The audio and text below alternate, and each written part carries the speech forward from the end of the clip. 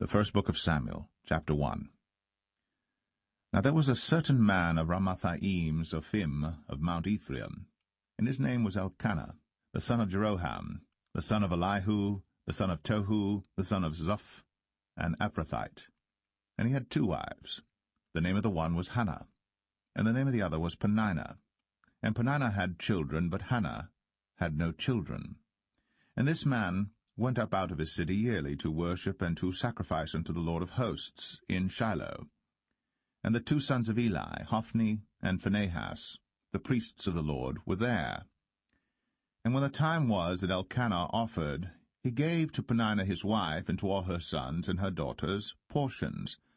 But unto Hannah he gave a worthy portion, for he loved Hannah.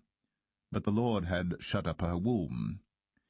And her adversary also provoked her sore, for to make her fret, because the Lord had shut up her womb. And as he did so year by year, when she went up to the house of the Lord, so she provoked her.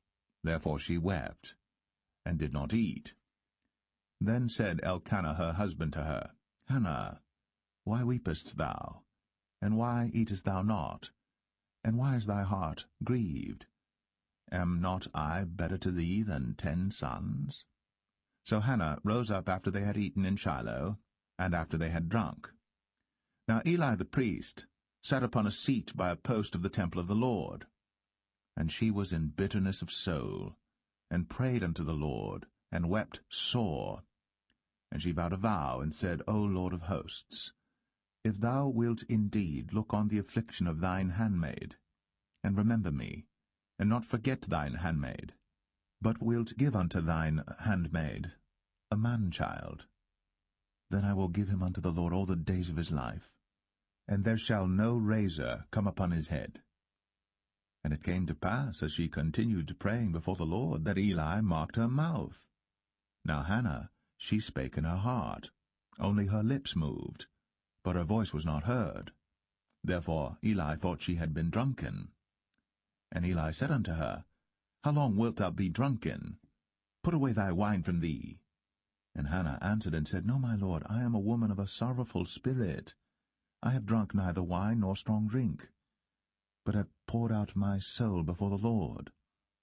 Count not thine handmaid for a daughter of Belial, for out of the abundance of my complaint and grief have I spoken hitherto. Then Eli answered and said, Go in peace, and the God of Israel grant thee thy petition that thou hast asked of him. And she said, Let thine handmaid find grace in thy sight. So the woman went her way, and did eat, and her countenance was no more sad. And they rose up in the morning early, and worshipped before the Lord, and returned, and came to their house to Ramah. And Elkanah knew Hannah his wife, and the Lord remembered her. Wherefore it came to pass, when the time was come about after Hannah had conceived, that she bare a son, and called his name Samuel, saying, Because I have asked him of the Lord. And the man Elkanah and all his house went up to offer unto the Lord the yearly sacrifice and his vow. But Hannah went not up. For she said unto her husband, I will not go up until the child be weaned, and then I will bring him, that he may appear before the Lord, and there abide for ever. And Elkanah her husband said unto her, Do what seemeth thee good. Tarry until thou have weaned him. Only the Lord establish his word. So the woman abode, and gave her son suck, until she weaned him. And when she had weaned him, she took him up with her, with 3 bullocks, and 1 ephah of flour, and a bottle of wine, and brought him unto the house of the Lord in Shiloh. And the child was young. And they slew a bullock, and brought the child to Eli. And she said, O my lord, as thy soul liveth, my lord, I am the woman that stood by thee here, praying unto the Lord. For this child I prayed, and the Lord hath given me my petition, which I asked of him. Therefore also I have lent him to the Lord. As long as he liveth, he shall be lent to the Lord. and he worshipped the Lord there.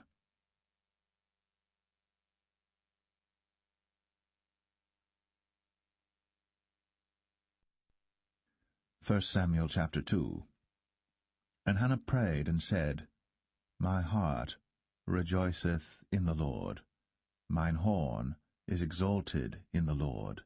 My mouth is enlarged over mine enemies, because I rejoice in thy salvation.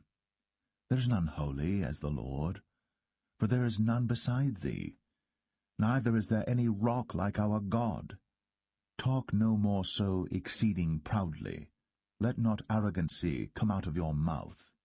For the Lord is a God of knowledge, and by him actions are weighed. The bows of the mighty men are broken, and they that stumbled are girded with strength. They that were full have hired out themselves for bread, and they that were hungry ceased, so that the barren hath borne 7, and she that hath many children is waxed feeble. The Lord killeth, and maketh alive. He bringeth down to the grave, and bringeth up. The Lord maketh poor, and maketh rich. He bringeth low, and lifteth up. He raiseth up the poor out of the dust, and lifteth up the beggar from the dunghill, to set them among princes, and to make them inherit the throne of glory. For the pillars of the earth are the Lord's, and he hath set the world upon them. He will keep the feet of his saints, and the wicked shall be silent in darkness, for by strength shall no man prevail. The adversaries of the Lord shall be broken to pieces. Out of heaven shall he thunder upon them. The Lord shall judge the ends of the earth, and he shall give strength unto his king, and exalt the horn of his anointed. And Elkanah went to Ramah to his house, and the child did minister unto the Lord before Eli the priest. Now the sons of Eli were sons of Belial. They knew not the Lord. And the priest's custom with the people was, that when any man offered sacrifice, the priest's servant came, while the flesh was in seething, with a flesh-hook of 3 teeth in his hand, and he struck it into the pan or kettle or cauldron or pot. All that the flesh-hook brought up, the priest took for himself. So they did in Shiloh unto all the Israelites that came thither. Also before they burnt the fat, the priest's servant came and said to the man that sacrificed, Give flesh to roast for the priest, for he will not have sodden flesh of thee, but raw. And if any man said unto him, Let them not fail to burn the fat presently, and then take as much as thy soul desireth, then he would answer him, Nay, but thou shalt give it me now, and if not, I will take it by force. Wherefore the sin of the young men was very great before the Lord, for men abhorred the offering of the Lord. But Samuel ministered before the Lord, being a child, girded with a linen ephod. Moreover, his mother made him a little coat, and brought it to him from year to year, when she came up with her husband to offer the yearly sacrifice. And Eli blessed Elkanah and his wife, and said, The Lord give thee seed of this woman for the loan which is lent to the Lord. And they went unto their own home. And the Lord visited Hannah, so that she conceived, and bare 3 sons and 2 daughters. And the child Samuel grew before the Lord. Now Eli was very old, and heard all that his sons did unto all Israel, and how they lay with the women that assembled at the door of the tabernacle of the congregation. And he said unto them, Why do ye such things? For I hear of your evil dealings by all this people.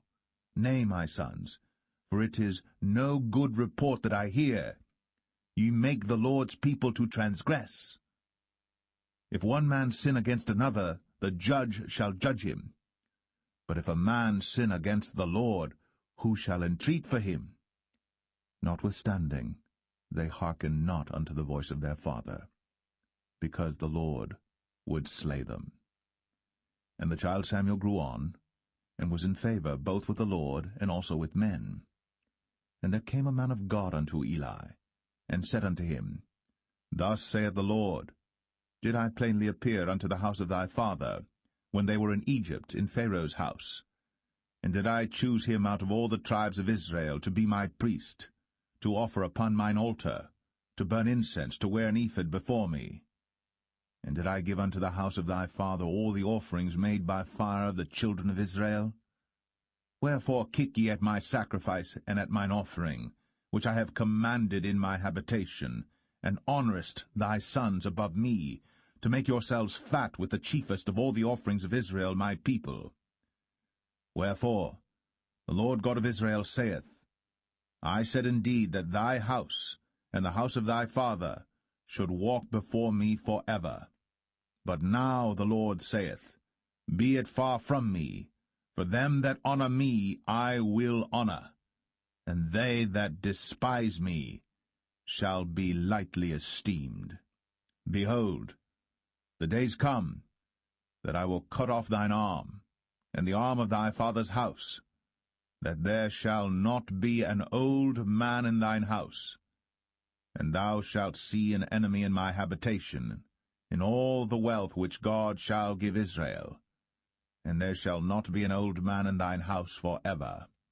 And the man of thine whom I shall not cut off from mine altar shall be to consume thine eyes and to grieve thine heart, and all the increase of thine house shall die in the flower of their age. And this shall be a sign unto thee, that shall come upon thy two sons, on Hophni and Phinehas, in one day. They shall die, both of them. And I will raise me up a faithful priest, that shall do according to that which is in mine heart and in my mind. And I will build him a sure house, and he shall walk before mine anointed for ever. And it shall come to pass, that every one that is left in thine house shall come and crouch to him for a piece of silver and a morsel of bread, and shall say, Put me, I pray thee, into one of the priest's offices, that I may eat a piece of bread.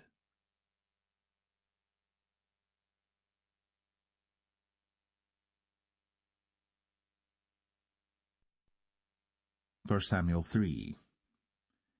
And the child Samuel ministered unto the Lord before Eli. And the word of the Lord was precious in those days. There was no open vision.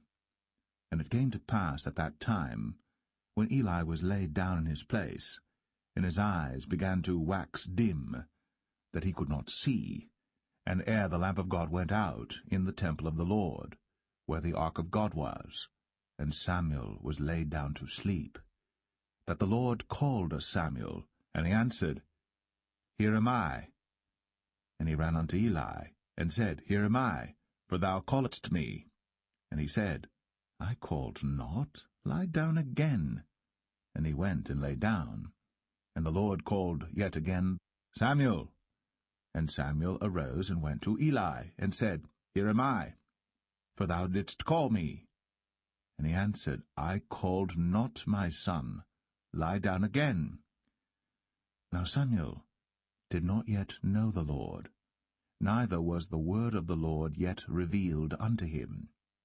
And the Lord called Samuel again the third time, and he arose, and went to Eli, and said, Here am I, for thou didst call me. And Eli perceived that the Lord had called the child. Therefore Eli said unto Samuel, Go, lie down, and it shall be, if he call thee, that thou shalt say, Speak, Lord, for thy servant heareth. So Samuel went, and lay down in his place. And the Lord came, and stood, and called, as at other times, Samuel, Samuel. Then Samuel answered, Speak, for thy servant heareth. And the Lord said to Samuel, Behold, I will do a thing in Israel, at which both the ears of every one that heareth it shall tingle. In that day I will perform against Eli all things which I have spoken concerning his house, when I begin, I will also make an end. For I have told him that I will judge his house for ever for the iniquity which he knoweth, because his sons made themselves vile, and he restrained them not. And therefore I have sworn unto the house of Eli, that the iniquity of Eli's house shall not be purged with sacrifice nor offering for ever. And Samuel lay until the morning, and opened the doors of the house of the Lord. And Samuel feared to show Eli the vision. Then Eli called Samuel, and said, Samuel, my son. And he answered, Here am I. And he said, What is the thing that the Lord hath said unto thee? I pray thee, hide it not from me. God do so to thee, and more also, if thou hide anything from me of all the things that he said unto thee. And Samuel told him every whit, and hid nothing from him. And he said, It is the Lord. Let him do what seemeth him good. And Samuel grew, and the Lord was with him, and did let none of his words fall to the ground. And all Israel from Dan even to Beersheba knew that Samuel was established to be a prophet of the Lord. And the Lord appeared again in Shiloh. For the Lord revealed himself to Samuel in Shiloh by the word of the Lord.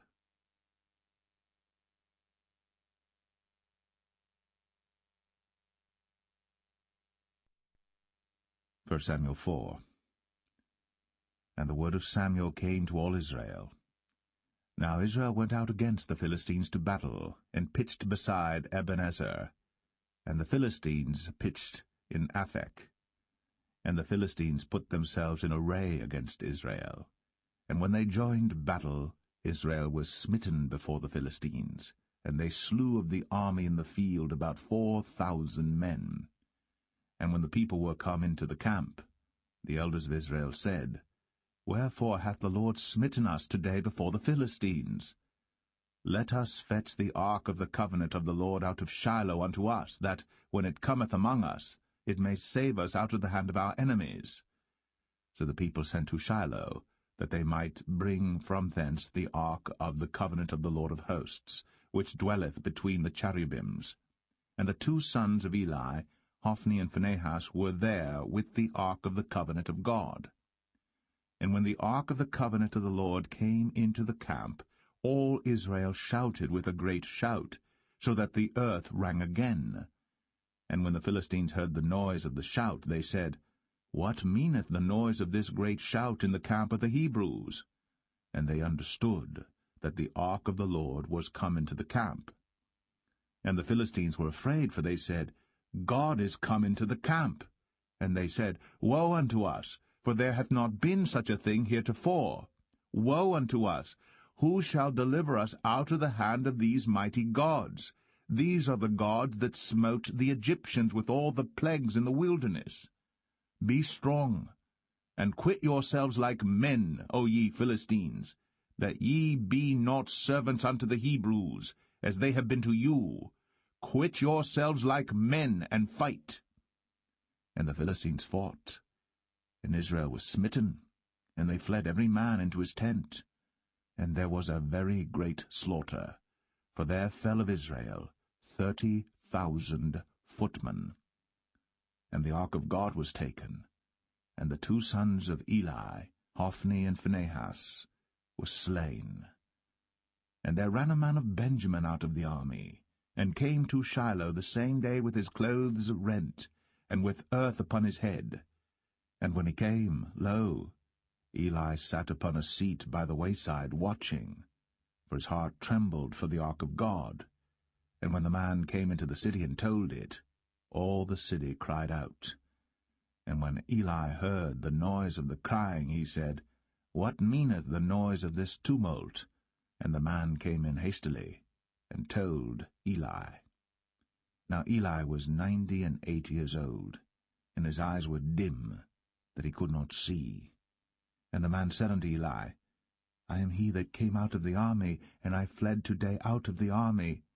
And he said, What is that done, my son? And the messenger answered and said, Israel is fled before the Philistines, and there hath been also a great slaughter among the people. And thy two sons also, Hophni and Phinehas, are dead, and the ark of God is taken. And it came to pass, when he made mention of the ark of God, that he fell from off the seat backward by the side of the gate, and his neck brake, and he died. For he was an old man and heavy, and he had judged Israel 40 years. And his daughter-in-law Phinehas' wife was with child, near to be delivered. And when she heard the tidings that the ark of God was taken, and that her father-in-law and her husband were dead, she bowed herself and travailed, for her pains came upon her. And about the time of her death the women that stood by her said unto her, Fear not, for thou hast borne a son. But she answered not, neither did she regard it. And she named the child Ichabod, saying, The glory is departed from Israel, because the ark of God was taken, and because of her father-in-law and her husband. And she said, The glory is departed from Israel, for the ark of God is taken.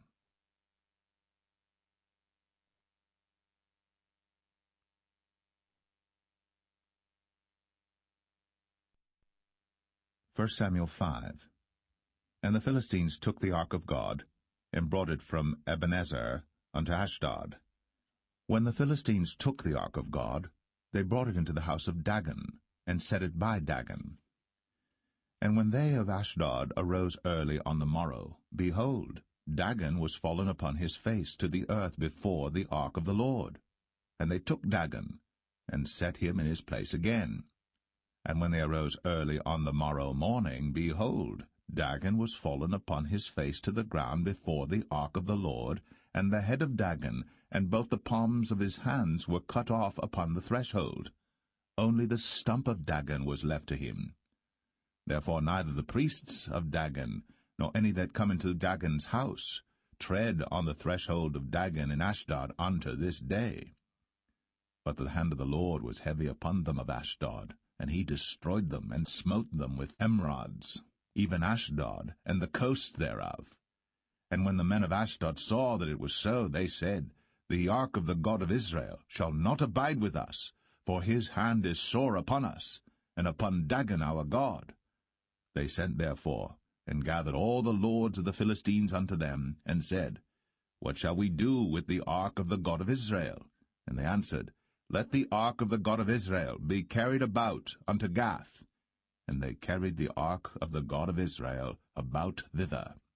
And it was so, that after they had carried it about, the hand of the Lord was against the city with a very great destruction, and he smote the men of the city, both small and great, and they had emerods in their secret parts. Therefore they sent the ark of God to Ekron.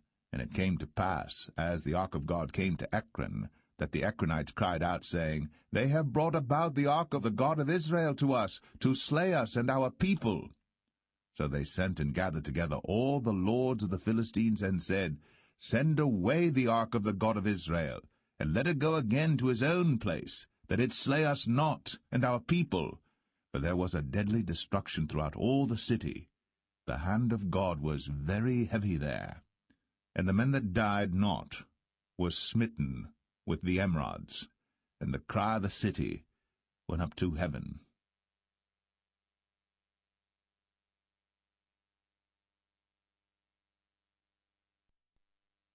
First Samuel 6. And the ark of the Lord was in the country of the Philistines 7 months. And the Philistines called for the priests and the diviners, saying, What shall we do to the ark of the Lord? Tell us wherewith we shall send it to his place. And they said, If ye send away the ark of the God of Israel, send it not empty, but in any wise return him a trespass offering. Then ye shall be healed, and it shall be known to you why his hand is not removed from you. Then said they, What shall be the trespass offering which we shall return to him? They answered, 5 golden emerods, and 5 golden mice, according to the number of the lords of the Philistines. For one plague was on you all, and on your lords. Wherefore ye shall make images of your emerods, and images of your mice that mar the land. And ye shall give glory unto the God of Israel. Peradventure he will lighten his hand from off you, and from off your gods, and from off your land. Wherefore then do ye harden your hearts, as the Egyptians and Pharaoh hardened their hearts, when he had wrought wonderfully among them? Did they not let the people go, and they departed? Now therefore make a new cart, and take 2 milch kine, on which there hath come no yoke, and tie the kine to the cart, and bring their calves home from them. And take the ark of the Lord, and lay it upon the cart, and put the jewels of gold, which ye return him for a trespass offering, in a coffer by the side thereof, and send it away, that it may go. And see, if it goeth up by the way of his own coast, to Bethshemesh, then he hath done us this great evil. But if not, then we shall know that it is not his hand that smote us. It was a chance that happened to us. And the men did so, and took 2 milch kine, and tied them to the cart, and shut up their calves at home. And they laid the ark of the Lord upon the cart, and the coffer with the mice of gold, and the images of their emerods. And the kine took the straight way to the way of Bethshemesh, and went along the highway, lowing as they went, and turned not aside to the right hand or to the left. And the lords of the Philistines went after them unto the border of Bethshemesh. And they of Bethshemesh were reaping their wheat harvest in the valley. And they lifted up their eyes, and saw the ark, and rejoiced to see it. And the cart came into the field of Joshua, a Bethshemite, and stood there, where there was a great stone. And they clave the wood of the cart, and offered the kine a burnt offering unto the Lord. And the Levites took down the ark of the Lord, and the coffer that was with it, wherein the jewels of gold were, and put them on the great stone. And the men of Bethshemesh offered burnt offerings, and sacrificed sacrifices the same day unto the Lord. And when the 5 lords of the Philistines had seen it, they returned to Ekron the same day. And these are the golden emerods, which the Philistines returned for a trespass offering unto the Lord: for Ashdod 1, for Gaza 1, for Ashkelon 1, for Gath 1, for Ekron 1. And the golden mice, according to the number of all the cities of the Philistines, belonging to the 5 lords, both of fenced cities and of country villages, even unto the great stone of Abel, whereon they set down the ark of the Lord, which stone remaineth unto this day in the field of Joshua the Bethshemite. And he smote the men of Bethshemesh, because they had looked into the ark of the Lord. Even he smote of the people 50,000 and 60 men. And the people lamented, because the Lord had smitten many of the people with a great slaughter. And the men of Bethshemesh said, Who is able to stand before this holy Lord God? And to whom shall he go up from us? And they sent messengers to the inhabitants of Kirjath-jearim, saying, The Philistines have brought again the ark of the Lord. Come ye down, and fetch it up to you.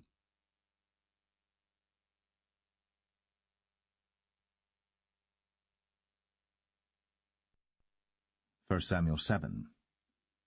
And the men of Kirjath-jearim came and fetched up the ark of the Lord, and brought it into the house of Abinadab in the hill, and sanctified Eleazar his son to keep the ark of the Lord. And it came to pass, while the ark abode in Kirjath-jearim, that the time was long, for it was 20 years. And all the house of Israel lamented after the Lord. And Samuel spake unto all the house of Israel, saying, If ye do return unto the Lord with all your hearts, then put away the strange gods and Ashtoreth from among you, and prepare your hearts unto the Lord, and serve him only, and he will deliver you out of the hand of the Philistines. Then the children of Israel did put away Baalim and Ashtoreth, and served the Lord only.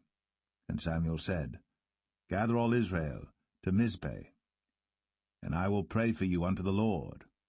And they gathered together to Mizpeh, and drew water, and poured it out before the Lord, and fasted on that day, and said there, We have sinned against the Lord. And Samuel judged the children of Israel in Mizpeh. And when the Philistines heard that the children of Israel were gathered together to Mizpeh, the lords of the Philistines went up against Israel. And when the children of Israel heard it, they were afraid of the Philistines. And the children of Israel said to Samuel, Cease not to cry unto the Lord our God for us, that he will save us out of the hand of the Philistines.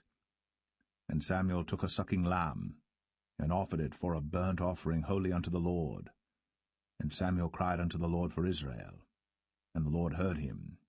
And as Samuel was offering up the burnt offering, the Philistines drew near to battle against Israel. But the Lord thundered with a great thunder on that day upon the Philistines, and discomfited them, and they were smitten before Israel. And the men of Israel went out of Mizpeh, and pursued the Philistines, and smote them until they came under Bethkar. Then Samuel took a stone, and set it between Mizpeh and Shen, and called the name of it Ebenezer, saying, Hitherto hath the Lord helped us. So the Philistines were subdued, and they came no more into the coast of Israel.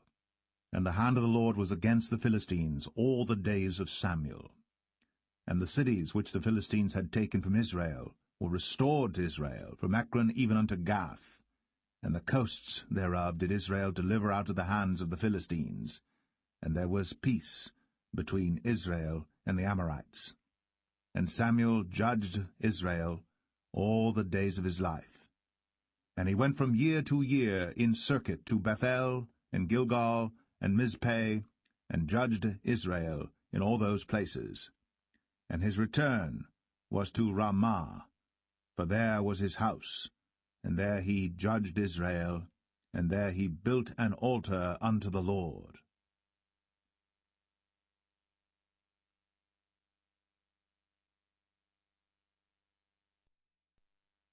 1 Samuel 8.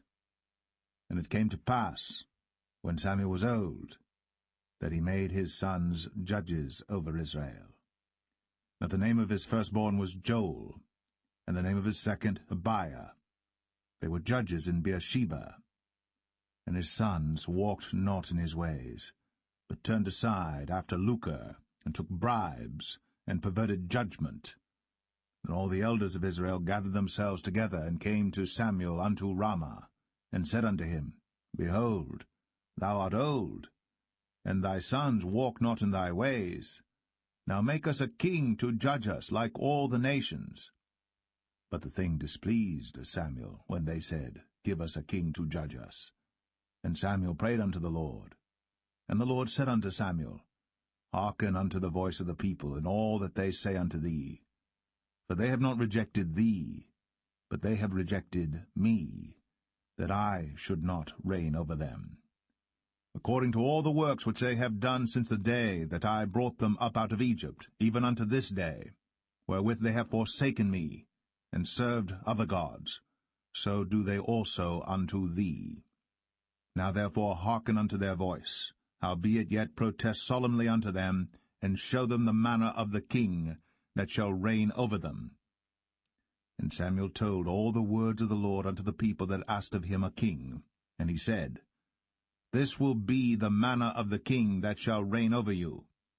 He will take your sons, and appoint them for himself, for his chariots, and to be his horsemen, and some shall run before his chariots. And he will appoint him captains over thousands, and captains over fifties, and will set them to ear his ground, and to reap his harvest, and to make his instruments of war, and instruments of his chariots. And he will take your daughters to be confectionaries, and to be cooks, and to be bakers. And he will take your fields, and your vineyards, and your oliveyards, even the best of them, and give them to his servants. And he will take the tenth of your seed, and of your vineyards, and give to his officers, and to his servants. And he will take your men-servants, and your maidservants, and your goodliest young men, and your asses, and put them to his work. He will take the tenth of your sheep, and ye shall be his servants. And ye shall cry out in that day because of your king which ye shall have chosen you. And the Lord will not hear you in that day. Nevertheless, the people refused to obey the voice of Samuel, and they said, Nay, but we will have a king over us, that we also may be like all the nations, and that our king may judge us, and go out before us, and fight our battles. And Samuel heard all the words of the people, and he rehearsed them in the ears of the Lord. And the Lord said to Samuel, Hearken unto their voice, and make them a king. And Samuel said unto the men of Israel, Go ye every man unto his city.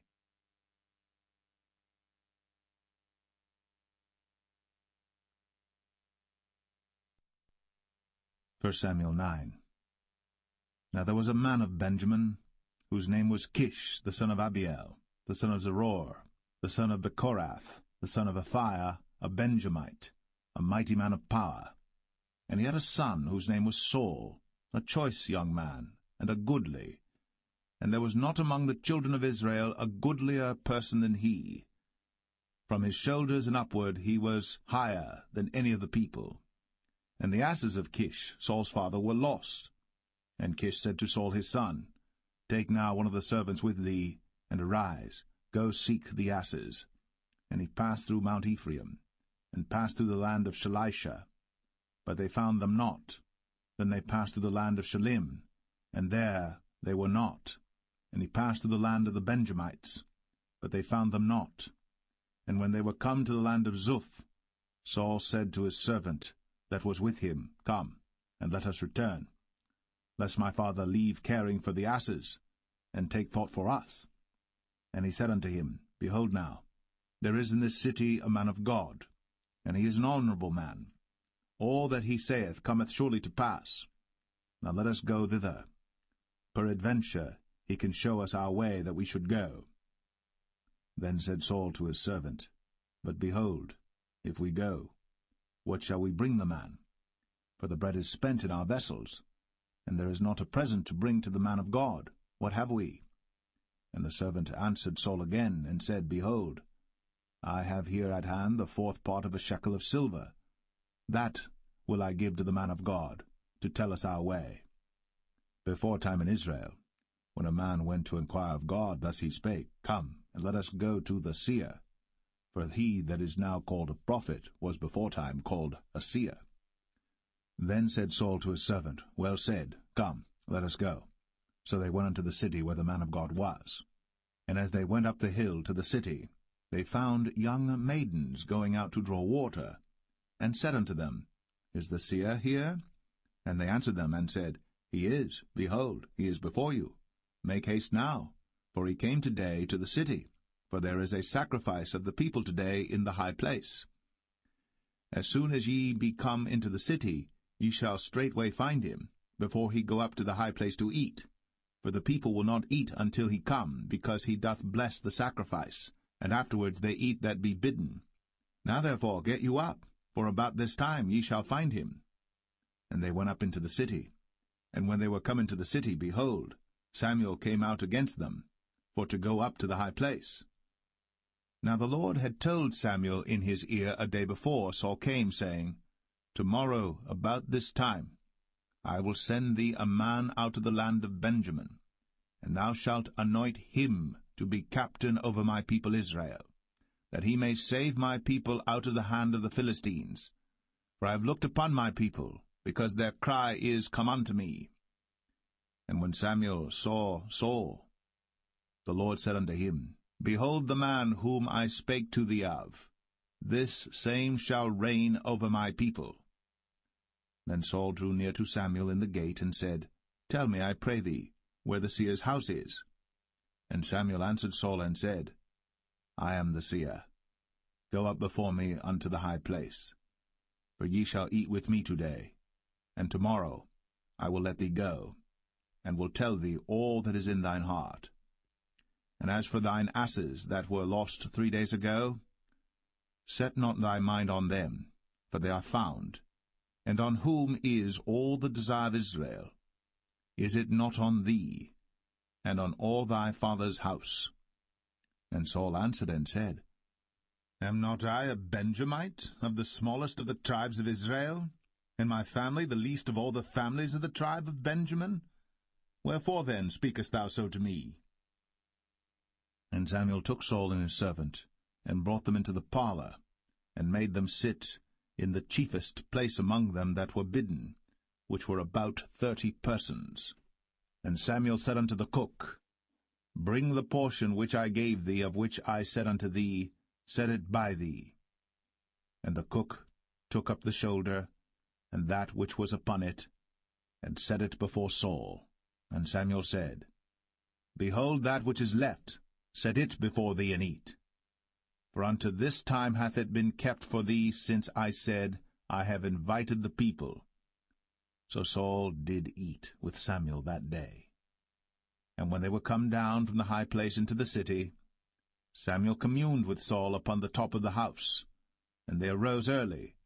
And it came to pass about the spring of the day that Samuel called Saul to the top of the house, saying, Up, that I may send thee away. And Saul arose. And they went out, both of them, he and Samuel, abroad. And as they were going down to the end of the city, Samuel said to Saul, Bid the servant pass on before us. And he passed on. But stand thou still a while, that I may show thee the word of God.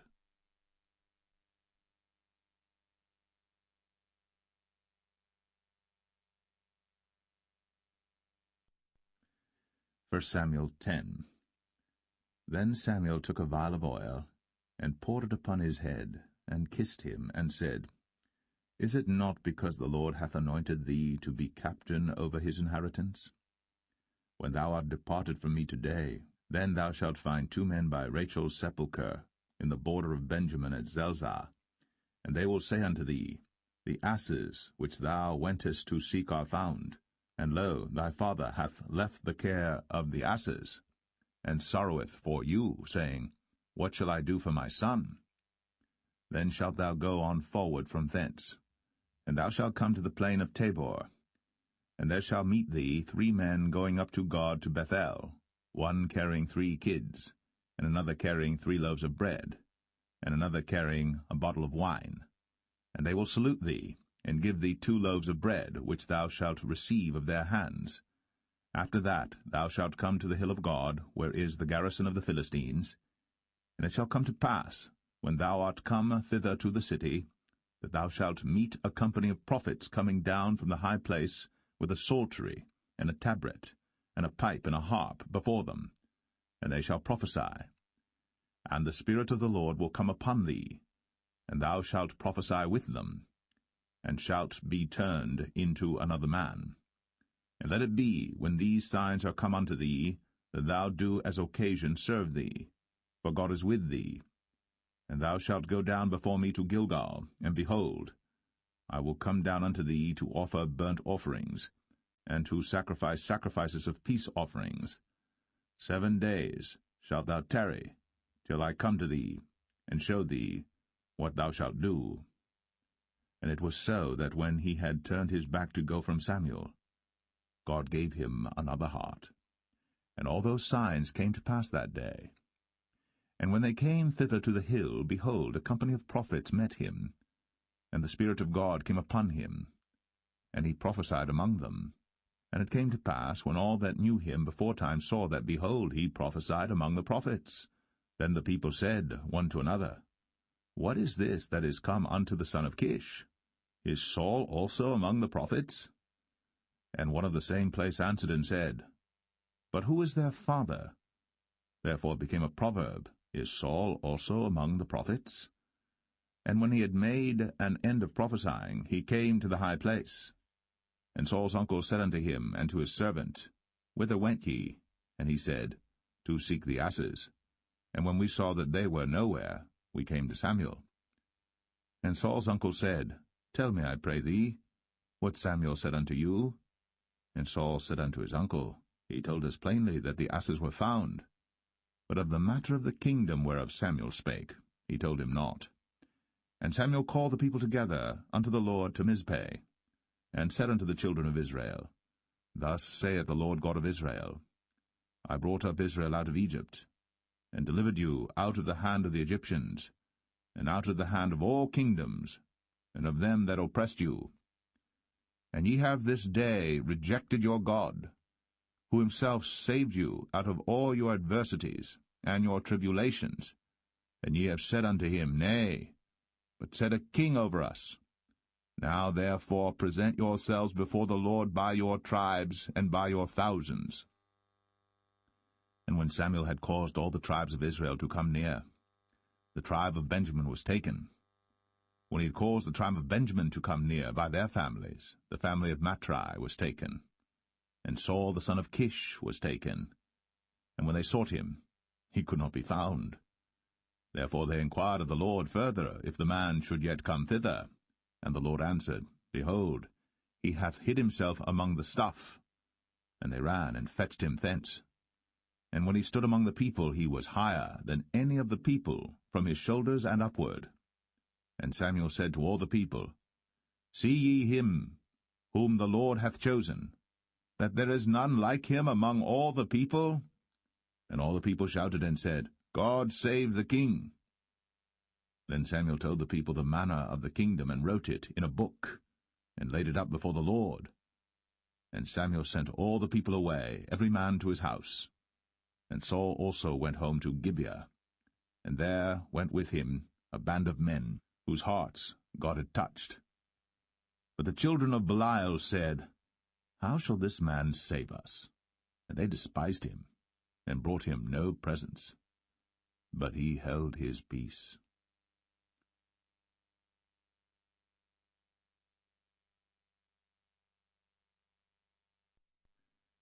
1 Samuel 11. Then Nahash the Ammonite came up, and encamped against Jabesh-Gilead. And all the men of Jabesh said unto Nahash, Make a covenant with us, and we will serve thee. And Nahash the Ammonite answered them, On this condition will I make a covenant with you, that I may thrust out all your right eyes, and lay it for a reproach upon all Israel. And the elders of Jabesh said unto him, Give us 7 days' respite, that we may send messengers unto all the coasts of Israel, and then, if there be no man to save us, we will come out to thee. Then came the messengers to Gibeah of Saul, and told the tidings in the ears of the people. And all the people lifted up their voices and wept. And behold, Saul came after the herd out of the field. And Saul said, What aileth the people that they weep? And they told him the tidings of the men of Jabesh. And the Spirit of God came upon Saul when he heard those tidings, and his anger was kindled greatly. And he took a yoke of oxen, and hewed them in pieces, and sent them throughout all the coasts of Israel by the hands of messengers, saying, Whosoever cometh not forth after Saul and after Samuel, so shall it be done unto his oxen. And the fear of the Lord fell on the people, and they came out with one consent. And when he numbered them in Bezek, the children of Israel were 300,000, and the men of Judah 30,000. And they said unto the messengers that came, Thus shall ye say unto the men of Jabesh-Gilead, Tomorrow by that time the sun be hot, ye shall have help. And the messengers came and showed it to the men of Jabesh, and they were glad. Therefore the men of Jabesh said, Tomorrow we will come out unto you, and ye shall do with us all that seemeth good unto you. And it was so in the morrow, that Saul put the people in 3 companies, and they came into the midst of the host in the morning watch, and slew the Ammonites until the heat of the day. And it came to pass, that they which remained were scattered, so that 2 of them were not left together. And the people said unto Samuel, Who is he that said, Shall Saul reign over us? Bring the men, that we may put them to death. And Saul said, There shall not a man be put to death this day, for today the Lord hath wrought salvation in Israel. Then said Samuel to the people, Come, and let us go to Gilgal, and renew the kingdom there. And all the people went to Gilgal, and there they made Saul king before the Lord in Gilgal. And there they sacrificed sacrifices of peace offerings before the Lord. And there Saul and all the men of Israel rejoiced greatly.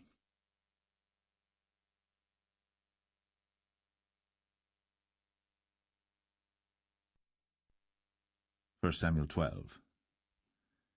And Samuel said unto all Israel, Behold, I have hearkened unto your voice in all that ye said unto me, and have made a king over you. And now, behold, the king walketh before you. And I am old and grey-headed, and behold, my sons are with you. And I have walked before you from my childhood unto this day. Behold, here I am. Witness against me before the Lord and before his anointed, whose ox have I taken? Or whose ass have I taken? Or whom have I defrauded? Whom have I oppressed? Or of whose hand have I received any bribe to blind mine eyes therewith? And I will restore it you. And they said, Thou hast not defrauded us, nor oppressed us, neither hast thou taken aught of any man's hand. And he said unto them, The Lord is witness against you, and his anointed is witness this day, that ye have not found aught in my hand. And they answered, He is witness. And Samuel said unto the people, It is the Lord that advanced Moses and Aaron, and that brought your fathers up out of the land of Egypt. Now therefore stand still, that I may reason with you before the Lord of all the righteous acts of the Lord, which he did to you and to your fathers. When Jacob was come into Egypt, and your fathers cried unto the Lord, then the Lord sent Moses and Aaron, which brought forth your fathers out of Egypt, and made them dwell in this place. And when they forgat the Lord their God, he sold them into the hand of Sisera, captain of the host of Hazor, and into the hand of the Philistines, and into the hand of the king of Moab. And they fought against them. And they cried unto the Lord, and said, We have sinned, because we have forsaken the Lord, and have served Balaam and Ashtoreth. But now deliver us out of the hand of our enemies, and we will serve thee. And the Lord sent Jerubbaal, and Bedan, and Jephthah, and Samuel, and delivered you out of the hand of your enemies on every side, and ye dwelled safe. And when ye saw that Nahash the king of the children of Ammon came against you, ye said unto me, Nay, but a king shall reign over us, when the Lord your God was your king. Now therefore, behold, the king whom ye have chosen, and whom ye have desired, and behold, the Lord hath set a king over you. If ye will fear the Lord, and serve him, and obey his voice, and not rebel against the commandment of the Lord, then shall both ye and also the king that reigneth over you continue following the Lord your God. But if ye will not obey the voice of the Lord, but rebel against the commandment of the Lord, then shall the hand of the Lord be against you, as it was against your fathers. Now therefore stand and see this great thing which the Lord will do before your eyes. Is it not wheat harvest today? I will call unto the Lord, and he shall send thunder and rain, that ye may perceive and see that your wickedness is great, which ye have done in the sight of the Lord in asking you a king. So Samuel called unto the Lord, and the Lord sent thunder and rain that day. And all the people greatly feared the Lord and Samuel. And all the people said unto Samuel, Pray for thy servants unto the Lord thy God, that we die not. For we have added unto all our sins this evil, to ask us a king. And Samuel said unto the people, Fear not. Ye have done all this wickedness. Yet turn not aside from following the Lord, but serve the Lord with all your heart. And turn ye not aside, for then should ye go after vain things which cannot profit nor deliver, for they are vain. For the Lord will not forsake his people for his great name's sake, because it hath pleased the Lord to make you his people. Moreover, as for me, God forbid that I should sin against the Lord in ceasing to pray for you. But I will teach you the good and the right way. Only fear the Lord, and serve him in truth with all your heart. For consider how great things he hath done for you. But if ye shall still do wickedly, ye shall be consumed, both ye and your king.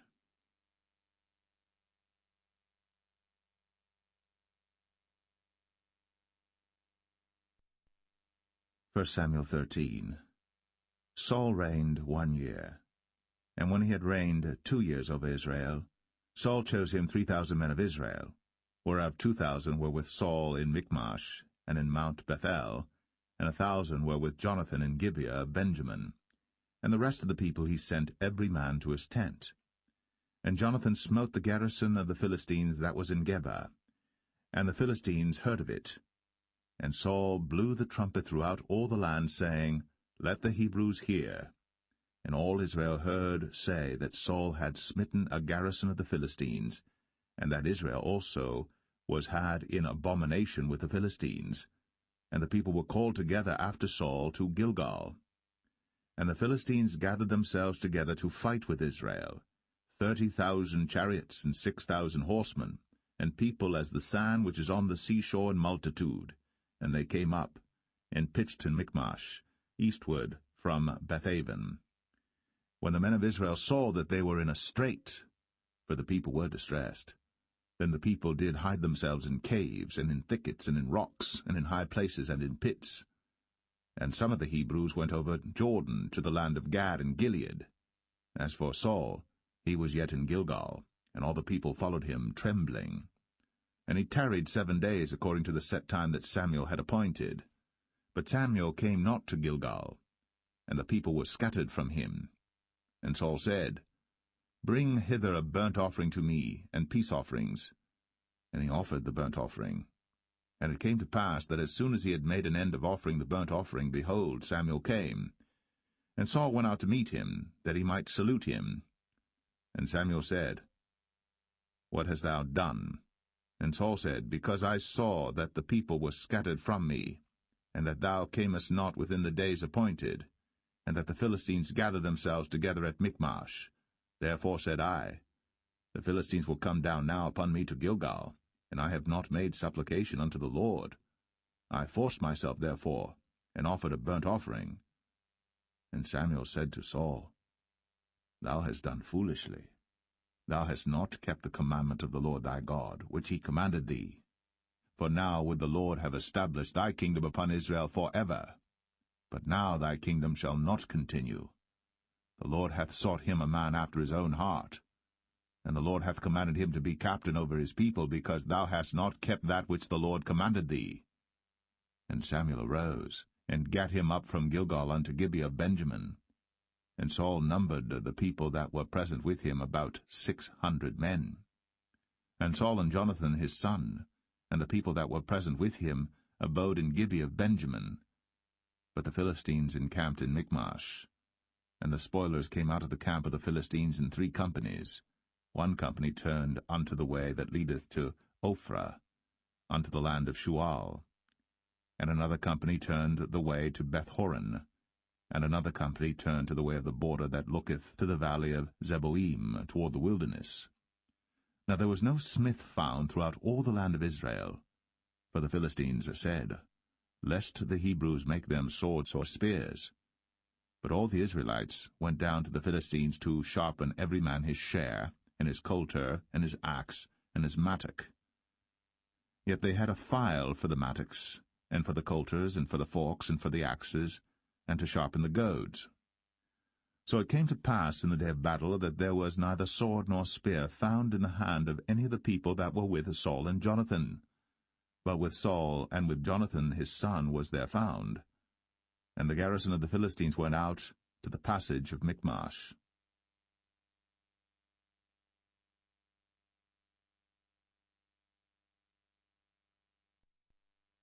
1 Samuel 14. Now it came to pass upon a day that Jonathan the son of Saul said unto the young man that bare his armor, Come, and let us go over to the Philistines' garrison that is on the other side. But he told not his father.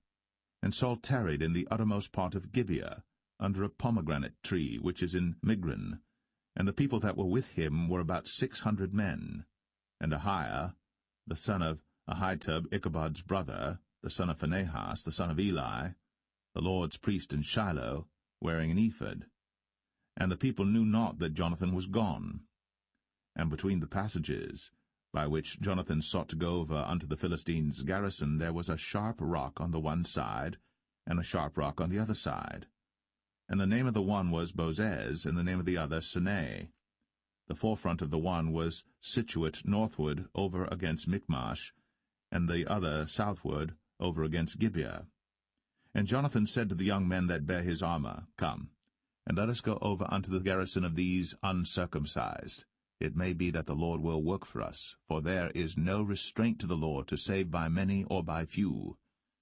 And his armor-bearer said unto him, Do all that is in thine heart. Turn thee, behold, I am with thee according to thy heart.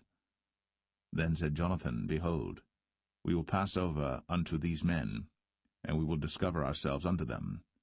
If they say thus unto us, Tarry until we come to you, then we will stand still in our place, and will not go up unto them. But if they say thus, Come up unto us, then we will go up. For the Lord hath delivered them into our hand, and this shall be a sign unto us. And both of them discovered themselves unto the garrison of the Philistines. And the Philistines said, Behold, the Hebrews come forth out of the holes where they had hid themselves. And the men of the garrison answered Jonathan and his armor-bearer, and said, Come up to us, and we will show you a thing. And Jonathan said unto his armor-bearer, Come up after me, for the Lord hath delivered them into the hand of Israel. And Jonathan climbed up upon his hands and upon his feet, and his armor-bearer after him, and they fell before Jonathan, and his armor-bearer slew after him. And that first slaughter which Jonathan and his armor-bearer made was about 20 men, within as it were an half acre of land, which a yoke of oxen might plough. And there was trembling in the host, in the field, and among all the people.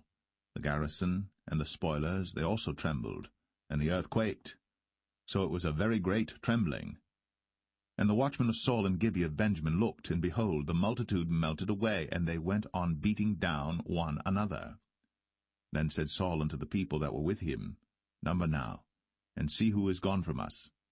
And when they had numbered, behold, Jonathan and his armor-bearer were not there. And Saul said unto Ahiah, Bring hither the ark of God. For the ark of God was at that time with the children of Israel. And it came to pass, while Saul talked unto the priest, that the noise that was in the host of the Philistines went on and increased. And Saul said unto the priest, Withdraw thine hand. And Saul and all the people that were with him assembled themselves. And they came to the battle. And behold, every man's sword was against his fellow, and there was a very great discomfiture. Moreover, the Hebrews that were with the Philistines before that time, which went up with them into the camp from the country round about, even they also turned to be with the Israelites that were with Saul and Jonathan. Likewise all the men of Israel, which had hid themselves in Mount Ephraim, when they heard that the Philistines fled, even they also followed hard after them in the battle. So the Lord saved Israel that day. And the battle passed over unto Bethaven. And the men of Israel were distressed that day. For Saul had adjured the people, saying, Cursed be the man that eateth any food until evening, that I may be avenged on mine enemies. So none of the people tasted any food. And all they of the land came to a wood, and there was honey upon the ground. And when the people were come into the wood, behold, the honey dropped. But no man put his hand to his mouth, for the people feared the oath. But Jonathan heard not, when his father charged the people with the oath. Wherefore he put forth the end of the rod that was in his hand, and dipped it in an honeycomb, and put his hand to his mouth, and his eyes were enlightened. Then answered one of the people, and said, Thy father straitly charged the people with an oath, saying, Cursed be the man that eateth any food this day. And the people were faint. Then said Jonathan, My father hath troubled the land. See, I pray you, how mine eyes have been enlightened, because I tasted a little of this honey.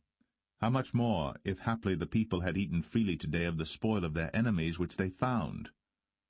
For had there not been now a much greater slaughter among the Philistines? And they smote the Philistines that day, from Michmash to Ailon. And the people were very faint. And the people flew upon the spoil, and took sheep and oxen and calves, and slew them on the ground. And the people did eat them with the blood. Then they told Saul, saying, Behold, the people sin against the Lord, in that they eat with the blood. And he said, Ye have transgressed. Roll a great stone unto me this day. And Saul said, Disperse yourselves among the people, and say unto them, Bring me hither every man his ox, and every man his sheep, and slay them here, and eat, and sin not against the Lord in eating with the blood. And all the people brought every man his ox with him that night, and slew them there. And Saul built an altar unto the Lord. The same was the first altar that he built unto the Lord. And Saul said, Let us go down after the Philistines by night, and spoil them until the morning light, and let us not leave a man of them. And they said, Do whatsoever seemeth good unto thee. Then said the priest, Let us draw near hither unto God. And Saul asked counsel of God, Shall I go down after the Philistines? Wilt thou deliver them into the hand of Israel? But he answered him not that day. And Saul said, Draw ye near hither, all the chief of the people, and know and see wherein this sin hath been this day. For as the Lord liveth, which saveth Israel, though it be in Jonathan my son, he shall surely die. But there was not a man among all the people that answered him.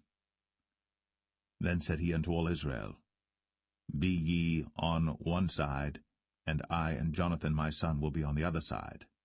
And the people said unto Saul, Do what seemeth good unto thee. Therefore Saul said unto the Lord God of Israel, Give a perfect lot. And Saul and Jonathan were taken, but the people escaped. And Saul said, Cast lots between me and Jonathan my son. And Jonathan was taken. Then Saul said to Jonathan, Tell me what thou hast done. And Jonathan told him and said, I did but taste a little honey with the end of the rod that was in mine hand, and lo, I must die. And Saul answered, God do so and more also, for thou shalt surely die, Jonathan. And the people said unto Saul, Shall Jonathan die, who hath wrought this great salvation in Israel? God forbid, as the Lord liveth. There shall not one hair of his head fall to the ground, for he hath wrought with God this day. So the people rescued Jonathan, that he died not. Then Saul went up from following the Philistines, and the Philistines went to their own place. So Saul took the kingdom over Israel, and fought against all his enemies on every side, against Moab, and against the children of Ammon, and against Edom, and against the kings of Zobah, and against the Philistines, and whithersoever he turned himself, he vexed them. And he gathered an host, and smote the Amalekites, and delivered Israel out of the hands of them that spoiled them. Now the sons of Saul were Jonathan and Ishuai, and Melch-Ishuai. And the names of his two daughters were these, the name of the firstborn Merab, and the name of the younger Michal. And the name of Saul's wife was Ahinoam, the daughter of Ahimaaz. And the name of the captain of his host was Abner, the son of Ner, Saul's uncle. And Kish was the father of Saul, and Ner, the father of Abner, was the son of Abiel. And there was sore war against the Philistines all the days of Saul. And when Saul saw any strong man or any valiant man, he took him unto him.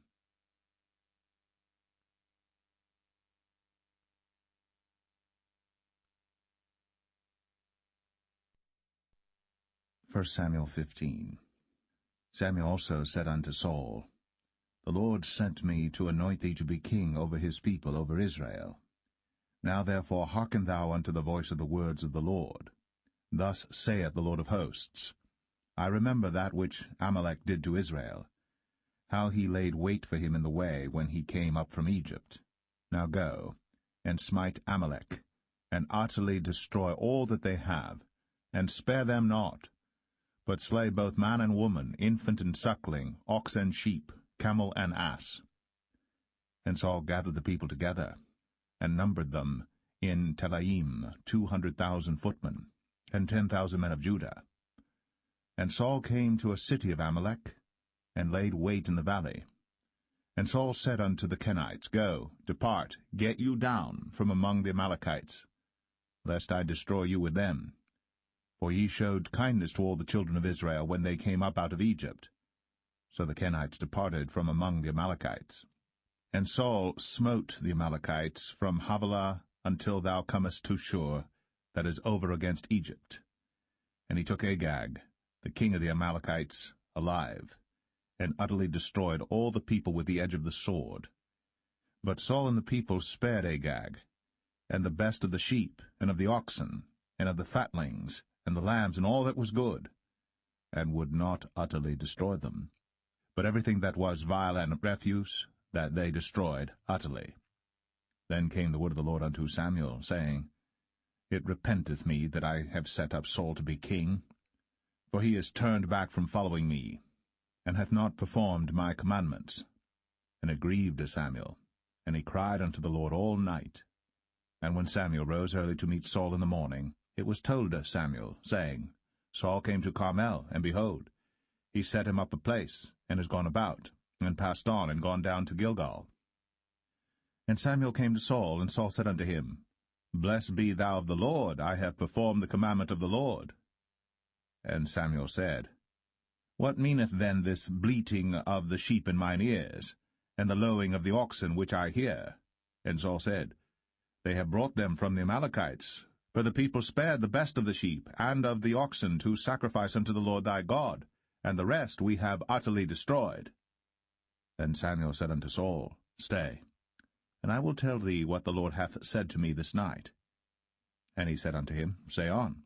And Samuel said, When thou wast little in thine own sight, wast thou not made the head of the tribes of Israel? And the Lord anointed thee king over Israel? And the Lord sent thee on a journey, and said, Go, and utterly destroy the sinners, the Amalekites, and fight against them until they be consumed. Wherefore then didst thou not obey the voice of the Lord, but didst fly upon the spoil, and didst evil in the sight of the Lord?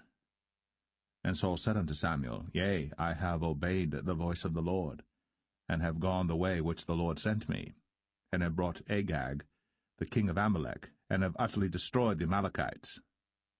But the people took of the spoil sheep and oxen, the chief of the things which should have been utterly destroyed, to sacrifice unto the Lord thy God in Gilgal. And Samuel said, Hath the Lord as great delight in burnt offerings and sacrifices as in obeying the voice of the Lord? Behold, to obey is better than sacrifice, and to hearken than the fat of rams. For rebellion is as the sin of witchcraft, and stubbornness is as iniquity and idolatry. Because thou hast rejected the word of the Lord, he hath also rejected thee from being king. And Saul said unto Samuel, I have sinned, for I have transgressed the commandment of the Lord, and thy words, because I feared the people, and obeyed their voice. Now therefore, I pray thee, pardon my sin, and turn again with me, that I may worship the Lord. And Samuel said unto Saul, I will not return with thee, for thou hast rejected the word of the Lord, and the Lord hath rejected thee from being king over Israel. And as Samuel turned about to go away, he laid hold upon the skirt of his mantle, and it rent. And Samuel said unto him, The Lord hath rent the kingdom of Israel from thee this day, and hath given it to a neighbor of thine, that is better than thou.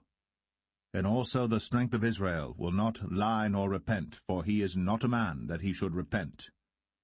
Then he said, I have sinned. Yet honor me now, I pray thee, before the elders of my people, and before Israel, and turn again with me, that I may worship the Lord thy God. So Samuel turned again after Saul, and Saul worshipped the Lord. Then said Samuel, Bring ye hither to me Agag the king of the Amalekites. And Agag came unto him delicately, and Agag said, Surely the bitterness of death is past. And Samuel said, As thy sword hath made women childless, so shall thy mother be childless among women. And Samuel hewed Agag in pieces before the Lord in Gilgal. Then Samuel went to Ramah, and Saul went up to his house to Gibeah of Saul. And Samuel came no more to see Saul until the day of his death. Nevertheless Samuel mourned for Saul, and the Lord repented that he had made Saul king over Israel.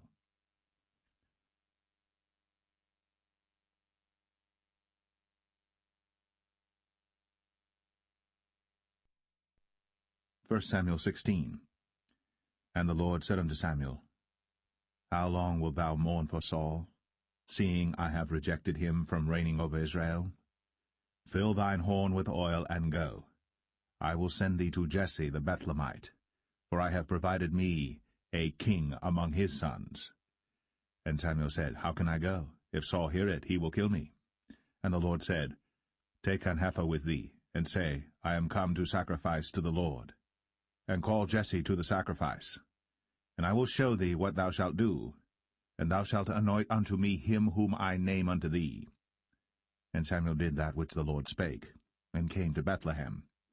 And the elders of the town trembled at his coming, and said, Comest thou peaceably? And he said, Peaceably. I am come to sacrifice unto the Lord. Sanctify yourselves, and come with me to the sacrifice. And he sanctified Jesse and his sons, and called them to the sacrifice. And it came to pass, when they were come, that he looked on Eliab, and said, Surely the Lord's anointed is before him. But the Lord said unto Samuel, Look not on his countenance, or on the height of his stature, because I have refused him. For the Lord seeth not as man seeth. For man looketh on the outward appearance, but the Lord looketh on the heart. Then Jesse called Abinadab, and made him pass before Samuel, and he said, Neither hath the Lord chosen this. Then Jesse made Shammah to pass by, and he said, Neither hath the Lord chosen this. Again Jesse made 7 of his sons to pass before Samuel. And Samuel said unto Jesse, The Lord hath not chosen these. And Samuel said unto Jesse, Are here all thy children? And he said, There remaineth yet the youngest, and behold, he keepeth the sheep.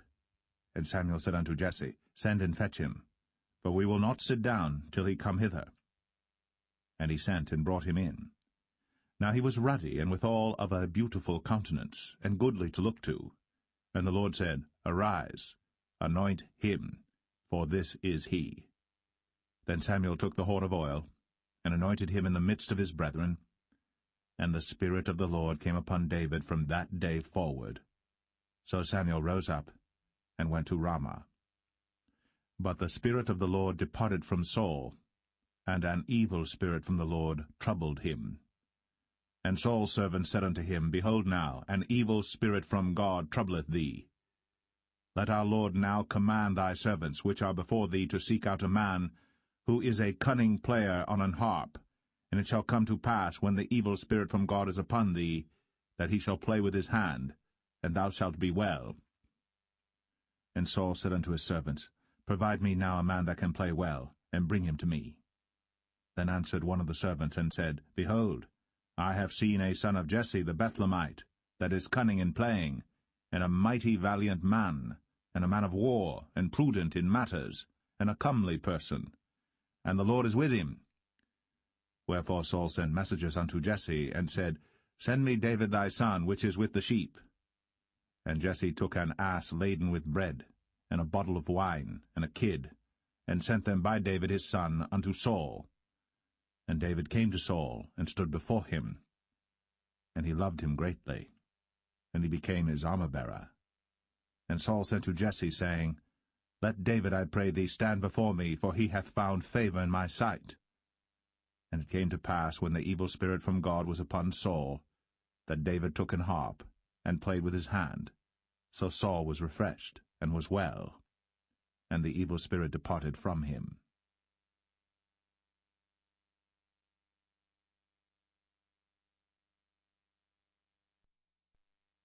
1 Samuel 17. Now the Philistines gathered together their armies to battle, and were gathered together at Shochoh, which belongeth to Judah, and pitched between Shochoh and Azekah in Ephes-dammim. And Saul and the men of Israel were gathered together and pitched by the valley of Elah, and set the battle in array against the Philistines. And the Philistines stood on a mountain on the one side, and Israel stood on a mountain on the other side, and there was a valley between them. And there went out a champion out of the camp of the Philistines, named Goliath of Gath, whose height was 6 cubits and a span. And he had an helmet of brass upon his head, and he was armed with a coat of mail, and the weight of the coat was 5,000 shekels of brass. And he had greaves of brass upon his legs, and a target of brass between his shoulders. And the staff of his spear was like a weaver's beam, and his spear's head weighed 600 shekels of iron, and one bearing a shield went before him. And he stood and cried unto the armies of Israel, and said unto them, Why are ye come out to set your battle in array? Am not I a Philistine, and ye servants to Saul? Choose you a man for you, and let him come down to me. If he be able to fight with me and to kill me, then will we be your servants. But if I prevail against him, and kill him, Then shall ye be our servants, and serve us. And the Philistine said, I defy the armies of Israel this day. Give me a man, that we may fight together. When Saul and all Israel heard those words of the Philistine, they were dismayed, and greatly afraid. Now David was the son of that Ephrathite of Bethlehem, Judah, whose name was Jesse, and he had 8 sons. And the man went among men for an old man in the days of Saul. And the 3 eldest sons of Jesse went and followed Saul to the battle. And the names of his 3 sons that went to the battle were Eliab the firstborn, and next unto him Abinadab, and the third Shammah. And David was the youngest, and the 3 eldest followed Saul. But David went and returned from Saul to feed his father's sheep at Bethlehem. And the Philistine drew near morning and evening, and presented himself 40 days.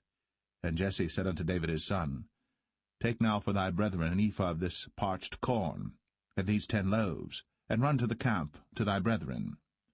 And carry these 10 cheeses unto the captain of their 1,000, and look how thy brethren fare, and take their pledge. Now Saul and they, and all the men of Israel, were in the valley of Elah, fighting with the Philistines. And David rose up early in the morning, and left the sheep with a keeper, and took and went, as Jesse had commanded him. And he came to the trench, as the host was going forth to the fight, and shouted for the battle. For Israel and the Philistines had put the battle in array, army against army. And David left his carriage in the hand of the keeper of the carriage, and ran into the army, and came and saluted his brethren. And as he talked with them, behold, there came up the champion, the Philistine of Gath, Goliath by name, out of the armies of the Philistines, and spake according to the same words, and David heard them. And all the men of Israel, when they saw the man, fled from him, and were sore afraid. And the men of Israel said, Have ye seen this man that is come up? Surely to defy Israel is he come up. And it shall be that the man who killeth him, the king will enrich him with great riches, and will give him his daughter, and make his father's house free in Israel. And David spake to the men that stood by him, saying, What shall be done to the man that killeth this Philistine, and taketh away the reproach from Israel? For who is this uncircumcised Philistine, that he should defy the armies of the living God? And the people answered him after this manner, saying, So shall it be done to the man that killeth him. And Eliab, his eldest brother, heard when he spake unto the men. And Eliab's anger was kindled against David, and he said, Why camest thou down hither? And with whom hast thou left those few sheep in the wilderness? I know thy pride, and the naughtiness of thine heart, for thou art come down that thou mightest see the battle. And David said, What have I now done? Is there not a cause? And he turned from him toward another, and spake after the same manner. And the people answered him again after the former manner. And when the words were heard which David spake, they rehearsed them before Saul, and he sent for him. And David said to Saul, Let no man's heart fail because of him. Thy servant will go and fight with this Philistine. And Saul said to David, Thou art not able to go against this Philistine to fight with him, for thou art but a youth, and he a man of war from his youth. And David said unto Saul, Thy servant kept his father's sheep, and there came a lion and a bear, and took a lamb out of the flock. And I went out after him, and smote him, and delivered it out of his mouth. And when he arose against me, I caught him by his beard, and smote him, and slew him. Thy servant slew both the lion and the bear, and this uncircumcised Philistine shall be as one of them, seeing he hath defied the armies of the living God. David said, moreover, The Lord that delivered me out of the paw of the lion, and out of the paw of the bear, he will deliver me out of the hand of this Philistine. And Saul said unto David, Go, and the Lord be with thee. And Saul armed David with his armor, and he put an helmet of brass upon his head. Also he armed him with a coat of mail. And David girded his sword upon his armor, and he essayed to go, for he had not proved it. And David said unto Saul, I cannot go with these, for I have not proved them. And David put them off him. And he took his staff in his hand, and chose him 5 smooth stones out of the brook, and put them in a shepherd's bag which he had, even in a scrip, and his sling was in his hand. And he drew near to the Philistine. And the Philistine came on and drew near unto David. And the man that bare the shield went before him. And when the Philistine looked about and saw David, he disdained him, for he was but a youth, and ruddy, and of a fair countenance. And the Philistine said unto David, Am I a dog that thou comest to me with staves?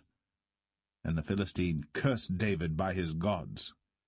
And the Philistine said to David, Come to me, and I will give thy flesh unto the fowls of the air, and to the beasts of the field. Then said David to the Philistine, Thou comest to me with a sword, and with a spear, and with a shield. But I come to thee in the name of the Lord of hosts, the God of the armies of Israel, whom thou hast defied. This day will the Lord deliver thee into mine hand, and I will smite thee, and take thine head from thee. And I will give the carcasses of the host of the Philistines this day unto the fowls of the air, and to the wild beasts of the earth, that all the earth may know that there is a God in Israel. And all this assembly shall know that the Lord saveth not with sword and spear, for the battle is the Lord's, and he will give you into our hands. And it came to pass, when the Philistine arose, and came and drew nigh to meet David, that David hasted, and ran toward the army to meet the Philistine. And David put his hand in his bag, and took thence a stone, and slang it, and smote the Philistine in his forehead, that the stone sunk into his forehead, and he fell upon his face to the earth.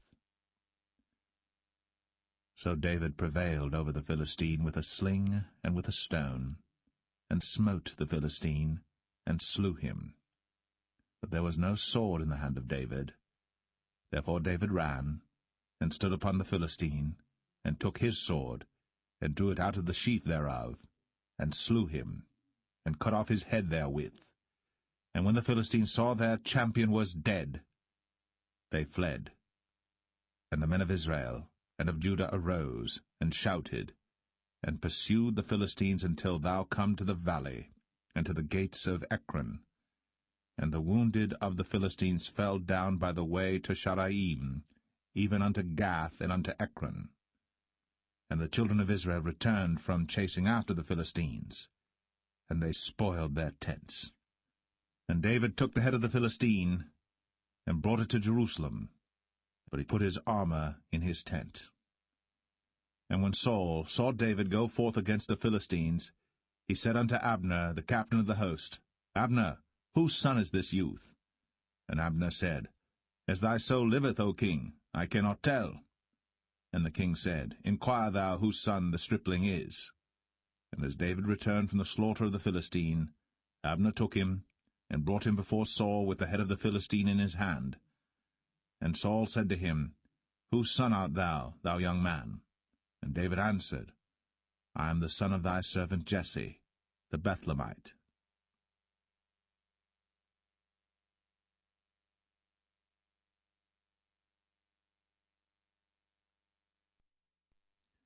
1 Samuel 18. And it came to pass, when he had made an end of speaking unto Saul, that the soul of Jonathan was knit with the soul of David, and Jonathan loved him as his own soul. And Saul took him that day, and would let him go no more home to his father's house. Then Jonathan and David made a covenant, because he loved him as his own soul. And Jonathan stripped himself of the robe that was upon him, and gave it to David, and his garments, even to his sword, and to his bow, and to his girdle. And David went out whithersoever Saul sent him, and behaved himself wisely. And Saul set him over the men of war, and he was accepted in the sight of all the people, and also in the sight of Saul's servants. And it came to pass, as they came, when David was returned from the slaughter of the Philistine, that women came out of all cities of Israel, singing and dancing to meet King Saul, with tabrets, with joy, and with instruments of music. And the women answered one another as they played, and said, Saul hath slain his thousands, and David his 10,000s.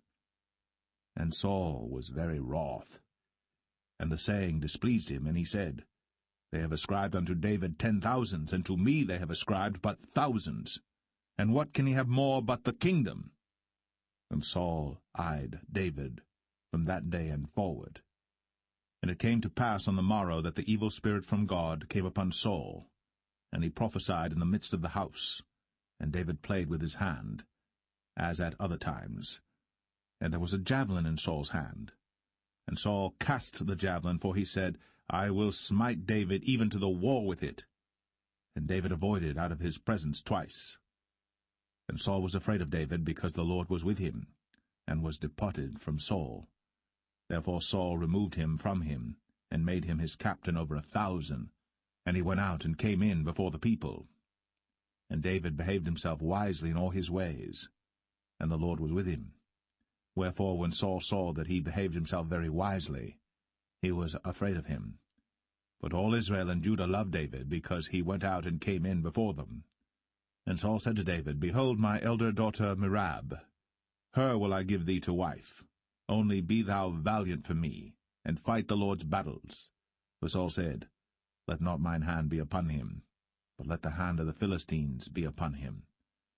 And David said unto Saul, Who am I, and what is my life, or my father's family in Israel, that I should be son-in-law to the king? But it came to pass at the time when Merab, Saul's daughter, should have been given to David, that she was given unto Adriel, the Maholathite, to wife. And Michal, Saul's daughter, loved David. And they told Saul, and the thing pleased him. And Saul said, I will give him her, that she may be a snare to him, and that the hand of the Philistines may be against him. Wherefore Saul said to David, Thou shalt this day be my son-in-law in the one of the twain. And Saul commanded his servants, saying, Commune with David secretly, and say, Behold, the king hath delight in thee, and all his servants love thee. Now therefore be the king's son-in-law. And Saul's servants spake those words in the ears of David. And David said, Seemeth it to you a light thing to be a king's son-in-law, seeing that I am a poor man, and lightly esteemed? And the servants of Saul told him, saying, On this manner spake David. And Saul said, Thus shall ye say to David, The king desireth not any dowry, but 100 foreskins of the Philistines to be avenged of the king's enemies. But Saul thought to make David fall by the hand of the Philistines. And when his servants told David these words, it pleased David well to be the king's son-in-law, and the days were not expired. Wherefore David arose, and went, he and his men, and slew of the Philistines 200 men.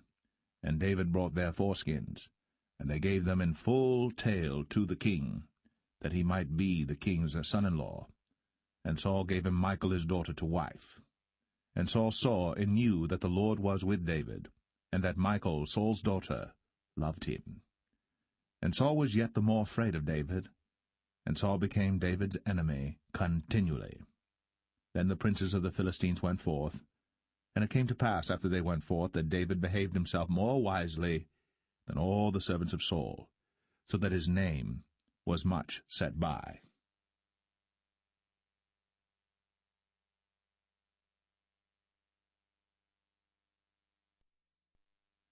1 Samuel 19. And Saul spake to Jonathan his son, and to all his servants, that they should kill David. But Jonathan Saul's son delighted much in David. And Jonathan told David, saying, Saul my father seeketh to kill thee. Now therefore I pray thee, take heed to thyself until the morning, and abide in a secret place, and hide thyself. And I will go out and stand beside my father in the field where thou art. And I will commune with my father of thee, and what I see, that I will tell thee. And Jonathan spake good of David unto Saul his father, and said unto him, Let not the king sin against his servant, against David, because he hath not sinned against thee, and because his works have been to thee ward very good. For he did put his life in his hand, and slew the Philistine. And the Lord wrought a great salvation for all Israel. Thou sawest it, and didst rejoice. Wherefore then wilt thou sin against innocent blood, to slay David without a cause? And Saul hearkened unto the voice of Jonathan. And Saul sware, As the Lord liveth, he shall not be slain. And Jonathan called David. And Jonathan showed him all those things. And Jonathan brought David to Saul, and he was in his presence, as in times past. And there was war again, And David went out and fought with the Philistines, and slew them with a great slaughter, and they fled from him. And the evil spirit from the Lord was upon Saul, as he sat in his house with his javelin in his hand. And David played with his hand. And Saul sought to smite David even to the wall with the javelin, but he slipped away out of Saul's presence. And he smote the javelin to the wall, and David fled, and escaped that night. Saul also sent messengers unto David's house to watch him and to slay him in the morning. And Michal, David's wife, told him, saying, If thou save not thy life tonight, tomorrow thou shalt be slain. So Michal let David down through a window, and he went and fled, and escaped. And Michal took an image, and laid it in the bed, and put a pillow of goat's hair for his bolster, and covered it with a cloth. And when Saul sent messengers to take David, she said, He is sick. And Saul sent the messengers again to see David, saying, Bring him up to me in the bed, that I may slay him. And when the messengers were come in, behold, there was an image in the bed, with a pillow of goat's hair for his bolster. And Saul said unto Michal, Why hast thou deceived me so, and sent away mine enemy, that he is escaped? And Michal answered Saul, He said unto me, Let me go, why should I kill thee? So David fled, and escaped, and came to Samuel to Ramah, and told him all that Saul had done to him. And he and Samuel went, and dwelt in Naueth. And it was told Saul, saying, Behold, David is at Naueth in Ramah. And Saul sent messengers to take David. And when they saw the company of the prophets prophesying, and Samuel standing as appointed over them, the Spirit of God was upon the messengers of Saul, and they also prophesied. And when it was told Saul, he sent other messengers, and they prophesied likewise. And Saul sent messengers again the third time, and they prophesied also. Then went he also to Ramah, and came to a great well that is in Sechu. And he asked and said, Where are Samuel and David? And one said, Behold, they be at Naueth in Ramah. And he went thither to Naueth in Ramah. And the Spirit of God was upon him also. And he went on, and prophesied, until he came to Naueth in Ramah. And he stripped off his clothes also, and prophesied before Samuel in like manner, and lay down naked all that day, and all that night.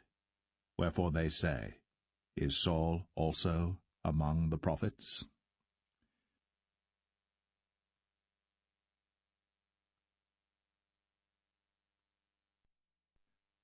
1 Samuel 20. And David fled from Naueth in Ramah, and came and said before Jonathan, What have I done? What is mine iniquity?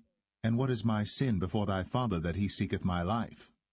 And he said unto him, God forbid, thou shalt not die. Behold, my father will do nothing either great or small, but that he will show it me. And why should my father hide this thing from me? It is not so. And David sware moreover, and said, Thy father certainly knoweth that I have found grace in thine eyes. And he saith, Let not Jonathan know this, lest he be grieved. But truly as the Lord liveth, and as thy soul liveth, there is but a step between me and death. Then said Jonathan unto David, Whatsoever thy soul desireth, I will even do it for thee. And David said unto Jonathan, Behold, tomorrow is the new moon, and I should not fail to sit with the king at meat, but let me go, that I may hide myself in the field unto the third day at even. If thy father at all miss me, then say, David earnestly asked leave of me that he might run to Bethlehem his city, for there is a yearly sacrifice there for all the family. If he say thus, it is well, thy servant shall have peace. But if he be very wroth, then be sure that evil is determined by him. Therefore thou shalt deal kindly with thy servant, for thou hast brought thy servant into a covenant of the Lord with thee. Notwithstanding, if there be in me iniquity, slay me thyself. For why shouldest thou bring me to thy father? And Jonathan said, Far be it from thee, for if I knew certainly that evil were determined by my father to come upon thee, then would not I tell it thee? Then said David to Jonathan, Who shall tell me? Or what if thy father answer thee roughly? And Jonathan said unto David, Come, and let us go out into the field. And they went out, both of them, into the field. And Jonathan said unto David, O Lord God of Israel, when I have sounded my father about tomorrow any time, or the third day, and behold, if there be good toward David, And I then said not unto thee, and show it thee? The Lord do so, and much more to Jonathan. But if it please my father to do thee evil, then I will show it thee, and send thee away, that thou mayest go in peace, and the Lord be with thee, as he hath been with my father. And thou shalt not only while yet I live show me the kindness of the Lord, that I die not, but also thou shalt not cut off thy kindness from my house for ever, no, not when the Lord hath cut off the enemies of David every one from the face of the earth. So Jonathan made a covenant with the house of David, saying, Let the Lord even require it at the hand of David's enemies. And Jonathan caused David to swear again, because he loved him, for he loved him as he loved his own soul. Then Jonathan said to David, Tomorrow is the new moon, and thou shalt be missed, because thy seat will be empty. And when thou hast stayed 3 days, then thou shalt go down quickly, and come to the place where thou didst hide thyself when the business was in hand, and shalt remain by the stone Zelle. And I will shoot 3 arrows on the side thereof, as though I shot at a mark, and behold, I will send a lad, saying, Go, find out the arrows. If I expressly say unto the lad, Behold, the arrows are on this side of thee, take them, then come thou. For there is peace to thee, and no hurt, as the Lord liveth. But if I say thus unto the young man, Behold, the arrows are beyond thee, go thy way, for the Lord hath sent thee away. And as touching the matter which thou and I have spoken of, behold, the Lord be between thee and me for ever. So David hid himself in the field. And when the new moon was come, the king sat him down to eat meat. And the king sat upon his seat as at other times, even upon a seat by the wall. And Jonathan arose, and Abner sat by Saul's side, and David's place was empty. Nevertheless Saul spake not anything that day, for he thought, Something hath befallen him. He is not clean. Surely he is not clean. And it came to pass on the morrow, which was the 2nd day of the month, that David's place was empty. And Saul said unto Jonathan his son, Wherefore cometh not the son of Jesse to meat, neither yesterday nor today? And Jonathan answered Saul, David earnestly asked leave of me to go to Bethlehem. And he said, Let me go, I pray thee. For our family hath a sacrifice in the city, and my brother, he hath commanded me to be there. And now, if I have found favor in thine eyes, let me get away, I pray thee, and see my brethren. Therefore he cometh not unto the king's table. Then Saul's anger was kindled against Jonathan. And he said unto him, Thou son of the perverse, rebellious woman, do not I know that thou hast chosen the son of Jesse to thine own confusion, and unto the confusion of thy mother's nakedness? For as long as the son of Jesse liveth upon the ground, thou shalt not be established, nor thy kingdom. Wherefore, now send and fetch him unto me, for he shall surely die. And Jonathan answered Saul his father, and said unto him, Wherefore shall he be slain? What hath he done? And Saul cast a javelin at him to smite him, whereby Jonathan knew that it was determined of his father to slay David. So Jonathan arose from the table in fierce anger, and did eat no meat the 2nd day of the month, for he was grieved for David, because his father had done him shame. And it came to pass in the morning that Jonathan went out into the field at the time appointed with David, and a little lad with him. And he said unto his lad, Run, find out now the arrows which I shoot. And as the lad ran, he shot an arrow beyond him. And when the lad was come to the place of the arrow which Jonathan had shot, Jonathan cried after the lad, and said, Is not the arrow beyond thee? And Jonathan cried after the lad, Make speed, haste, stay not. And Jonathan's lad gathered up the arrows, and came to his master. But the lad knew not anything, only Jonathan and David knew the matter. And Jonathan gave his artillery unto his lad, and said unto him, Go, carry them to the city. And as soon as the lad was gone, David arose out of a place toward the south, and fell on his face to the ground, and bowed himself 3 times. And they kissed one another, and wept one with another, until David exceeded. And Jonathan said to David, Go in peace, forasmuch as we have sworn both of us in the name of the Lord, saying, The Lord be between me and thee, and between my seed and thy seed forever. And he arose, and departed. And Jonathan went into the city.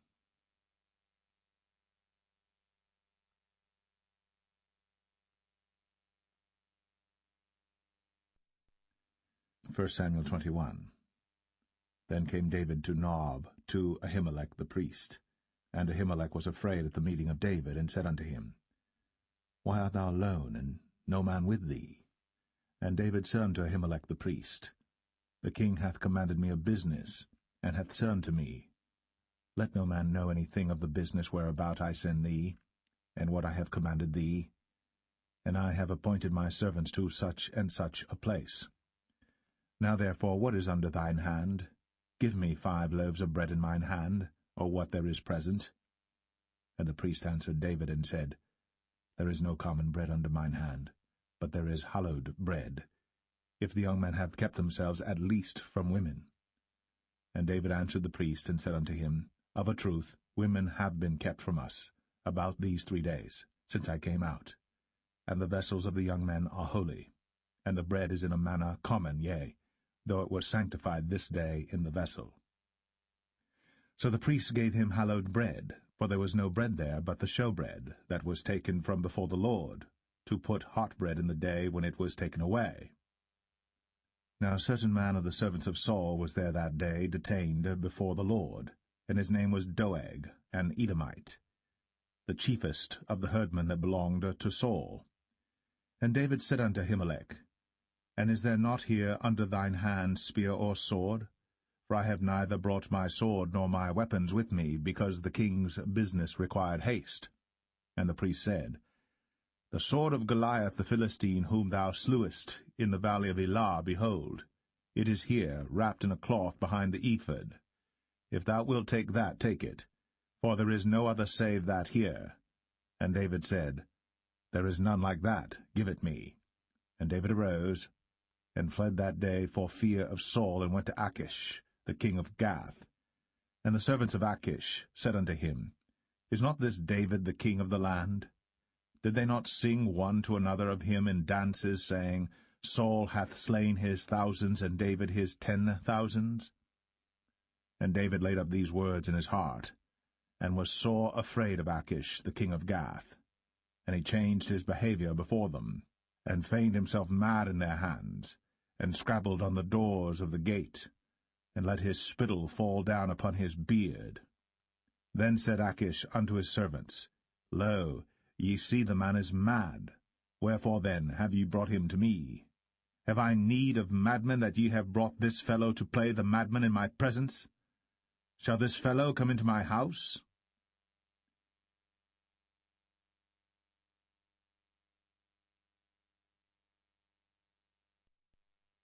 First Samuel 22.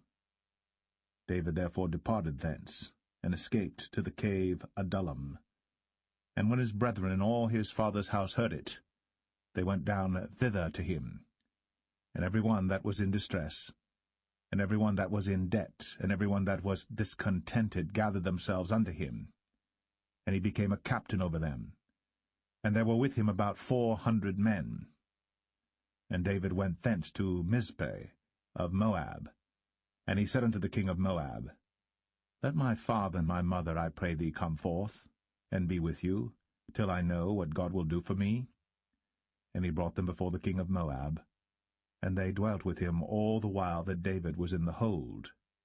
And the prophet Gad said unto David, Abide not in the hold, depart, and get thee into the land of Judah. Then David departed, and came into the forest of Hareth. When Saul heard that David was discovered, and the men that were with him. Now Saul abode in Gibeah under a tree in Ramah, having his spear in his hand, and all his servants were standing about him. Then Saul said unto his servants that stood about him, Hear now, ye Benjamites. Will the son of Jesse give every one of you fields and vineyards, and make you all captains of thousands and captains of hundreds, that all of you have conspired against me? And there is none that showeth me that my son hath made a league with the son of Jesse. And there is none of you that is sorry for me, or showeth unto me that my son hath stirred up my servant against me, to lie in wait, as at this day. Then answered Doeg the Edomite, which was set over the servants of Saul, and said, I saw the son of Jesse coming to Nob, to Ahimelech, the son of Ahitub. And he inquired of the Lord for him, and gave him victuals, and gave him the sword of Goliath the Philistine. Then the king sent to call Ahimelech the priest, the son of Ahitub, and all his father's house, the priests that were in Nob, and they came all of them to the king. And Saul said, Hear now, thou son of Ahitub. And he answered, Here I am, my lord. And Saul said unto him, Why have ye conspired against me, thou and the son of Jesse, in that thou hast given him bread and a sword, and hast inquired of God for him, that he should rise against me to lie in wait, as at this day? Then Ahimelech answered the king, and said, And who is so faithful among all thy servants as David, which is the king's son-in-law, and goeth at thy bidding, and is honorable in thine house? Did I then begin to inquire of God for him? Be it far from me. Let not the king impute anything unto his servant, nor to all the house of my father, for thy servant knew nothing of all this, less or more. And the king said, Thou shalt surely die, Ahimelech, thou, and all thy father's house.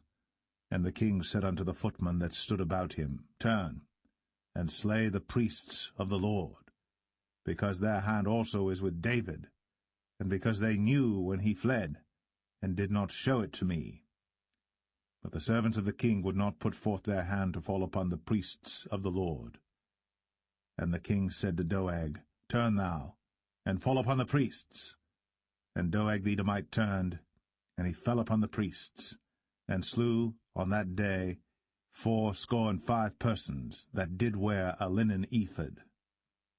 And Nob, the city of the priests, smote he with the edge of the sword, both men and women, children and sucklings, and oxen and asses, and sheep, with the edge of the sword. And one of the sons of Ahimelech, the son of Ahitub, named Abiathar, escaped, and fled after David. And Abiathar showed David that Saul had slain the Lord's priests. And David said unto Abiathar, I knew it that day when Doeg the Edomite was there, that he would surely tell Saul, I have occasioned the death of all the persons of thy father's house. Abide thou with me. Fear not, for he that seeketh my life seeketh thy life. But with me thou shalt be in safeguard.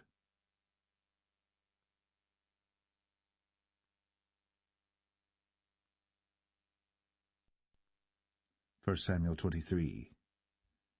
Then they told David, saying, Behold, the Philistines fight against Keilah, and they rob the threshing floors. Therefore David inquired of the Lord, saying, Shall I go and smite these Philistines? And the Lord said unto David, Go, and smite the Philistines, and save Keilah. And David's men said unto him, Behold, we be afraid here in Judah. How much more then if we come to Keilah against the armies of the Philistines? Then David inquired of the Lord yet again. And the Lord answered him and said, Arise, go down to Keilah, for I will deliver the Philistines into thine hand. So David and his men went to Keilah, and fought with the Philistines, and brought away their cattle, and smote them with a great slaughter. So David saved the inhabitants of Keilah. And it came to pass, when Abiathar, the son of Ahimelech, fled to David to Keilah, that he came down with an ephod in his hand. And it was told Saul that David was come to Keilah, and Saul said, God hath delivered him into mine hand, for he is shut in, by entering into a town that hath gates and bars. And Saul called all the people together to war, to go down to Keilah, to besiege David and his men. And David knew that Saul secretly practiced mischief against him. And he said to Abiathar the priest, Bring hither the ephod. Then said David, O Lord God of Israel, Thy servant hath certainly heard that Saul seeketh to come to Keilah, to destroy the city for my sake. Will the men of Keilah deliver me up into his hand? Will Saul come down as thy servant hath heard? O Lord God of Israel, I beseech thee, tell thy servant. And the Lord said, He will come down. Then said David, Will the men of Keilah deliver me and my men into the hand of Saul? And the Lord said, They will deliver thee up. Then David and his men, which were about 600, arose, and departed out of Keilah, and went whithersoever they could go. And it was told Saul that David was escaped from Keilah, and he forbare to go forth. And David abode in the wilderness in strongholds, and remained in a mountain in the wilderness of Ziph. And Saul sought him every day, but God delivered him not into his hand. And David saw that Saul was come out to seek his life. And David was in the wilderness of Ziph in a wood. And Jonathan, Saul's son, arose, and went to David into the wood, and strengthened his hand in God. And he said unto him, Fear not, for the hand of Saul my father shall not find thee, and thou shalt be king over Israel, and I shall be next unto thee, and that also Saul my father knoweth. And they two made a covenant before the Lord. And David abode in the wood, and Jonathan went to his house. Then came up the Ziphites to Saul to Gibeah, saying, Doth not David hide himself with us in strongholds in the wood, in the hill of Hachilah, which is on the south of Jeshimon? Now therefore, O king, come down according to all the desire of thy soul to come down, and our part shall be to deliver him into the king's hand. And Saul said, Blessed be ye of the Lord, for ye have compassion on me. Go, I pray you, prepare yet, and know and see his place where his haunt is. And who hath seen him there? For it is told me that he dealeth very subtly. See therefore, and take knowledge of all the lurking places where he hideth himself, and come ye again to me with the certainty, and I will go with you. And it shall come to pass, if he be in the land, that I will search him out throughout all the thousands of Judah. And they arose, and went to Ziph before Saul. But David and his men were in the wilderness of Maon, in the plain, on the south of Jeshimon. Saul also and his men went to seek him. And they told David, wherefore he came down into a rock, and abode in the wilderness of Maon. And when Saul heard that, he pursued after David in the wilderness of Maon. And Saul went on this side of the mountain, and David and his men on that side of the mountain. And David made haste to get away for fear of Saul. For Saul and his men compassed David and his men round about to take them. But there came a messenger unto Saul, saying, Haste thee, and come, for the Philistines have invaded the land. Wherefore Saul returned from pursuing after David, and went against the Philistines. Therefore they called that place Selah Hamalekoth. And David went up from thence, and dwelt in strongholds at En-gedi.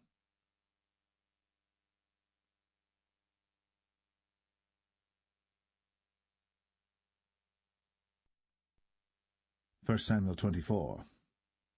And it came to pass, when Saul was returned from following the Philistines, that it was told him, saying, Behold, David is in the wilderness of En-gedi. Then Saul took 3,000 chosen men out of all Israel, and went to seek David and his men upon the rocks of the wild goats. And he came to the sheepcots by the way, where was a cave. And Saul went in to cover his feet, and David and his men remained in the sides of the cave.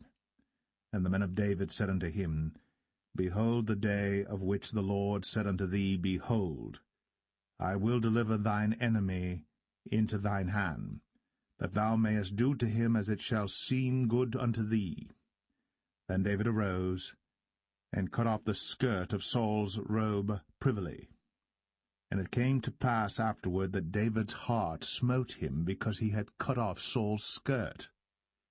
And he said unto his men, The Lord forbid that I should do this thing unto my master, the Lord's anointed, to stretch forth mine hand against him, seeing he is the anointed of the Lord. So David stayed his servants with these words, and suffered them not to rise against Saul. But Saul rose up out of the cave, and went on his way. David also rose afterward, and went out of the cave, and cried after Saul, saying, My lord the king. And when Saul looked behind him, David stooped with his face to the earth, and bowed himself. And David said to Saul, Wherefore hearest thou men's words, saying, Behold, David seeketh thy hurt? Behold, this day thine eyes have seen how that the Lord had delivered thee today into mine hand in the cave, and some bade me kill thee. But mine eye spared thee, and I said, I will not put forth mine hand against my Lord, for he is the Lord's anointed. Moreover, my father, see the skirt of thy robe in my hand. For in that I cut off the skirt of thy robe, and killed thee not. Know thou, and see that there is neither evil nor transgression in mine hand. And I have not sinned against thee, yet thou huntest my soul to take it. The Lord judge between me and thee, and the Lord avenge me of thee, but mine hand shall not be upon thee. As saith the proverb of the ancients, Wickedness proceedeth from the wicked, but mine hand shall not be upon thee. After whom is the king of Israel come out? After whom dost thou pursue? After a dead dog, after a flea? The Lord therefore be judge, and judge between me and thee, and see, and plead my cause, and deliver me out of thine hand. And it came to pass, when David had made an end of speaking these words unto Saul, that Saul said, Is this thy voice, my son David? And Saul lifted up his voice, and wept. And he said to David, Thou art more righteous than I, for thou hast rewarded me good, whereas I have rewarded thee evil. And thou hast shown this day how that thou hast dealt well with me, forasmuch as when the Lord had delivered me into thine hand, thou killedst me not. For if a man find his enemy, will he let him go well away? Wherefore the Lord reward thee good for that thou hast done unto me this day. And now behold, I know well that thou shalt surely be king, and that the kingdom of Israel shall be established in thine hand. Swear now therefore unto me by the Lord, that thou wilt not cut off my seed after me, and that thou wilt not destroy my name out of my father's house. And David sware unto Saul. And Saul went home, but David and his men gat them up unto the hold.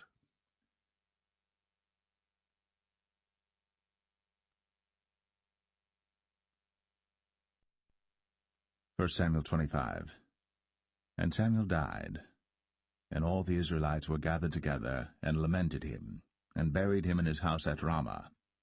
And David arose, and went down to the wilderness of Paran. And there was a man in Maon, whose possessions were in Carmel. And the man was very great. And he had 3,000 sheep and 1,000 goats. And he was shearing his sheep in Carmel. Now the name of the man was Nabal, and the name of his wife Abigail. And she was a woman of good understanding, and of a beautiful countenance. But the man was churlish, and evil in his doings, and he was of the house of Caleb. And David heard in the wilderness that Nabal did shear his sheep. And David sent out 10 young men, and David said unto the young men, Get you up to Carmel, and go to Nabal, and greet him in my name. And thus shall ye say to him that liveth in prosperity, Peace be both to thee, and peace be to thine house, and peace be unto all that thou hast. And now I have heard that thou hast shearers. Now thy shepherds which were with us, we hurt them not, neither was there aught missing unto them all the while they were in Carmel. Ask thy young men, and they will show thee. Wherefore let the young men find favour in thine eyes. For we come in a good day.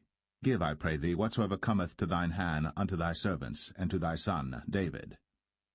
And when David's young men came, they spake to Nabal according to all those words in the name of David, and ceased. And Nabal answered David's servants, and said, Who is David? And who is the son of Jesse? There be many servants nowadays that break away every man from his master. Shall I then take my bread and my water and my flesh that I have killed for my shearers, and give it unto men whom I know not whence they be? So David's young men turned their way, and went again, and came and told him all those sayings. And David said unto his men, Gird ye on every man his sword.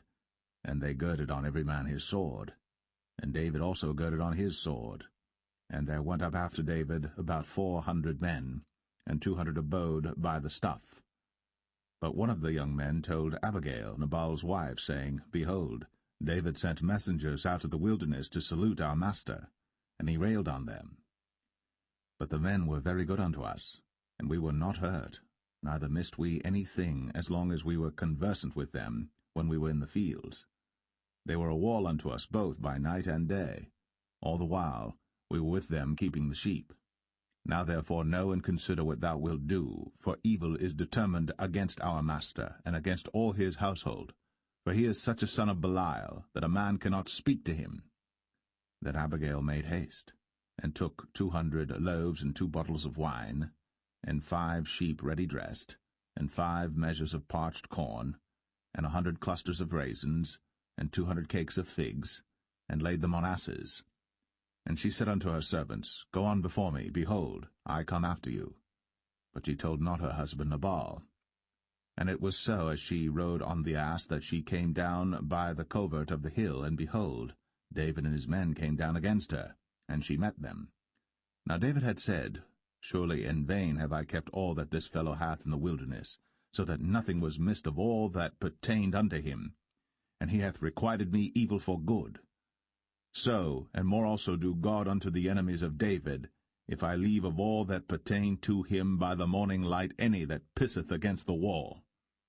And when Abigail saw David, she hasted, and lighted off the ass, and fell before David on her face, and bowed herself to the ground, and fell at his feet, and said, Upon me, my lord, upon me let this iniquity be, and let thine handmaid, I pray thee, speak in thine audience, and hear the words of thine handmaid.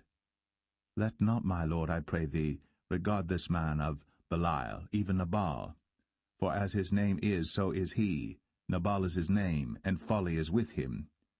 But I, thine handmaid, saw not the young men of my lord, whom thou didst send.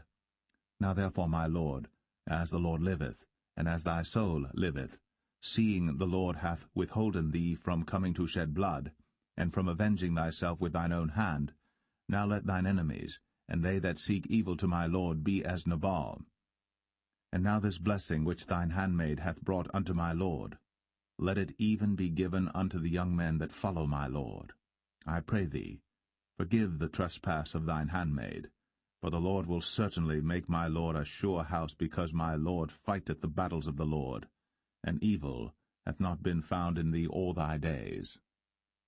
Yet a man is risen to pursue thee, and to seek thy soul. But the soul of my lord shall be bound in the bundle of life with the Lord thy God, and the souls of thine enemies. Them shall he sling out, as out of the middle of a sling. And it shall come to pass, when the Lord shall have done to my lord according to all the good that he hath spoken concerning thee, and shall have appointed thee ruler over Israel, that this shall be no grief unto thee, nor offense of heart unto my lord, either that thou hast shed blood causeless, or that my lord hath avenged himself. But when the Lord shall have dealt well with my lord, then remember thine handmaid. And David said to Abigail, Blessed be the Lord God of Israel, which sent thee this day to meet me. And blessed be thy advice, and blessed be thou, which hast kept me this day from coming to shed blood, and from avenging myself with mine own hand. For in very deed, as the Lord God of Israel liveth, which hath kept me back from hurting thee, except thou hadst hasted and come to meet me, surely there had not been left unto Nabal by the morning light any that pisseth against the wall. So David received of her hand that which she had brought him, and said unto her, Go up in peace to thine house. See, I have hearkened to thy voice, and have accepted thy person. And Abigail came to Nabal, and behold, he held a feast in his house, like the feast of a king. And Nabal's heart was merry within him, for he was very drunken. Wherefore she told him nothing, less or more, until the morning light. But it came to pass in the morning, when the wine was gone out of Nabal, and his wife had told him these things, that his heart died within him, and he became as a stone. And it came to pass about 10 days after, that the Lord smote Nabal, that he died. And when David heard that Nabal was dead, he said, Blessed be the Lord, that hath pleaded the cause of my reproach from the hand of Nabal, and hath kept his servant from evil. For the Lord hath returned the wickedness of Nabal upon his own head. And David sent and communed with Abigail, to take her to him to wife. And when the servants of David were come to Abigail to Carmel, they spake unto her, saying, David sent us unto thee, to take thee to him to wife. And she arose, and bowed herself on her face to the earth, and said, Behold, let thine handmaid be a servant to wash the feet of the servants of my lord. And Abigail hasted, and arose, and rode upon an ass, with 5 damsels of hers that went after her. And she went after the messengers of David, and became his wife. David also took Ahinoam of Jezreel, and they were also both of them his wives.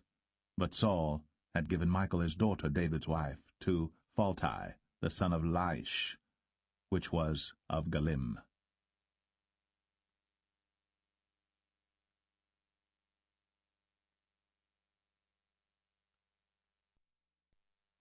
1 Samuel 26.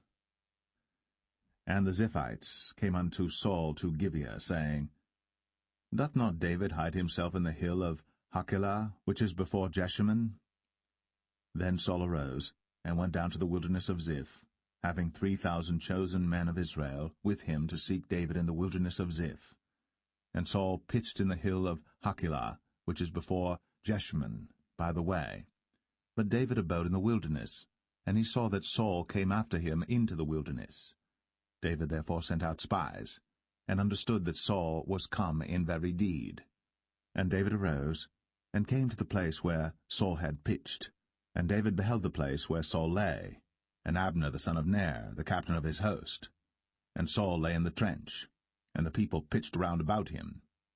Then answered David, and said to Ahimelech the Hittite, and to Abishai, the son of Zeruiah, brother to Joab, saying, Who will go down with me to Saul to the camp? And Abishai said, I will go down with thee. So David and Abishai came to the people by night, and behold, Saul lay sleeping within the trench, and his spear stuck in the ground at his bolster. But Abner and the people lay round about him. Then said Abishai to David, God hath delivered thine enemy into thine hand this day. Now therefore let me smite him, I pray thee, with the spear even to the earth at once, and I will not smite him the second time. And David said to Abishai, Destroy him not, for who can stretch forth his hand against the Lord's anointed, and be guiltless? David said furthermore, As the Lord liveth, the Lord shall smite him, or his day shall come to die, or he shall descend into battle and perish. The Lord forbid that I should stretch forth mine hand against the Lord's anointed. But I pray thee, take thou now the spear that is at his bolster, and the cruse of water, and let us go. So David took the spear and the cruse of water from Saul's bolster, and they gat them away. And no man saw it, nor knew it, neither awaked, for they were all asleep, because a deep sleep from the Lord was fallen upon them. Then David went over to the other side, and stood on the top of an hill afar off, a great space being between them. And David cried to the people, and to Abner the son of Ner, saying, Answerest thou not, Abner? Then Abner answered and said, Who art thou that criest to the king? And David said to Abner, Art not thou a valiant man? And who is like to thee in Israel? Wherefore then hast thou not kept thy lord the king? For there came one of the people in to destroy the king thy lord. This thing is not good that thou hast done. As the Lord liveth, ye are worthy to die, because ye have not kept your master the Lord's anointed. And now see where the king's spear is, and the cruse of water that was at his bolster. And Saul knew David's voice, and said, Is this thy voice, my son, David? And David said, It is my voice, my lord, O king. And he said, Wherefore doth my lord thus pursue after his servant? For what have I done, or what evil is in mine hand? Now therefore, I pray thee, let my lord the king hear the words of his servant. If the Lord have stirred thee up against me, let him accept an offering. But if they be the children of men, cursed be they before the Lord, for they have driven me out this day from abiding in the inheritance of the Lord, saying, Go serve other gods. Now therefore, let not my blood fall to the earth before the face of the Lord. For the king of Israel is come out to seek a flea, as when one doth hunt a partridge in the mountains. Then said Saul, I have sinned. Return, my son David. For I will no more do thee harm, because my soul was precious in thine eyes this day. Behold, I have played the fool, and have erred exceedingly. And David answered and said, Behold the king's spear, and let one of the young men come over and fetch it. The Lord render to every man his righteousness and his faithfulness. For the Lord delivered thee into my hand today. But I would not stretch forth mine hand against the Lord's anointed. And behold, as thy life was much set by this day in mine eyes, so let my life be much set by in the eyes of the Lord, and let him deliver me out of all tribulation. Then Saul said to David, Blessed be thou, my son David. Thou shalt both do great things, and also shalt still prevail. So David went on his way, and Saul returned to his place.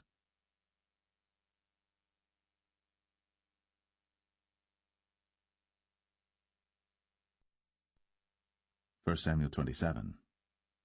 And David said in his heart, I shall now perish one day by the hand of Saul. There is nothing better for me than that I should speedily escape into the land of the Philistines, and Saul shall despair of me, to seek me any more in any coast of Israel. So shall I escape out of his hand. And David arose, and he passed over with the 600 men that were with him unto Achish, the son of Maoch, king of Gath. And David dwelt with Achish at Gath, he and his men, every man with his household, even David with his 2 wives, Ahinoam the Jezreelitess, and Abigail the Carmelitess, Nabal's wife. And it was told Saul that David was fled to Gath, and he sought no more again for him. And David said unto Achish, If I have now found grace in thine eyes, let them give me a place in some town in the country, that I may dwell there. For why should thy servant dwell in the royal city with thee? Then Achish gave him Ziklag that day. Wherefore Ziklag pertaineth unto the kings of Judah unto this day. And the time that David dwelt in the country of the Philistines was a full year and 4 months. And David and his men went up, and invaded the Geshurites, and the Gezrites, and the Amalekites. For those nations were of old the inhabitants of the land, as thou goest to Shur, even unto the land of Egypt. And David smote the land, and left neither man nor woman alive, and took away the sheep and the oxen, and the asses, and the camels, and the apparel, and returned and came to Achish. And Achish said, Whither have ye made a road today? And David said, Against the south of Judah, and against the south of the Jerahmeelites, and against the south of the Kenites. And David saved neither man nor woman alive, to bring tidings to Gath, saying, Lest they should tell on us, saying, So did David, and so will be his manner all the while he dwelleth in the country of the Philistines. And Achish believed David, saying, He hath made his people Israel utterly to abhor him. Therefore he shall be my servant for ever.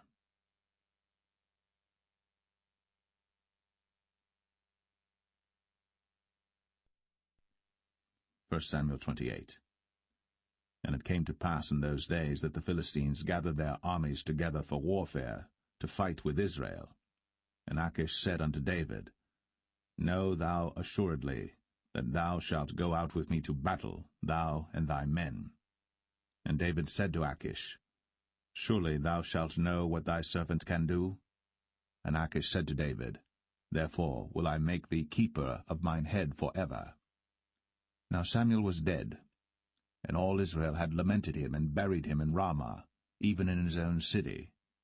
And Saul had put away those that had familiar spirits, and the wizards out of the land. And the Philistines gathered themselves together, and came and pitched in Shunem. And Saul gathered all Israel together, and they pitched in Gilboa. And when Saul saw the host of the Philistines, he was afraid, and his heart greatly trembled. And when Saul inquired of the Lord answered him not, neither by dreams, nor by Urim, nor by prophets. Then said Saul unto his servants, Seek me a woman that hath a familiar spirit, that I may go to her, and inquire of her. And his servants said to him, Behold, there is a woman that hath a familiar spirit at Endor. And Saul disguised himself, and put on other raiment, and he went, and 2 men with him. And they came to the woman by night. And he said, I pray thee, divine unto me by the familiar spirit, and bring me him up, whom I shall name unto thee. And the woman said unto him, Behold, thou knowest what Saul hath done, how he hath cut off those that have familiar spirits and the wizards out of the land? Wherefore then layest thou a snare for my life, to cause me to die? And Saul sware to her by the Lord, saying, As the Lord liveth, there shall no punishment happen to thee for this thing. Then said the woman, Whom shall I bring up unto thee? And he said, Bring me up Samuel. And when the woman saw Samuel, she cried with a loud voice, and the woman spake to Saul, saying, Why hast thou deceived me? For thou art Saul. And the king said unto her, Be not afraid. For what sawest thou? And the woman said unto Saul, I saw gods ascending out of the earth. And he said unto her, What form is he of? And she said, An old man cometh up, and he is covered with a mantle. And Saul perceived that it was Samuel, and he stooped with his face to the ground, and bowed himself. And Samuel said to Saul, Why hast thou disquieted me to bring me up? And Saul answered, I am sore distressed, for the Philistines make war against me, and God is departed from me, and answereth me no more, neither by prophets nor by dreams. Therefore I have called thee, that thou mayest make known unto me what I shall do. Then said Samuel, Wherefore then dost thou ask of me, seeing the Lord is departed from thee, and is become thine enemy? And the Lord hath done to him as he spake by me. For the Lord hath rent the kingdom out of thine hand, and given it to thy neighbor, even to David, because thou obeyest not the voice of the Lord, nor executest his fierce wrath upon Amalek. Therefore hath the Lord done this thing unto thee this day. Moreover the Lord will also deliver Israel with thee into the hand of the Philistines, and tomorrow shalt thou and thy sons be with me. The Lord also shall deliver the host of Israel into the hand of the Philistines. Then Saul fell straightway all along on the earth, and was sore afraid because of the words of Samuel. And there was no strength in him, for he had eaten no bread all the day, nor all the night. And the woman came unto Saul, and saw that he was sore troubled, and said unto him, Behold, thine handmaid hath obeyed thy voice, and I have put my life in my hand, and have hearkened unto thy words which thou spakest unto me. Now therefore, I pray thee, hearken thou also unto the voice of thine handmaid, and let me set a morsel of bread before thee, and eat, that thou mayest have strength, when thou goest on thy way. But he refused, and said, I will not eat. But his servants, together with the woman, compelled him, and he hearkened unto their voice. So he arose from the earth, and sat upon the bed. And the woman had a fat calf in the house, and she hasted and killed it, and took flour and kneaded it, and did bake unleavened bread thereof. And she brought it before Saul, and before his servants, and they did eat. Then they rose up, and went away that night.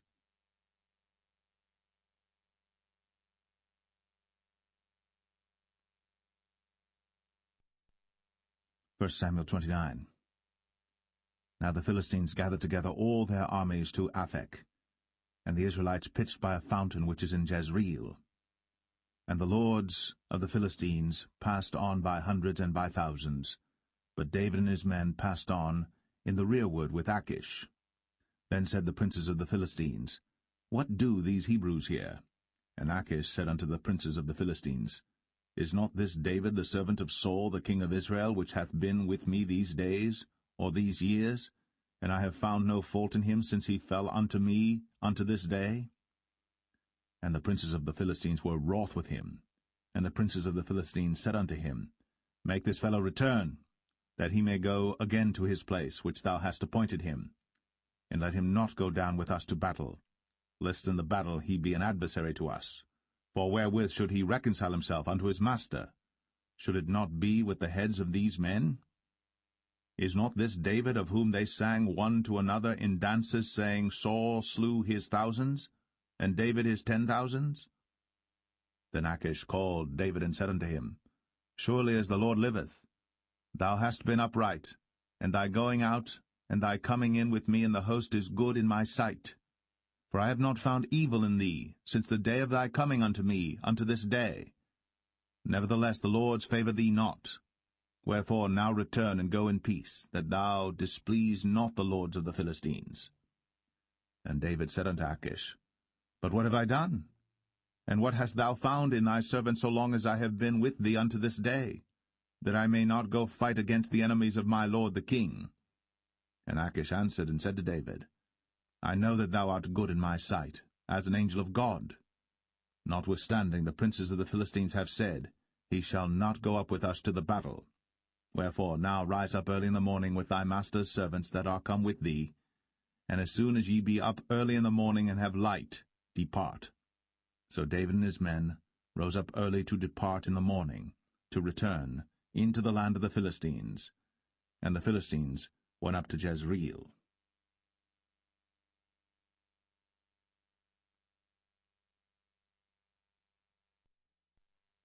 1 Samuel 30. And it came to pass, when David and his men were come to Ziklag on the 3rd day, that the Amalekites had invaded the south and Ziklag, and smitten Ziklag, and burnt it with fire, and had taken the women captives that were therein. They slew not any, either great or small, but carried them away, and went on their way. So David and his men came to the city, and behold, it was burned with fire, and their wives and their sons and their daughters were taken captives. Then David and the people that were with him lifted up their voice and wept until they had no more power to weep. And David's 2 wives were taken captives, Ahinoam the Jezreelitess, and Abigail the wife of Nabal the Carmelite. And David was greatly distressed.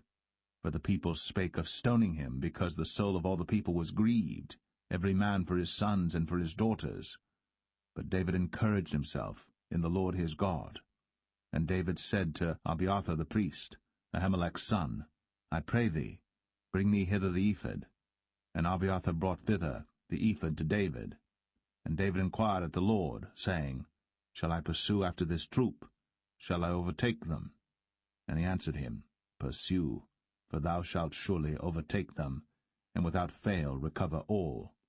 So David went, he and the 600 men that were with him, and came to the brook Besor, where those that were left behind stayed.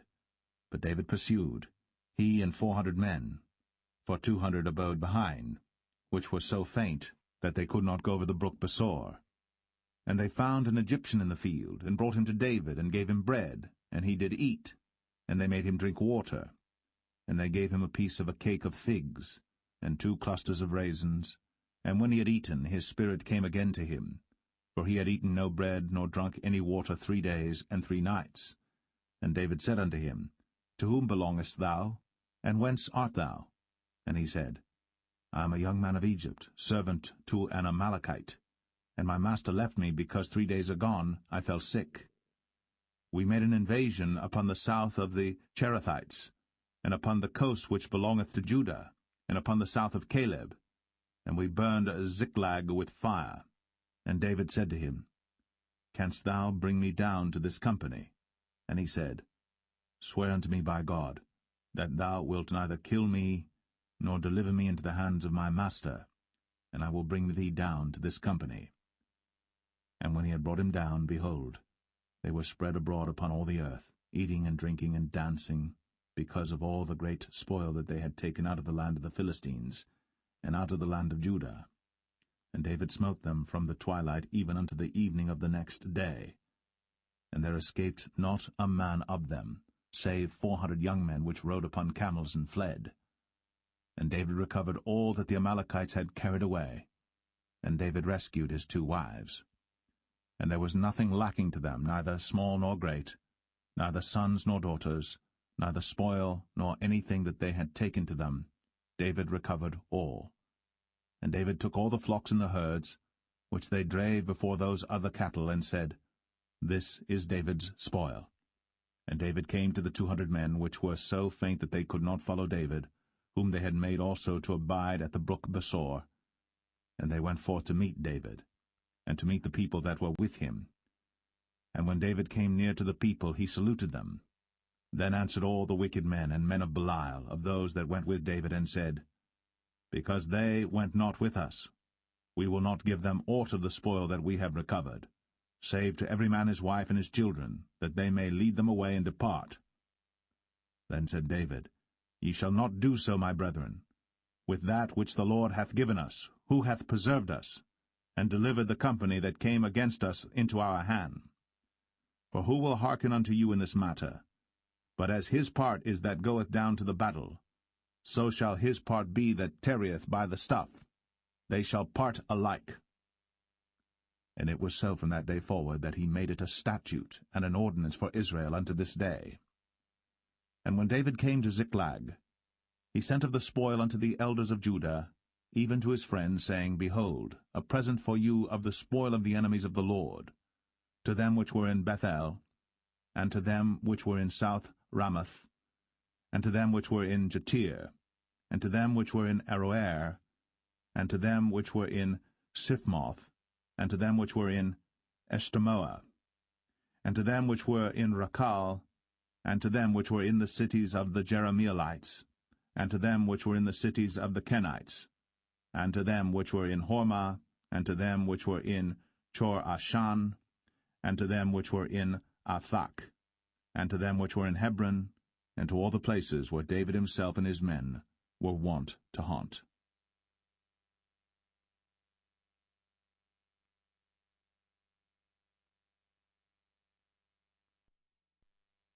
1 Samuel 31.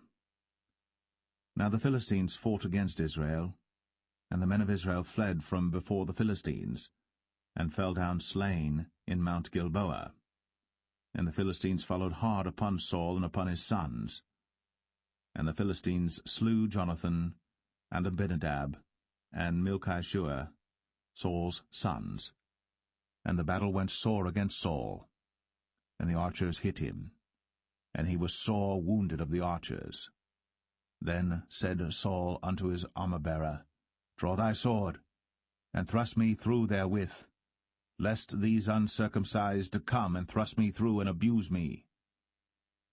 But his armor-bearer would not, for he was sore afraid. Therefore Saul took a sword, and fell upon it. And when his armor-bearer saw that Saul was dead, he fell likewise upon his sword, and died with him. So Saul died, and his 3 sons, and his armor-bearer, and all his men, that same day together.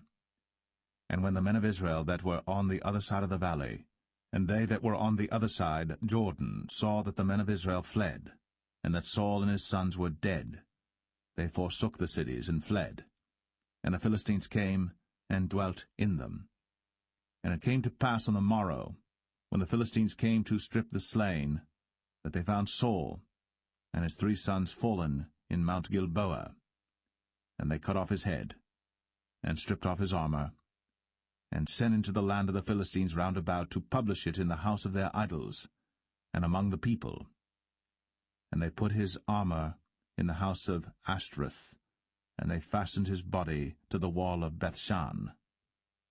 And when the inhabitants of Jabesh-Gilead heard of that which the Philistines had done to Saul, all the valiant men arose, and went all night, and took the body of Saul, and the bodies of his sons from the wall of Bethshan, and came to Jabesh, and burnt them there. And they took their bones, and buried them under a tree at Jabesh, and fasted 7 days.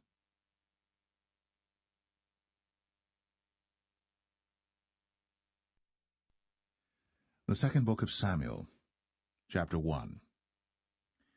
Now it came to pass after the death of Saul, when David was returned from the slaughter of the Amalekites, and David had abode 2 days in Ziklag, it came even to pass on the 3rd day that, behold, a man came out of the camp from Saul with his clothes rent, and earth upon his head. And so it was when he came to David, that he fell to the earth, and did obeisance. And David said unto him, From whence comest thou? And he said unto him, Out of the camp of Israel am I escaped. And David said unto him, How went the matter? I pray thee, tell me. And he answered, That the people are fled from the battle, and many of the people also are fallen and dead. And Saul and Jonathan his son are dead also. And David said unto the young man that told him, How knowest thou that Saul and Jonathan his son be dead? And the young man that told him said, As I happened by chance upon Mount Gilboa, behold, Saul leaned upon his spear, and lo, the chariots and horsemen followed hard after him. And when he looked behind him, he saw me, and called unto me, and I answered, Here am I. And he said unto me, Who art thou? And I answered him, I am an Amalekite. He said unto me again, Stand, I pray thee, upon me, and slay me. For anguish is come upon me, because my life is yet whole in me. So I stood upon him, and slew him, because I was sure that he could not live after that he was fallen. And I took the crown that was upon his head, and the bracelet that was on his arm, and have brought them hither unto my lord. Then David took hold on his clothes, and rent them, and likewise all the men that were with him. And they mourned, and wept, and fasted until even, for Saul and for Jonathan his son, and for the people of the Lord, and for the house of Israel, because they were fallen by the sword. And David said unto the young man that told him, Whence art thou? And he answered, I am the son of a stranger, an Amalekite. And David said unto him, How wast thou not afraid to stretch forth thine hand to destroy the Lord's anointed? And David called one of the young men and said, Go near, and fall upon him. And he smote him that he died. And David said unto him, Thy blood be upon thy head. For thy mouth hath testified against thee, saying, I have slain the Lord's anointed. And David lamented with this lamentation over Saul and over Jonathan his son. Also he bade them teach the children of Judah the use of the bow. Behold, it is written in the book of Jasher, The beauty of Israel is slain upon thy high places. How are the mighty fallen! Tell it not in Gath. Publish it not in the streets of Ashkelon, lest the daughters of the Philistines rejoice, lest the daughters of the uncircumcised triumph. Ye mountains of Gilboa, let there be no dew, neither let there be rain upon you, nor fields of offerings. For there the shield of the mighty is vilely cast away, the shield of Saul, as though he had not been anointed with oil. From the blood of the slain, from the fat of the mighty, the bow of Jonathan turned not back, and the sword of Saul returned not empty.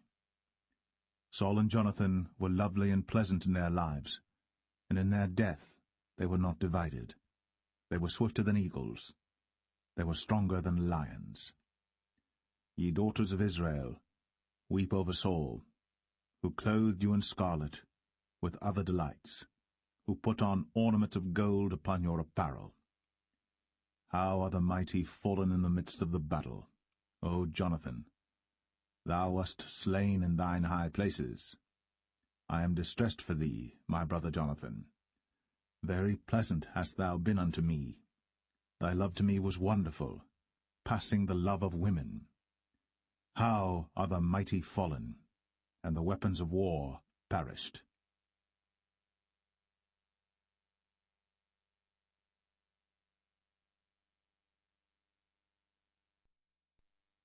Second Samuel 2. And it came to pass after this that David inquired of the Lord, saying, Shall I go up into any of the cities of Judah? And the Lord said unto him, Go up. And David said, Whither shall I go up? And he said, Unto Hebron. So David went up thither, and his 2 wives also, Ahinoam the Jezreelitess, and Abigail, Nabal's wife, the Carmelite.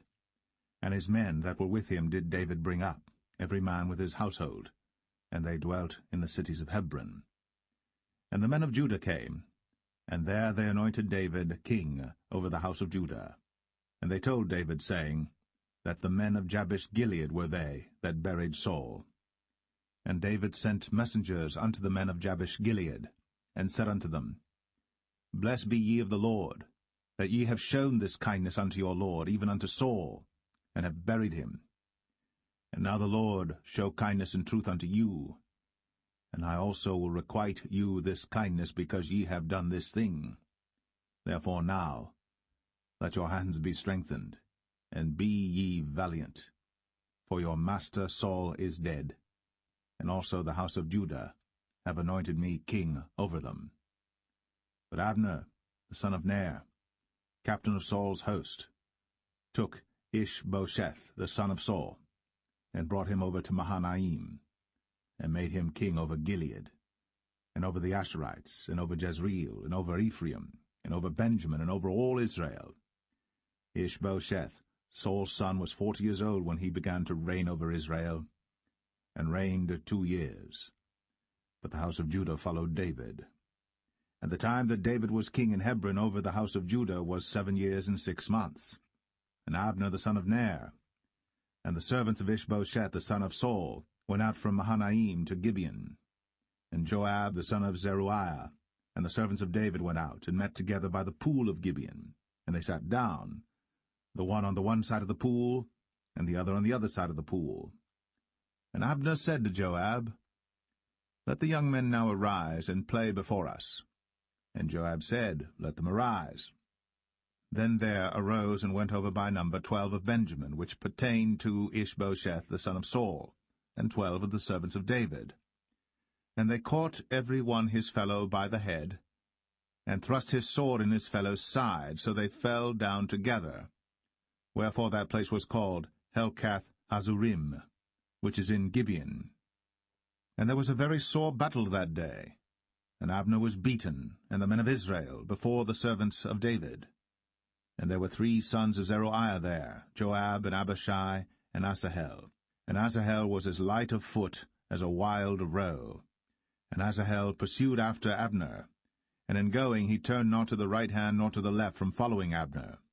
Then Abner looked behind him, and said, Art thou Asahel? And he answered, I am.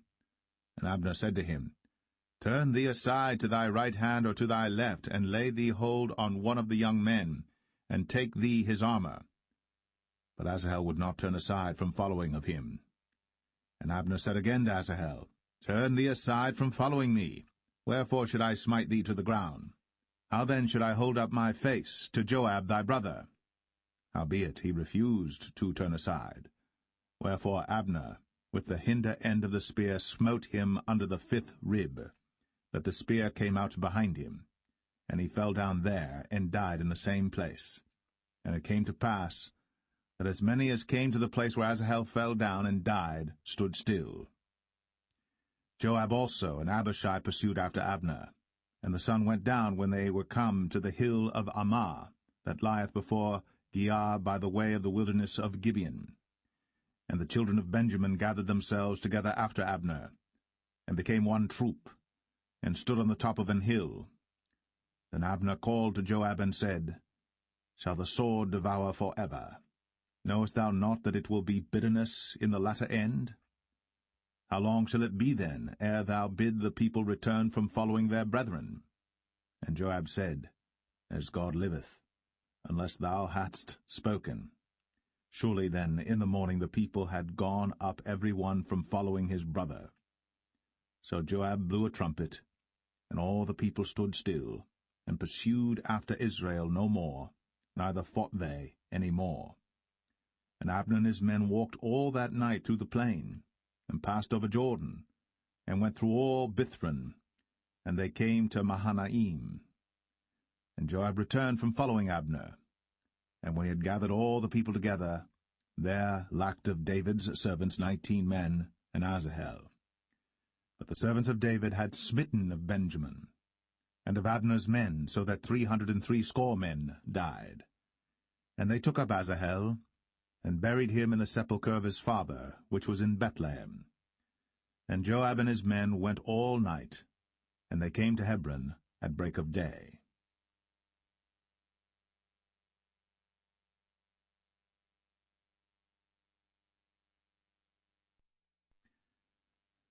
2 Samuel 3.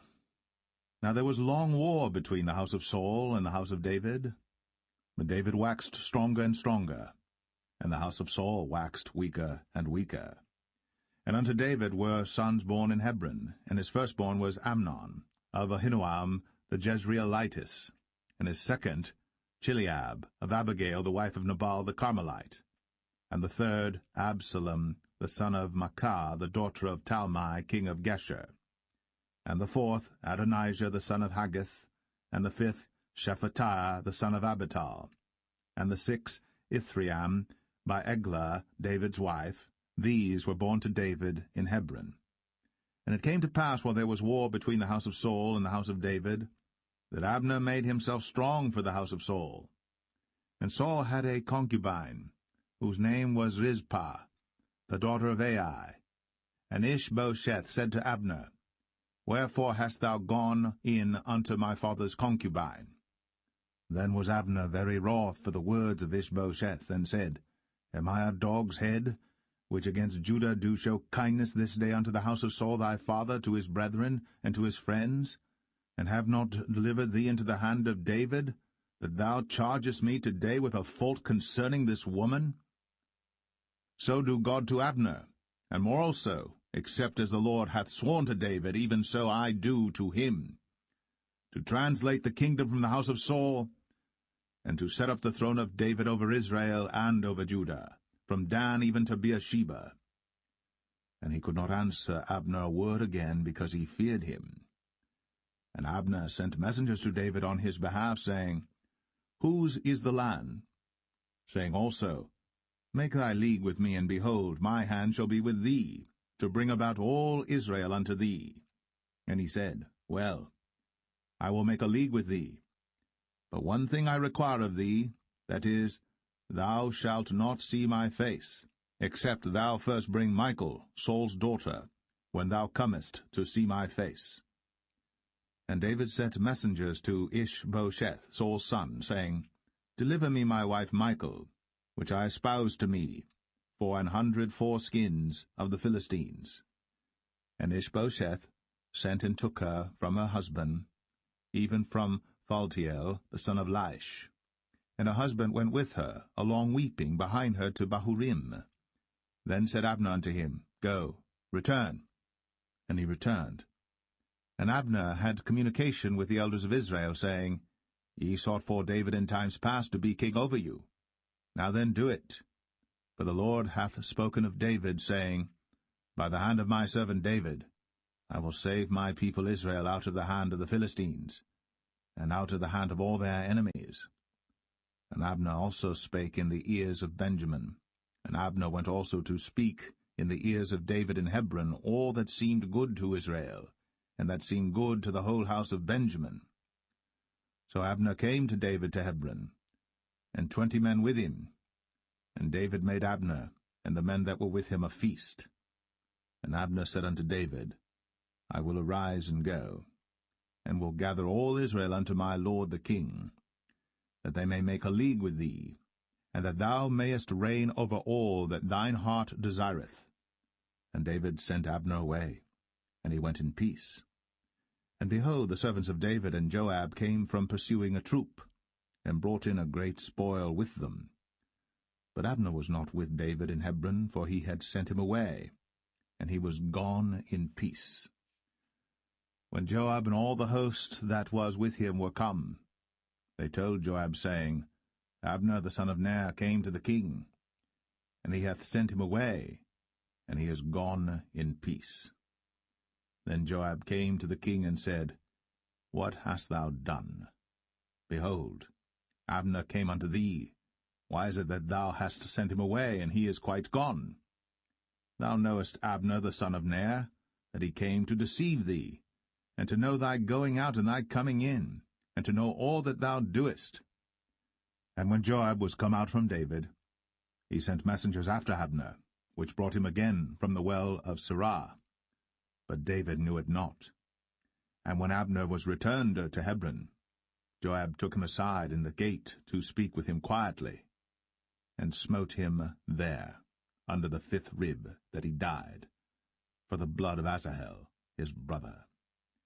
And afterward, when David heard it, he said, I and my kingdom are guiltless before the Lord, for ever, from the blood of Abner the son of Ner. Let it rest on the head of Joab, and on all his father's house. And let there not fail from the house of Joab one that hath an issue, or that is a leper, or that leaneth on a staff, or that falleth on the sword, or that lacketh bread. So Joab and Abishai his brother slew Abner, because he had slain their brother Asahel at Gibeon in the battle. And David said to Joab and to all the people that were with him, Rend your clothes, and gird you with sackcloth, and mourn before Abner. And King David himself followed the bier. And they buried Abner in Hebron. And the king lifted up his voice, and wept at the grave of Abner. And all the people wept. And the king lamented over Abner, and said, Died Abner as a fool dieth. Thy hands were not bound, nor thy feet put into fetters. As a man falleth before wicked men, so fellest thou. And all the people wept again over him. And when all the people came to cause David to eat meat while it was yet day, David sware, saying, So do God to me, and more also, if I taste bread or aught else, till the sun be down. And all the people took notice of it, and it pleased them, as whatsoever the king did pleased all the people. For all the people and all Israel understood that day that it was not of the king to slay Abner the son of Ner. And the king said unto his servants, Know ye not that there is a prince and a great man fallen this day in Israel? And I am this day weak, though anointed king. And these men, the sons of Zeruiah, be too hard for me. The Lord shall reward the doer of evil according to his wickedness.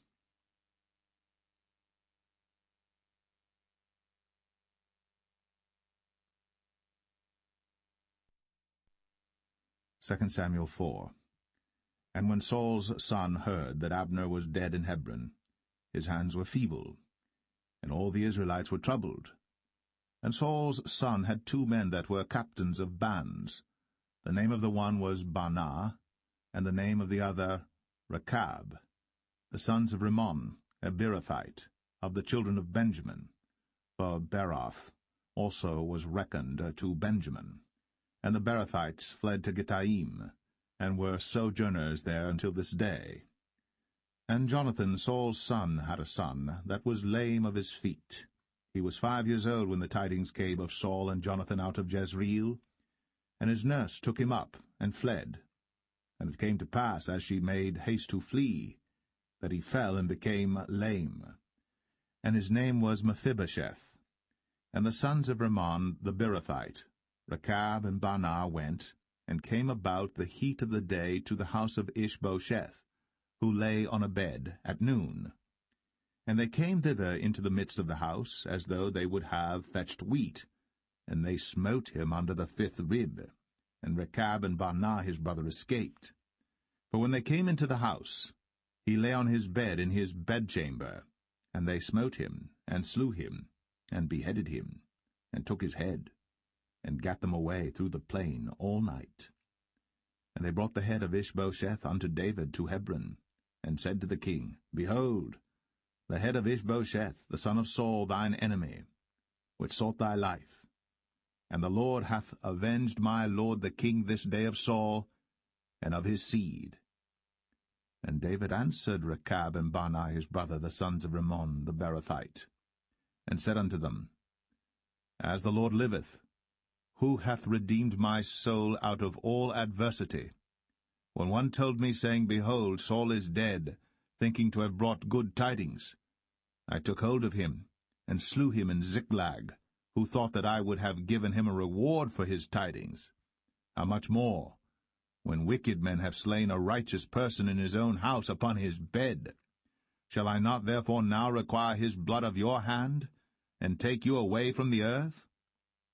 And David commanded his young men, and they slew them, and cut off their hands and their feet, and hanged them up over the pool in Hebron.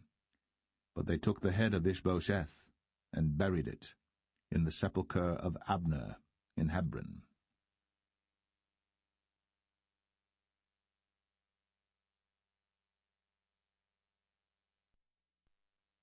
2 Samuel 5.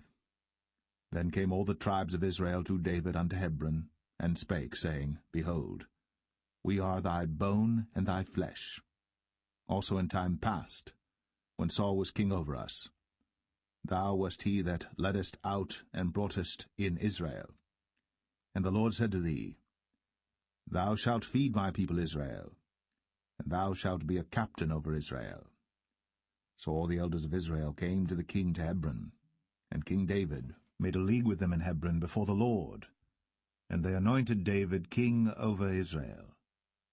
David was 30 years old when he began to reign, and he reigned 40 years. In Hebron he reigned over Judah 7 years and 6 months, and in Jerusalem he reigned 33 years over all Israel and Judah. And the king and his men went to Jerusalem unto the Jebusites, the inhabitants of the land, which spake unto David, saying, Except thou take away the blind and the lame, thou shalt not come in hither, thinking, David cannot come in hither. Nevertheless, David took the stronghold of Zion, the same is the city of David. And David said on that day, Whosoever getteth up to the gutter, and smiteth the Jebusites, and the lame and the blind, that are hated of David's soul, he shall be chief and captain. Wherefore they said, The blind and the lame shall not come into the house. So David dwelt in the fort, and called it the city of David. And David built round about from Millo and inward.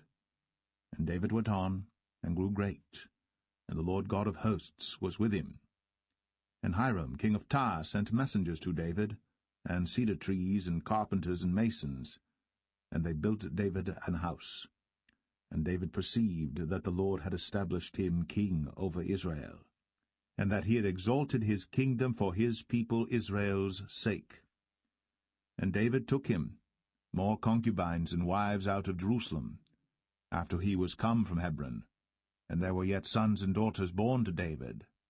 And these be the names of those that were born unto him in Jerusalem, Shammua, and Shobab, and Nathan, and Solomon, Ibhar also, and Elishua, and Nepheg, and Japhia, and Elishama, and Eliada, and Eliphalet. But when the Philistines heard that they had anointed David king over Israel, all the Philistines came up to seek David, and David heard of it, and went down to the hold. The Philistines also came and spread themselves in the valley of Rephaim. And David inquired of the Lord, saying, Shall I go up to the Philistines? Wilt thou deliver them into mine hand? And the Lord said unto David, Go up, for I will doubtless deliver the Philistines into thine hand. And David came to Baal Perazim, and David smote them there, and said, The Lord hath broken forth upon mine enemies before me, as the breach of waters. Therefore he called the name of that place Baal Perazim. And there they left their images, and David and his men burned them. And the Philistines came up yet again, and spread themselves in the valley of Rephaim. And when David inquired of the Lord, he said, Thou shalt not go up, but fetch a compass behind them, and come upon them over against the mulberry trees. And let it be, when thou hearest the sound of a going in the tops of the mulberry trees, that then thou shalt bestir thyself, for then shall the Lord go out before thee to smite the host of the Philistines. And David did so, as the Lord had commanded him, and smote the Philistines from Geba until thou come to Gazer.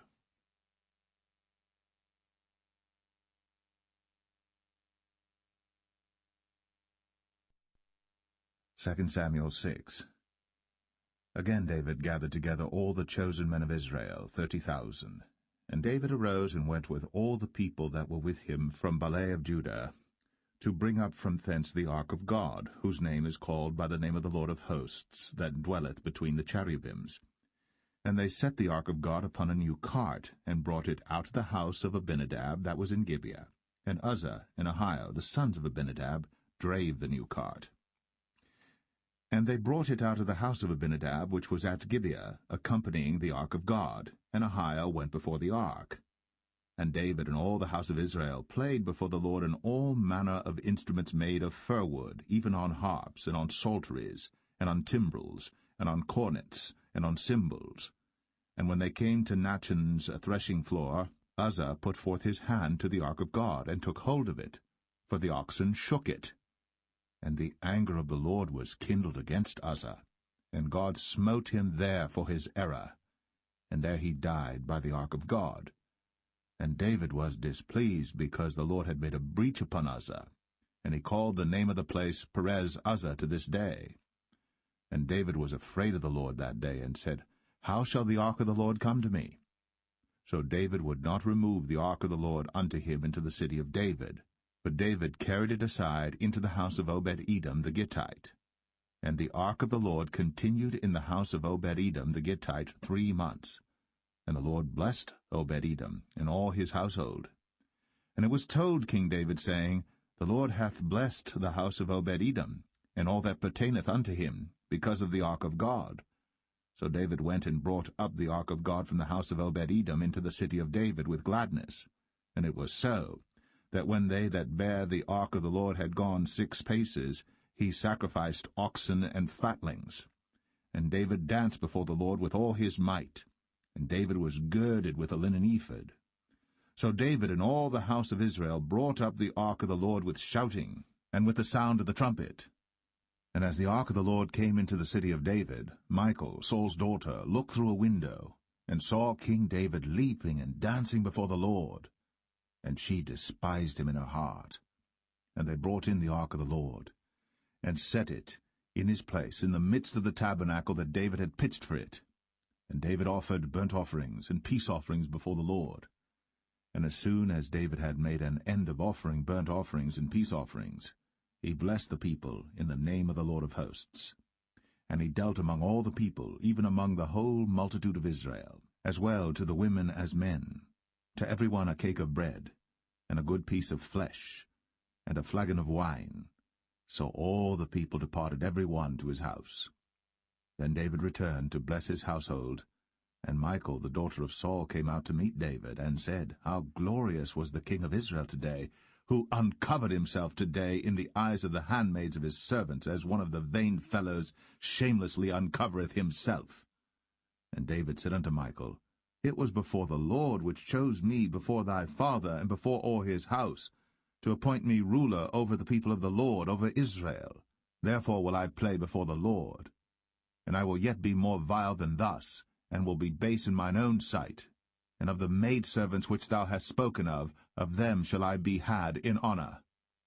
Therefore Michal, the daughter of Saul, had no child unto the day of her death.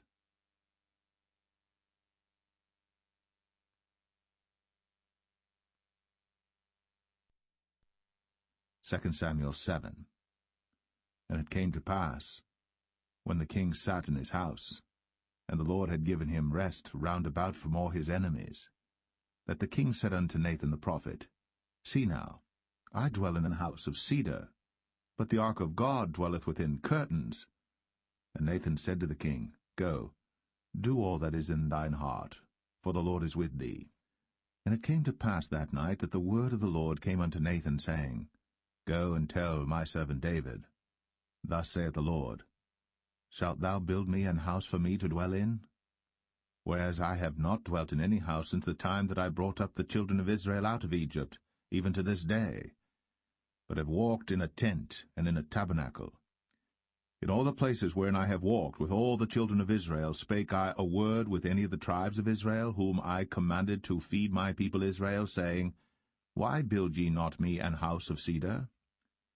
Now therefore, so shalt thou say unto my servant David, Thus saith the Lord of hosts, I took thee from the sheepcot, from following the sheep, to be ruler over my people, over Israel. And I was with thee whithersoever thou wentest, and have cut off all thine enemies out of thy sight, and have made thee a great name, like unto the name of the great men that are in the earth. Moreover, I will appoint a place for my people Israel, and will plant them, that they may dwell in a place of their own, and move no more, neither shall the children of wickedness afflict them any more as beforetime. And as since the time that I commanded judges to be over my people Israel, and have caused thee to rest from all thine enemies, also the Lord telleth thee, that he will make thee an house. And when thy days be fulfilled, and thou shalt sleep with thy fathers, I will set up thy seed after thee, which shall proceed out of thy bowels, and I will establish his kingdom. He shall build an house for my name, and I will establish the throne of his kingdom for ever. I will be his father, and he shall be my son. If he commit iniquity, I will chasten him with the rod of men, and with the stripes of the children of men. But my mercy shall not depart away from him, as I took it from Saul, whom I put away before thee. And thine house, and thy kingdom shall be established for ever before thee. Thy throne shall be established for ever. According to all these words, and according to all this vision, so did Nathan speak unto David. Then went King David in, and sat before the Lord, and he said, Who am I, O Lord God? And what is my house that thou hast brought me hitherto? And this was yet a small thing in thy sight, O Lord God. But thou hast spoken also of thy servant's house for a great while to come. And is this the manner of man, O Lord God? And what can David say more unto thee? For thou, Lord God, knowest thy servant. For thy word's sake, and according to thine own heart, hast thou done all these great things, to make thy servant know them. Wherefore thou art great, O Lord God. For there is none like thee, neither is there any God beside thee, according to all that we have heard with our ears. And what one nation in the earth is like thy people, even like Israel, whom God went to redeem for a people to himself, and to make him a name, and to do for you great things and terrible for thy land, before thy people, which thou redeemedst to thee from Egypt, from the nations and their gods. For thou hast confirmed to thyself thy people Israel to be a people unto thee for ever, and thou, Lord, art become their God. And now, O Lord God, the word that thou hast spoken concerning thy servant, and concerning his house, establish it for ever, and do as thou hast said. And let thy name be magnified for ever, saying, The Lord of hosts is the God of Israel. And let the house of thy servant David be established before thee. For thou, O Lord of hosts, God of Israel, hast revealed to thy servant, saying, I will build thee an house. Therefore hath thy servant found in his heart to pray this prayer unto thee. And now, O Lord God, thou art that God, and thy words be true, and thou hast promised this goodness unto thy servant. Therefore now, let it please thee to bless the house of thy servant, that it may continue for ever before thee. For thou, O Lord God, hast spoken it, and with thy blessing let the house of thy servant be blessed for ever.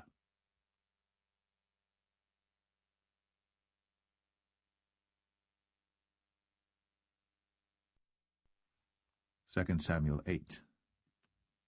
And after this, it came to pass that David smote the Philistines, and subdued them. And David took Metheg Ammah out of the hand of the Philistines. And he smote Moab, and measured them with a line, casting them down to the ground. Even with 2 lines measured he, to put to death, and with 1 full line to keep alive. And so the Moabites became David's servants, and brought gifts. David smote also Hadadezer, the son of Rehob, king of Zobah, as he went to recover his border at the river Euphrates. And David took from him 1,000 chariots, and 700 horsemen, and 20,000 footmen. And David houghed all the chariot horses, but reserved of them 400 chariots. And when the Syrians of Damascus came to succor Hadadezer, king of Zobah, David slew of the Syrians 22,000 men. Then David put garrisons in Syria of Damascus, and the Syrians became servants to David and brought gifts.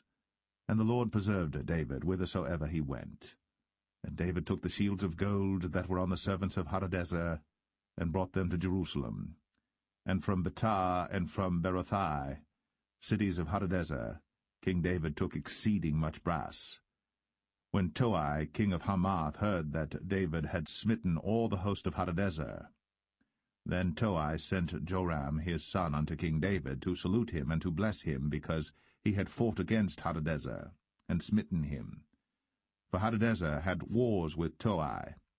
And Joram brought with him vessels of silver, and vessels of gold, and vessels of brass, which also King David did dedicate unto the Lord, with the silver and gold that he had dedicated of all nations which he subdued, of Syria, and of Moab, and of the children of Ammon, and of the Philistines, and of Amalek, and of the spoil of Hadadezer, son of Rehob, king of Zobah. And David gat him a name when he returned from smiting of the Syrians in the valley of Salt, being 18,000 men. And he put garrisons in Edom. Throughout all Edom put he garrisons, and all they of Edom became David's servants. And the Lord preserved David whithersoever he went. And David reigned over all Israel. And David executed judgment and justice unto all his people. And Joab the son of Zeruiah was over the host, and Jehoshaphat the son of Ahilud was recorder, and Zadok the son of Ahitub, and Ahimelech the son of Abiathar were the priests, and Seraiah was the scribe, and Benaniah the son of Jehoiada was over both the Cherethites and the Pelethites, and David's sons were chief rulers.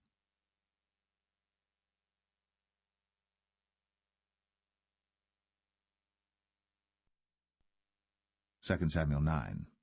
And David said, Is there yet any that is left of the house of Saul, that I may show him kindness for Jonathan's sake? And there was of the house of Saul a servant whose name was Ziba. And when they had called him unto David, the king said unto him, Art thou Ziba? And he said, Thy servant is he. And the king said, Is there not yet any of the house of Saul, that I may show the kindness of God unto him? And Ziba said unto the king, Jonathan hath yet a son which is lame on his feet. And the king said unto him, Where is he? And Ziba said unto the king, Behold, he is in the house of Machir, the son of Ammiel, in Lo-debar.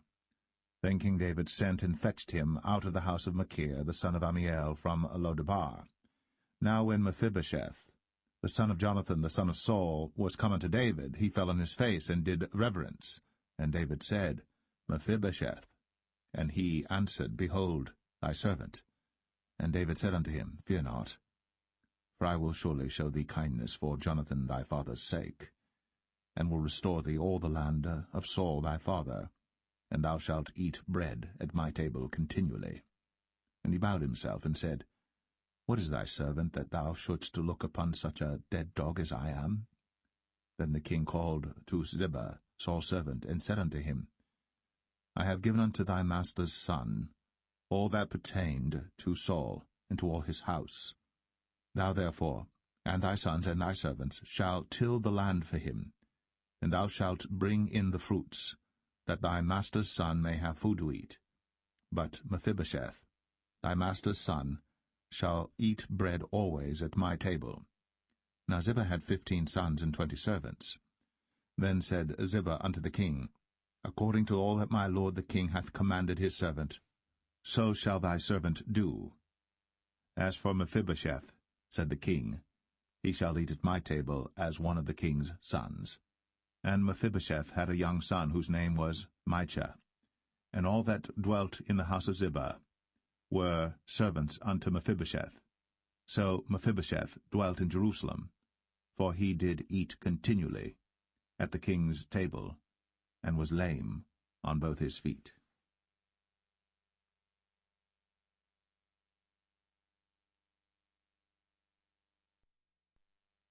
2 Samuel 10. And it came to pass after this, that the king of the children of Ammon died, and Hanun his son reigned in his stead. Then said David, I will show kindness unto Hanun the son of Nahash, as his father showed kindness unto me. And David sent to comfort him by the hand of his servants for his father. And David's servants came into the land of the children of Ammon. And the princes of the children of Ammon said unto Hanun their lord, Thinkest thou that David doth honour thy father, that he hath sent comforters unto thee? Hath not David rather sent his servants unto thee to search the city, and to spy it out, and to overthrow it? Wherefore Hanun took David's servants, and shaved off the one half of their beards, and cut off their garments in the middle, even to their buttocks, and sent them away. When they told it unto David, he sent to meet them, because the men were greatly ashamed. And the king said, Tarry at Jericho until your beards be grown, and then return. And when the children of Ammon saw that they stank before David, the children of Ammon sent and hired the Syrians of Beth-rehob, and the Syrians of Zobah, 20,000 footmen, and of King Maacah 1,000 men, and of Ishtab 12,000 men. And when David heard of it, he sent Joab and all the host of the mighty men. And the children of Ammon came out and put the battle in array at the entering in of the gate. And the Syrians of Zobah, and of Rehob, and Ishtab, and Maacah were by themselves in the field. When Joab saw that the front of the battle was against him before and behind, he chose of all the choice men of Israel, and put them in array against the Syrians. And the rest of the people he delivered into the hand of Abishai his brother, that he might put them in array against the children of Ammon. And he said, If the Syrians be too strong for me, then thou shalt help me. But if the children of Ammon be too strong for thee, then I will come and help thee. Be of good courage. Let us play the men for our people, and for the cities of our God. And the Lord do that which seemeth him good. And Joab drew nigh, and the people that were with him, unto the battle against the Syrians. And they fled before him. And when the children of Ammon saw that the Syrians were fled, then fled they also before Abishai, and entered into the city. So Joab returned from the children of Ammon, and came to Jerusalem. And when the Syrians saw that they were smitten before Israel, they gathered themselves together. And Hadarezer sent, and brought out the Syrians that were beyond the river, and they came to Helam. And Shobach, the captain of the host of Hadarezer, went before them. And when it was told David, he gathered all Israel together, and passed over Jordan, and came to Helam. And the Syrians set themselves in array against David, and fought with him. And the Syrians fled before Israel. And David slew the men of 700 chariots of the Syrians, and 40,000 horsemen, and smote Shobach, the captain of their host, who died there. And when all the kings that were servants to Hadarezer saw that they were smitten before Israel, they made peace with Israel, and served them. So the Syrians feared to help the children of Ammon any more.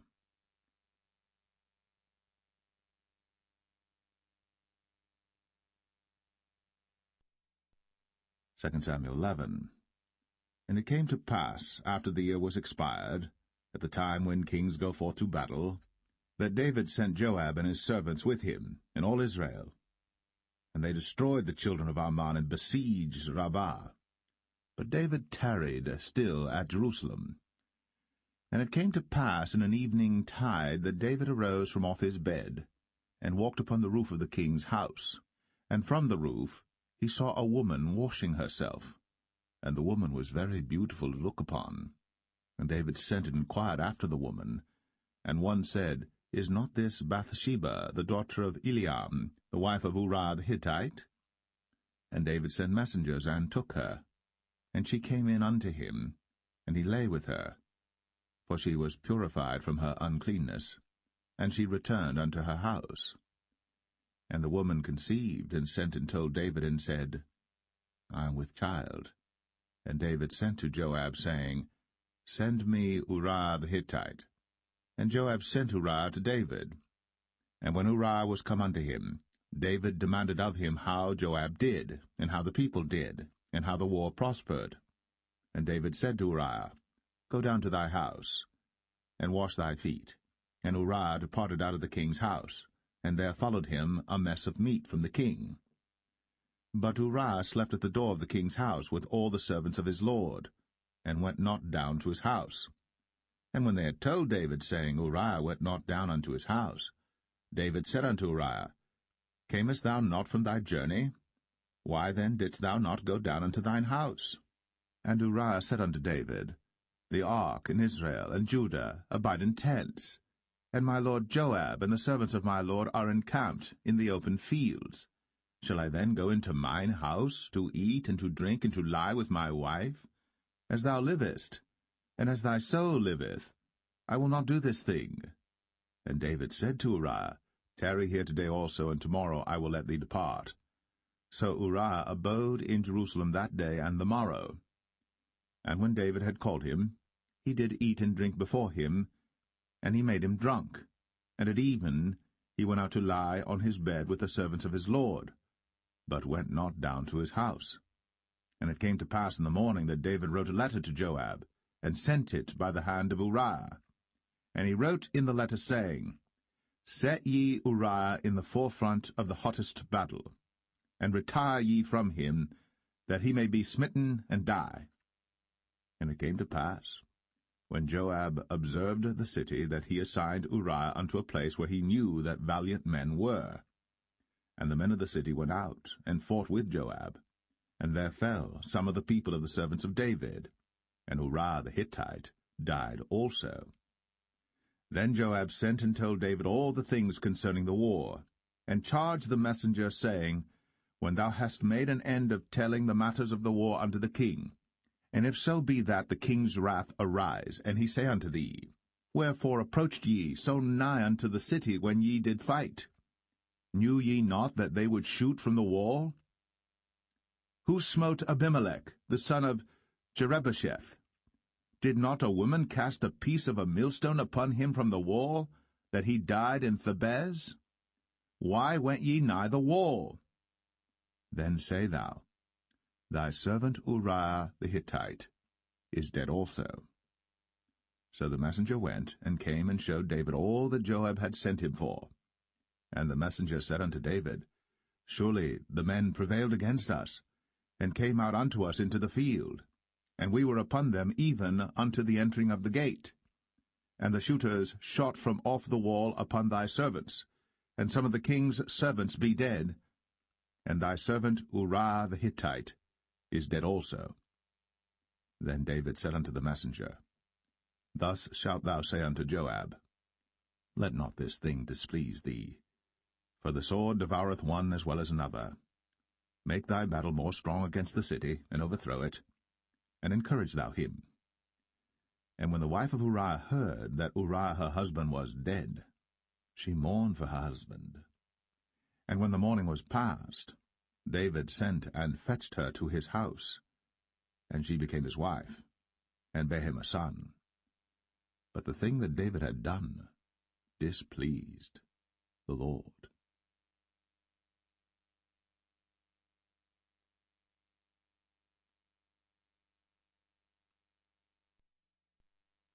2 Samuel 12.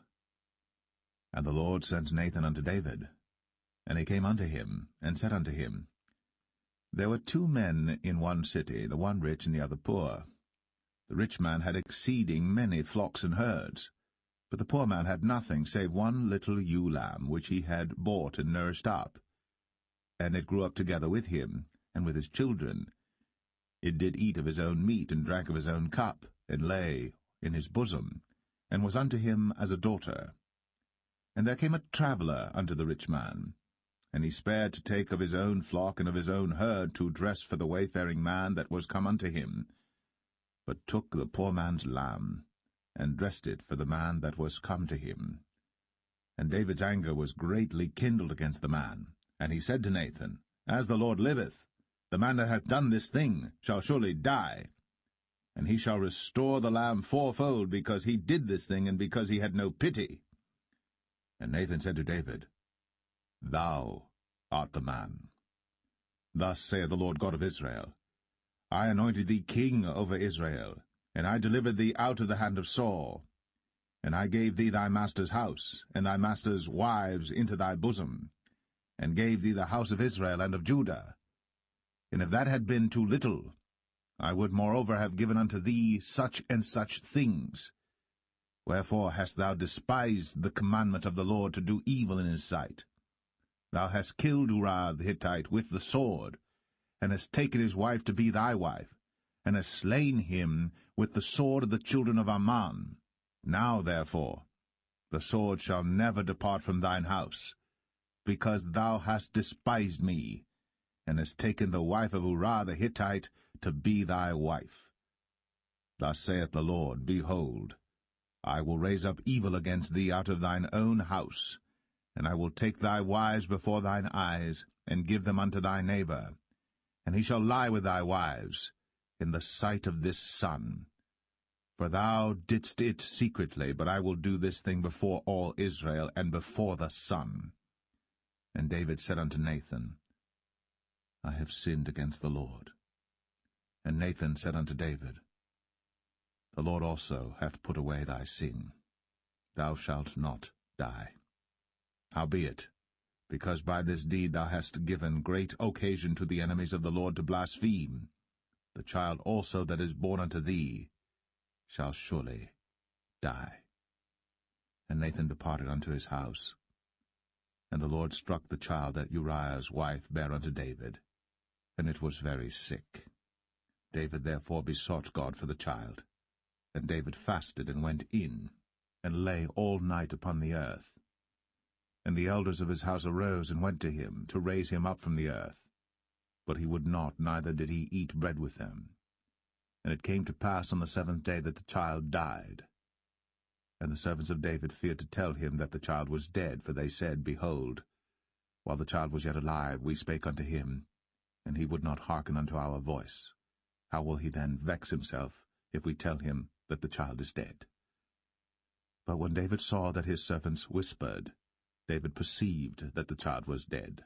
Therefore David said unto his servants, Is the child dead? And they said, He is dead. Then David arose from the earth, and washed, and anointed himself, and changed his apparel, and came into the house of the Lord, and worshipped. Then he came to his own house, and when he required, they set bread before him, and he did eat. Then said his servants unto him, What thing is this that thou hast done? Thou didst fast and weep for the child while it was alive, but when the child was dead thou didst rise and eat bread. And he said, While the child was yet alive, I fasted and wept, for I said, Who can tell whether God will be gracious to me, that the child may live? But now he is dead. Wherefore should I fast? Can I bring him back again? I shall go to him, but he shall not return to me. And David comforted Bathsheba his wife, and went in unto her, and lay with her. And she bare a son, and he called his name Solomon. And the Lord loved him. And he sent by the hand of Nathan the prophet, and he called his name Jedediah, because of the Lord. And Joab fought against Rabbah of the children of Ammon, and took the royal city. And Joab sent messengers to David, and said, I have fought against Rabbah, and have taken the city of waters. Now therefore, gather the rest of the people together, and encamp against the city, and take it, lest I take the city, and it be called after my name. And David gathered all the people together, and went to Rabbah, and fought against it, and took it. And he took their king's crown from off his head, the weight whereof was a talent of gold, with the precious stones, and it was set on David's head. And he brought forth the spoil of the city in great abundance. And he brought forth the people that were therein, and put them under saws, and under harrows of iron, and under axes of iron, and made them pass through the brick kiln. And thus did he unto all the cities of the children of Ammon. So David and all the people returned unto Jerusalem.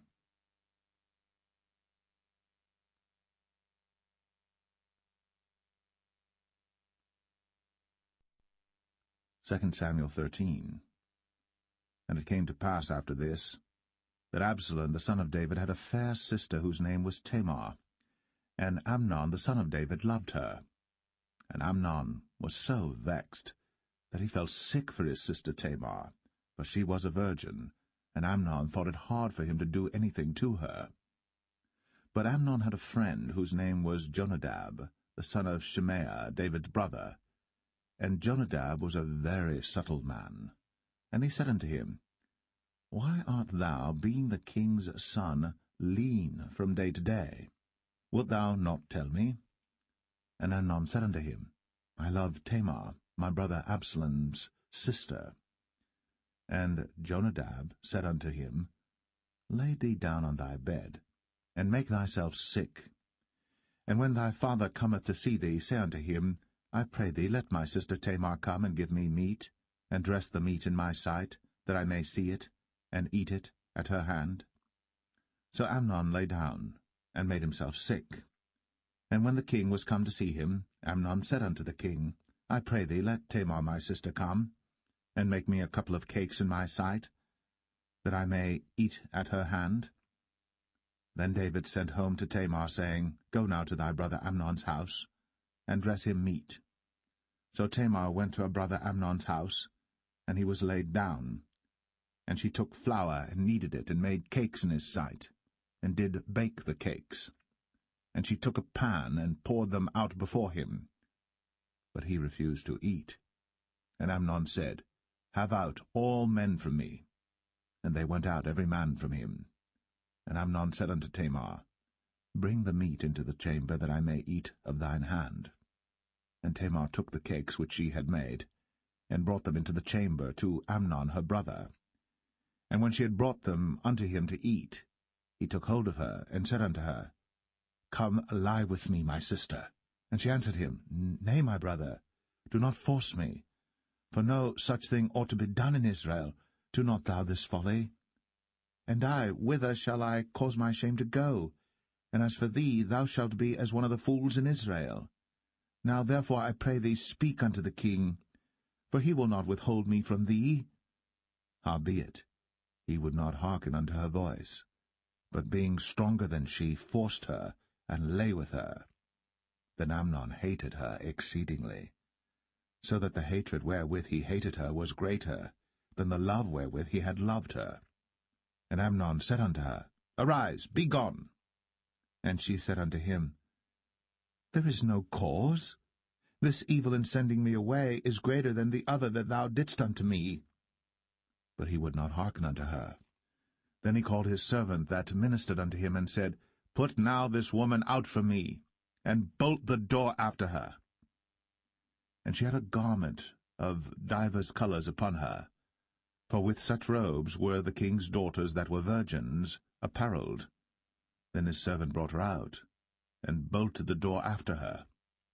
And Tamar put ashes on her head, and rent her garment of divers colours that was on her, and laid her hand on her head, and went on crying. And Absalom, her brother, said unto her, Hath Amnon thy brother been with thee? But hold now thy peace, my sister. He is thy brother. Regard not this thing. So Tamar remained desolate in her brother Absalom's house. But when King David heard of all these things, he was very wroth. And Absalom spake unto his brother Amnon, neither good nor bad, for Absalom hated Amnon, because he had forced his sister Tamar. And it came to pass after 2 full years, that Absalom had sheep-shearers in Baal-Hazor, which is beside Ephraim. And Absalom invited all the king's sons. And Absalom came to the king and said, Behold now, thy servant hath sheep-shearers. Let the king, I beseech thee, and his servants go with thy servant. And the king said to Absalom, Nay, my son, let us not all now go, lest we be chargeable unto thee. And he pressed him, howbeit he would not go, but blessed him. Then said Absalom, If not, I pray thee, let my brother Amnon go with us. And the king said unto him, Why should he go with thee? But Absalom pressed him that he let Amnon and all the king's sons go with him. Now Absalom had commanded his servant, saying, Mark ye now, when Amnon's heart is merry with wine, and when I say unto you, Smite Amnon, then kill him. Fear not. Have not I commanded you? Be courageous, and be valiant. and the servants of Absalom did unto Amnon, as Absalom had commanded. Then all the king's sons arose, and every man gat him up upon his mule, and fled. And it came to pass, while they were in the way, that tidings came to David, saying, Absalom hath slain all the king's sons, and there is not one of them left. Then the king arose, and tare his garments, and lay on the earth, and all his servants stood by with their clothes rent. And Jonadab, the son of Shemaiah, David's brother, answered and said, Let not my lord suppose that they have slain all the young men, the king's sons, for Amnon only is dead. For by the appointment of Absalom this hath been determined from the day that he forced his sister Tamar. Now therefore, let not my lord the king take the thing to his heart, to think that all the king's sons are dead, for Amnon only is dead. But Absalom fled. And the young man that kept the watch lifted up his eyes, and looked, and behold, there came much people by the way of the hillside behind him. And Jonadab said unto the king, Behold, the king's sons come, as thy servant said, so it is. And it came to pass, as soon as he had made an end of speaking, that, behold, the king's sons came, and lifted up their voice, and wept. And the king also and all his servants wept very sore. But Absalom fled and went to Talmai, the son of Ammihud, king of Geshur. And David mourned for his son every day. So Absalom fled, and went to Geshur, and was there 3 years.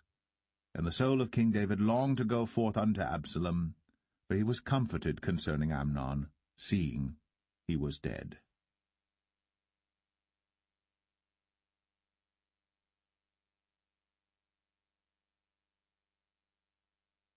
2 Samuel 14. Now Joab the son of Zeruiah perceived that the king's heart was toward Absalom.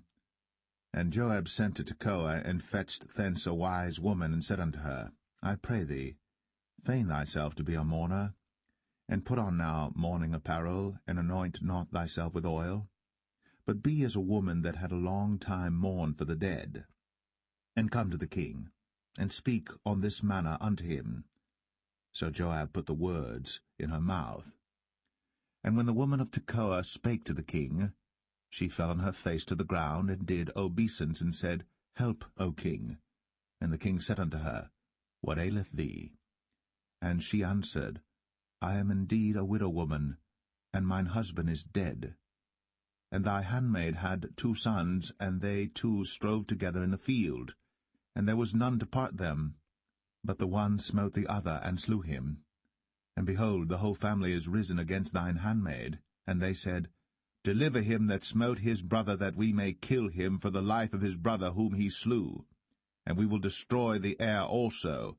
And so they shall quench my coal which is left, and shall not leave to my husband neither name nor remainder upon the earth.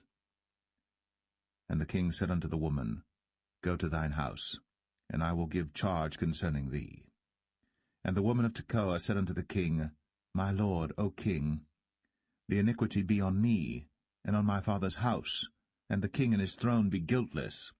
And the king said, Whosoever saith aught unto thee, bring him to me, and he shall not touch thee any more. Then said she, I pray thee, let the king remember the Lord thy God, that thou wouldst not suffer the revengers of blood to destroy any more, lest they destroy my son. And he said, As the Lord liveth, there shall not one hair of thy son fall to the earth. Then the woman said, Let thine handmaid, I pray thee, speak one word unto my lord the king. And he said, Say on. And the woman said, Wherefore then hast thou thought such a thing against the people of God? For the king doth speak this thing as one which is faulty, in that the king doth not fetch home again his banished.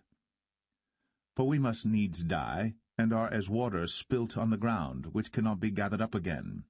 Neither doth God respect any person, yet doth he devise means that his banished be not expelled from him. Now therefore that I am come to speak of this thing unto my lord the king, it is because the people have made me afraid. And thy handmaid said, I will now speak unto the king. It may be that the king will perform the request of his handmaid. For the king will hear to deliver his handmaid out of the hand of the man that would destroy me and my son together out of the inheritance of God. Then thine handmaid said, The word of my lord the king shall now be comfortable. For as an angel of God, so is my lord the king to discern good and bad. Therefore the Lord thy God will be with thee. Then the king answered and said unto the woman, Hide not from me, I pray thee, the thing that I shall ask thee. And the woman said, Let my lord the king now speak. And the king said, Is not the hand of Joab with thee in all this? And the woman answered and said, As thy soul liveth, my lord the king, none can turn to the right hand or to the left from aught that my lord the king hath spoken. For thy servant Joab, he bade me, and he put all these words in the mouth of thine handmaid. To fetch about this form of speech hath thy servant Joab done this thing. And my lord is wise, according to the wisdom of an angel of God, to know all things that are in the earth. And the king said unto Joab, Behold now, I have done this thing. Go therefore, bring the young man Absalom again. And Joab fell to the ground on his face, and bowed himself, and thanked the king. And Joab said, Today thy servant knoweth that I have found grace in thy sight, my lord, O king, in that the king hath fulfilled the request of his servant. So Joab arose and went to Geshur, and brought Absalom to Jerusalem. And the king said, Let him turn to his own house, and let him not see my face. So Absalom returned to his own house, and saw not the king's face. But in all Israel there was none to be so much praised as Absalom for his beauty. From the sole of his foot even to the crown of his head, there was no blemish in him. And when he polled his head, for it was at every year's end that he polled it, because the hair was heavy on him, therefore he polled it, he weighed the hair of his head at 200 shekels after the king's weight. And unto Absalom there were born 3 sons, and 1 daughter, whose name was Tamar. She was a woman of a fair countenance. So Absalom dwelt 2 full years in Jerusalem, and saw not the king's face. Therefore Absalom sent for Joab to have sent him to the king. But he would not come to him. And when he sent again the second time, he would not come. Therefore he said unto his servants, See, Joab's field is near mine, and he hath barley there. Go and set it on fire. And Absalom's servants set the field on fire. Then Joab arose, and came to Absalom unto his house, and said unto him, Wherefore have thy servants set my field on fire? And Absalom answered Joab, Behold, I sent unto thee, saying, Come hither, that I may send thee to the king, to say, Wherefore am I come from Geshur? It had been good for me to have been there still. Now therefore let me see the king's face, and if there be any iniquity in me, let him kill me. So Joab came to the king, and told him. And when he had called for Absalom, he came to the king, and bowed himself on his face to the ground before the king. And the king kissed Absalom.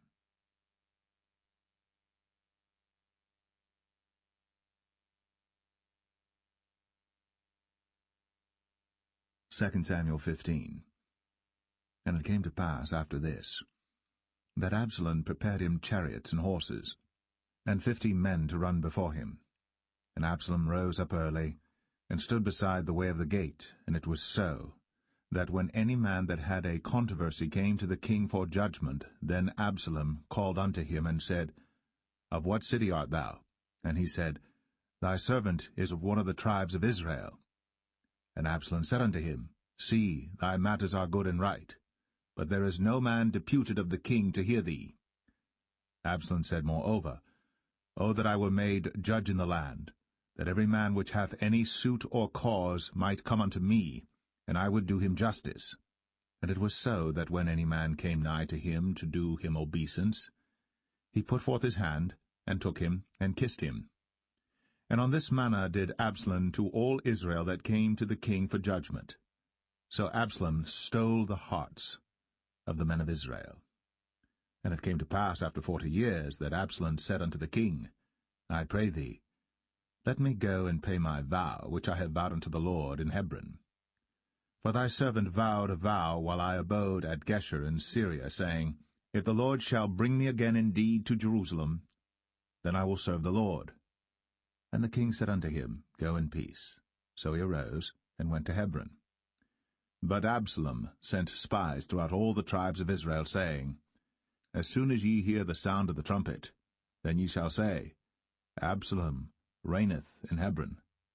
And with Absalom went 200 men out of Jerusalem, that were called, and they went in their simplicity, and they knew not anything. And Absalom sent for Ahithophel the Gilonite, David's counselor, from his city, even from Gilo, while he offered sacrifices. And the conspiracy was strong, for the people increased continually with Absalom. And there came a messenger to David, saying, The hearts of the men of Israel are after Absalom. And David said unto all his servants that were with him at Jerusalem, Arise, and let us flee. For we shall not else escape from Absalom.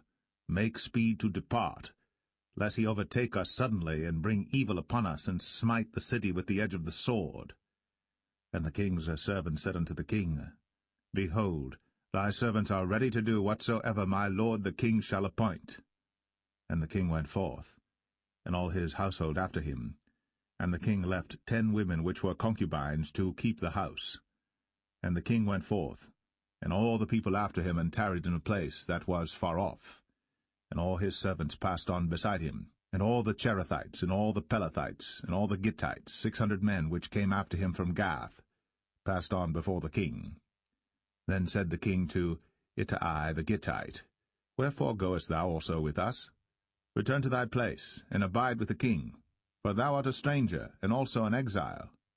Whereas thou camest but yesterday, should I this day make thee go up and down with us? Seeing I go whither I may, return thou, and take back thy brethren. Mercy and truth be with thee. And Ittai answered the king, and said, As the Lord liveth, and as my lord the king liveth, surely in what place my lord the king shall be, whether in death or life, even there also will thy servant be. And David said to Ittai, Go and pass over. And Ittai the Gittite passed over, and all his men, and all the little ones that were with him. And all the country wept with a loud voice. And all the people passed over. The king also himself passed over the brook Kidron. And all the people passed over toward the way of the wilderness. And lo, Zadok also, and all the Levites were with him, bearing the ark of the covenant of God.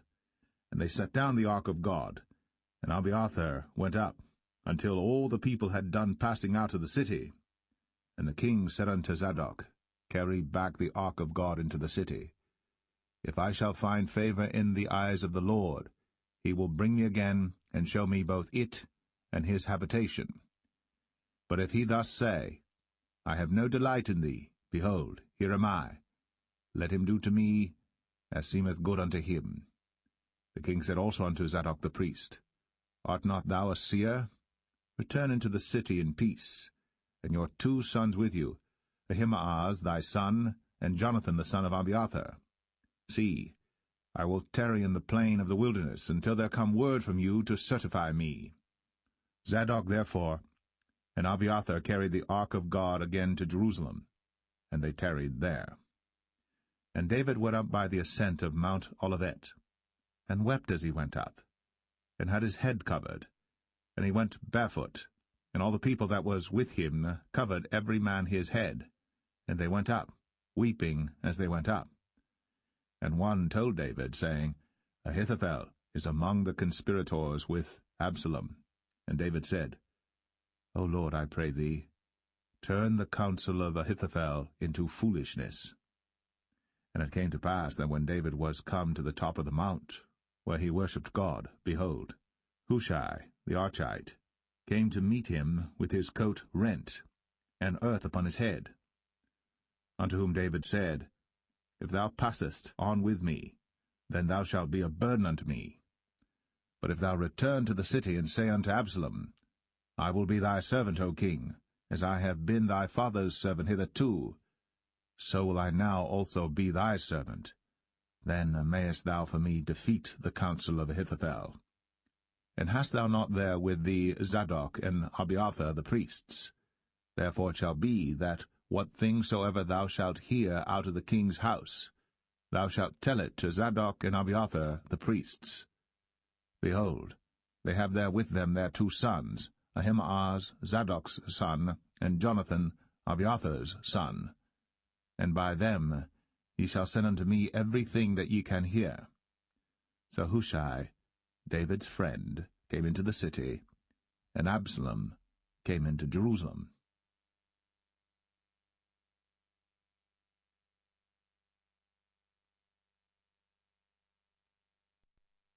2 Samuel 16. And when David was a little past the top of the hill, behold, Ziba, the servant of Mephibosheth, met him with a couple of asses saddled, and upon them 200 loaves of bread, and 100 bunches of raisins, and 100 of summer fruits, and a bottle of wine. And the king said unto Ziba, What meanest thou by these? And Ziba said, The asses be for the king's household to ride on, and the bread and summer fruit for the young men to eat, and the wine, that such as be faint in the wilderness may drink. And the king said, And where is thy master's son?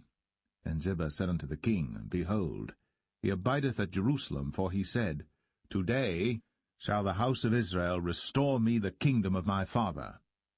Then said the king to Ziba, Behold, thine are all that pertained unto Mephibosheth. And Ziba said, I humbly beseech thee that I may find grace in thy sight, my lord, O king. And when King David came to Bahurim, behold, thence came out a man of the family of the house of Saul, whose name was Shimei, the son of Gera. He came forth, and cursed still as he came. And he cast stones at David, and at all the servants of King David. And all the people and all the mighty men were on his right hand and on his left.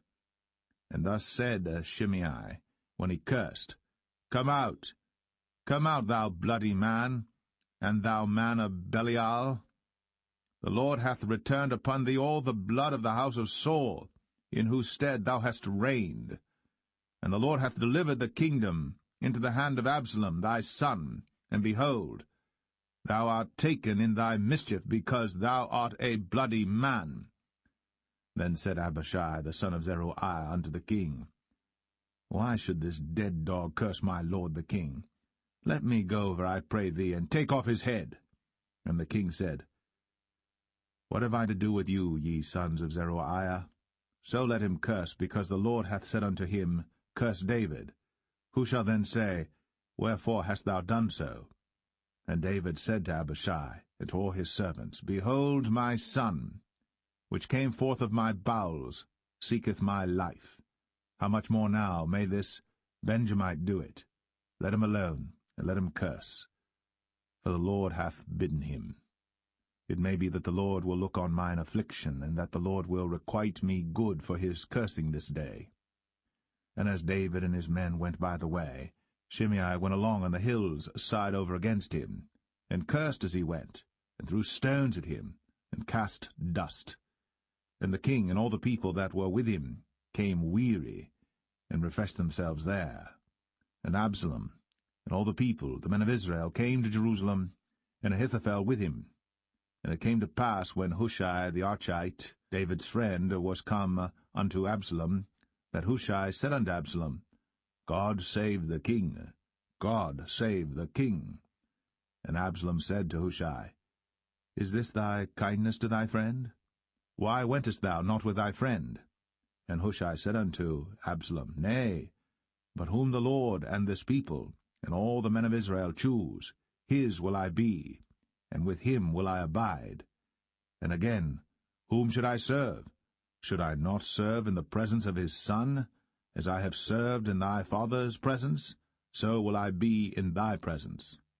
Then said Absalom to Ahithophel, Give counsel among you what we shall do. And Ahithophel said unto Absalom, Go in unto thy father's concubines, which he hath left to keep the house.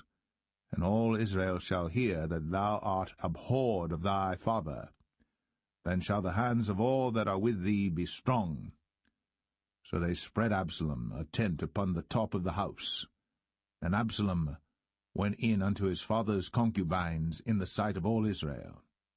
And the counsel of Ahithophel, which he counselled in those days, was as if a man had inquired at the oracle of God. So was all the counsel of Ahithophel, both with David and with Absalom.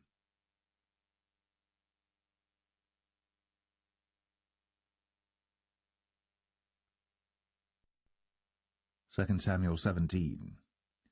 Moreover Ahithophel said unto Absalom, Let me now choose out 12,000 men, and I will arise and pursue after David this night.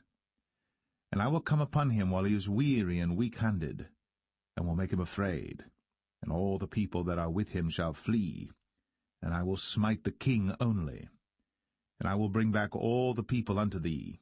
The man whom thou seekest is as if all returned, so all the people shall be in peace. And the saying pleased Absalom well, and all the elders of Israel. Then said Absalom, Call now Hushai the Archite also, and let us hear likewise what he saith. And when Hushai was come to Absalom, Absalom spake unto him, saying, Ahithophel hath spoken after this manner. Shall we do after his saying? If not, speak thou. And Hushai said unto Absalom, The counsel that Ahithophel hath given is not good at this time. For, said Hushai, Thou knowest thy father and his men, that they be mighty men, and they be chafed in their minds, as a bear robbed of her whelps in the field. And thy father is a man of war, and will not lodge with the people. Behold, he is hid now in some pit, or in some other place, and it will come to pass, when some of them be overthrown at the first, that whosoever heareth it will say, There is a slaughter among the people that follow Absalom. And he also that is valiant, whose heart is as the heart of a lion, shall utterly melt.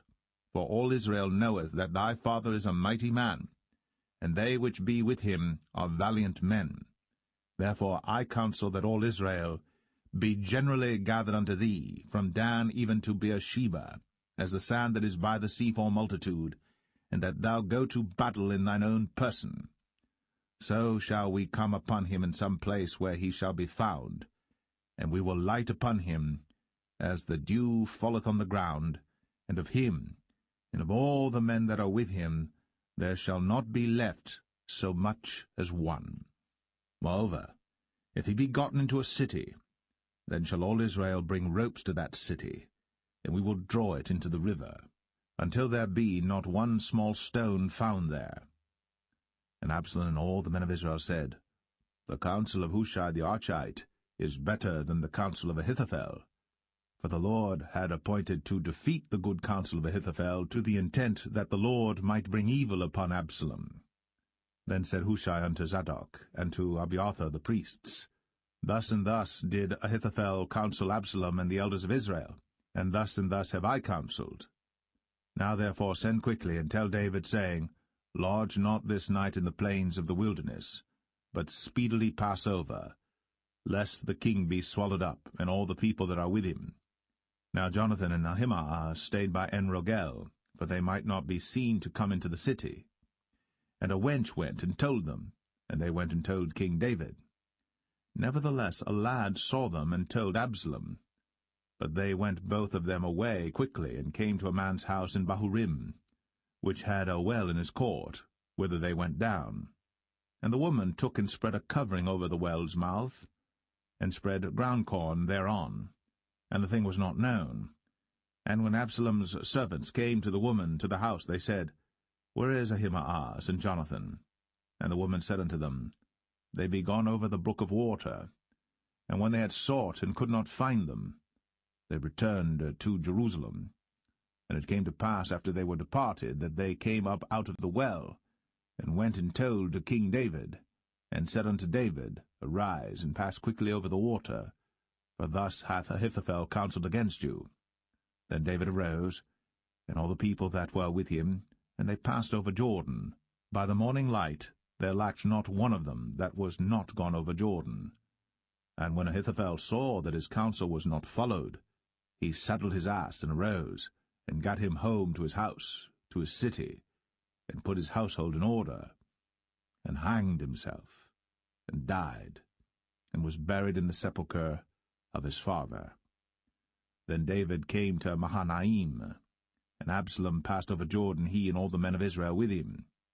And Absalom made Amasa captain of the host instead of Joab, which Amasa was a man's son, whose name was Ithra, an Israelite, that went in to Abigail, the daughter of Nahash, sister to Zeruiah, Joab's mother. So Israel and Absalom pitched in the land of Gilead.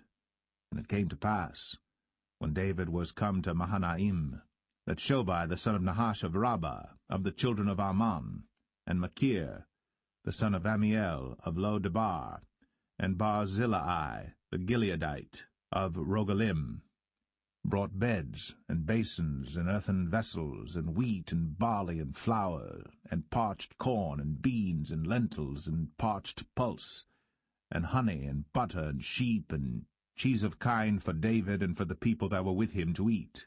For they said, The people is hungry and weary and thirsty in the wilderness.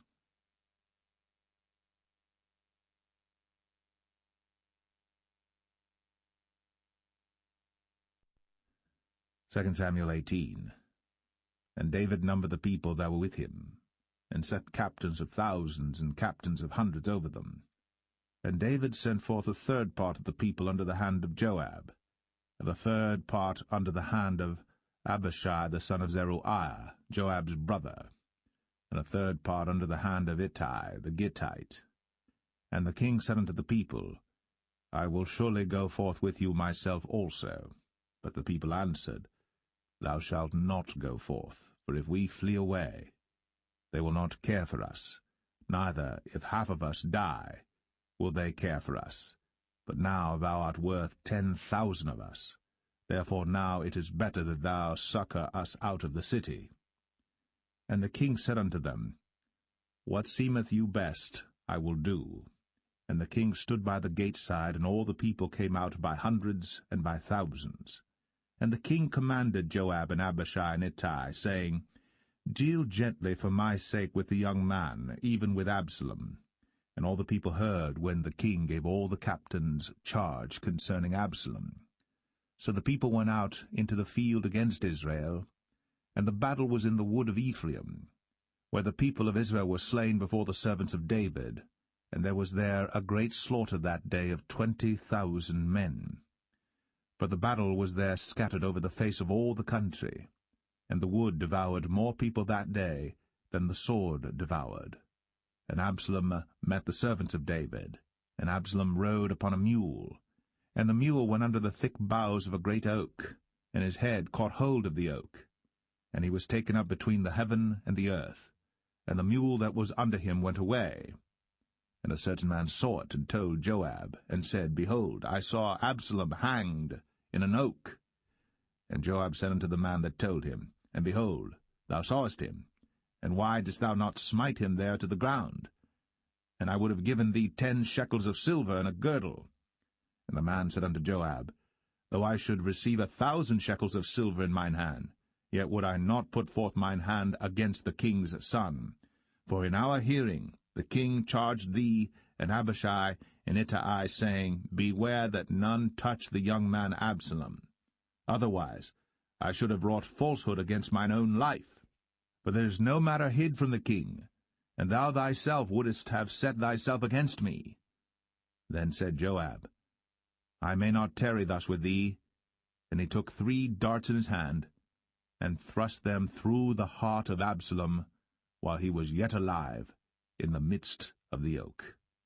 And 10 young men that bare Joab's armor compassed about, and smote Absalom, and slew him. And Joab blew the trumpet, and the people returned from pursuing after Israel.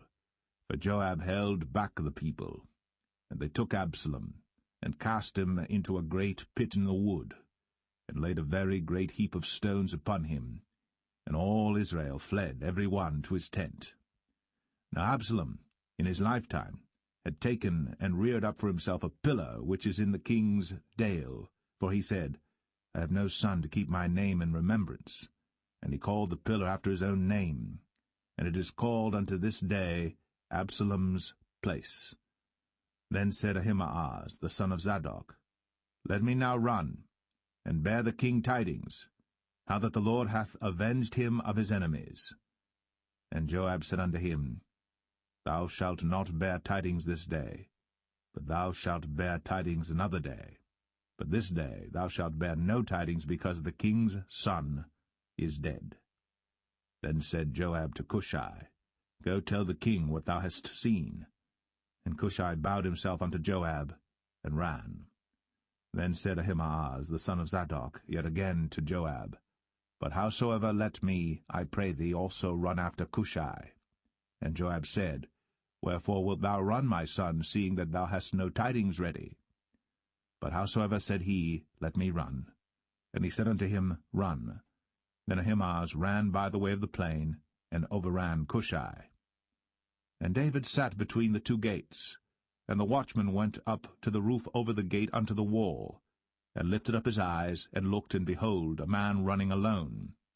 And the watchman cried, and told the king. And the king said, If he be alone, there is tidings in his mouth. And he came apace, and drew near. And the watchman saw another man running. And the watchman called unto the porter, and said, Behold, another man running alone. And the king said, He also bringeth tidings. And the watchman said, Methinketh the running of the foremost is like the running of Ahimaaz the son of Zadok. And the king said, He is a good man, and cometh with good tidings. And Ahimaaz called, and said unto the king, All is well. And he fell down to the earth upon his face before the king, and said, Blessed be the Lord thy God, which hath delivered up the men that lifted up their hand against my lord the king. And the king said, Is the young man Absalom safe? And Ahimaaz answered, When Joab sent the king's servant, and me thy servant, I saw a great tumult, but I knew not what it was. And the king said unto him, Turn aside, and stand here. And he turned aside, and stood still. And behold, Cushai came. And Cushai said, Tidings, my lord the king. For the Lord hath avenged thee this day of all them that rose up against thee.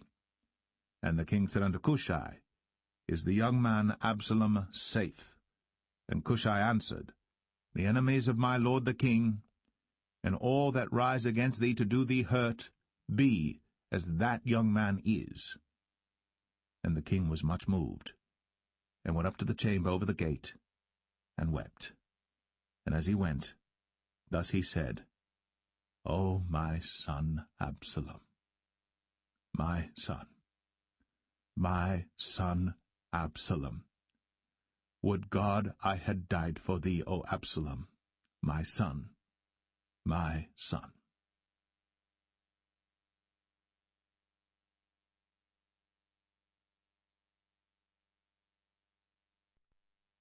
2 Samuel 19. And it was told Joab, Behold, the king weepeth and mourneth for Absalom. And the victory that day was turned into mourning unto all the people, for the people heard say that day how the king was grieved for his son. And the people gat them by stealth that day into the city, as people being ashamed steal away when they flee in battle. But the king covered his face. And the king cried with a loud voice, O my son Absalom! O Absalom, my son, my son! And Joab came into the house to the king, and said, Thou hast shamed this day the faces of all thy servants, which this day have saved thy life and the lives of thy sons and of thy daughters, and the lives of thy wives and the lives of thy concubines, in that thou lovest thine enemies and hatest thy friends. For thou hast declared this day that thou regardest neither princes nor servants. For this day I perceive that if Absalom had lived, and all we had died this day, then it had pleased thee well. Now therefore arise, go forth, and speak comfortably unto thy servants. For I swear by the Lord, if thou go not forth, there will not tarry one with thee this night. And that will be worse unto thee than all the evil that befell thee from thy youth until now. Then the king arose and sat in the gate. And they told unto all the people, saying, Behold, the king doth sit in the gate. And all the people came before the king, for Israel had fled every man to his tent. And all the people were at strife throughout all the tribes of Israel, saying, The king saved us out of the hand of our enemies, and he delivered us out of the hand of the Philistines, and now he is fled out of the land for Absalom. And Absalom, whom we anointed over us, is dead in battle. Now therefore why speak ye not a word of bringing the king back? And King David sent to Zadok and to Abiathar the priests, saying, Speak unto the elders of Judah, saying, Why are ye the last to bring the king back to his house, seeing the speech of all Israel is come to the king, even to his house?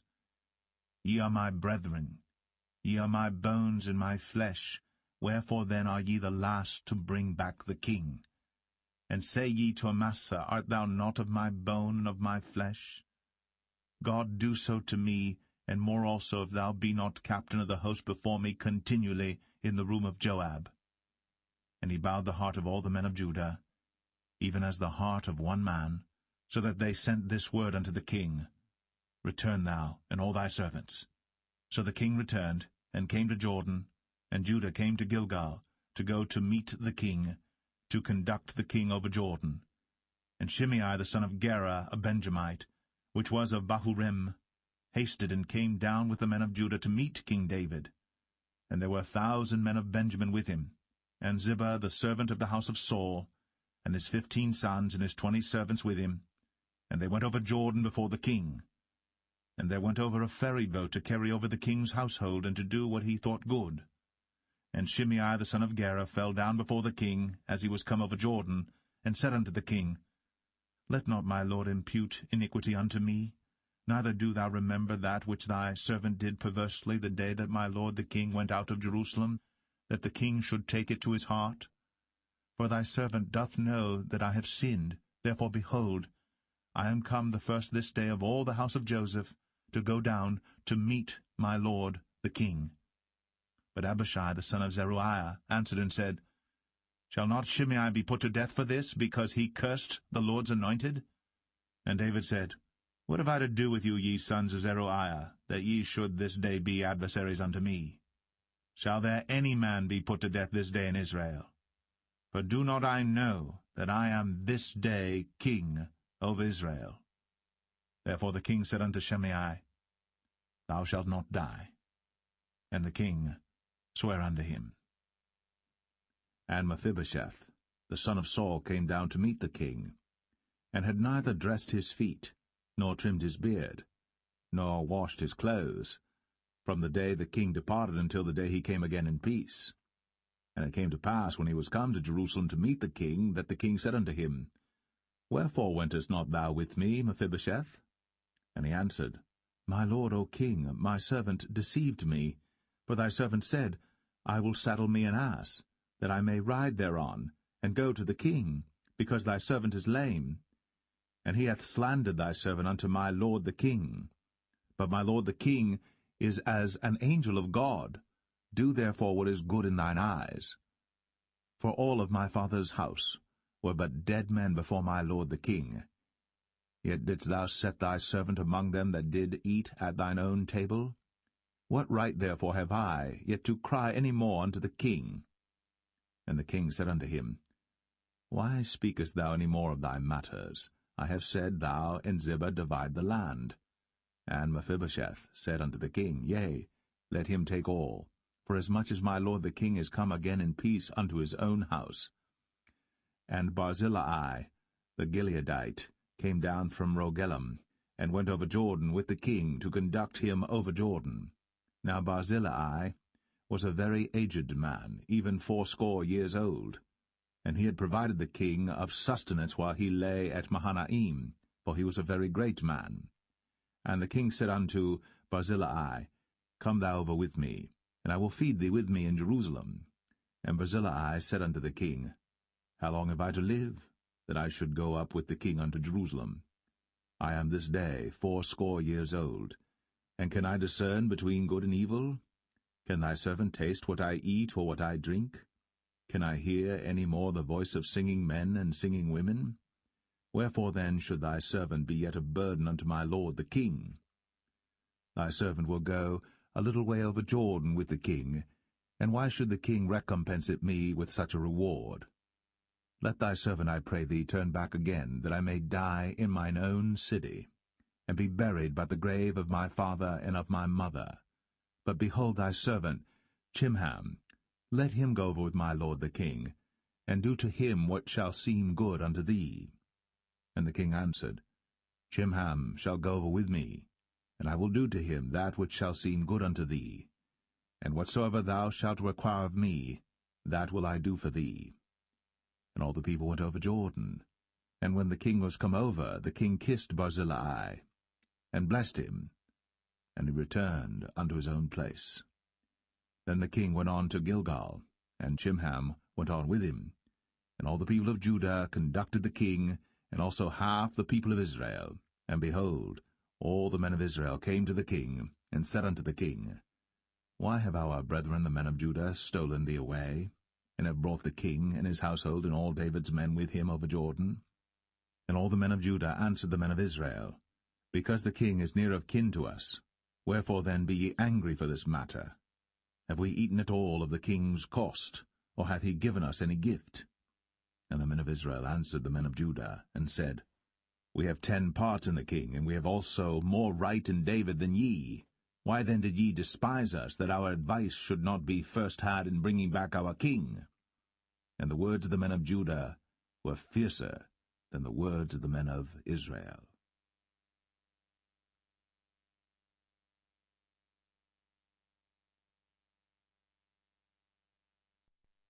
2 Samuel 20.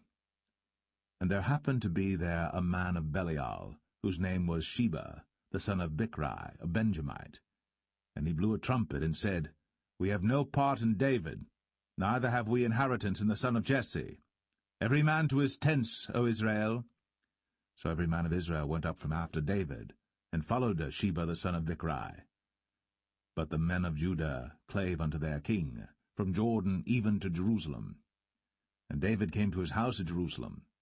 And the king took the 10 women his concubines, whom he had left to keep the house, and put them in ward, and fed them, but went not in unto them. So they were shut up unto the day of their death, living in widowhood. Then said the king to Amasa, Assemble me the men of Judah within 3 days, and be thou here present. So Amasa went to assemble the men of Judah, but he tarried longer than the set time which he had appointed him. And David said to Abishai, Now shall Sheba the son of Bichri do us more harm than did Absalom. Take thou thy lord's servants, and pursue after him, lest he get him fenced cities and escape us. And there went out after him Joab's men, and the Cherethites and the Pelethites, and all the mighty men, and they went out of Jerusalem, to pursue after Sheba the son of Bichri. When they were at the great stone which is in Gibeon, Amasa went before them, and Joab's garment that he had put on was girded unto him, and upon it a girdle with a sword fastened upon his loins in the sheath thereof. And as he went forth it fell out. And Joab said to Amasa, Art thou in health, my brother? And Joab took Amasa by the beard with the right hand to kiss him. But Amasa took no heed to the sword that was in Joab's hand.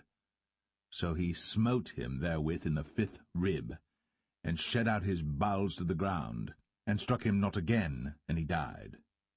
So Joab and Abishai his brother pursued after Sheba the son of Bichri. And one of Joab's men stood by him, and said, He that favoureth Joab, and he that is for David, let him go after Joab. And Amasa wallowed in blood in the midst of the highway. And when the man saw that all the people stood still, he removed Amasa out of the highway into the field, and cast a cloth upon him when he saw that every one that came by him stood still. When he was removed out of the highway, all the people went on after Joab, to pursue after Sheba the son of Bichri. And he went through all the tribes of Israel unto Abel, and to Bethmachah, and all the Berites, and they were gathered together, and went also after him. And they came and besieged him in Abel of Bethmachah. And they cast up a bank against the city, and it stood in the trench, and all the people that were with Joab battered the wall to throw it down. Then cried a wise woman out of the city, Hear, hear, say, I pray you, unto Joab, Come near hither, that I may speak with thee. And when he was come near unto her, the woman said, Art thou Joab? And he answered, I am he. Then she said unto him, Hear the words of thine handmaid. And he answered, I do hear. Then she spake, saying, They were wont to speak in old times, saying, They shall surely ask counsel at Abel, and so they ended the matter. I am one of them that are peaceable and faithful in Israel. Thou seekest to destroy a city and a mother in Israel. Why wilt thou swallow up the inheritance of the Lord? And Joab answered and said, far be it from me that I should swallow up or destroy. The matter is not so. But a man of Mount Ephraim, Sheba, the son of Bichri by name, hath lifted up his hand against the king, even against David. Deliver him only, and I will depart from the city. And the woman said unto Joab, Behold, his head shall be thrown to thee over the wall. Then the woman went unto all the people in her wisdom, and they cut off the head of Sheba the son of Bichri, and cast it out to Joab. And he blew a trumpet, and they retired from the city, every man to his tent. And Joab returned to Jerusalem unto the king. Now Joab was over all the host of Israel, and Benaiah the son of Jehoiada was over the Cherethites and over the Pelethites, and Adoram was over the tribute, and Jehoshaphat the son of Ahilud was recorder, and Sheva was scribe, and Zadok and Abiathar were priests, and Ira also the Jerite was a chief ruler about David.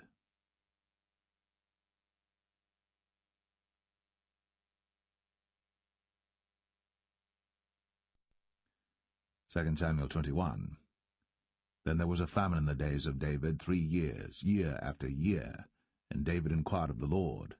And the Lord answered, It is for Saul and for his bloody house, because he slew the Gibeonites. And the king called the Gibeonites, and said unto them, Now the Gibeonites were not of the children of Israel, but of the remnant of the Amorites, and the children of Israel had sworn unto them. And Saul sought to slay them in his zeal to the children of Israel and Judah. Wherefore David said unto the Gibeonites, What shall I do for you? And wherewith shall I make the atonement, that ye may bless the inheritance of the Lord? And the Gibeonites said unto him, We will have no silver nor gold of Saul, nor of his house, neither for us shalt thou kill any man in Israel. And he said, What ye shall say, that will I do for you. And they answered the king, The man that consumed us, and that devised against us, that we should be destroyed from remaining in any of the coasts of Israel. Let 7 men of his sons be delivered unto us, and we will hang them up unto the Lord in Gibeah of Saul, whom the Lord did choose. And the king said, I will give them. But the king spared Mephibosheth, the son of Jonathan the son of Saul, because of the Lord's oath that was between them, between David and Jonathan the son of Saul. But the king took the 2 sons of Rizpah, the daughter of Aiah, whom she bare unto Saul, Armoni and Mephibosheth, and the 5 sons of Michal the daughter of Saul, whom she brought up for Adriel the son of Barzillai the Maholathite. And he delivered them into the hands of the Gibeonites, and they hanged them in the hill before the Lord.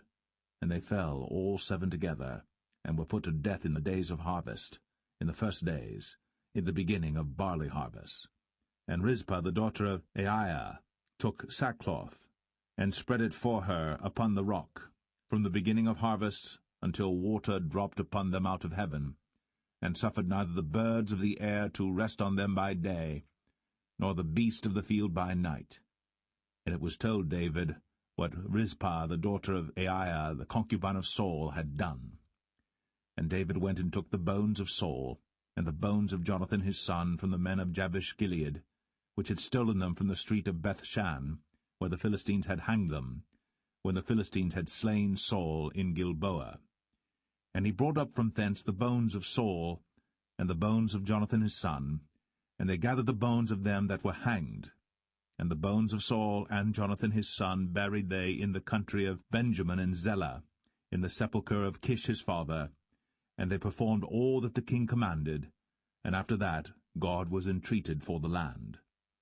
Moreover, the Philistines had yet war again with Israel. And David went down, and his servants with him, and fought against the Philistines. And David waxed faint. And Ishbi-Benob, which was of the sons of the giant, the weight of whose spear weighed 300 shekels of brass in weight, he being girded with a new sword, thought to have slain David. But Abishai the son of Zeruiah succored him, and smote the Philistine, and killed him. Then the men of David sware unto him, saying, Thou shalt go no more out with us to battle, that thou quench not the light of Israel. And it came to pass after this, that there was again a battle with the Philistines at Gob. Then Sibbecai the Hushathite slew Saph, which was of the sons of the giant. And there was again a battle in Gob with the Philistines, where Elhanan the son of Jaare-Oregim, a Bethlehemite, slew the brother of Goliath the Gittite, the staff of whose spear was like a weaver's beam. And there was yet a battle in Gath, where was a man of great stature, that had on every hand 6 fingers, and on every foot 6 toes, 24 in number. And he also was born to the giant. And when he defied Israel, Jonathan the son of Shemaiah, the brother of David, slew him. These 4 were born to the giant in Gath, and fell by the hand of David, and by the hand of his servants.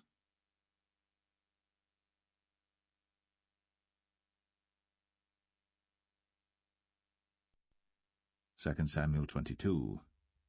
And David spake unto the Lord the words of this song in the day that the Lord had delivered him out of the hand of all his enemies, and out of the hand of Saul. And he said, The Lord is my rock, and my fortress, and my deliverer. The God of my rock, in him will I trust. He is my shield, and the horn of my salvation, my high tower, and my refuge, my Saviour. Thou savest me from violence. I will call on the Lord, who is worthy to be praised. So shall I be saved from mine enemies. When the waves of death compassed me, the floods of ungodly men made me afraid. The sorrows of hell compassed me about, the snares of death prevented me. In my distress I called upon the Lord, and cried to my God, and he did hear my voice out of his temple, and my cry did enter into his ears. Then the earth shook and trembled, the foundations of heaven moved and shook, because he was wroth. There went up a smoke out of his nostrils, and fire out of his mouth devoured. Coals were kindled by it. He bowed the heavens also, and came down, and darkness was under his feet. And he rode upon a cherub, and did fly, and he was seen upon the wings of the wind. And he made darkness pavilions round about him, dark waters, and thick clouds of the skies. Through the brightness before him were coals of fire kindled. The Lord thundered from heaven, and the Most High uttered his voice. And he sent out arrows, and scattered them, lightning, and discomfited them. And the channels of the sea appeared. The foundations of the world were discovered, at the rebuking of the Lord, at the blast of the breath of his nostrils. He sent from above, he took me, he drew me out of many waters. He delivered me from my strong enemy, and from them that hated me, for they were too strong for me. They prevented me in the day of my calamity. But the Lord was my stay. He brought me forth also into a large place. He delivered me because he delighted in me. The Lord rewarded me according to my righteousness, according to the cleanness of my hands hath he recompensed me. For I have kept the ways of the Lord, and have not wickedly departed from my God. For all his judgments were before me, and as for his statutes, I did not depart from them. I was also upright before him, and have kept myself from mine iniquity. Therefore the Lord hath recompensed me according to my righteousness, according to my cleanness in his eyesight. With the merciful thou wilt show thyself merciful, and with the upright man thou wilt show thyself upright. With the pure thou wilt show thyself pure, and with the froward thou wilt show thyself unsavoury. And the afflicted people thou wilt save, but thine eyes are upon the haughty, that thou mayest bring them down. For thou art my lamp, O Lord, and the Lord will lighten my darkness. For by thee I have run through a troop, by my God have I leaped over a wall. As for God, his way is perfect. The word of the Lord is tried. He is a buckler to all them that trust in him. For who is God save the Lord? And who is a rock save our God? God is my strength and power, and he maketh my way perfect. He maketh my feet like hinds' feet, and setteth me upon my high places. He teacheth my hands to war, so that a bow of steel is broken by mine arms. Thou hast also given me the shield of thy salvation, and thy gentleness hath made me great. Thou hast enlarged my steps under me, so that my feet did not slip. I have pursued mine enemies, and destroyed them, and turned not again until I had consumed them. And I have consumed them and wounded them, that they could not arise, yea, they are fallen under my feet. But thou hast girded me with strength to battle. Them that rose up against me hast thou subdued under me. Thou hast also given me the necks of mine enemies, that I might destroy them that hate me. They looked, but there was none to save, even unto the Lord. But he answered them not. Then did I beat them as small as the dust of the earth. I did stamp them as the mire of the street, and did spread them abroad. Thou also hast delivered me from the strivings of my people.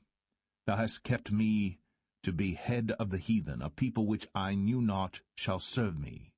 Strangers shall submit themselves unto me. As soon as they hear, they shall be obedient unto me. Strangers shall fade away, and they shall be afraid out of their close places. The Lord liveth, and blessed be my rock, and exalted be the God of the rock of my salvation. It is God that avengeth me, and that bringeth down the people unto me, and that bringeth me forth from mine enemies. Thou also hast lifted me up on high above them that rose up against me. Thou hast delivered me from the violent man. Therefore I will give thanks unto thee, O Lord, among the heathen, and I will sing praises unto thy name. He is the tower of salvation for his king, and showeth mercy to his anointed, unto David, and to his seed for evermore.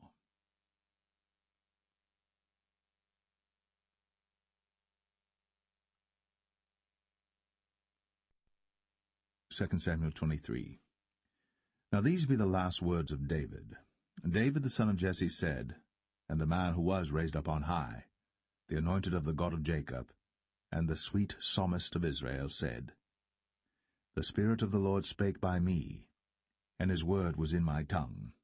The God of Israel said, The rock of Israel spake to me.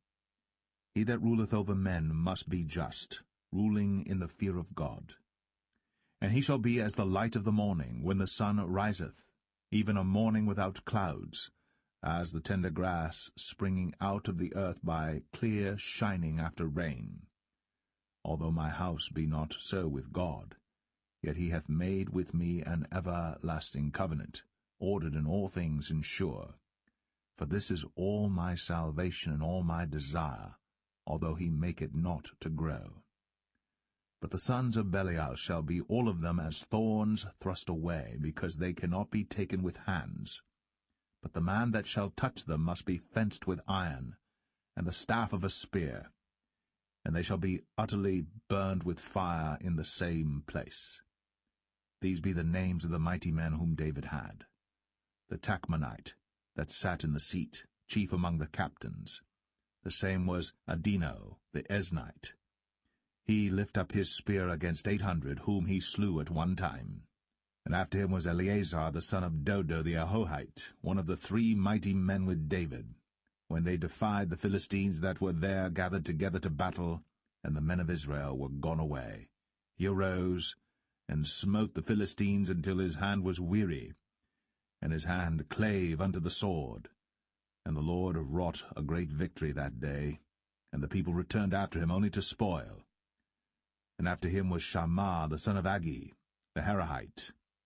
And the Philistines were gathered together into a troop, where was a piece of ground full of lentils, and the people fled from the Philistines. But he stood in the midst of the ground, and defended it, and slew the Philistines, and the Lord wrought a great victory. And 3 of the 30 chief went down, and came to David in the harvest time unto the cave of Adullam. And the troop of the Philistines pitched in the valley of Rephaim. And David was then in an hold, and the garrison of the Philistines was then in Bethlehem. And David longed and said, Oh, that one would give me drink of the water of the well of Bethlehem, which is by the gate. And the 3 mighty men brake through the host of the Philistines, and drew water out of the well of Bethlehem that was by the gate, and took it, and brought it to David. Nevertheless he would not drink thereof, but poured it out unto the Lord. And he said, Be it far from me, O Lord, that I should do this. Is not this the blood of the men that went in jeopardy of their lives? Therefore he would not drink it. These things did these 3 mighty men. And Abishai the brother of Joab, the son of Zeruiah, was chief among 3. And he lifted up his spear against 300, and slew them, and had the name among 3. Was he not most honourable of 3? Therefore he was their captain, howbeit he attained not unto the first 3. And Benaiah the son of Jehoiada, the son of a valiant man of Kabzeel, who had done many acts, he slew 2 lion-like men of Moab. He went down also and slew a lion in the midst of a pit in time of snow. And he slew an Egyptian, a goodly man. And the Egyptian had a spear in his hand. But he went down to him with a staff, and plucked the spear out of the Egyptian's hand, and slew him with his own spear. These things did Benaiah the son of Jehoiada, and had the name among 3 mighty men. He was more honourable than the 30, but he attained not to the first 3. And David set him over his guard. Asahel the brother of Joab was one of the 30, Elhanan the son of Dodo of Bethlehem, Shammah the Harodite, Elika the Harodite, Helez the Paltite, Ira the son of Ikesh the Tekoite, Abiezer the Anethathite, Mebunai the Hushathite, Zalman the Ahohite, Maharai the Netophathite, Heleb the son of Baanah a Netophathite, Ittai the son of Ribai, out of Gibeah of the children of Benjamin, Benaiah the Perathonite, Hiddai of the brooks of Gaash, Abialbon the Arbathite, Asmaveth the Bahamite, Eliabah the Shaalbanite, of the sons of Jashan, Jonathan, Shammah the Hararite, Ahiam the son of Sharar, the Hararite, Eliphalet the son of Ahasbai, the son of the Maacathite, Eliam the son of Ahithophel the Gelonite, Hezrai the Carmelite, Parai the Arbite, Igal the son of Nathan of Zobah, Bani the Gadite, Zelek the Ammonite, Naharai the Barathite, Armabera to Joab the son of Zeruiah, Ira and Ithrite, Gareb and Ithrite, Uriah the Hittite, 37 in all.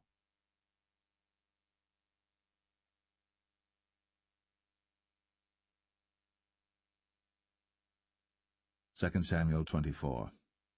And again the anger of the Lord was kindled against Israel, and he moved David against them to say, Go, number Israel and Judah. For the king said to Joab, the captain of the host, which was with him, Go now through all the tribes of Israel, from Dan even to Beersheba, and number ye the people, that I may know the number of the people. And Joab said unto the king, Now the Lord thy God add unto the people, how many soever they be, 100-fold, and that the eyes of my lord the king may see it. But why doth my lord the king delight in this thing? Notwithstanding the king's word prevailed against Joab and against the captains of the host. And Joab and the captains of the host went out from the presence of the king, to number the people of Israel. And they passed over Jordan, and pitched in Aroer, on the right side of the city that lieth in the midst of the river of Gad, and toward Jazer. Then they came to Gilead, and to the land of Tatim Hoshai, and they came to Dan Jaan, and about to Zidon, and came to the stronghold of Tyre, and to all the cities of the Hivites and of the Canaanites, and they went out to the south of Judah, even to Beersheba. So when they had gone through all the land, they came to Jerusalem at the end of 9 months and 20 days. And Joab gave up the sum of the number of the people unto the king, and there were in Israel 800,000 valiant men that drew the sword, and the men of Judah were 500,000 men. And David's heart smote him after that he had numbered the people. And David said unto the Lord, I have sinned greatly in that I have done. And now, I beseech thee, O Lord, take away the iniquity of thy servant, for I have done very foolishly.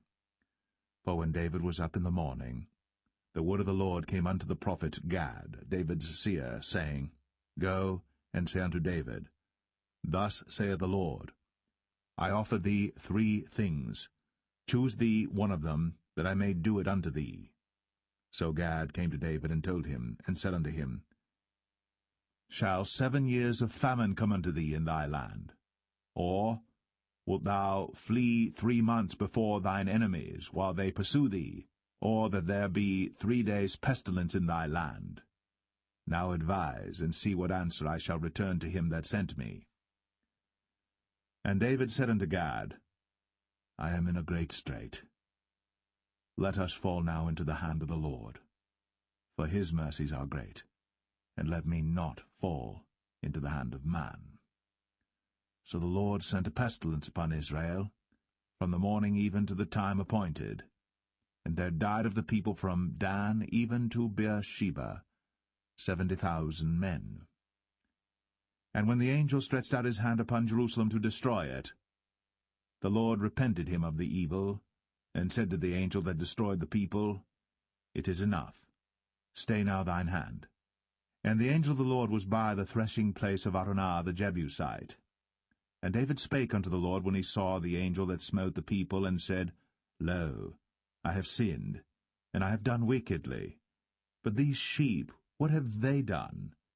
Let thine hand, I pray thee, be against me, and against my father's house. And Gad came that day to David, and said unto him, Go up, rear an altar unto the Lord in the threshing floor of Araunah the Jebusite. And David, according to the saying of Gad, went up as the Lord commanded. And Araunah looked, and saw the king and his servants coming on toward him. And Araunah went out, and bowed himself before the king on his face upon the ground. And Araunah said, Wherefore is my lord the king come to his servant? And David said, To buy the threshing floor of thee, to build an altar unto the Lord, that the plague may be stayed from the people. And Araunah said unto David, Let my lord the king take and offer up what seemeth good unto him. Behold, here be oxen for burnt sacrifice, and threshing instruments, and other instruments of the oxen for wood. All these things did Araunah as a king give unto the king. And Araunah said unto the king, The Lord thy God accept thee. And the king said unto Araunah, Nay, but I will surely buy it of thee at a price. Neither will I offer burnt offerings unto the Lord my God of that which doth cost me nothing. So David bought the threshing floor and the oxen for 50 shekels of silver. And David built there an altar unto the Lord, and offered burnt offerings and peace offerings. So the Lord was entreated for the land, and the plague was stayed from Israel.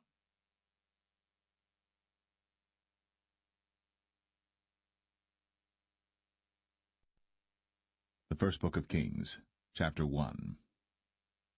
Now King David was old, and stricken in years, and they covered him with clothes, but he gat no heat. Wherefore his servants said unto him, Let there be sought for my lord the king a young virgin, and let her stand before the king, and let her cherish him, and let her lie in thy bosom, that my lord the king may get heat. So they sought for a fair damsel throughout all the coasts of Israel, and found Abishag, a Shunammite, and brought her to the king. And the damsel was very fair, and cherished the king, and ministered to him. But the king knew her not. Then Adonijah the son of Haggith exalted himself, saying, I will be king. And he prepared him chariots and horsemen, and 50 men to run before him. And his father had not displeased him at any time in saying, Why hast thou done so? And he also was a very goodly man. And his mother bare him after Absalom. And he conferred with Joab the son of Zeruiah, and with Abiathar the priest, and they, following Adonijah, helped him. But Zadok the priest, and Benaiah the son of Jehoiada, and Nathan the prophet, and Shimei, and Rei, and the mighty men which belonged to David, were not with Adonijah. And Adonijah slew sheep and oxen and fat cattle by the stone of Zoheleth, which is by En-rogel, and called all his brethren the king's sons, and all the men of Judah the king's servants. But Nathan the prophet, and Benaiah, and the mighty men, and Solomon his brother, he called not. Wherefore Nathan spake unto Bathsheba, the mother of Solomon, saying, Hast thou not heard that Adonijah the son of Haggith doth reign, and David our Lord knoweth it not? Now therefore come, let me, I pray thee, give thee counsel, that thou mayest save thine own life, and the life of thy son Solomon. Go and get thee in unto King David, and say unto him, Didst not thou, my lord, O king, swear unto thine handmaid, saying, Assuredly Solomon thy son shall reign after me, and he shall sit upon my throne. Why then doth Adonijah reign? Behold, while thou yet talkest there with the king, I also will come in after thee, and confirm thy words. And Bathsheba went in unto the king into the chamber. And the king was very old, and Abishag the Shunammite ministered unto the king. And Bathsheba bowed, and did obeisance unto the king. And the king said, What wouldst thou? And she said unto him, My lord, thou swearest by the Lord thy God unto thine handmaid, saying, Assuredly Solomon thy son shall reign after me, and he shall sit upon my throne. And now, behold, Adonijah reigneth. And now, my lord the king, thou knowest it not. And he hath slain oxen and fat cattle, and sheep in abundance, and hath called all the sons of the king, and Abiathar the priest, and Joab the captain of the host. But Solomon thy servant hath he not called. And thou, my lord, O king, the eyes of all Israel are upon thee, that thou shouldst tell them who shall sit on the throne of my lord the king after him. Otherwise it shall come to pass, when my lord the king shall sleep with his fathers, that I and my son Solomon shall be counted offenders. And lo, while she yet talked with the king, Nathan the prophet also came in. And they told the king, saying, Behold, Nathan the prophet. And when he was come in before the king, he bowed himself before the king with his face to the ground. And Nathan said, My lord, O king, hast thou said, Adonijah shall reign after me, and he shall sit upon my throne? For he is gone down this day, and hath slain oxen and fat cattle and sheep in abundance, and hath called all the king's sons, and the captains of the host, and Abiathar the priest, and behold, they eat and drink before him, and say, God save King Adonijah. But me, even me thy servant, and Zadok the priest, and Benaiah the son of Jehoiada, and thy servant Solomon hath he not called. Is this thing done by my lord the king, and thou hast not showed it unto thy servant, who should sit on the throne of my lord the king after him? Then King David answered and said, Call me Bathsheba. And she came into the king's presence, and stood before the king. And the king sware, and said, As the Lord liveth, that hath redeemed my soul out of all distress, even as I swear unto thee by the Lord God of Israel, saying, Assuredly Solomon thy son shall reign after me, and he shall sit upon my throne in my stead, even so will I certainly do this day. Then Bathsheba bowed with her face to the earth, and did reverence to the king, and said, Let my lord King David live for ever. And King David said, Call me Zadok the priest, and Nathan the prophet, and Benaiah the son of Jehoiada. And they came before the king. The king also said unto them, Take with you the servants of your lord, and cause Solomon my son to ride upon mine own mule, and bring him down to Gin. And let Zadok the priest, and Nathan the prophet, anoint him there king over Israel. And blow ye with the trumpet, and say, God save King Solomon. Then ye shall come up after him, that he may come and sit upon my throne, for he shall be king in my stead. And I have appointed him to be ruler over Israel and over Judah. And Benaiah the son of Jehoiada answered the king, and said, Amen. The Lord God of my lord the king say so too. As the Lord hath been with my lord the king, even so be he with Solomon, and make his throne greater than the throne of my lord, King David. So Zadok the priest, and Nathan the prophet, and Benaiah the son of Jehoiada, and the Cherethites, and the Pelethites, went down, and caused Solomon to ride upon King David's mule, and brought him to Gihon. And Zadok the priest took an horn of oil out of the tabernacle, and anointed Solomon, and they blew the trumpet. And all the people said, God save King Solomon. And all the people came up after him, and the people piped with pipes, and rejoiced with great joy, so that the earth rent with the sound of them. And Adonijah and all the guests that were with him heard it as they had made an end of eating. And when Joab heard the sound of the trumpet, he said, Wherefore is this noise of the city being in an uproar? And while he yet spake, behold, Jonathan the son of Abiathar the priest came. And Adonijah said unto him, Come in, for thou art a valiant man, and bringest good tidings. And Jonathan answered and said to Adonijah, Verily, our lord King David hath made Solomon king. And the king hath sent with him Zadok the priest, and Nathan the prophet, and Benaiah the son of Jehoiada, and the Cherethites and the Pelethites, and they have caused him to ride upon the king's mule. And Zadok the priest, and Nathan the prophet, have anointed him king in Gihon, and they are come up from thence, rejoicing, so that the city rang again. This is the noise that ye have heard. And also Solomon sitteth on the throne of the kingdom. And moreover, the king's servants came to bless our lord King David, saying, God make the name of Solomon better than thy name, and make his throne greater than thy throne. And the king bowed himself upon the bed.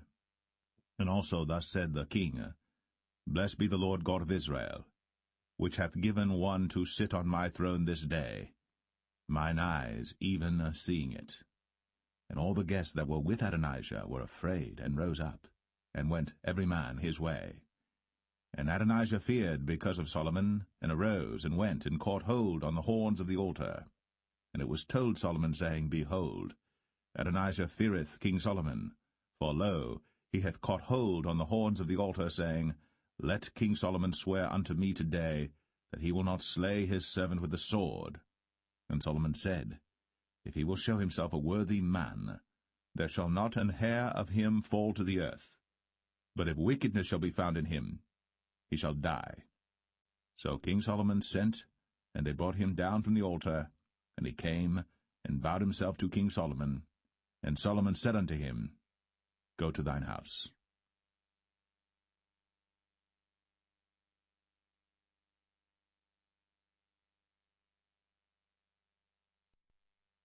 1 Kings 2.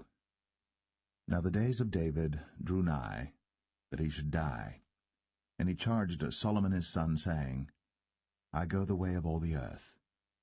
Be thou strong therefore, and show thyself a man, and keep the charge of the Lord thy God, to walk in his ways, to keep his statutes, and his commandments, and his judgments, and his testimonies, as it is written in the law of Moses, that thou mayest prosper in all that thou doest, and whithersoever thou turnest thyself, that the Lord may continue his word which he spake concerning me, saying, If thy children take heed to their way, to walk before me in truth with all their heart and with all their soul, there shall not fail thee, said he, a man on the throne of Israel.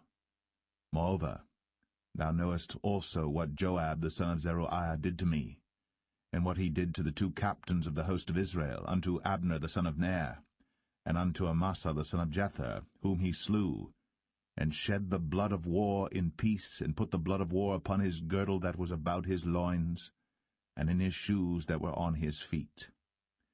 Do therefore according to thy wisdom, and let not his hoar head go down to the grave in peace.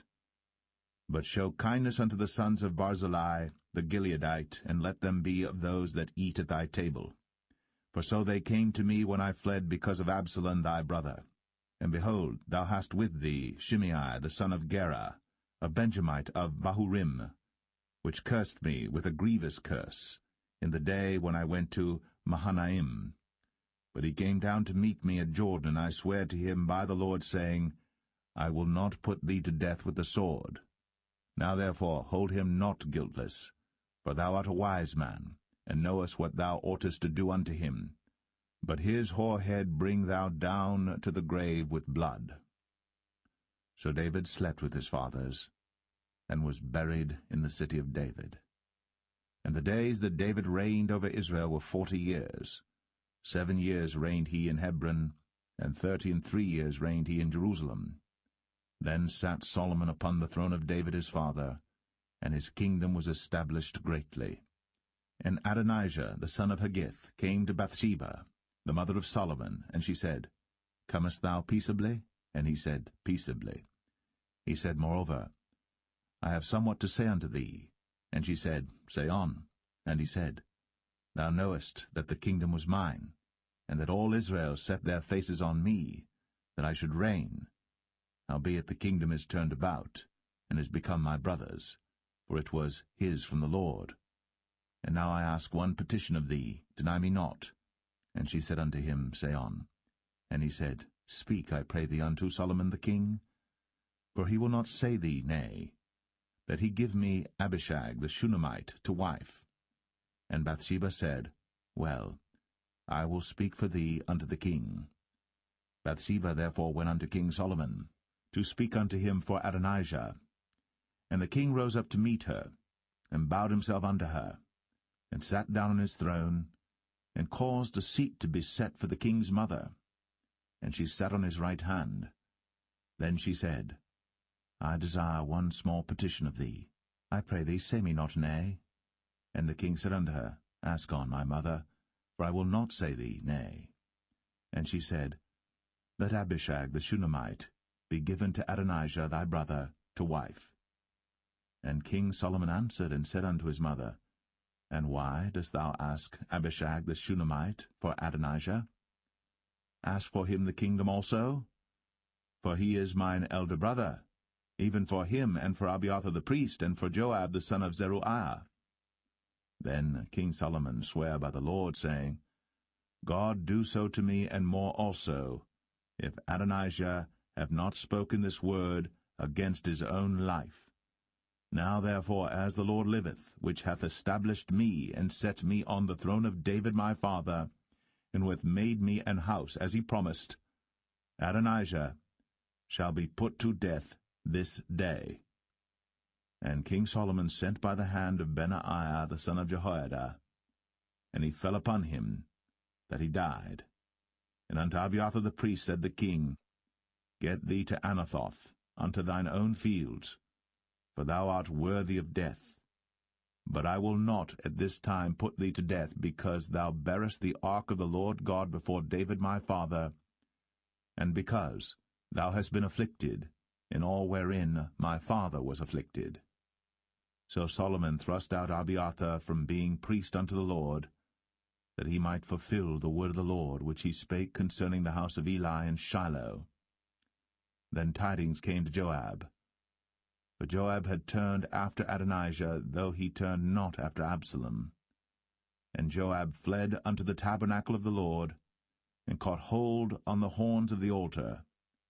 And it was told King Solomon that Joab was fled unto the tabernacle of the Lord, and behold, he is by the altar. Then Solomon sent Benaiah the son of Jehoiada, saying, Go, fall upon him. And Benaiah came to the tabernacle of the Lord, and said unto him, Thus saith the king, Come forth. And he said, Nay, but I will die here. And Benaiah brought the king word again, saying, Thus said Joab. And thus he answered me. And the king said unto him, Do as he hath said, and fall upon him, and bury him, that thou mayest take away the innocent blood, which Joab shed from me, and from the house of my father. And the Lord shall return his blood upon his own head, who fell upon 2 men more righteous and better than he, and slew them with the sword. My father David, not knowing thereof, to wit, Abner the son of Ner, captain of the host of Israel, and Amasa the son of Jether, captain of the host of Judah. Their blood shall therefore return upon the head of Joab, and upon the head of his seed for ever. But upon David, and upon his seed, and upon his house, and upon his throne, shall there be peace for ever from the Lord. So Benaiah the son of Jehoiada went up, and fell upon him, and slew him. And he was buried in his own house, in the wilderness. And the king put Benaiah the son of Jehoiada in his room over the host, and Zadok the priest did the king put in the room of Abiathar. And the king sent and called for Shimei, and said unto him, Build thee an house in Jerusalem, and dwell there, and go not forth thence any whither.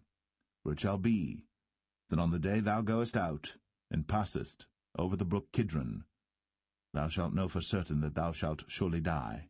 Thy blood shall be upon thine own head. And Shimei said unto the king, The saying is good. As my lord the king hath said, so will thy servant do. And Shimei dwelt in Jerusalem many days. And it came to pass at the end of 3 years, that 2 of the servants of Shimei ran away unto Achish, son of Maachah, king of Gath. And they told Shimei, saying, Behold, thy servants be in Gath. And Shimei arose, and saddled his ass, and went to Gath to Achish to seek his servants. And Shimei went, and brought his servants from Gath. And it was told Solomon that Shimei had gone from Jerusalem to Gath, and was come again. And the king sent and called for Shimei, and said unto him, Did I not make thee to swear by the Lord, and protested unto thee, saying, Know for a certain, on the day thou goest out, and walkest abroad any whither, that thou shalt surely die? And thou saidst unto me, The word that I have heard is good. Why then hast thou not kept the oath of the Lord, and the commandment that I have charged thee with? The king said moreover to Shimei, Thou knowest all the wickedness which thine heart is privy to, that thou didst to David my father. Therefore the Lord shall return thy wickedness upon thine own head. And King Solomon shall be blessed, and the throne of David shall be established before the Lord for ever. So the king commanded Benaiah the son of Jehoiada, which went out, and fell upon him that he died. And the kingdom was established in the hand of Solomon.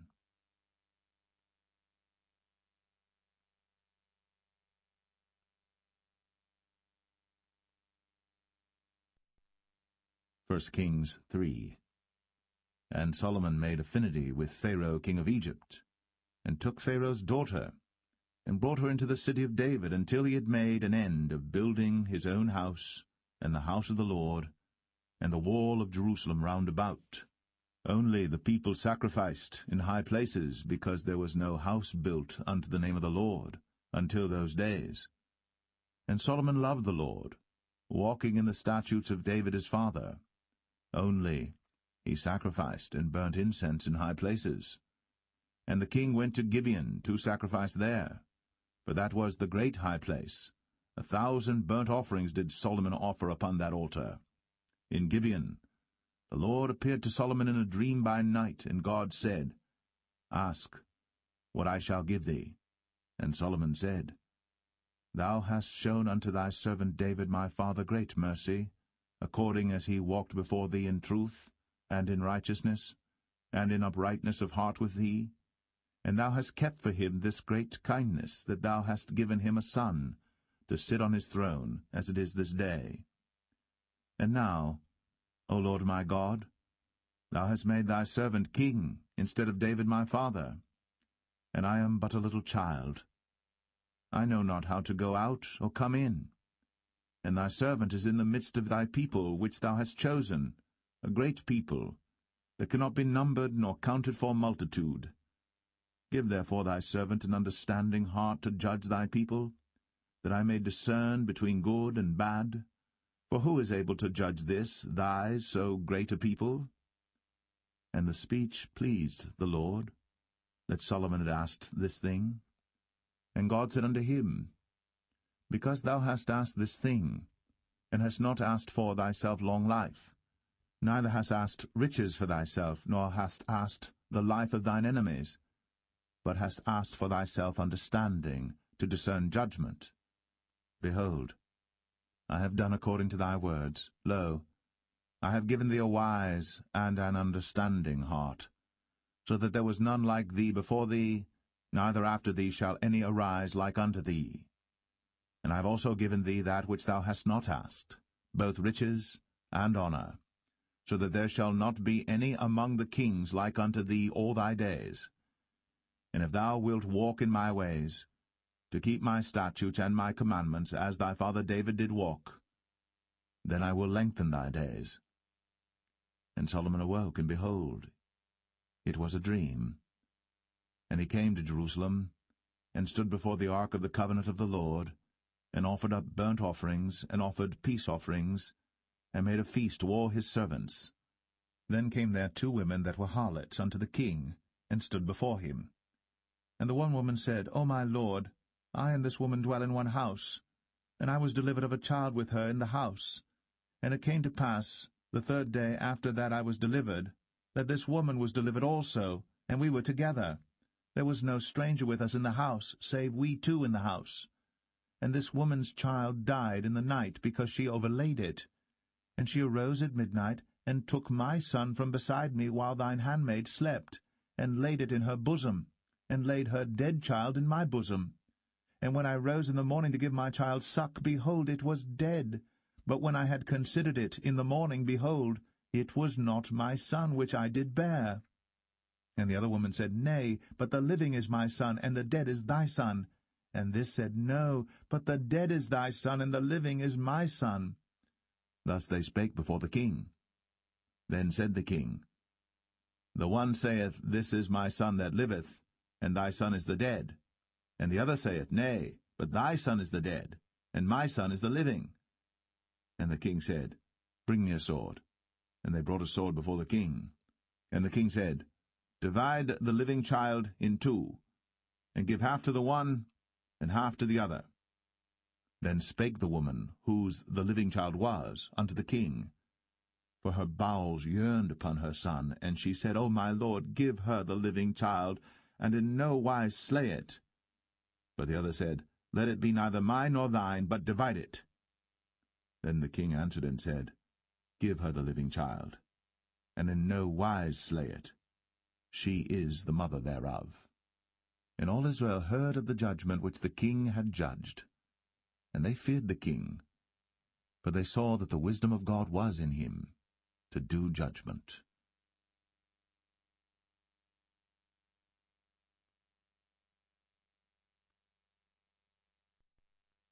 1 Kings 4. So King Solomon was king over all Israel. And these were the princes which he had: Azariah the son of Zadok the priest, Elihoreph and Ahiah the sons of Shishah, scribes, Jehoshaphat the son of Ahilud, the recorder, and Benaiah the son of Jehoiada was over the host, and Zadok and Abiathar were the priests. And Azariah the son of Nathan was over the officers, and Zabud the son of Nathan was principal officer, and the king's friend. And Ahisha was over the household, and Adoniram the son of Abda was over the tribute. And Solomon had 12 officers over all Israel, which provided victuals for the king and his household. Each man his month in a year made provision. And these are their names: the son of Hur, in Mount Ephraim, the son of Dekar, in Makaz, and in Shaalbim, and in Beth-Shemesh, and Elon Bethanan, the son of Hesed, in Arabath. To him pertained Socho, in all the land of Hepher, the son of Abinadab, in all the region of Dor, which had Taphath, the daughter of Solomon, to wife. Baanah, the son of Ahilud, to him pertained Tanakh and Megiddo, in all Bethshan, which is by Zartanah beneath Jezreel, from Bethshan to Abel-Meholah, even unto the place that is beyond Jokneam. The son of Geber, in Ramoth-Gilead, to him pertain the towns of Jair the son of Manasseh, which are in Gilead. To him also pertain the region of Argob, which is in Bashan, 80 great cities with walls and brazen bars. Ahinadab the son of Edo had Mahanaim. Ahimaaz was in Naphtali. He also took Basmath, the daughter of Solomon, to wife. Baanah the son of Hushai was in Asher and in Aloth. Jehoshaphat the son of Paruah in Issachar. Shimei the son of Elah in Benjamin. Geber the son of Uri was in the country of Gilead, in the country of Sihon the king of the Amorites, and of Og the king of Bashan, and he was the only officer which was in the land. Judah and Israel were many as the sand which is by the sea in multitude, eating and drinking and making merry. And Solomon reigned over all kingdoms, from the river unto the land of the Philistines, and unto the border of Egypt. They brought presents, and served Solomon all the days of his life.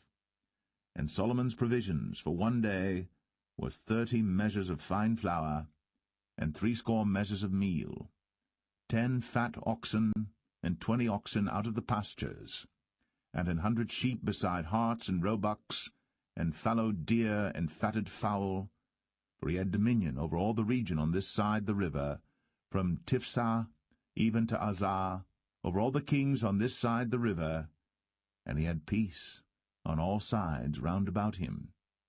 And Judah and Israel dwelt safely, every man under his vine and under his fig tree, from Dan even to Beersheba, all the days of Solomon. And Solomon had 40,000 stalls of horses for his chariots, and 12,000 horsemen. And those officers provided victual for King Solomon, and for all that came unto King Solomon's table every man in his month, they lacked nothing. Barley also, and straw for the horses, and dromedaries brought they unto the place where the officers were, every man according to his charge. And God gave Solomon wisdom and understanding exceeding much, and largeness of heart, even as the sand that is on the seashore. And Solomon's wisdom excelled the wisdom of all the children of the east country, and all the wisdom of Egypt. For he was wiser than all men, than Ethan the Ezrahite, and Heman, and Chalcol, and Darda, the sons of Mahol, and his fame was in all nations round about. And he spake 3,000 proverbs, and his songs were 1,005. And he spake of trees, from the cedar tree that is in Lebanon even unto the hyssop that springeth out of the wall. He spake also of beasts, and of fowl, and of creeping things, and of fishes. And there came of all people to hear the wisdom of Solomon, from all kings of the earth, which had heard of his wisdom.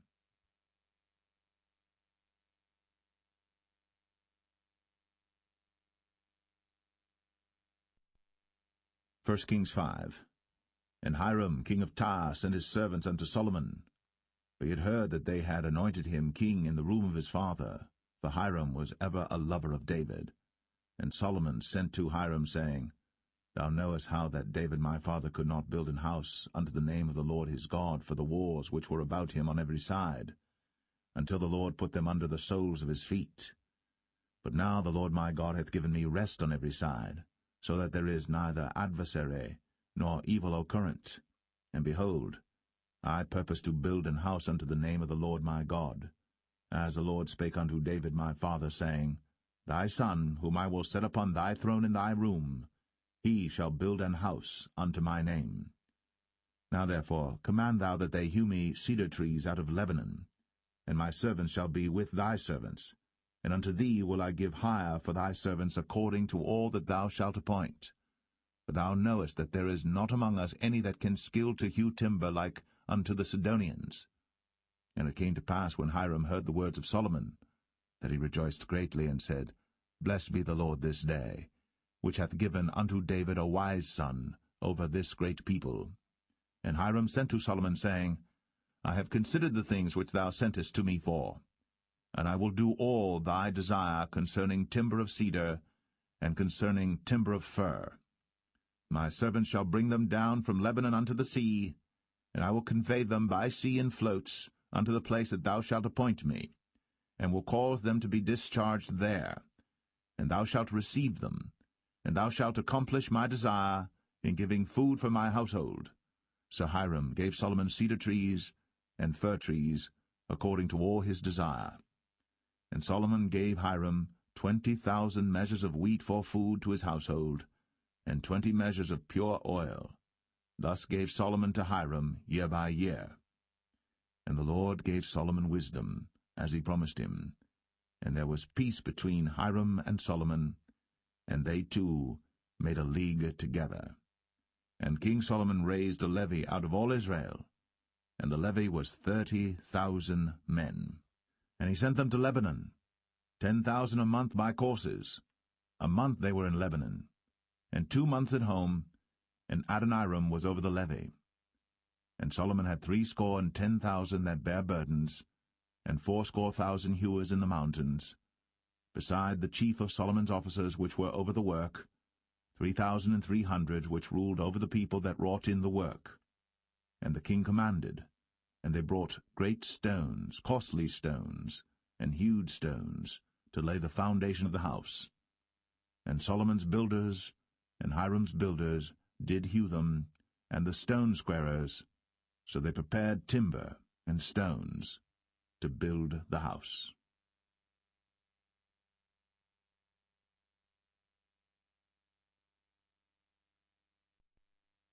1 Kings 6. And it came to pass in the 480th year, after the children of Israel were come out of the land of Egypt, in the 4th year of Solomon's reign over Israel, in the month Ziph, which is the 2nd month, that he began to build the house of the Lord. And the house which King Solomon built for the Lord, the length thereof was 80 cubits, and the breadth thereof 20 cubits, and the height thereof 30 cubits. And the porch before the temple of the house 20 cubits was the length thereof, according to the breadth of the house, and 10 cubits was the breadth thereof before the house. And for the house he made windows of narrow lights.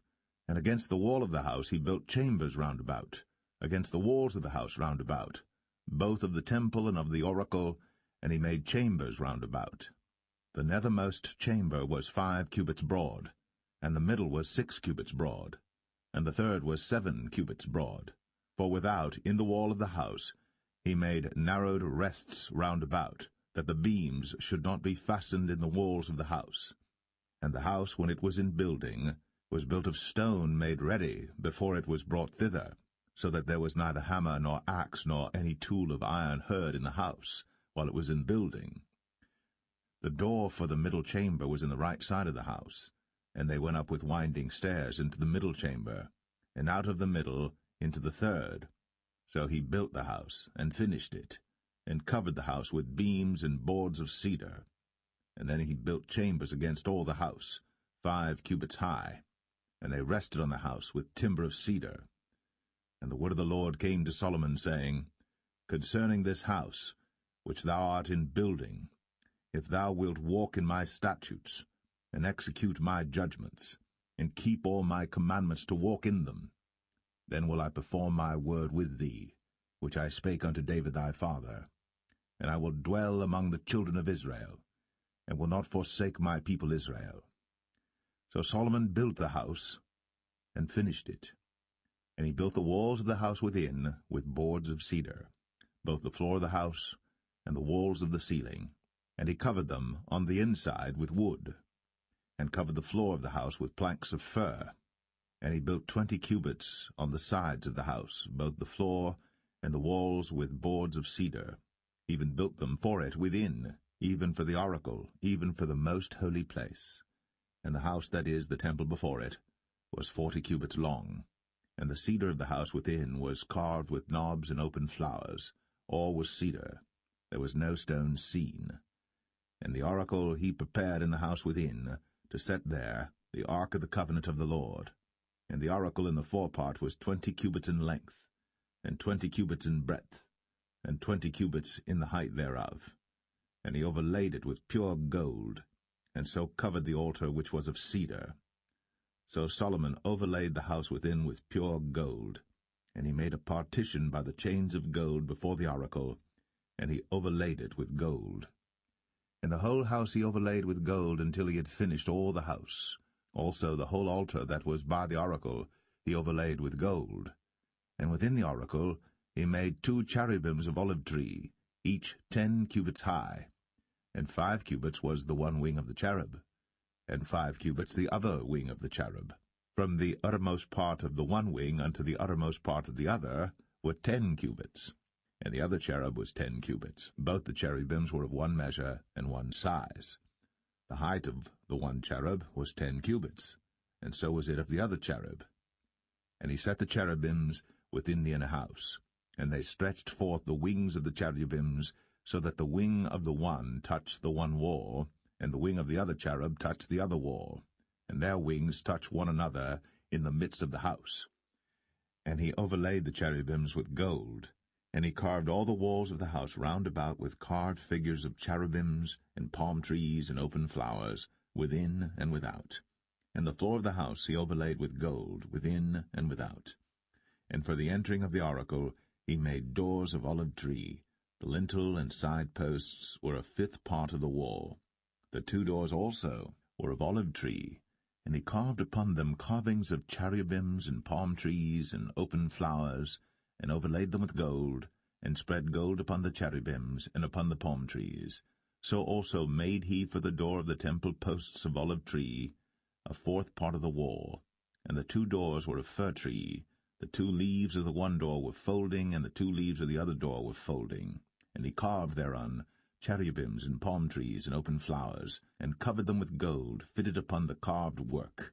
And he built the inner court with 3 rows of hewed stone, and a row of cedar beams.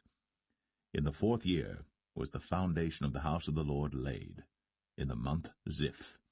And in the 11th year, in the month Bul, which is the 8th month, was the house finished throughout all the parts thereof. And according to all the fashion of it, so was he 7 years in building it.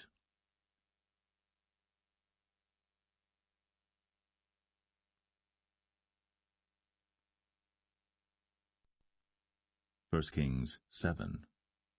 But Solomon was building his own house 13 years, and he finished all his house. He built also the house of the forest of Lebanon.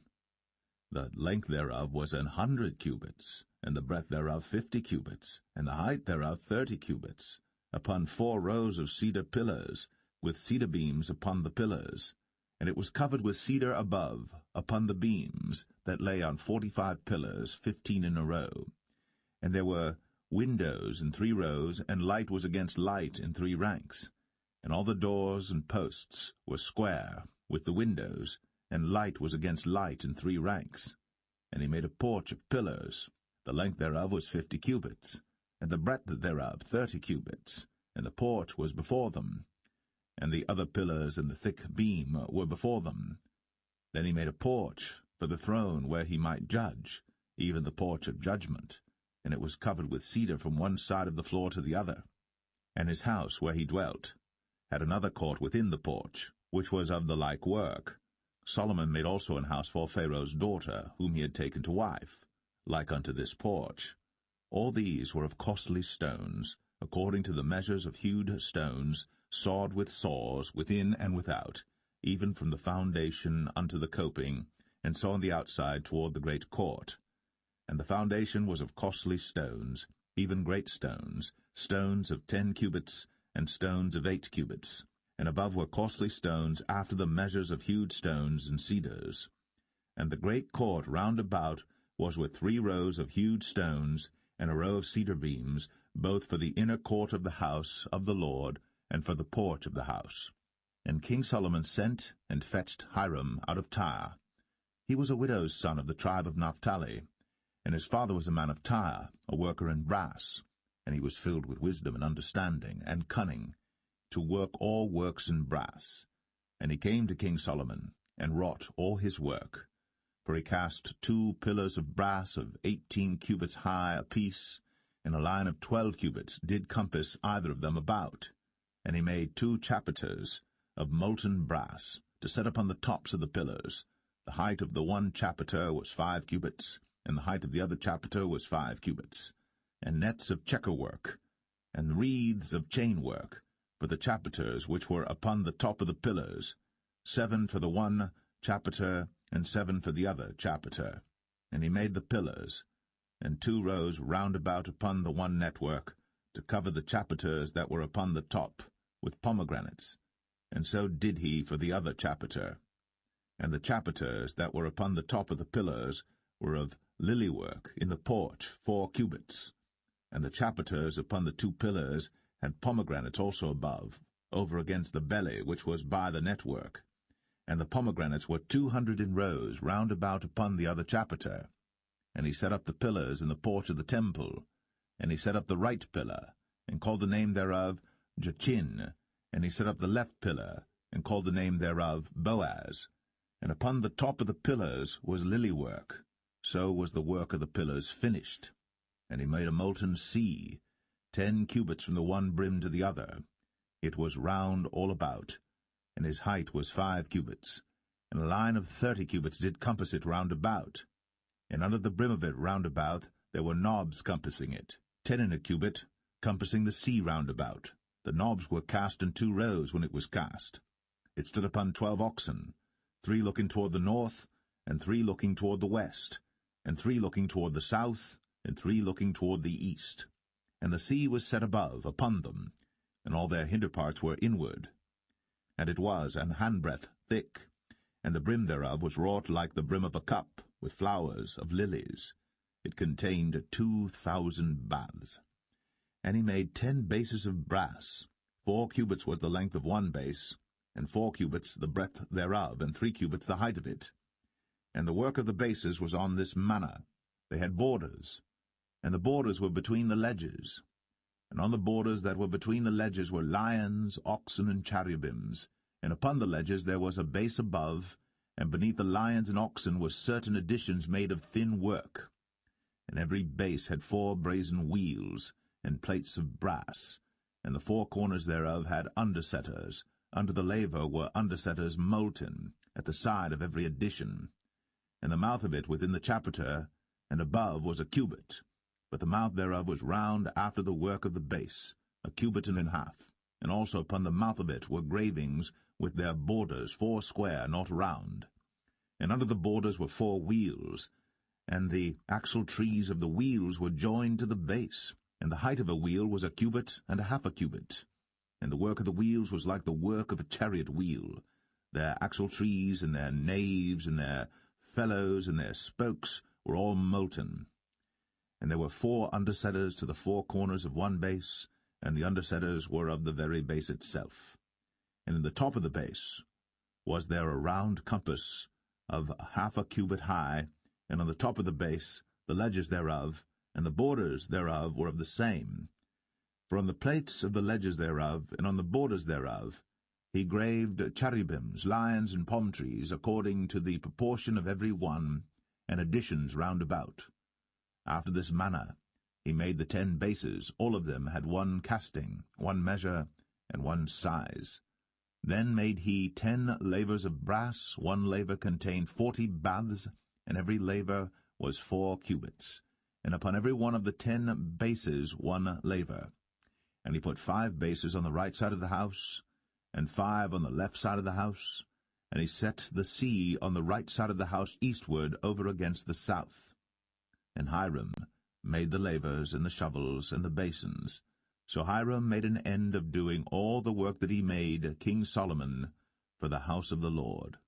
The 2 pillars and the 2 bowls of the chapiters that were on the top of the 2 pillars, and the 2 networks to cover the 2 bowls of the chapiters, which were upon the top of the pillars, and 400 pomegranates for the 2 networks, even 2 rows of pomegranates for 1 network, to cover the 2 bowls of the chapiters that were upon the pillars, and the 10 bases, and 10 lavers on the bases, and 1 sea, and 12 oxen under the sea, and the pots, and the shovels, and the basins, and all these vessels which Hiram made to King Solomon for the house of the Lord, were of bright brass.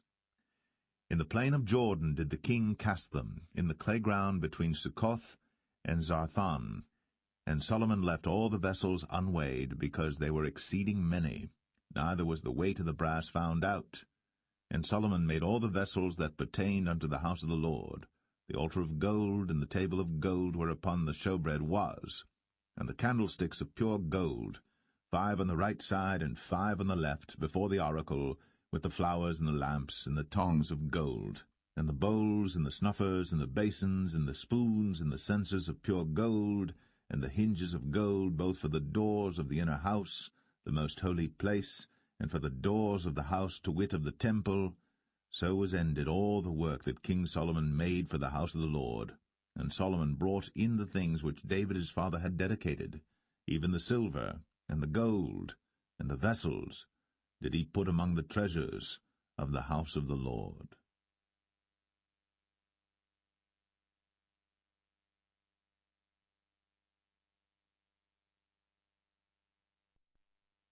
1 Kings 8. Then Solomon assembled the elders of Israel, and all the heads of the tribes, the chief of the fathers of the children of Israel, unto King Solomon in Jerusalem, that they might bring up the ark of the covenant of the Lord out of the city of David, which is Zion. And all the men of Israel assembled themselves unto King Solomon at the feast in the month Ethanim, which is the 7th month. And all the elders of Israel came, and the priests took up the ark, and they brought up the ark of the Lord, and the tabernacle of the congregation, and all the holy vessels that were in the tabernacle, even those did the priests and the Levites bring up. And King Solomon and all the congregation of Israel that were assembled unto him were with him before the ark, sacrificing sheep and oxen that could not be told nor numbered for multitude. And the priests brought in the ark of the covenant of the Lord unto his place, into the oracle of the house, to the most holy place, even under the wings of the cherubims. For the cherubims spread forth their 2 wings over the place of the ark, and the cherubims covered the ark and the staves thereof above. And they drew out the staves, that the ends of the staves were seen out in the holy place before the oracle, and they were not seen without. And there they are unto this day. There was nothing in the ark save the 2 tables of stone, which Moses put there at Horeb, when the Lord made a covenant with the children of Israel, when they came out of the land of Egypt. And it came to pass, when the priests were come out of the holy place, that the cloud filled the house of the Lord, so that the priests could not stand to minister because of the cloud, for the glory of the Lord had filled the house of the Lord. Then spake Solomon, The Lord said that he would dwell in the thick darkness. I have surely built thee an house to dwell in, a settled place for thee to abide in for ever. And the king turned his face about, and blessed all the congregation of Israel. And all the congregation of Israel stood, and he said, Blessed be the Lord God of Israel, which spake with his mouth unto David my father, and hath with his hand fulfilled it, saying, Since the day that I brought forth my people Israel out of Egypt, I chose no city out of all the tribes of Israel to build an house, that my name might be therein. But I chose David to be over my people Israel. And it was in the heart of David my father to build an house for the name of the Lord God of Israel. And the Lord said unto David my father, Whereas it was in thine heart to build an house unto my name, thou didst well that it was in thine heart. Nevertheless thou shalt not build the house, but thy son that shall come forth out of thy loins, he shall build the house unto my name. And the Lord hath performed his word that he spake, and I am risen up in the room of David my father, and sit on the throne of Israel, as the Lord promised, and have built an house for the name of the Lord God of Israel. And I have set there a place for the ark, wherein is the covenant of the Lord, which he made with our fathers when he brought them out of the land of Egypt. And Solomon stood before the altar of the Lord in the presence of all the congregation of Israel, and spread forth his hands toward heaven, and he said, Lord God of Israel, there is no God like thee, in heaven above, or on earth beneath, who keepest covenant and mercy with thy servants that walk before thee with all their heart, who hast kept with thy servant David my father, that thou promised him, thou spakest also with thy mouth, and hast fulfilled it with thine hand, as it is this day. Therefore now, Lord God of Israel, keep with thy servant David my father, that thou promised him, saying, There shall not fail thee a man in my sight to sit on the throne of Israel, so that thy children take heed to their way, that they walk before me as thou hast walked before me. And now, O God of Israel, let thy word, I pray thee, be verified, which thou spakest unto thy servant David my father. But will God indeed dwell on the earth? Behold, the heaven, and heaven of heavens cannot contain thee. How much less this house that I have builded? Yet have thou respect unto the prayer of thy servant, and to his supplication, O Lord my God, to hearken unto the cry and to the prayer which thy servant prayeth before thee today, that thine eyes may be open toward this house night and day, even toward the place of which thou hast said, my name shall be there, that thou mayest hearken unto the prayer which thy servant shall make toward this place. And hearken thou to the supplication of thy servant, and of thy people Israel, when they shall pray toward this place. And hear thou in heaven thy dwelling place, and when thou hearest, forgive. If any man trespass against his neighbor, and an oath be laid upon him to cause him to swear, and the oath come before thine altar in this house, then hear thou in heaven, and do and judge thy servants, condemning the wicked, to bring his way upon his head, and justifying the righteous, to give him according to his righteousness. When thy people Israel be smitten down before the enemy, because they have sinned against thee, and shall turn again to thee, and confess thy name, and pray, and make supplication unto thee in this house, then hear thou in heaven, and forgive the sin of thy people Israel, and bring them again unto the land which thou gavest unto their fathers. When heaven is shut up, and there is no rain because they have sinned against thee, if they pray toward this place, and confess thy name, and turn from their sin, when thou afflictest them, then hear thou in heaven, and forgive the sin of thy servants, and of thy people Israel, that thou teach them the good way wherein they should walk, and give rain upon thy land, which thou hast given to thy people for an inheritance.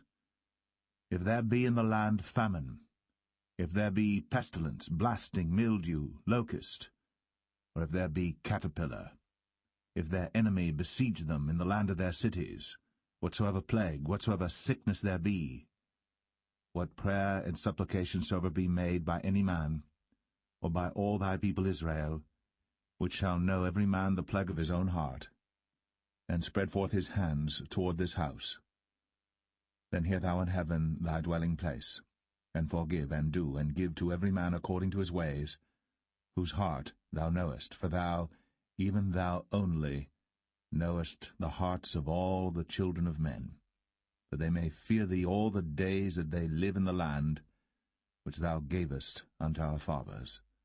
Moreover, concerning a stranger that is not of thy people Israel, but cometh out of a far country for thy name's sake, for they shall hear of thy great name, and of thy strong hand, and of thy stretched out arm, when he shall come and pray toward this house, hear thou in heaven thy dwelling place, and do according to all that the stranger calleth to thee for, that all people of the earth may know thy name, to fear thee, as do thy people Israel, and that they may know that this house which I have builded is called by thy name.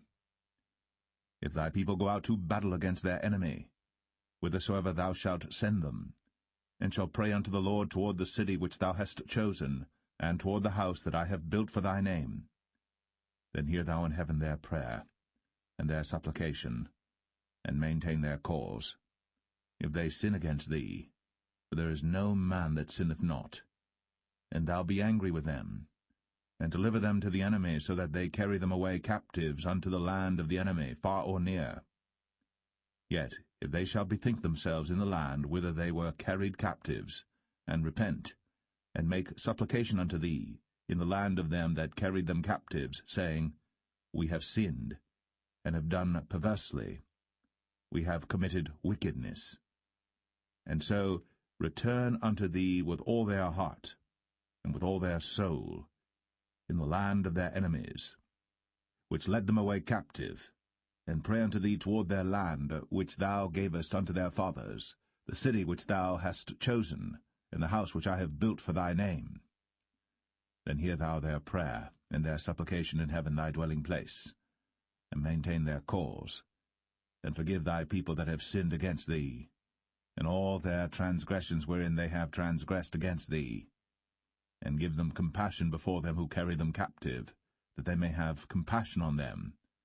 For they be thy people, and thine inheritance, which thou broughtest forth out of Egypt, from the midst of the furnace of iron, that thine eyes may be open unto the supplication of thy servant, and unto the supplication of thy people Israel, to hearken unto them in all that they call for unto thee. For thou didst separate them from among all the people of the earth to be thine inheritance, as thou spakest by the hand of Moses thy servant, when thou broughtest our fathers out of Egypt, O Lord God. And it was so that when Solomon had made an end of praying all this prayer and supplication unto the Lord, he arose from before the altar of the Lord, from kneeling on his knees with his hands spread up to heaven. And he stood, and blessed all the congregation of Israel with a loud voice, saying, Blessed be the Lord, that hath given rest unto his people Israel, according to all that he promised. There hath not failed one word of all his good promise, which he promised by the hand of Moses his servant. The Lord our God be with us, as he was with our fathers. Let him not leave us, nor forsake us, that he may incline our hearts unto him, to walk in all his ways, and to keep his commandments and his statutes and his judgments, which he commanded our fathers. And let these my words wherewith I have made supplication before the Lord be nigh unto the Lord our God day and night, that he maintain the cause of his servant, and the cause of his people Israel at all times, as the matter shall require, that all the people of the earth may know that the Lord is God, and that there is none else. Let your heart therefore be perfect with the Lord our God, to walk in his statutes, and to keep his commandments, as at this day. And the king and all Israel with him offered sacrifice before the Lord. And Solomon offered a sacrifice of peace offerings which he offered unto the Lord, 22,000 oxen, and 120,000 sheep. So the king and all the children of Israel dedicated the house of the Lord. The same day did the king hallow the middle of the court that was before the house of the Lord, for there he offered burnt offerings and meat offerings, and the fat of the peace offerings, because the brazen altar that was before the Lord was too little to receive the burnt offerings and meat offerings, and the fat of the peace offerings. And at that time Solomon held a feast, and all Israel with him, a great congregation from the entering in of Hamath unto the river of Egypt, before the Lord our God 7 days, and 7 days, even 14 days. On the 8th day he sent the people away, and they blessed the king, and went unto their tents joyful and glad of heart, for all the goodness that the Lord had done for David his servant, and for Israel his people.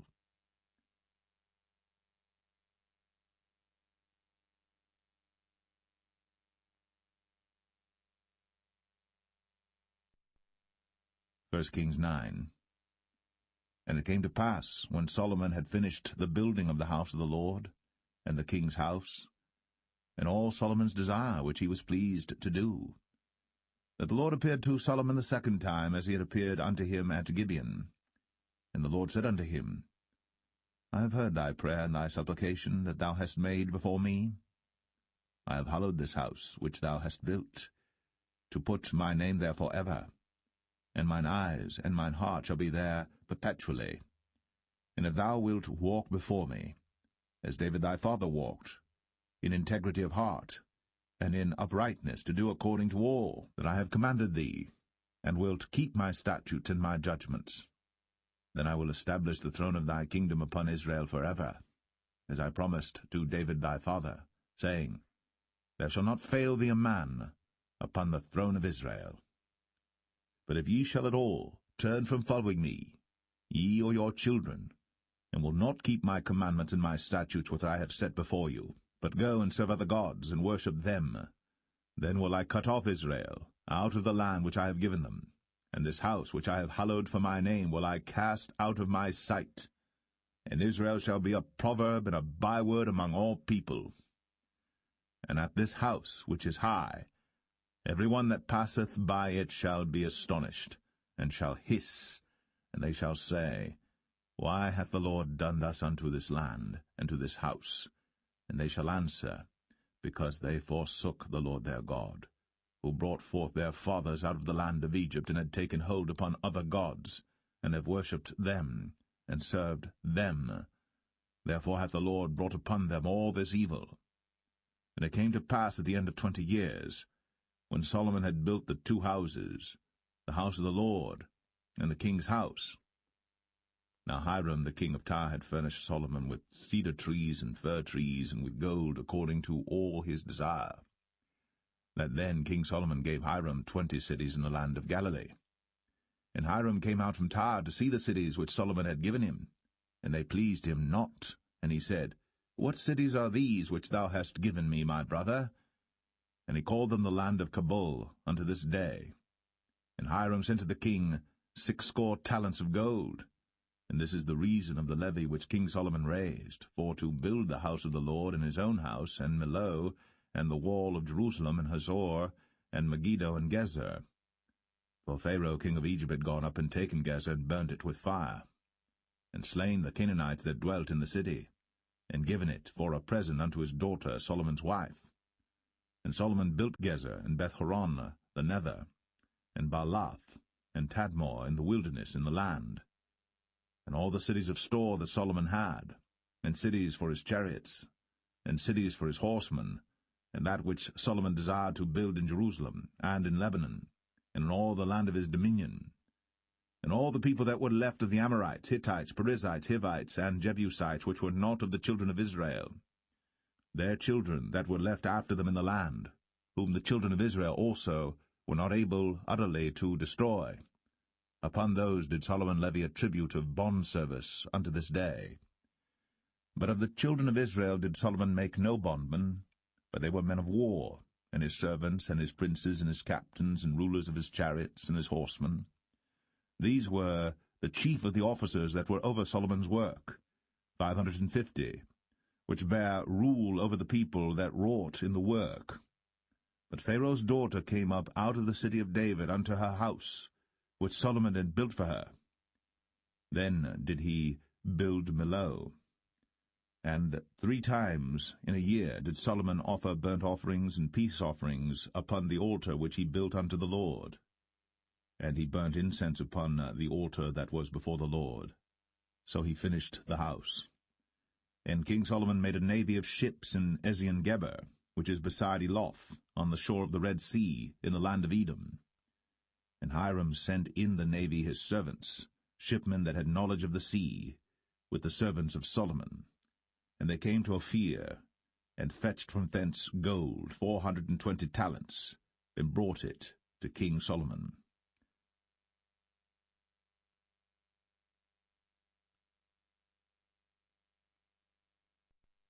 1 Kings 10.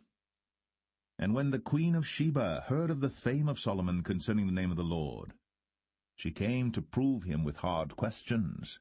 And she came to Jerusalem with a very great train, with camels that bare spices, and very much gold, and precious stones. And when she was come to Solomon, she communed with him of all that was in her heart. And Solomon told her all her questions.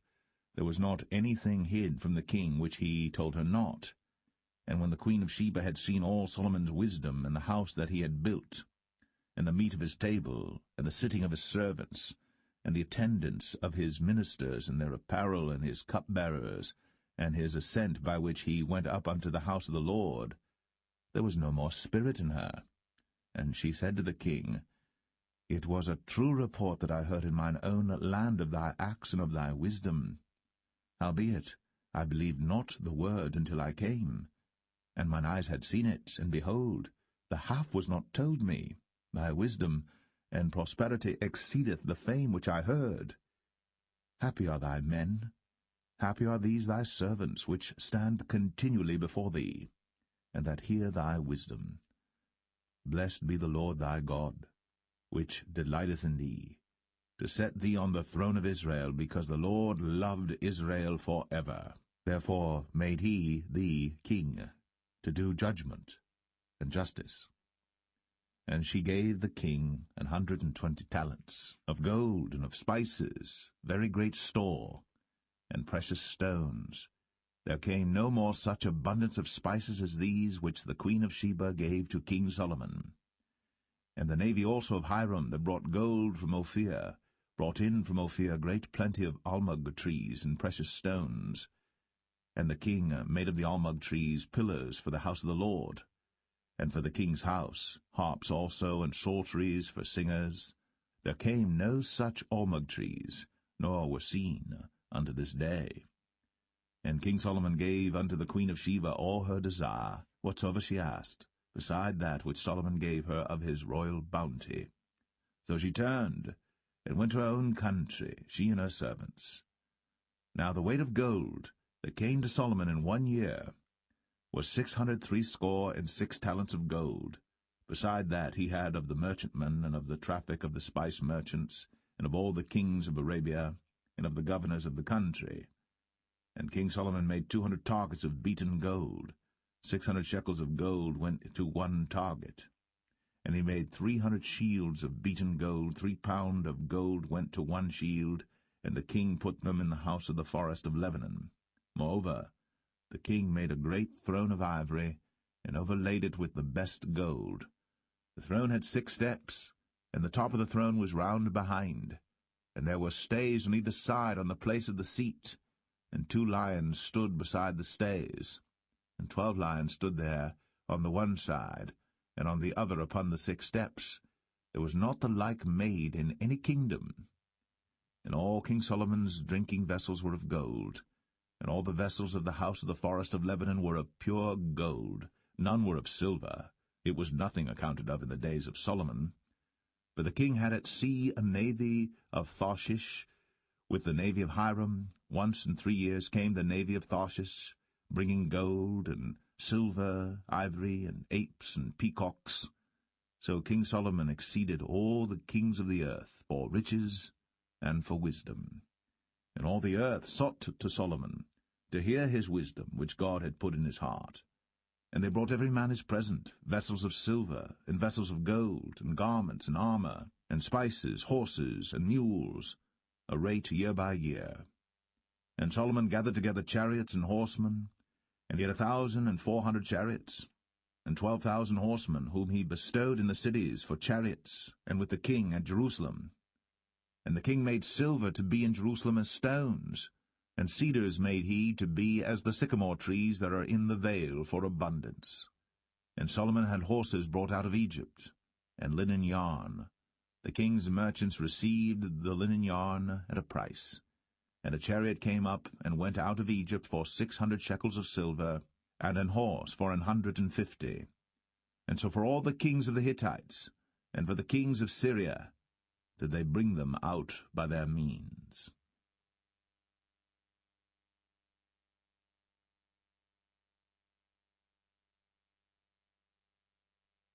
1 Kings 11.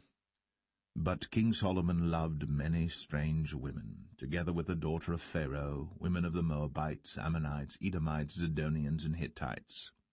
Of the nations concerning which the Lord said unto the children of Israel, Ye shall not go in to them, neither shall they come in unto you, for surely they will turn away your heart after their gods. Solomon clave unto these in love. And he had 700 wives, princesses, and 300 concubines, and his wives turned away his heart. For it came to pass, when Solomon was old, that his wives turned away his heart after other gods. And his heart was not perfect with the Lord his God, as was the heart of David his father. For Solomon went after Ashtoreth, the goddess of the Zidonians, and after Milcom, the abomination of the Ammonites. And Solomon did evil in the sight of the Lord, and went not fully after the Lord, as did David his father. Then did Solomon build an high place for Chemosh, the abomination of Moab, in the hill that is before Jerusalem, and for Moloch, the abomination of the children of Ammon. And likewise did he for all his strange wives, which burnt incense, and sacrificed unto their gods. And the Lord was angry with Solomon, because his heart was turned from the Lord God of Israel, which had appeared unto him twice, and had commanded him concerning this thing, that he should not go after other gods. But he kept not that which the Lord commanded.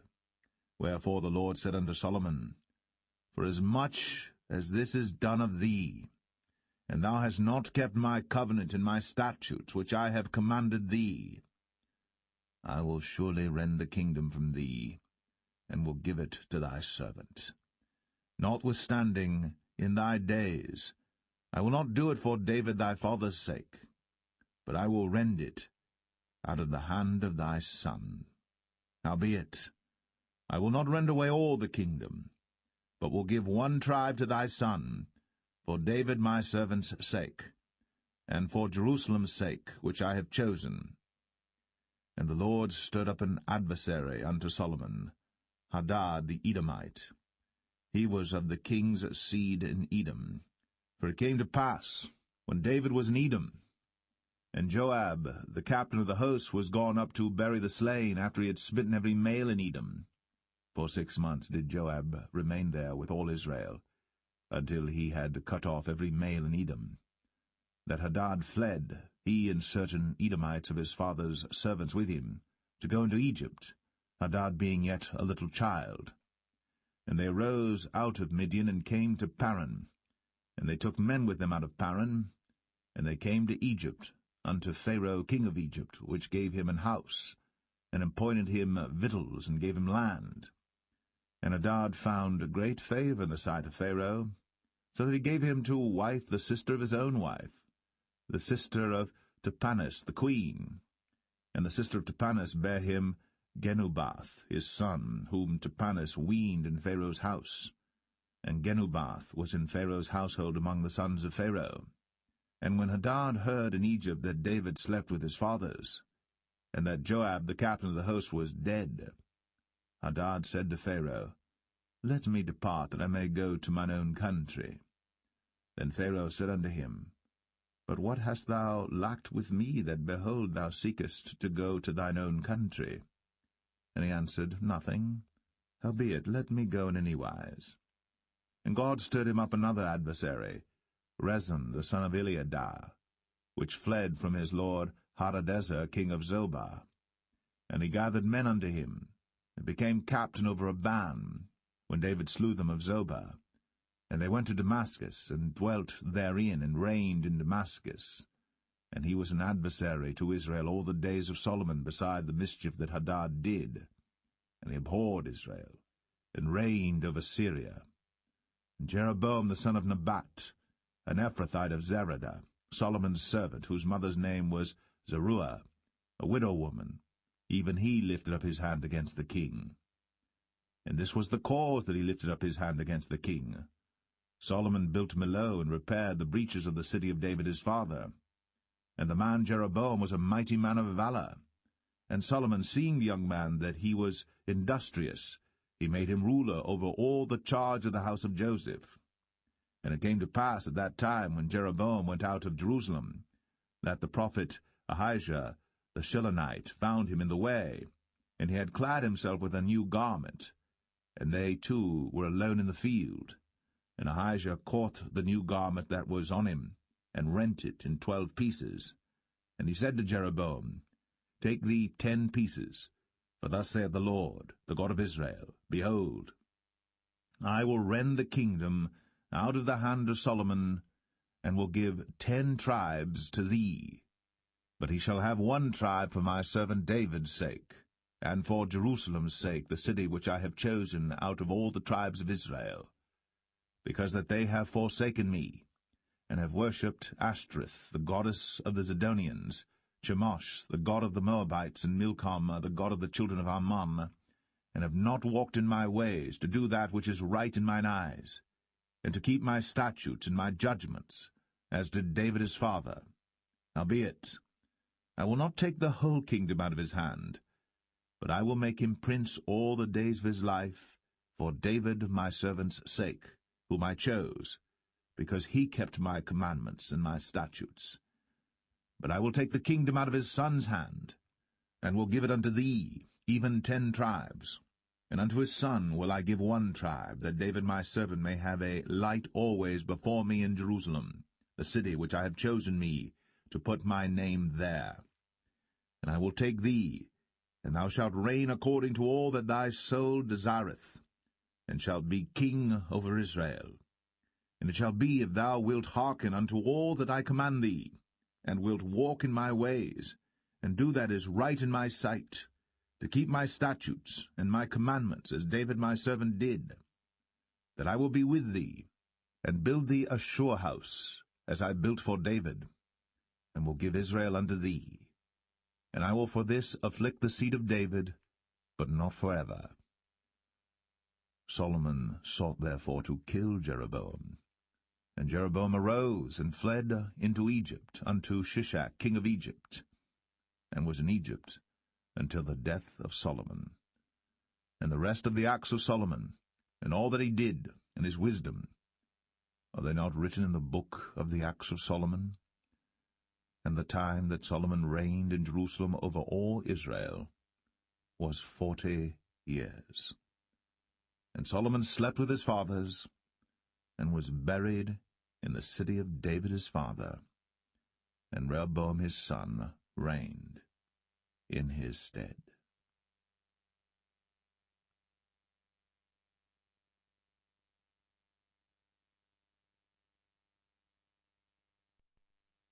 First Kings 12. And Rehoboam went to Shechem, for all Israel were come to Shechem to make him king. And it came to pass, when Jeroboam the son of Nebat, who was yet in Egypt, heard of it, for he was fled from the presence of King Solomon, and Jeroboam dwelt in Egypt, that they sent and called him. And Jeroboam and all the congregation of Israel came and spake unto Rehoboam, saying, Thy father made our yoke grievous. Now therefore make thou the grievous service of thy father, and his heavy yoke which he put upon us lighter, and we will serve thee. And he said unto them, Depart yet for 3 days, then come again to me. And the people departed. And King Rehoboam consulted with the old men that stood before Solomon his father while he yet lived, and said, How do ye advise that I may answer this people? And they spake unto him, saying, If thou wilt be a servant unto this people this day, and wilt serve them, and answer them, and speak good words to them, then they will be thy servants forever. But he forsook the counsel of the old men which they had given him, and consulted with the young men that were grown up with him, and which stood before him. And he said unto them, What counsel give ye that we may answer this people who have spoken to me, saying, Make the yoke which thy father did put upon us lighter? And the young men that were grown up with him spake unto him, saying, Thus shalt thou speak unto this people that spake unto thee, saying, Thy father made our yoke heavy, but make thou it lighter unto us. Thus shalt thou say unto them, My little finger shall be thicker than my father's loins. And now, whereas my father did lade you with a heavy yoke, I will add to your yoke. My father hath chastised you with whips, but I will chastise you with scorpions.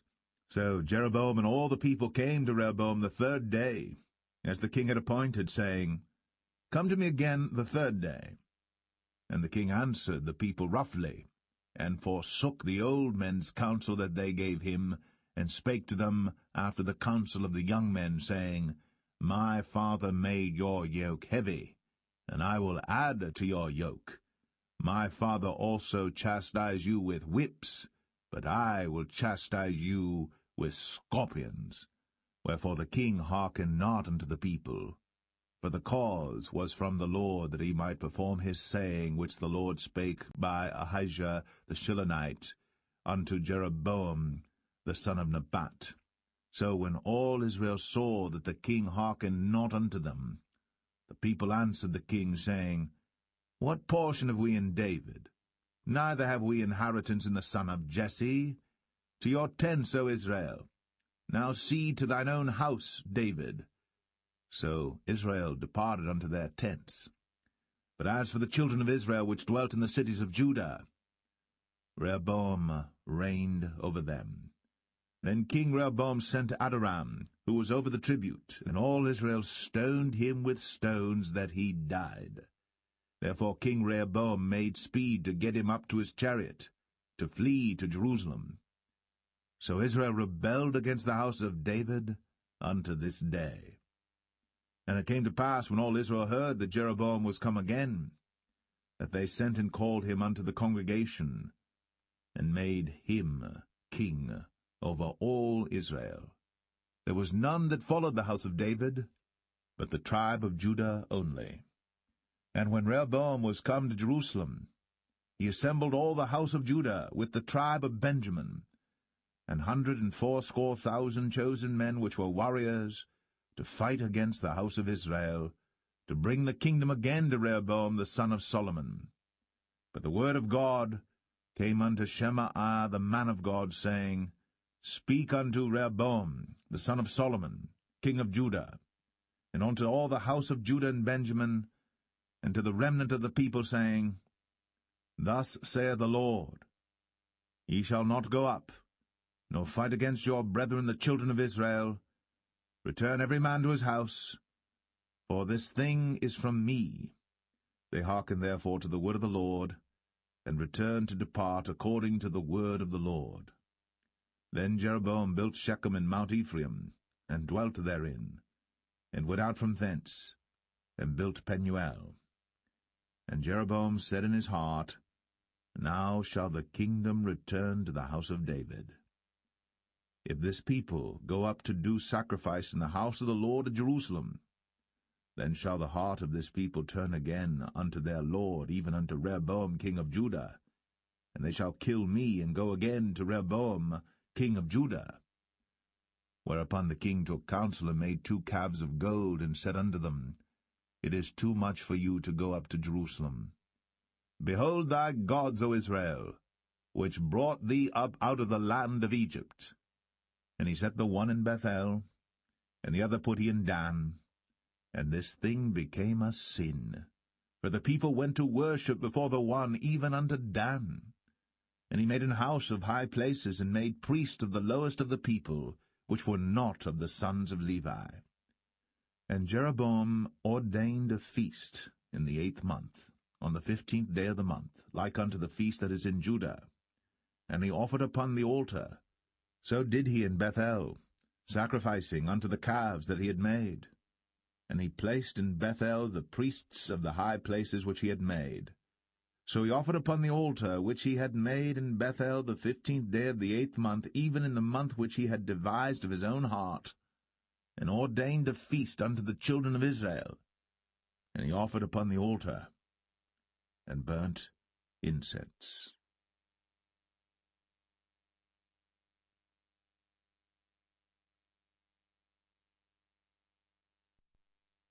1 Kings 13. And behold, there came a man of God out of Judah by the word of the Lord unto Bethel. And Jeroboam stood by the altar to burn incense. And he cried against the altar in the word of the Lord, and said, O altar, altar, thus saith the Lord, Behold, a child shall be born unto the house of David, Josiah by name. And upon thee shall he offer the priests of the high places that burn incense upon thee, and men's bones shall be burnt upon thee.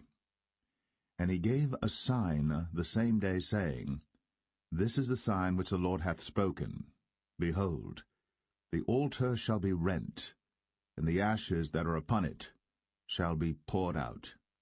And it came to pass, when King Jeroboam heard the saying of the man of God, which had cried against the altar in Bethel, that he put forth his hand from the altar, saying, Lay hold on him. And his hand, which he put forth against him, dried up, so that he could not pull it in again to him. The altar also was rent, and the ashes poured out from the altar, according to the sign which the man of God had given, by the word of the Lord. And the king answered and said unto the man of God, Entreat now the face of the Lord thy God, and pray for me, that my hand may be restored me again. And the man of God besought the Lord, and the king's hand was restored him again, and became as it was before. And the king said unto the man of God, Come home with me, and refresh thyself, and I will give thee a reward.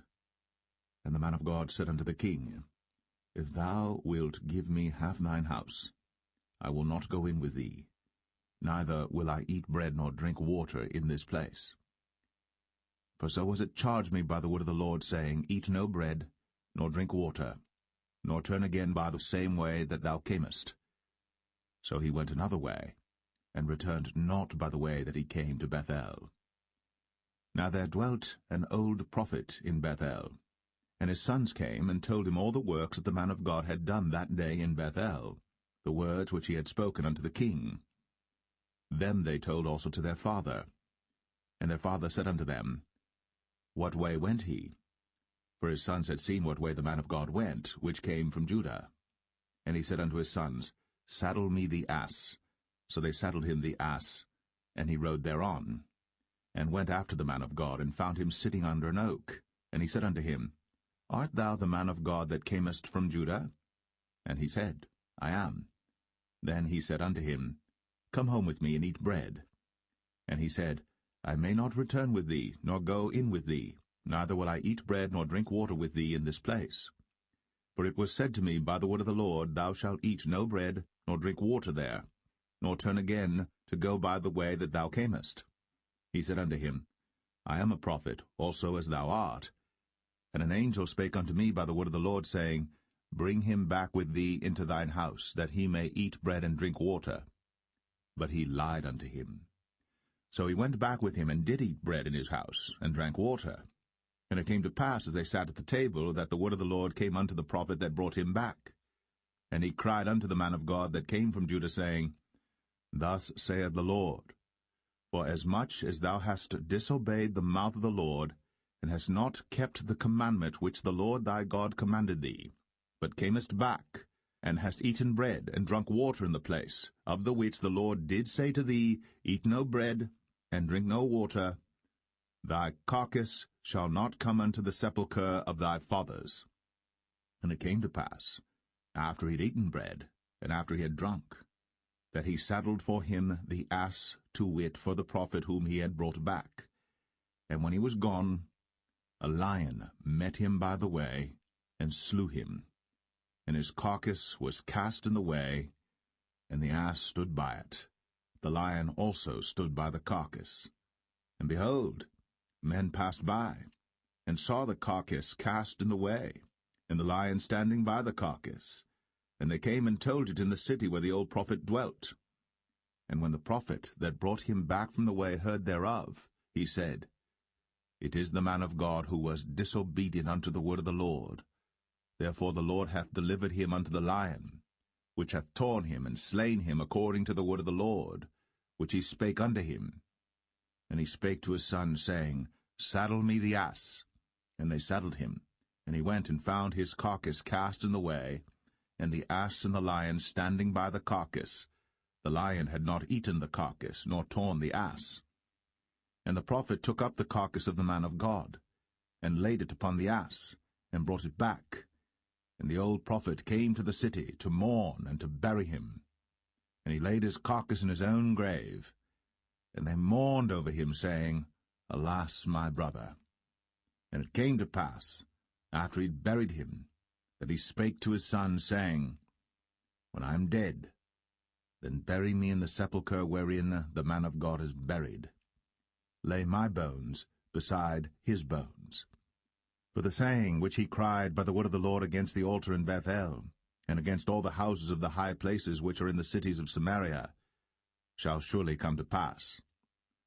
After this thing Jeroboam returned not from his evil way, but made again of the lowest of the people priests of the high places. Whosoever would, he consecrated him, and he became one of the priests of the high places. And this thing became sin unto the house of Jeroboam, even to cut it off, and to destroy it from off the face of the earth.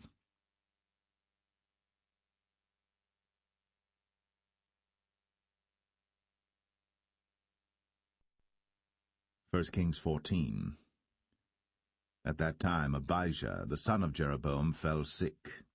And Jeroboam said to his wife, Arise, I pray thee, and disguise thyself, that thou be not known to be the wife of Jeroboam, and get thee to Shiloh. Behold, there is Ahijah the prophet, which told me that I should be king over this people. And take with thee 10 loaves and cracknels, and a cruse of honey, and go to him. He shall tell thee what shall become of the child. And Jeroboam's wife did so, and arose, and went to Shiloh, and came to the house of Ahijah. But Ahijah could not see, for his eyes were set by reason of his age. And the Lord said unto Ahijah, Behold, the wife of Jeroboam cometh to ask a thing of thee for her son, for he is sick. Thus and thus shalt thou say unto her, for it shall be, when she cometh in, that she shall feign herself to be another woman. And it was so, when Ahijah heard the sound of her feet, as she came in at the door, that he said, Come in, thou wife of Jeroboam. Why feignest thou thyself to be another? For I am sent to thee with heavy tidings. Go, tell Jeroboam, Thus saith the Lord God of Israel, Forasmuch as I exalted thee from among the people, and made thee prince over my people Israel, and rent the kingdom away from the house of David, and gave it thee, and yet thou hast not been as my servant David, who kept my commandments, and who followed me with all his heart, to do that only which was right in mine eyes, but hast done evil above all that were before thee. For thou hast gone and made thee other gods, and molten images, to provoke me to anger, and hast cast me behind thy back. Therefore, behold, I will bring evil upon the house of Jeroboam, and will cut off from Jeroboam him that pisseth against the wall, and him that is shut up and left in Israel, and will take away the remnant of the house of Jeroboam as a man taketh away dung, till it be all gone. Him that dieth of Jeroboam in the city shall the dogs eat, and him that dieth in the field shall the fowls of the air eat. For the Lord hath spoken it. Arise thou therefore, get thee to thine own house, and when thy feet enter into the city, the child shall die. And all Israel shall mourn for him, and bury him. For he only of Jeroboam shall come to the grave, because in him there is found some good thing toward the Lord God of Israel in the house of Jeroboam.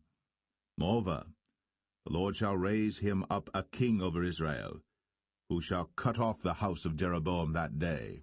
But what? Even now. For the Lord shall smite Israel, as a reed is shaken in the water, and he shall root up Israel out of this good land, which he gave to their fathers, and shall scatter them beyond the river, because they have made their groves, provoking the Lord to anger. And he shall give Israel up, because of the sins of Jeroboam, who did sin, and who made Israel to sin. And Jeroboam's wife arose and departed, and came to Tirzah. And when she came to the threshold of the door, the child died, and they buried him. And all Israel mourned for him according to the word of the Lord, which he spake by the hand of his servant Ahijah the prophet. And the rest of the acts of Jeroboam, how he warred and how he reigned, behold, they are written in the book of the Chronicles of the kings of Israel. And the days which Jeroboam reigned were 22 years, and he slept with his fathers, and Nadab his son reigned in his stead. And Rehoboam the son of Solomon reigned in Judah. Rehoboam was 41 years old when he began to reign, and he reigned 17 years in Jerusalem, the city which the Lord did choose out of all the tribes of Israel, to put his name there. And his mother's name was Naamah, an Ammonitess. And Judah did evil in the sight of the Lord, and they provoked him to jealousy with their sins which they had committed, above all that their fathers had done. For they also built them high places and images and groves on every high hill, and under every green tree. And there were also Sodomites in the land, and they did according to all the abominations of the nations which the Lord cast out before the children of Israel. And it came to pass in the 5th year of King Rehoboam, that Shishak king of Egypt came up against Jerusalem. And he took away the treasures of the house of the Lord, and the treasures of the king's house, he even took away all, and he took away all the shields of gold which Solomon had made.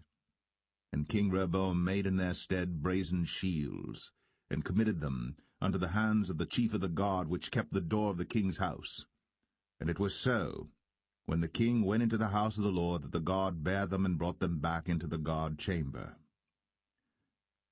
Now the rest of the acts of Rehoboam, and all that he did, are they not written in the book of the Chronicles of the kings of Judah? And there was war between Rehoboam and Jeroboam all their days. And Rehoboam slept with his fathers, and was buried with his fathers in the city of David. And his mother's name was Naamah, an Ammonitess. And Abijam, his son, reigned in his stead.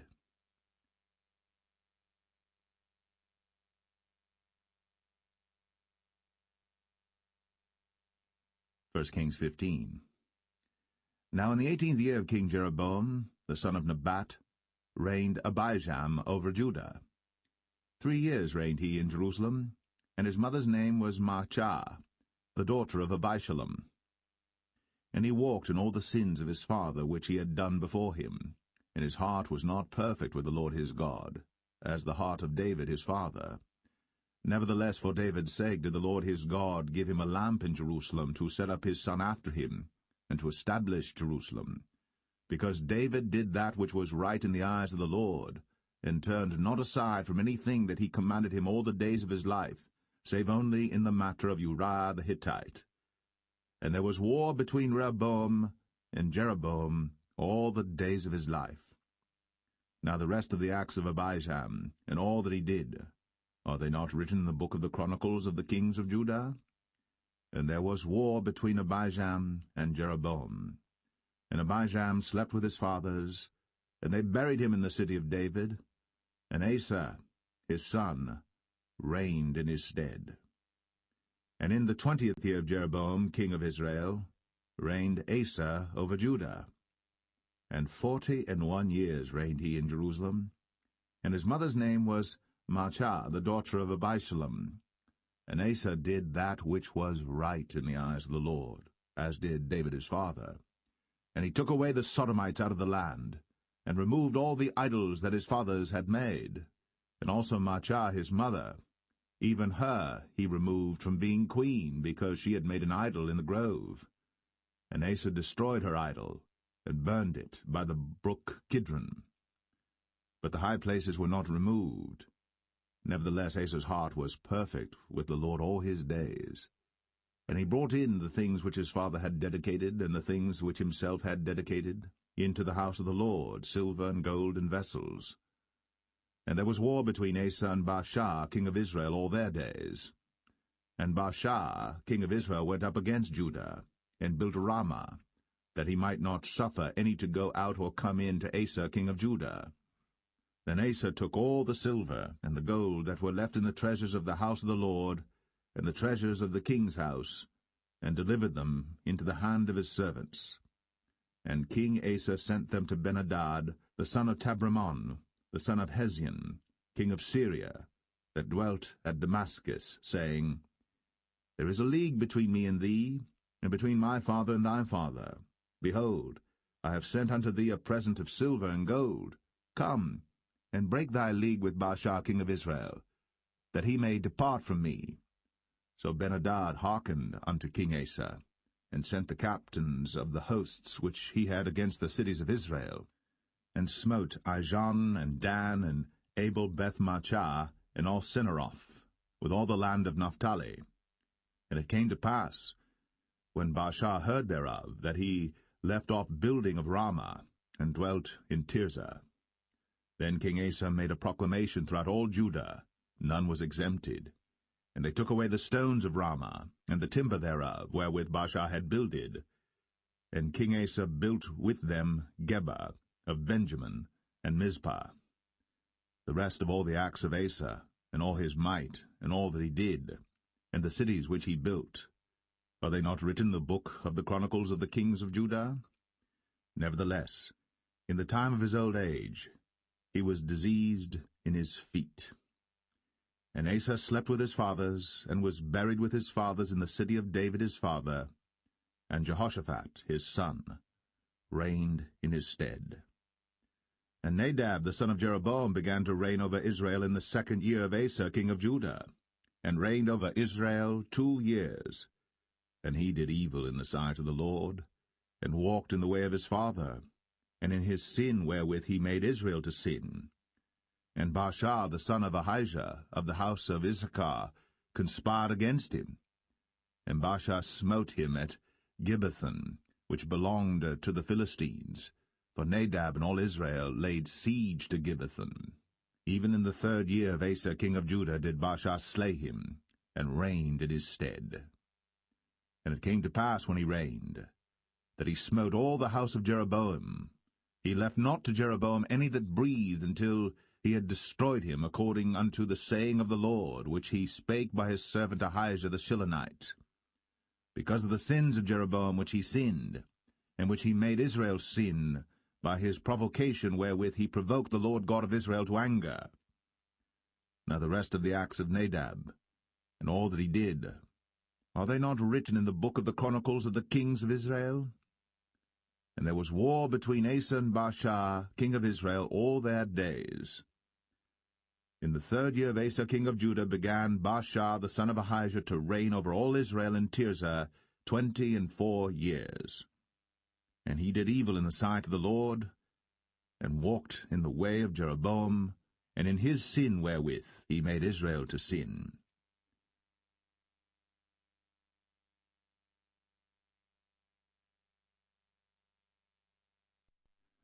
1 Kings 16.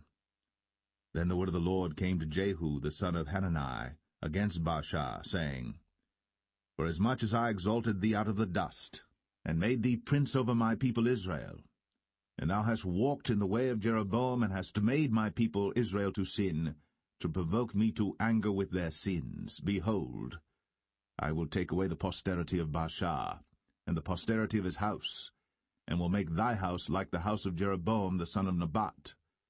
Him that dieth of Baasha in the city shall the dogs eat, and him that dieth of his in the fields shall the fowls of the air eat.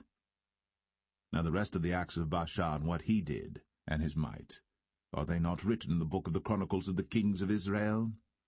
So Baasha slept with his fathers, and was buried in Tirzah, and Elah his son reigned in his stead.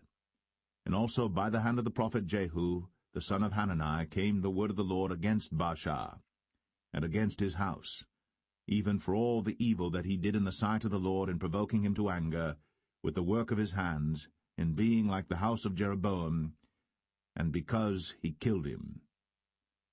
In the 26th year of Asa king of Judah began Elah the son of Baasha to reign over Israel in Tirzah 2 years. And his servant Zimri, captain of half his chariots, conspired against him, as he was in Tirzah drinking himself drunk in the house of Arzah, steward of his house in Tirzah. And Zimri went in, and smote him, and killed him, in the 27th year of Asa king of Judah, and reigned in his stead. And it came to pass, when he began to reign, as soon as he sat on his throne, that he slew all the house of Baasha. He left him not one that pisseth against a wall, neither of his kinsfolks, nor of his friends. Thus did Zimri destroy all the house of Baasha, according to the word of the Lord which he spake against Baasha by Jehu the prophet. For all the sins of Baasha, and the sins of Elah his son, by which they sinned, and by which they made Israel to sin, in provoking the Lord God of Israel to anger with their vanities. Now the rest of the acts of Elah, and all that he did, are they not written in the book of the Chronicles of the kings of Israel? In the 27th year of Asa king of Judah did Zimri reign 7 days in Tirzah. And the people were encamped against Gibbethon, which belonged to the Philistines. And the people that were encamped heard say, Zimri hath conspired, and hath also slain the king. Wherefore all Israel made Omri, the captain of the host, king over Israel that day in the camp. And Omri went up from Gibbethon, and all Israel with him, and they besieged Tirzah. And it came to pass, when Zimri saw that the city was taken, that he went into the palace of the king's house, and burnt the king's house over him with fire, and died. For his sins, which he sinned in doing evil in the sight of the Lord, and walking in the way of Jeroboam, and in his sin which he did, to make Israel to sin. Now the rest of the acts of Zimri, and his treason that he wrought, are they not written in the book of the Chronicles of the kings of Israel? Then were the people of Israel divided into 2 parts. Half of the people followed Tibni the son of Ginath, to make him king, and half followed Omri. But the people that followed Omri prevailed against the people that followed Tibni the son of Ginath. So Tibni died, and Omri reigned. In the 31st year of Asa king of Judah began Omri to reign over Israel 12 years. 6 years reigned he in Tirzah. And he bought the hill Samaria of Shemer for 2 talents of silver, and built on the hill, and called the name of the city which he built after the name of Shemer, owner of the hill, Samaria. But Omri wrought evil in the eyes of the Lord, and did worse than all that were before him. For he walked in all the way of Jeroboam the son of Nebat, and in his sin wherewith he made Israel to sin, to provoke the Lord God of Israel to anger with their vanities. Now the rest of the acts of Omri which he did, and his might that he showed, are they not written in the book of the Chronicles of the kings of Israel? So Omri slept with his fathers, and was buried in Samaria, and Ahab his son reigned in his stead. And in the 38th year of Asa king of Judah began Ahab the son of Omri to reign over Israel. And Ahab the son of Omri reigned over Israel in Samaria 22 years. And Ahab the son of Omri did evil in the sight of the Lord above all that were before him. And it came to pass, as if it had been a light thing for him to walk in the sins of Jeroboam the son of Nebat, that he took to wife Jezebel, the daughter of Ethbaal, king of the Zidonians, and went and served Baal, and worshipped him. And he reared up an altar for Baal in the house of Baal, which he had built in Samaria. And Ahab made a grove, and Ahab did more to provoke the Lord God of Israel to anger than all the kings of Israel that were before him. In his days did Hiel the Bethelite build Jericho. He laid the foundation thereof in Abiram his firstborn, and set up the gates thereof in his youngest son Segub, according to the word of the Lord, which he spake by Joshua the son of Nun.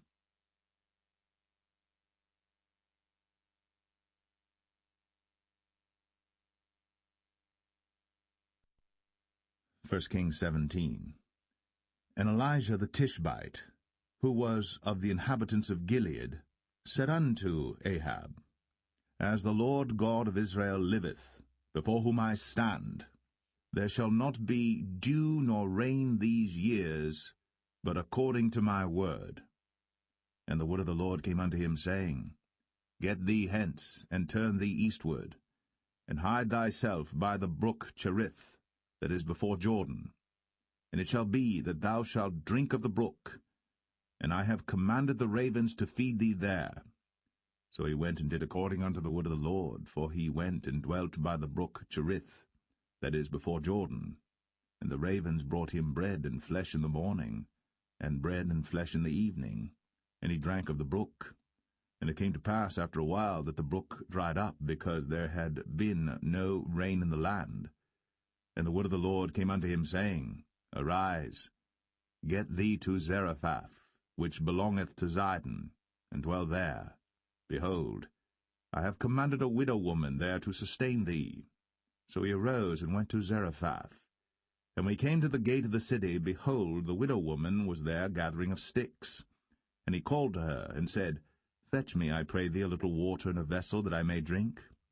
And as she was going to fetch it, he called to her, and said, Bring me, I pray thee, a morsel of bread in thine hand.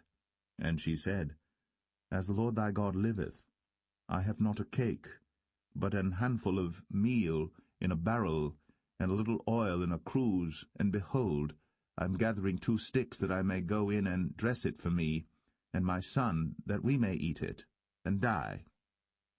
And Elijah said unto her, Fear not, go and do as thou hast said, but make me thereof a little cake first, and bring it unto me, and after make for thee and for thy son. For thus saith the Lord God of Israel, The barrel of meal shall not waste, neither shall the cruse of oil fail, until the day that the Lord sendeth rain upon the earth. And she went and did according to the saying of Elijah, and she and he and her house did eat many days. And the barrel of meal wasted not, neither did the cruse of oil fail, according to the word of the Lord which he spake by Elijah. And it came to pass after these things, that the son of the woman, the mistress of the house, fell sick, and his sickness was so sore, that there was no breath left in him. And she said unto Elijah, What have I to do with thee, O thou man of God? Art thou come unto me to call my sin to remembrance, and to slay my son? And he said unto her, Give me thy son. And he took him out of her bosom, and carried him up into a loft, where he abode, and laid him upon his own bed. And he cried unto the Lord, and said, O Lord my God, hast thou also brought evil upon the widow with whom I sojourn by slaying her son? And he stretched himself upon the child 3 times, and cried unto the Lord, and said, O Lord my God, I pray thee, let this child's soul come into him again. And the Lord heard the voice of Elijah, and the soul of the child came into him again, and he revived. And Elijah took the child, and brought him down out of the chamber into the house, and delivered him unto his mother. And Elijah said, See, thy son liveth. And the woman said to Elijah, Now by this I know that thou art a man of God, and that the word of the Lord in thy mouth is truth.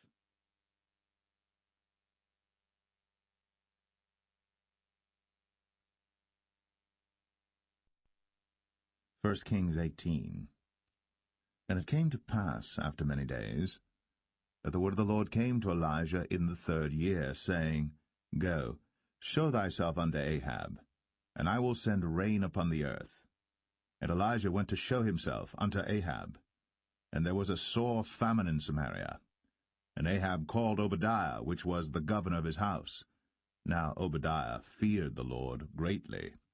For it was so, when Jezebel cut off the prophets of the Lord, that Obadiah took 100 prophets, and hid them by 50 in a cave, and fed them with bread and water. And Ahab said unto Obadiah, Go into the land, unto all fountains of water, and unto all brooks. Peradventure we may find grass to save the horses and mules alive, that we lose not all the beasts.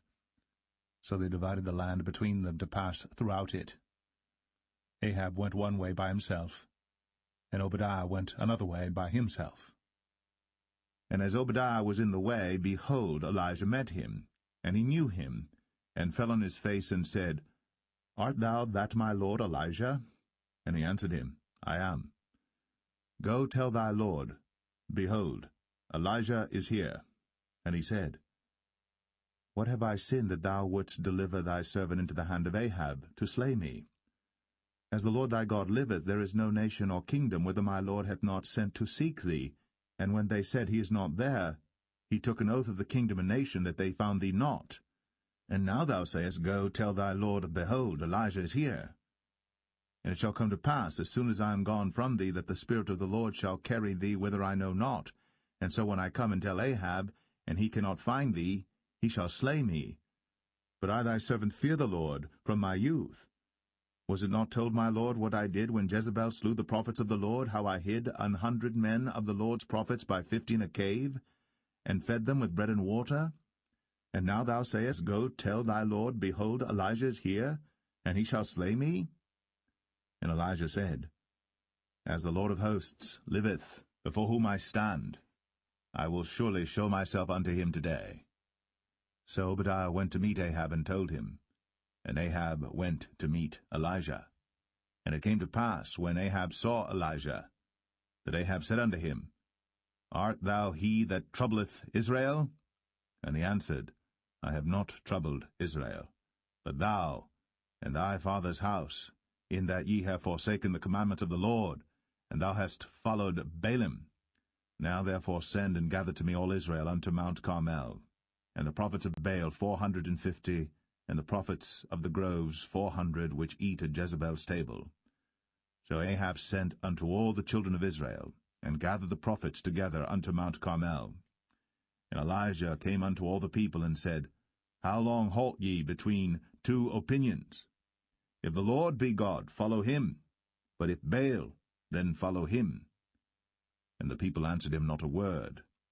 Then said Elijah unto the people, I, even I only, remain a prophet of the Lord. But Baal's prophets are 450 men. Let them therefore give us 2 bullocks.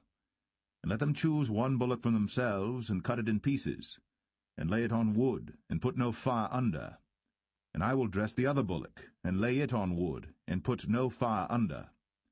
and call ye on the name of your gods, and I will call on the name of the Lord, and the God that answereth by fire, let him be God. And all the people answered and said, It is well spoken. And Elijah said unto the prophets of Baal, Choose you one bullock for yourselves, and dress it first, for ye are many, and call on the name of your gods, but put no fire under. And they took the bullock which was given them, and they dressed it, and called on the name of Baal from morning even until noon, saying, O Baal, hear us! But there was no voice, nor any that answered, and they leaped upon the altar which was made. And it came to pass at noon that Elijah mocked them, and said, Cry aloud, for he is a god. Either he is talking, or he is pursuing, or he is in a journey, or peradventure he sleepeth, and must be awaked. And they cried aloud, and cut themselves after their manner with knives and lancets, till the blood gushed out upon them. And it came to pass, when midday was past, and they prophesied until the time of the offering of the evening sacrifice, that there was neither voice, nor any to answer, nor any that regarded. And Elijah said unto all the people, Come near unto me. And all the people came near unto him, and he repaired the altar of the Lord that was broken down. And Elijah took 12 stones, according to the number of the tribes of the sons of Jacob, unto whom the word of the Lord came, saying, Israel shall be thy name. And with the stones he built an altar in the name of the Lord, and he made a trench about the altar, as great as would contain 2 measures of seed. And he put the wood in order, and cut the bullock in pieces, and laid him on the wood, and said, Fill 4 barrels with water, and pour it on the burnt sacrifice, and on the wood. And he said, Do it the 2nd time. And they did it the 2nd time. And he said, Do it the 3rd time. And they did it the 3rd time. And the water ran round about the altar, and he filled the trench also with water. And it came to pass, at the time of the offering of the evening sacrifice, that Elijah the prophet came near and said, Lord God of Abraham, Isaac, and of Israel, let it be known this day that thou art God in Israel, and that I am thy servant, and that I have done all these things at thy word. Hear me, O Lord, hear me, that this people may know that thou art the Lord God, and that thou hast turned their heart back again. Then the fire of the Lord fell, and consumed the burnt sacrifice, and the wood, and the stones, and the dust, and licked up the water that was in the trench. And when all the people saw it, they fell on their faces, and they said, The Lord, he is the God, the Lord, he is the God. And Elijah said unto them, Take the prophets of Baal, let not one of them escape. And they took them. And Elijah brought them down to the brook Kishon, and slew them there. And Elijah said unto Ahab, Get thee up, eat and drink, for there is a sound of abundance of rain. So Ahab went up to eat and to drink. And Elijah went up to the top of Carmel, and he cast himself down upon the earth, and put his face between his knees, and said to his servant, Go up now, look toward the sea. And he went up and looked, and said, There is nothing. And he said, Go again 7 times. And it came to pass at the 7th time that he said, Behold, there ariseth a little cloud out of the sea like a man's hand. And he said, Go up, say unto Ahab, Prepare thy chariot, and get thee down, that the rain stop thee not. And it came to pass in the meanwhile that the heaven was black with clouds and wind, and there was a great rain. And Ahab rode, and went to Jezreel. And the hand of the Lord was on Elijah, and he girded up his loins, and ran before Ahab to the entrance of Jezreel.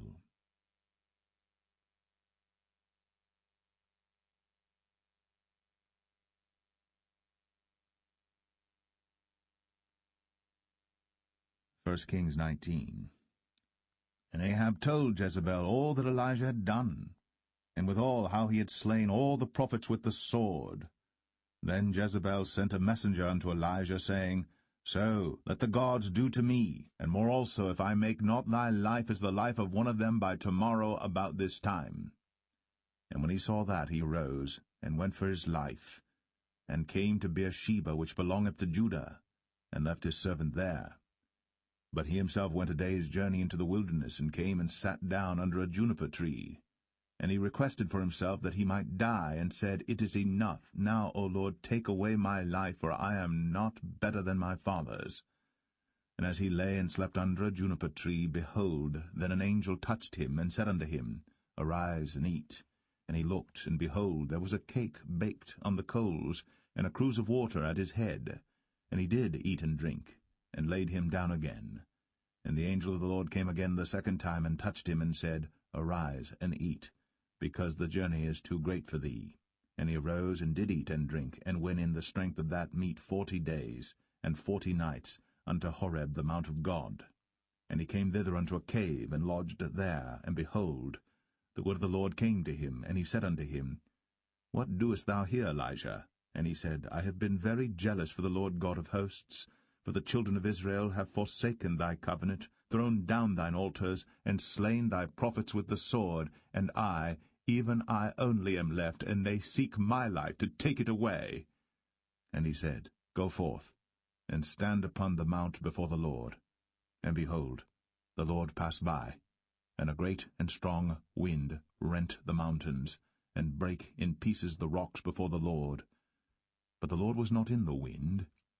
And after the wind an earthquake. But the Lord was not in the earthquake. And after the earthquake a fire. But the Lord was not in the fire. And after the fire a still small voice. And it was so, when Elijah heard it, that he wrapped his face in his mantle, and went out, and stood in the entering in of the cave.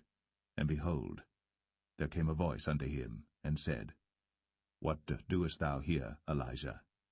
And he said, I have been very jealous for the Lord God of hosts, because the children of Israel have forsaken thy covenant, thrown down thine altars, and slain thy prophets with the sword, and I, even I only, am left.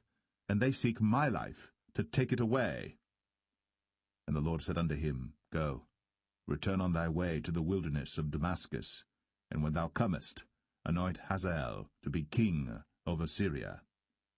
And Jehu the son of Nimshi shalt thou anoint to be king over Israel. And Elisha the son of Shaphat of Abel-Meholah shalt thou anoint to be prophet in thy room.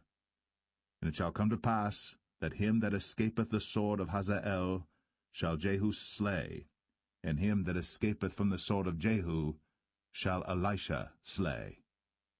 Yet I have left me 7,000 in Israel, all the knees which have not bowed unto Baal, and every mouth which hath not kissed him. So he departed thence, and found Elisha the son of Shaphat, who was plowing with 12 yoke of oxen before him, and he with the 12th. And Elijah passed by him, and cast his mantle upon him. And he left the oxen, and ran after Elijah, and said, Let me, I pray thee, kiss my father and my mother, and then I will follow thee. And he said unto him, Go back again, for what have I done to thee? And he returned back from him, and took a yoke of oxen, and slew them, and boiled their flesh with the instruments of the oxen, and gave unto the people, and they did eat. Then he arose, and went after Elijah, and ministered unto him.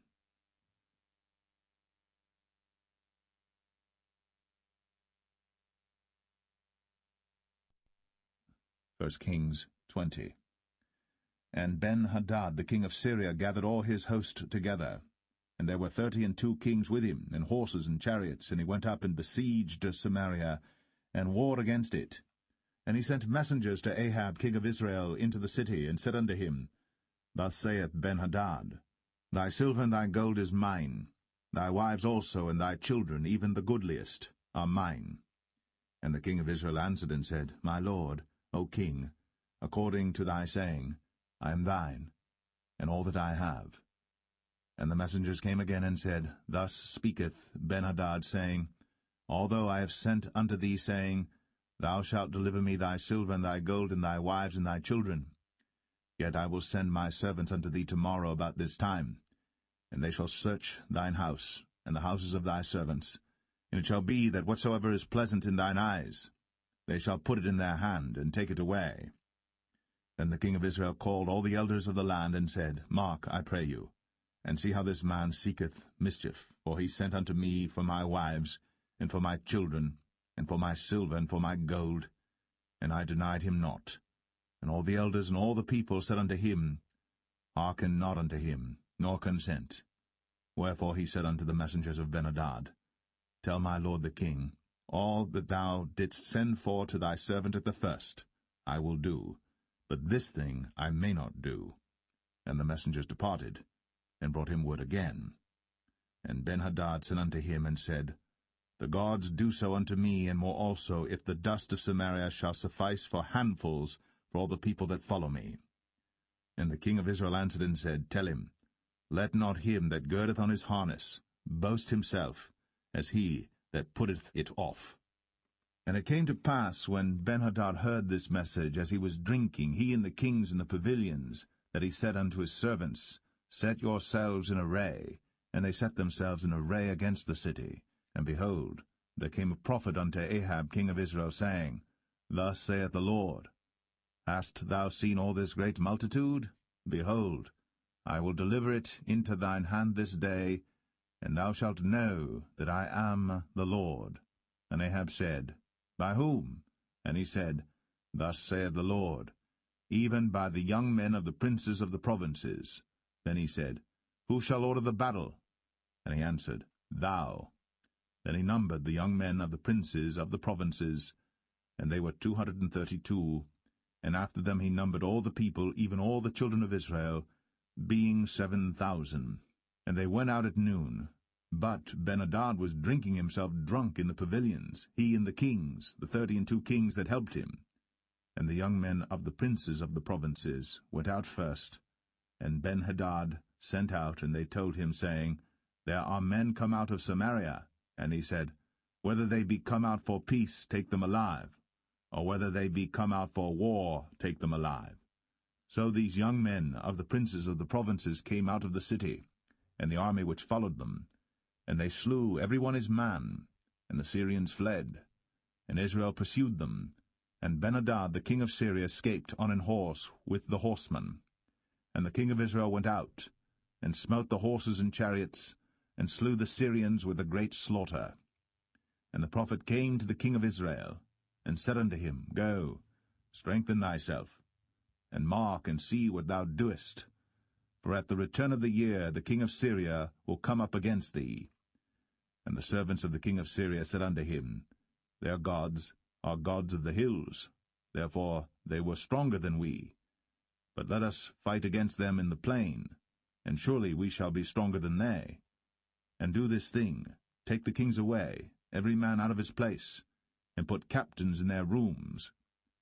And number thee an army like the army that thou hast lost, horse for horse, and chariot for chariot, and we will fight against them in the plain, and surely we shall be stronger than they.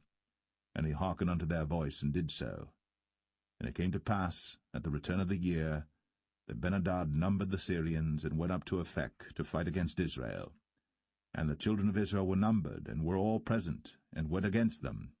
And the children of Israel pitched before them like 2 little flocks of kids, but the Syrians filled the country.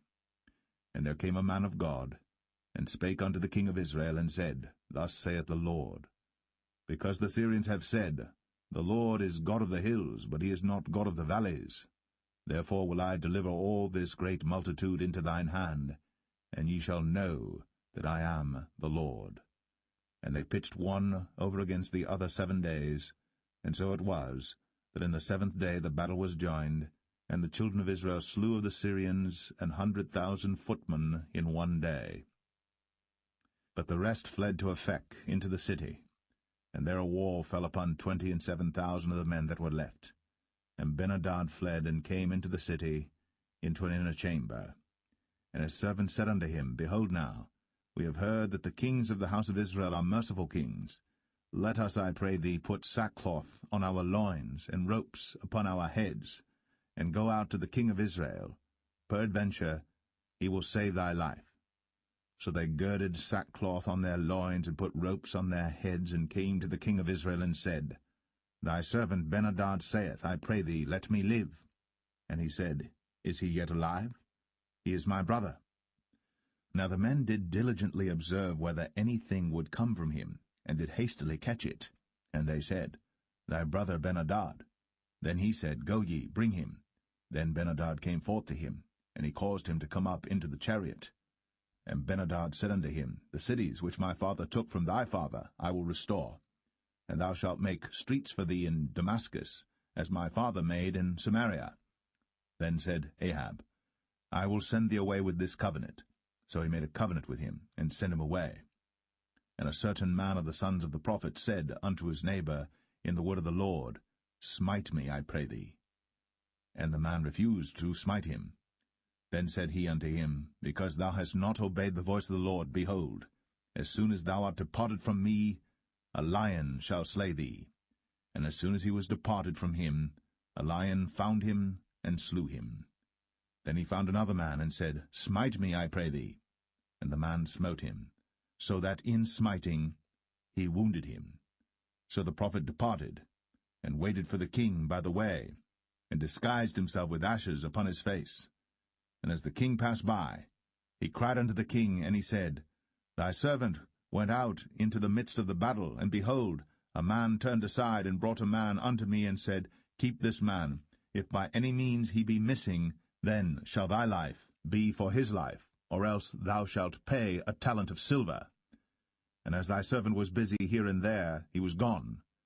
And the king of Israel said unto him, So shall thy judgment be. Thyself hast decided it. And he hasted, and took the ashes away from his face. And the king of Israel discerned him that he was of the prophets. And he said unto him, Thus saith the Lord, Because thou hast let go out of thy hand a man whom I appointed to utter destruction, therefore thy life shall go for his life, and thy people for his people.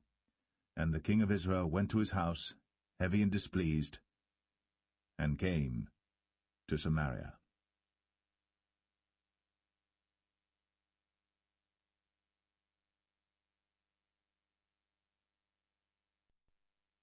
1 Kings 21.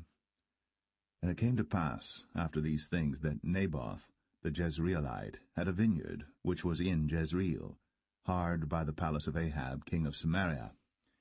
And Ahab spake unto Naboth, saying, Give me thy vineyard, that I may have it for a garden of herbs, because it is near unto my house. And I will give thee for it a better vineyard than it. Or, if it seem good to thee, I will give thee the worth of it in money. And Naboth said to Ahab, The Lord forbid it me, that I should give the inheritance of my fathers unto thee. And Ahab came into his house heavy and displeased, because of the word which Naboth the Jezreelite had spoken to him. For he had said, I will not give thee the inheritance of my fathers. And he laid him down upon his bed, and turned away his face, and would eat no bread. But Jezebel his wife came to him, and said unto him, Why is thy spirit so sad that thou eatest no bread? And he said unto her, Because I spake unto Naboth the Jezreelite, and said unto him, Give me thy vineyard for money, or else, if it please thee, I will give thee another vineyard for it. And he answered, I will not give thee my vineyard. And Jezebel his wife said unto him, Dost thou now govern the kingdom of Israel? Arise, and eat bread, and let thine heart be merry. I will give thee the vineyard of Naboth the Jezreelite. So she wrote letters in Ahab's name, and sealed them with his seal, and sent the letters unto the elders and to the nobles that were in his city dwelling with Naboth. And she wrote in the letters, saying, Proclaim a fast, and set Naboth on high among the people, and set 2 men, sons of Belial, before him, to bear witness against him, saying, Thou didst blaspheme God and the king, and then carry him out, and stone him, that he may die. And the men of his city, even the elders and the nobles, who were the inhabitants in his city, did as Jezebel had sent unto them, and as it was written in the letters which she had sent unto them. They proclaimed a fast, and set Naboth on high among the people. And there came in 2 men, children of Belial, and sat before him. And the men of Belial witnessed against him, even against Naboth, in the presence of the people, saying, Naboth did blaspheme God and the king. Then they carried him forth out of the city, and stoned him with stones, that he died. Then they sent to Jezebel, saying, Naboth is stoned, and is dead. And it came to pass, when Jezebel heard that Naboth was stoned, and was dead, that Jezebel said to Ahab, Arise, take possession of the vineyard of Naboth the Jezreelite, which he refused to give thee for money. For Naboth is not alive, but dead. And it came to pass, when Ahab heard that Naboth was dead, that Ahab rose up to go down to the vineyard of Naboth the Jezreelite, to take possession of it. And the word of the Lord came to Elijah the Tishbite, saying, Arise, go down to meet Ahab king of Israel, which is in Samaria. Behold, he is in the vineyard of Naboth, whither he is gone down to possess it. And thou shalt speak unto him, saying, Thus saith the Lord, Hast thou killed and also taken possession? And thou shalt speak unto him, saying, Thus saith the Lord, In the place where dogs licked the blood of Naboth shall dogs lick thy blood, even thine. And Ahab said to Elijah, Hast thou found me, O mine enemy?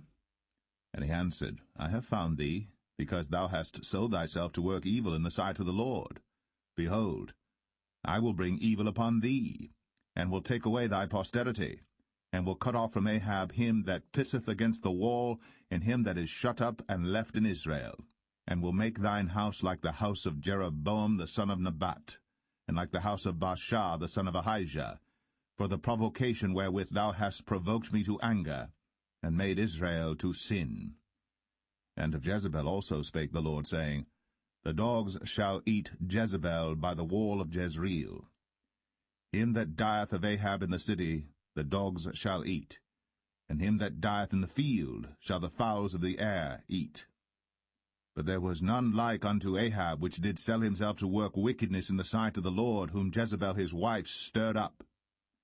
And he did very abominably in following idols, according to all things as did the Amorites, whom the Lord cast out before the children of Israel. And it came to pass, when Ahab heard those words, that he rent his clothes, and put sackcloth upon his flesh, and fasted, and lay in sackcloth, and went softly. And the word of the Lord came to Elijah the Tishbite, saying, Seest thou how Ahab humbleth himself before me? Because he humbleth himself before me, I will not bring the evil in his days, but in his son's days will I bring the evil upon his house.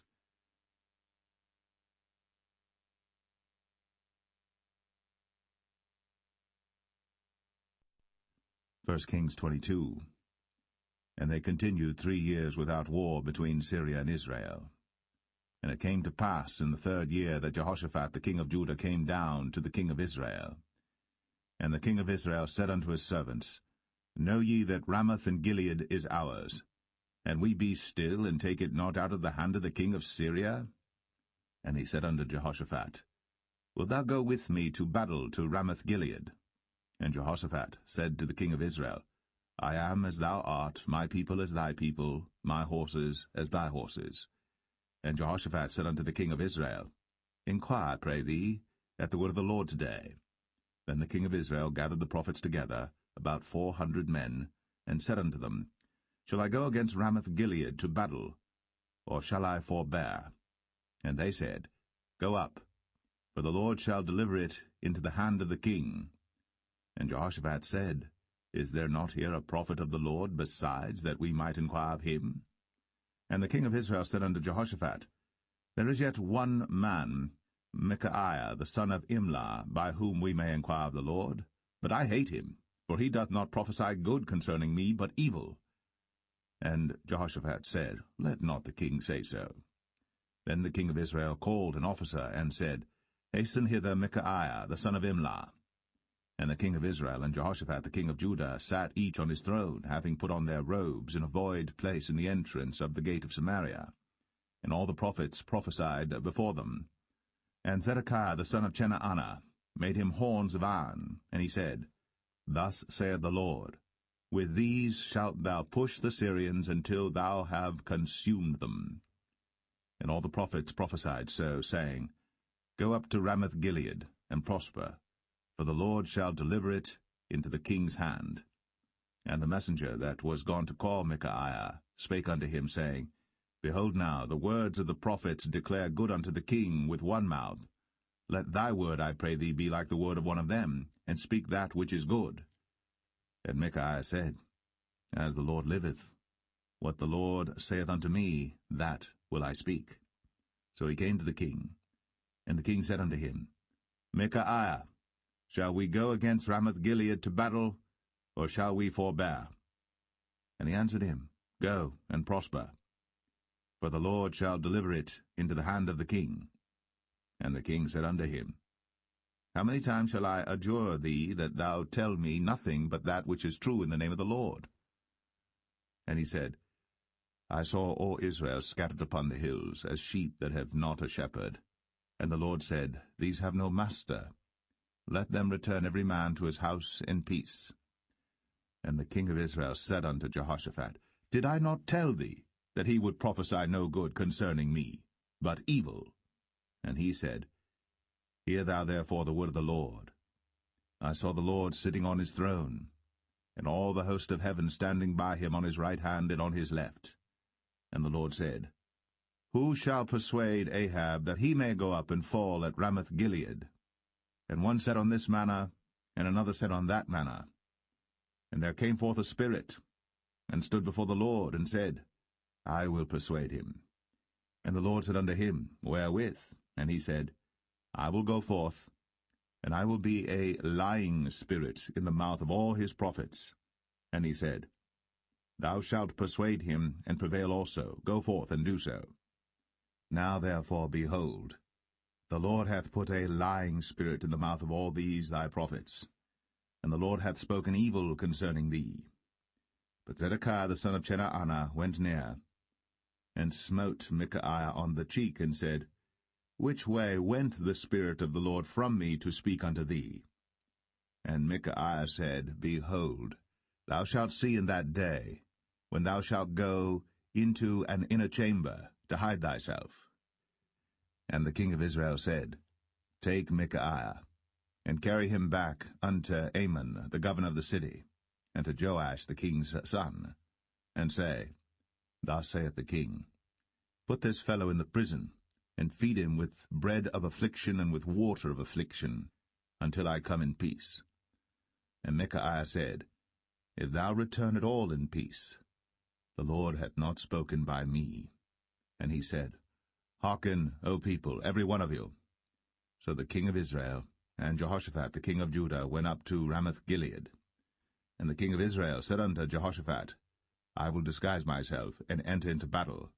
But put thou on thy robes. And the king of Israel disguised himself, and went into the battle. But the king of Syria commanded his 32 captains that had rule over his chariots, saying, Fight neither with small nor great, save only with the king of Israel.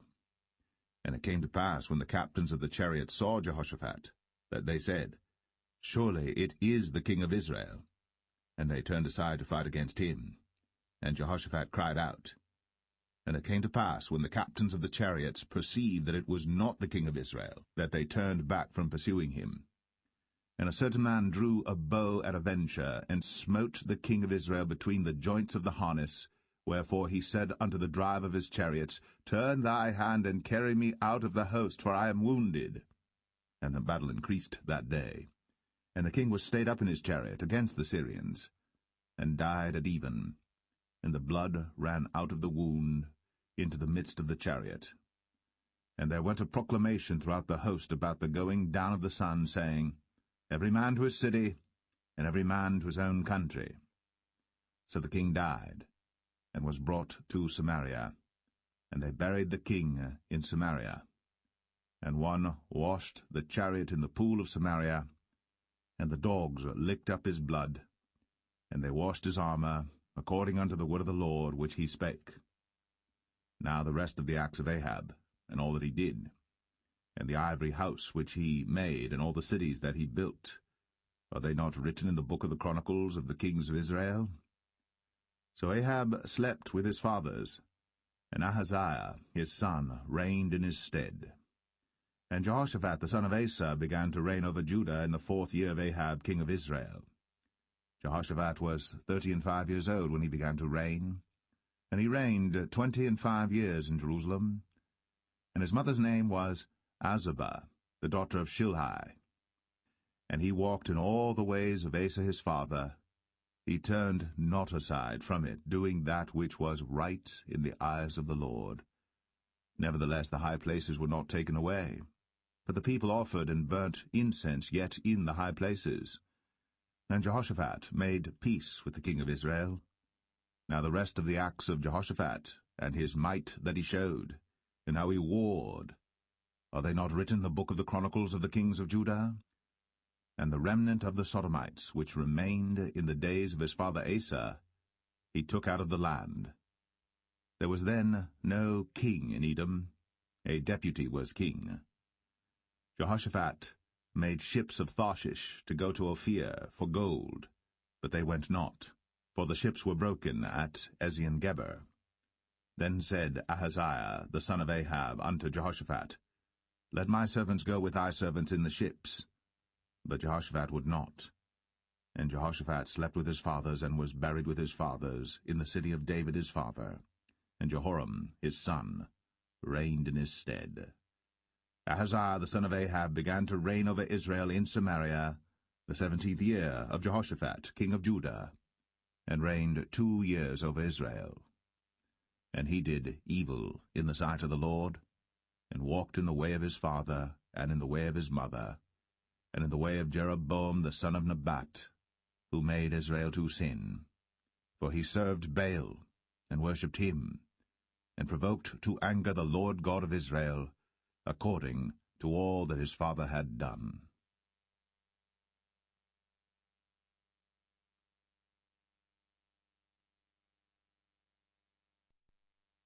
The Second Book of Kings, Chapter 1. Then Moab rebelled against Israel after the death of Ahab.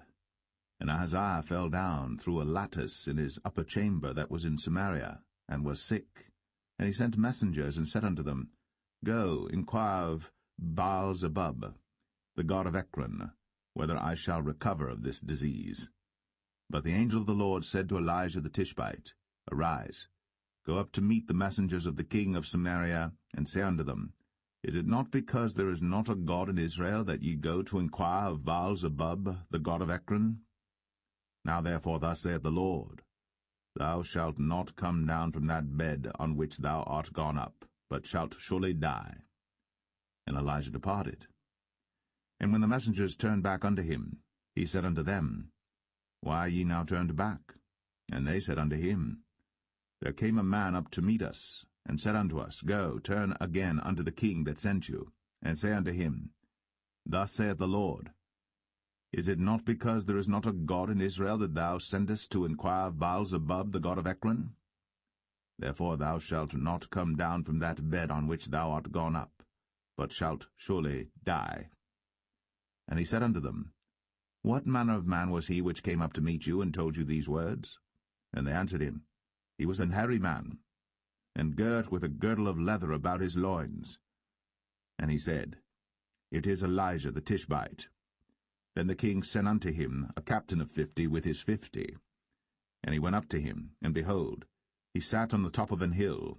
And he spake unto him, Thou man of God, the king hath said, Come down. And Elijah answered and said to the captain of 50, If I be a man of God, then let fire come down from heaven, and consume thee and thy 50. And there came down fire from heaven, and consumed him and his 50. Again also he sent unto him another captain of 50 with his 50. And he answered and said unto him, O man of God, thus hath the king said, Come down quickly.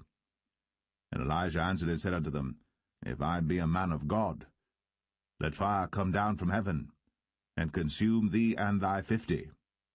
And the fire of God came down from heaven, and consumed him and his 50. And he sent again a captain of the third 50 with his 50. And the third captain of the 50 went up, and came, and fell on his knees before Elijah, and besought him, and said unto him, O man of God, I pray thee, let my life and the life of these 50 thy servants be precious in thy sight. Behold, there came fire down from heaven, and burnt up the 2 captains of the former 50s with their 50s. Therefore let my life now be precious in thy sight. And the angel of the Lord said unto Elijah, Go down with him, be not afraid of him. And he arose, and went down with him unto the king. And he said unto him, Thus saith the Lord, Forasmuch as thou hast sent messengers to inquire of Baal-zebub the god of Ekron, is it not because there is no God in Israel to inquire of his word? Therefore thou shalt not come down off that bed on which thou art gone up, but shalt surely die. So he died according to the word of the Lord which Elijah had spoken. And Jehoram reigned in his stead in the 2nd year of Jehoram the son of Jehoshaphat king of Judah, because he had no son. Now the rest of the acts of Ahaziah which he did, are they not written in the book of the Chronicles of the kings of Israel?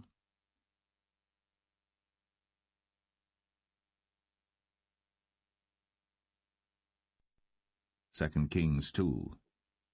And it came to pass, when the Lord would take up Elijah into heaven by a whirlwind, that Elijah went with Elisha from Gilgal.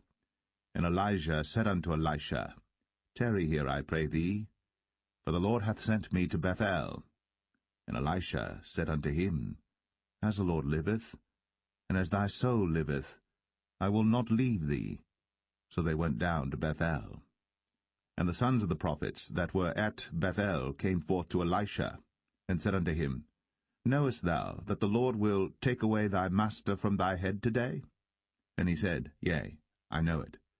Hold ye your peace. And Elijah said unto him, Elisha, tarry here, I pray thee, for the Lord hath sent me to Jericho. And he said, As the Lord liveth, and as thy soul liveth, I will not leave thee.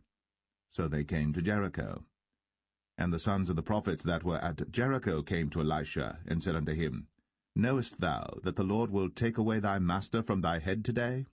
And he answered, Yea, I know it. Hold ye your peace. And Elijah said unto him, Tarry, I pray thee here, for the Lord hath sent me to Jordan.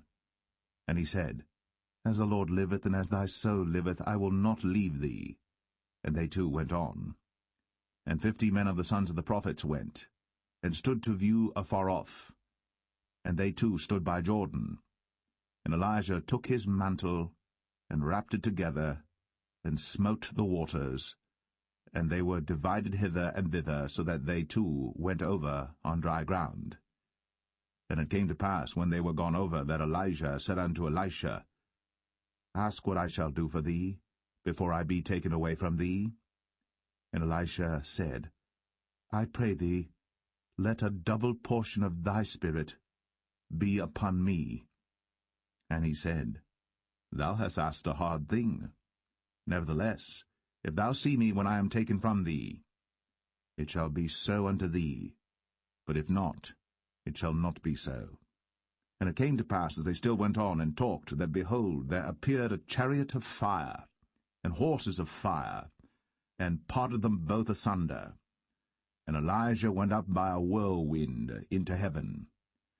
And Elisha saw it, and he cried, My father, the chariot of Israel, and the horsemen thereof. And he saw him no more. And he took hold of his own clothes, and rent them in 2 pieces. He took up also the mantle of Elijah that fell from him, and went back and stood by the bank of Jordan. And he took the mantle of Elijah that fell from him, and smote the waters, and said, Where is the Lord God of Elijah? And when he also had smitten the waters, they parted hither and thither, and Elisha went over. And when the sons of the prophets which were to view at Jericho saw him, they said, The spirit of Elijah doth rest on Elisha. And they came to meet him, and bowed themselves to the ground before him. And they said unto him, Behold now, there be with thy servants 50 strong men.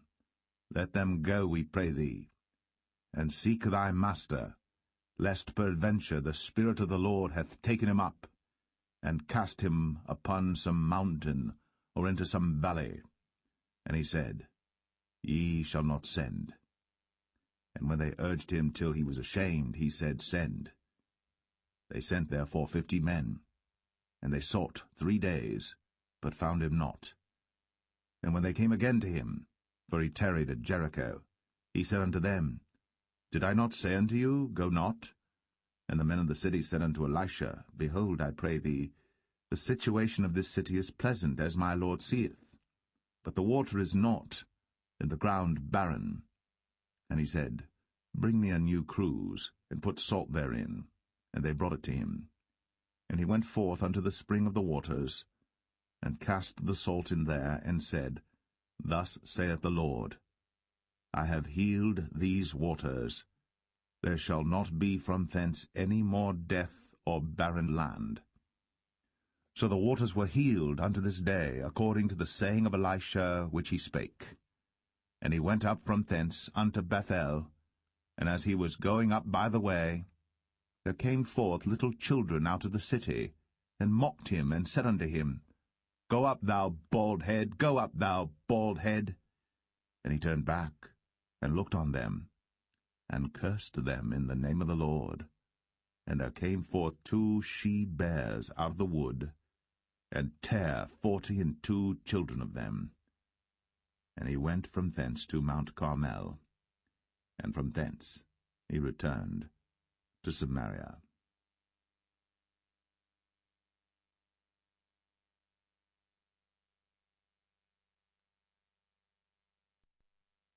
Second Kings 3.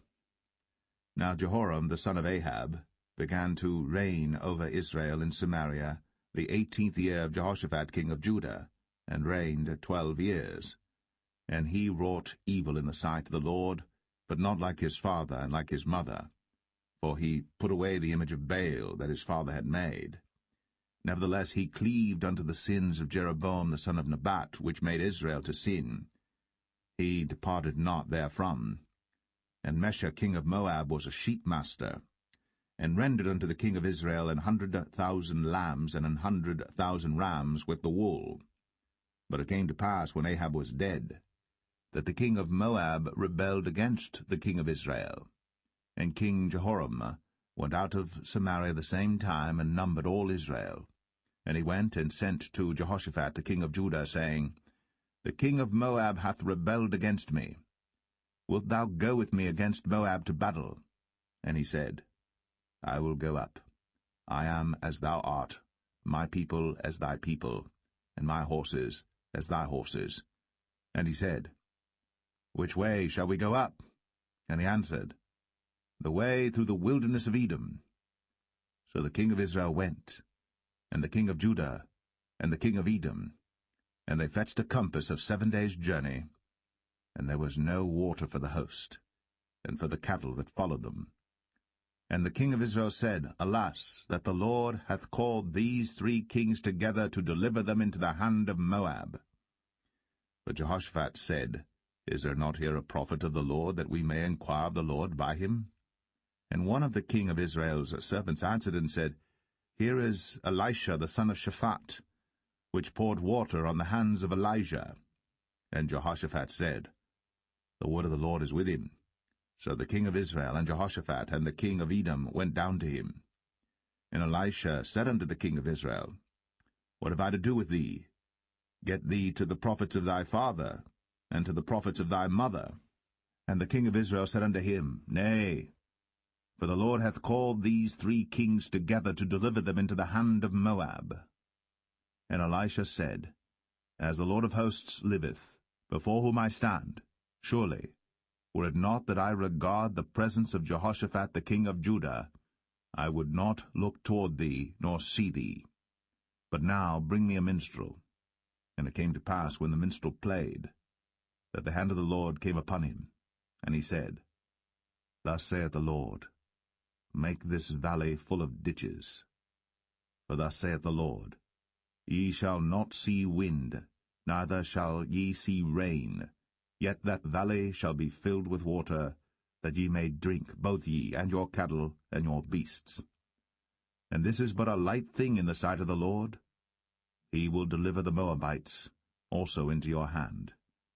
And ye shall smite every fenced city and every choice city, and shall fell every good tree, and stop all wells of water, and mar every good piece of land with stones. And it came to pass in the morning, when the meat offering was offered, that, behold, there came water by the way of Edom, and the country was filled with water. And when all the Moabites heard that the kings were come up to fight against them, they gathered all that were able to put on armor, and upward and stood in the border. And they rose up early in the morning, and the sun shone upon the water, and the Moabites saw the water on the other side as red as blood. And they said, This is blood, the kings are surely slain, and they have smitten one another.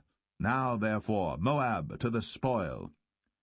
And when they came to the camp of Israel, the Israelites rose up and smote the Moabites, so that they fled before them. But they went forward, smiting the Moabites, even in their country.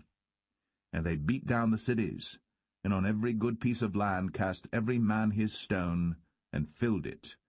And they stopped all the wells of water, and felled all the good trees. Only in Kir Hareseth left they the stones thereof. Howbeit the slingers went about it, and smote it. And when the king of Moab saw that the battle was too sore for him, he took with him 700 men that drew swords, to break through even unto the kings of Edom, but they could not. Then he took his eldest son that should have reigned in his stead, and offered him for a burnt offering upon the wall. And there was great indignation against Israel, and they departed from him, and returned to their own land.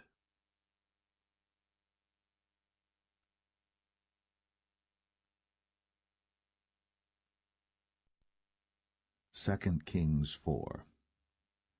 Now there cried a certain woman of the wives of the sons of the prophets unto Elisha, saying, Thy servant my husband is dead, and thou knowest that thy servant did fear the Lord, and the creditors come to take unto him my 2 sons to be bondmen.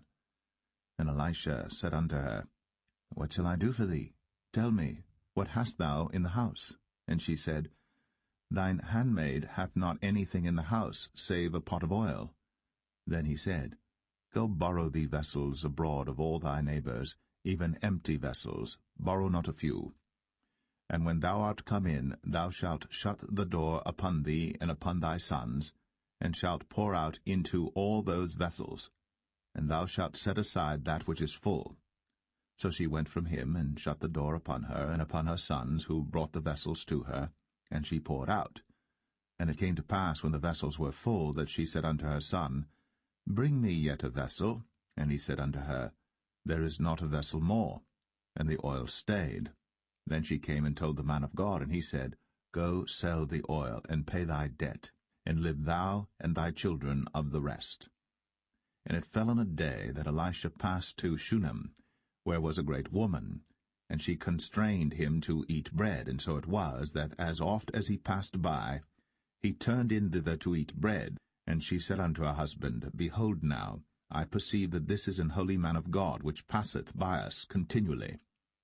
Let us make a little chamber, I pray thee, on the wall, and let us set for him there a bed, and a table, and a stool, and a candlestick. And it shall be, when he cometh to us, that he shall turn in thither. And it fell on a day that he came thither, and he turned into the chamber, and lay there. And he said to Gehazi his servant, Call this Shunammite.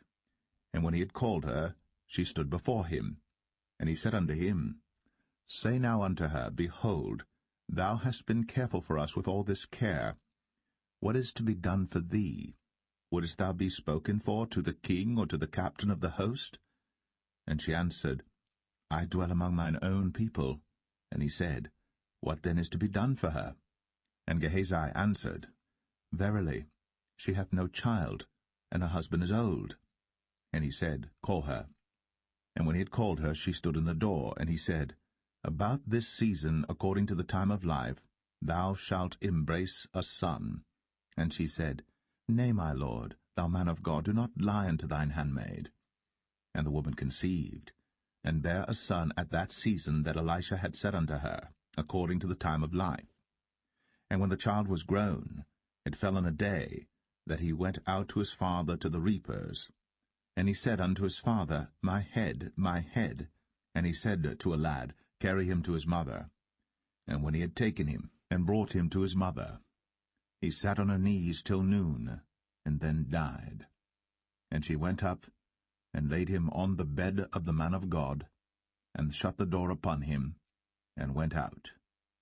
And she called unto her husband, and said, Send me, I pray thee, one of the young men, and one of the asses, that I may run to the man of God, and come again.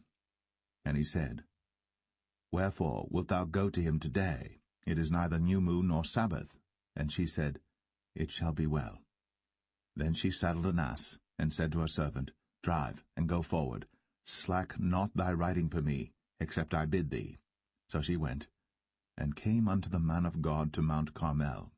And it came to pass, when the man of God saw her afar off, that he said to Gehazi his servant, Behold, yonder is that Shunammite. Run now, I pray thee, to meet her, and say unto her, Is it well with thee? Is it well with thy husband? Is it well with the child? And she answered, It is well. And when she came to the man of God to the hill, she caught him by the feet. But Gehazi came near to thrust her away.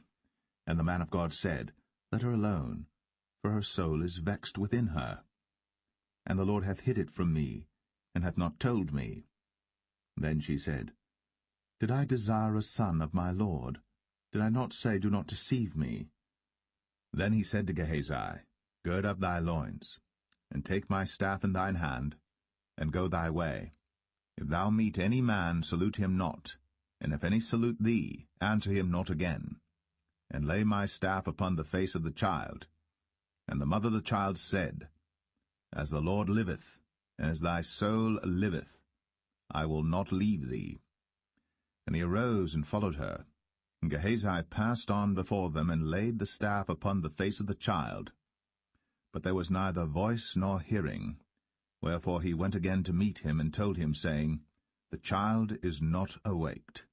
And when Elisha was come into the house, behold, the child was dead, and laid upon his bed. He went in therefore, and shut the door upon them twain, and prayed unto the Lord. And he went up and lay upon the child, and put his mouth upon his mouth, and his eyes upon his eyes, and his hands upon his hands. And he stretched himself upon the child, and the flesh of the child waxed warm.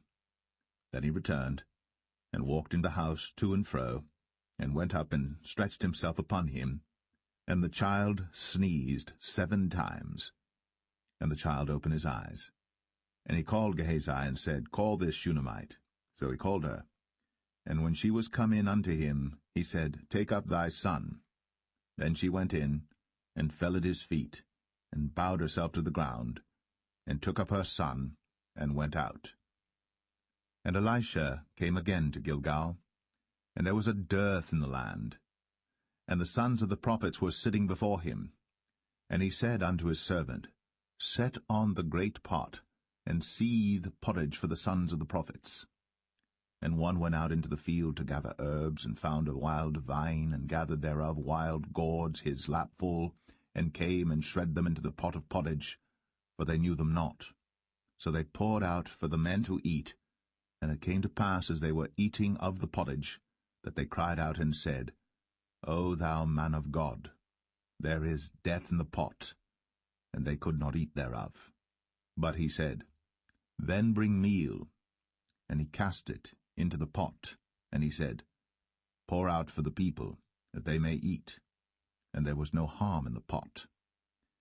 And there came a man from Baal-Shalisha, and brought the man of God bread of the first fruits, 20 loaves of barley, and full ears of corn in the husk thereof. And he said, Give unto the people, that they may eat. And his servitor said, What, should I set this before 100 men? He said again, Give the people, that they may eat. For thus saith the Lord, They shall eat, and shall leave thereof. So he set it before them, and they did eat, and left thereof, according to the word of the Lord.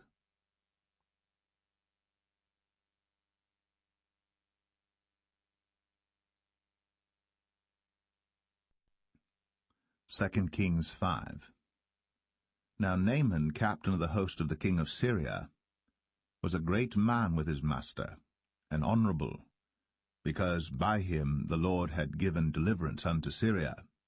He was also a mighty man in valor, but he was a leper. And the Syrians had gone out by companies, and had brought away captive out of the land of Israel a little maid, and she waited on Naaman's wife. And she said unto her mistress, Would God my Lord were with the prophet that is in Samaria, for he would recover him of his leprosy. And one went in and told his lord, saying, Thus and thus said the maid that is of the land of Israel. And the king of Syria said, Go to, go, and I will send a letter unto the king of Israel. And he departed, and took with him 10 talents of silver, and 6,000 pieces of gold, and 10 changes of raiment. And he brought the letter to the king of Israel, saying, Now when this letter is come unto thee, behold, I have therewith sent Naaman my servant to thee, that thou mayest recover him of his leprosy. And it came to pass, when the king of Israel had read the letter, that he rent his clothes, and said, Am I God to kill and to make alive, that this man doth send unto me to recover a man of his leprosy? Wherefore consider, I pray you, and see how he seeketh a quarrel against me. And it was so, when Elisha the man of God had heard that the king of Israel had rent his clothes, that he sent to the king, saying, Wherefore hast thou rent thy clothes? Let him come now to me, and he shall know that there is a prophet in Israel. So Naaman came with his horses and with his chariot, and stood at the door of the house of Elisha. And Elisha sent a messenger unto him, saying, Go, and wash in Jordan 7 times, and thy flesh shall come again to thee, and thou shalt be clean. But Naaman was wroth, and went away, and said, Behold, I thought, he will surely come out to me, and stand, and call on the name of the Lord his God, and strike his hand over the place, and recover the leper. Are not Abana and Pharpar, rivers of Damascus, better than all the waters of Israel? May I not wash in them and be clean? So he turned, and went away in a rage. And his servants came near, and spake unto him, and said, My father, if the prophet had bid thee do some great thing, wouldst thou not have done it? How much rather then, when he saith to thee, Wash and be clean? Then went he down, and dipped himself 7 times in Jordan, according to the saying of the man of God. And his flesh came again like unto the flesh of a little child, and he was clean. And he returned to the man of God, he and all his company, and came and stood before him. And he said, Behold, now I know that there is no God in all the earth, but in Israel. Now therefore I pray thee, take a blessing of thy servant. But he said, As the Lord liveth, before whom I stand, I will receive none. And he urged him to take it, but he refused. And Naaman said, Shall there not then, I pray thee, be given to thy servant 2 mules' burden of earth? For thy servant will henceforth offer neither burnt offering nor sacrifice unto other gods, but unto the Lord.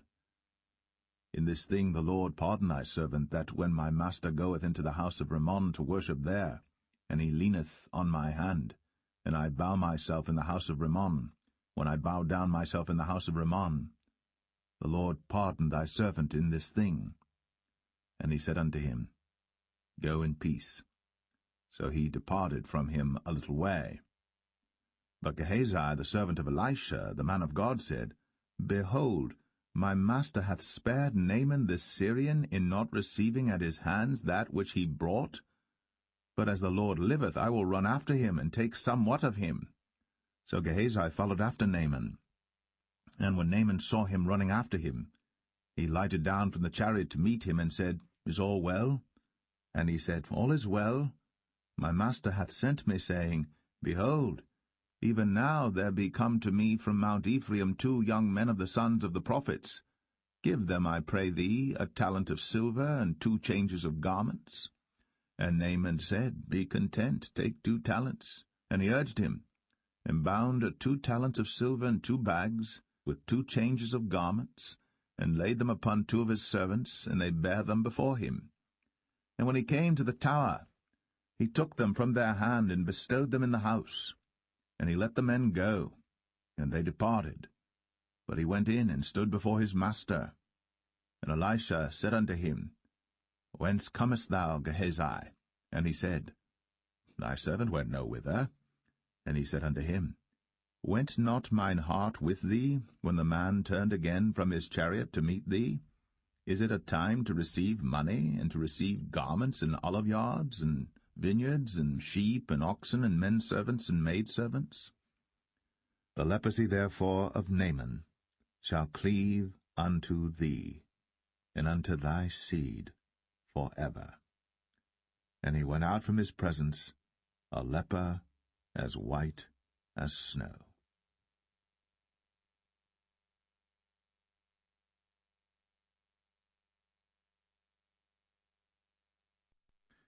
2 Kings 6. And the sons of the prophets said unto Elisha, Behold now, the place where we dwell with thee is too strait for us. Let us go, we pray thee, unto Jordan, and take thence every man a beam, and let us make a place there where we may dwell. And he answered, Go ye. And one said, Be content, I pray thee, and go with thy servants. And he answered, I will go. So he went with them. And when they came to Jordan, they cut down wood. But as one was felling a beam, the axe-head fell into the water. And he cried and said, Alas, master, for it was borrowed. And the man of God said, Where fell it? And he showed him the place. And he cut down a stick, and cast it in thither. And the iron did swim. Therefore said he, Take it up to thee. And he put out his hand, and took it. Then the king of Syria warred against Israel, and took counsel with his servants, saying, In such and such a place shall be my camp. And the man of God sent unto the king of Israel, saying, Beware that thou pass not such a place, for thither the Syrians are come down. And the king of Israel sent to the place which the man of God told him, and warned him of, and saved himself there, not once nor twice. Therefore the heart of the king of Syria was sore troubled for this thing. And he called his servants, and said unto them, Will ye not show me which of us is for the king of Israel? And one of his servants said, None, my lord, O king. But Elisha, the prophet that is in Israel, telleth the king of Israel the words that thou speakest in thy bedchamber. And he said, Go and spy where he is, that I may send and fetch him. And it was told him, saying, Behold, he is in Dothan. Therefore sent he thither horses and chariots and a great host. And they came by night and compassed the city about. And when the servant of the man of God was risen early and gone forth, behold, an host compassed the city both with horses and chariots. And his servant said unto him, Alas, my master, how shall we do? And he answered, Fear not, for they that be with us are more than they that be with them. And Elisha prayed, and said, Lord, I pray thee, open his eyes, that he may see. And the Lord opened the eyes of the young man, and he saw, and behold, the mountain was full of horses and chariots of fire round about Elisha. And when they came down to him, Elisha prayed unto the Lord, and said, Smite this people, I pray thee, with blindness. And he smote them with blindness according to the word of Elisha. And Elisha said unto them, This is not the way, neither is this the city. Follow me, and I will bring you to the man whom ye seek. But he led them to Samaria. And it came to pass, when they were come into Samaria, that Elisha said, Lord, open the eyes of these men, that they may see.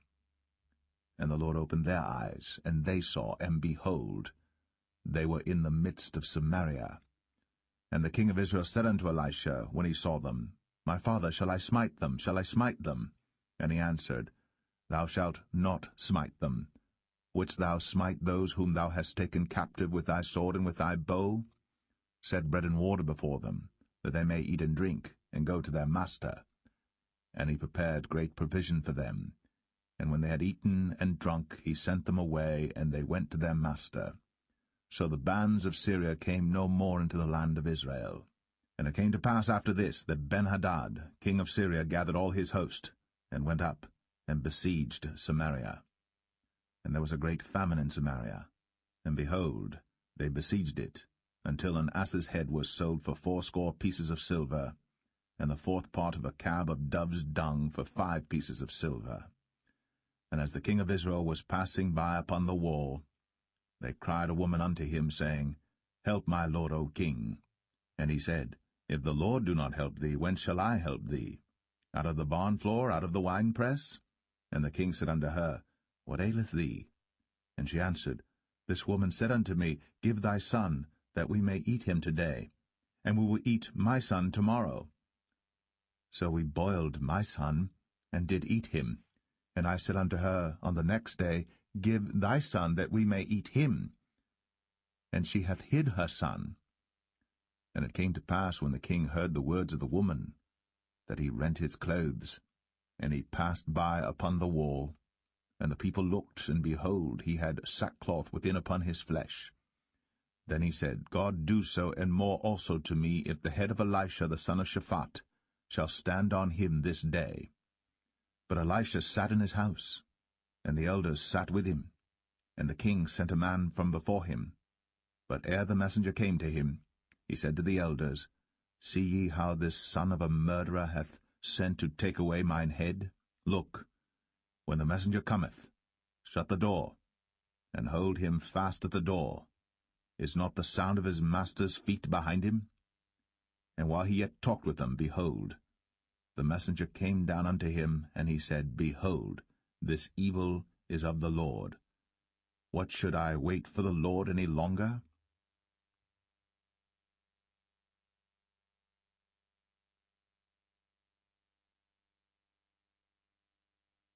Second Kings 7.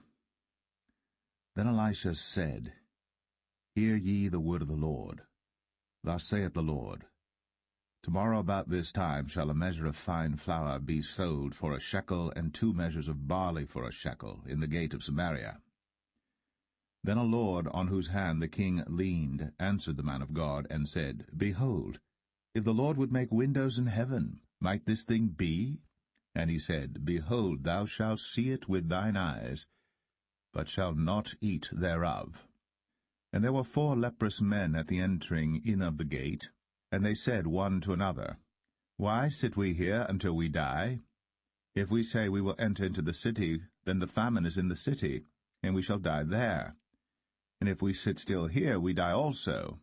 Now therefore come, and let us fall unto the host of the Syrians. If they save us alive, we shall live, and if they kill us, we shall but die.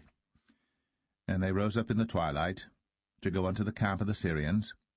And when they were come to the uttermost part of the camp of Syria, behold, there was no man there. For the Lord had made the host of the Syrians to hear a noise of chariots, and a noise of horses, even the noise of a great host. And they said one to another, Lo, the king of Israel hath hired against us the kings of the Hittites, and the kings of the Egyptians, to come upon us. Wherefore they arose and fled in the twilight, and left their tents and their horses and their asses, even the camp as it was, and fled for their life. And when these lepers came to the uttermost part of the camp, they went into one tent, and did eat and drink, and carried thence silver and gold and raiment, and went and hid it, and came again, and entered into another tent, and carried thence also, and went and hid it. Then they said one to another, We do not well. This day is a day of good tidings, and we hold our peace. If we tarry till the morning light, some mischief will come upon us. Now therefore come, that we may go and tell the king's household. So they came and called unto the port of the city. And they told them, saying, We came to the camp of the Syrians, and behold, there was no man there, neither voice of man, but horses tied and asses tied, and the tents as they were. And he called the porters, and they told it to the king's house within. And the king arose in the night, and said unto his servants, I will now show you what the Syrians have done to us. They know that we be hungry, therefore are they gone out of the camp to hide themselves in the field, saying, When they come out of the city, we shall catch them alive, and get into the city. And one of his servants answered and said, Let some take, I pray thee, 5 of the horses that remain, which are left in the city. Behold, they are as all the multitude of Israel that are left in it. Behold, I say, they are even as all the multitude of the Israelites that are consumed. And let us send and see. They took therefore 2 chariot horses, and the king sent after the host of the Syrians, saying, Go and see. And they went after them unto Jordan, and lo, all the way was full of garments and vessels, which the Syrians had cast away in their haste. And the messengers returned, and told the king. And the people went out and spoiled the tents of the Syrians. So a measure of fine flour was sold for a shekel, and 2 measures of barley for a shekel, according to the word of the Lord. And the king appointed the Lord on whose hand he leaned to have the charge of the gate.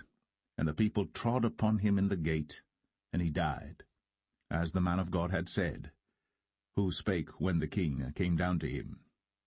And it came to pass, as the man of God had spoken to the king, saying, 2 measures of barley for a shekel, and a measure of fine flour for a shekel, shall be tomorrow about this time in the gate of Samaria.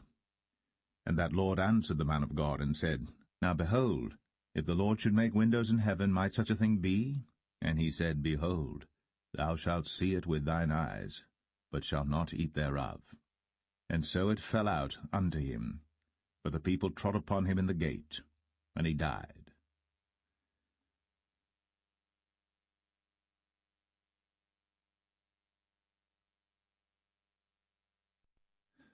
Second Kings 8.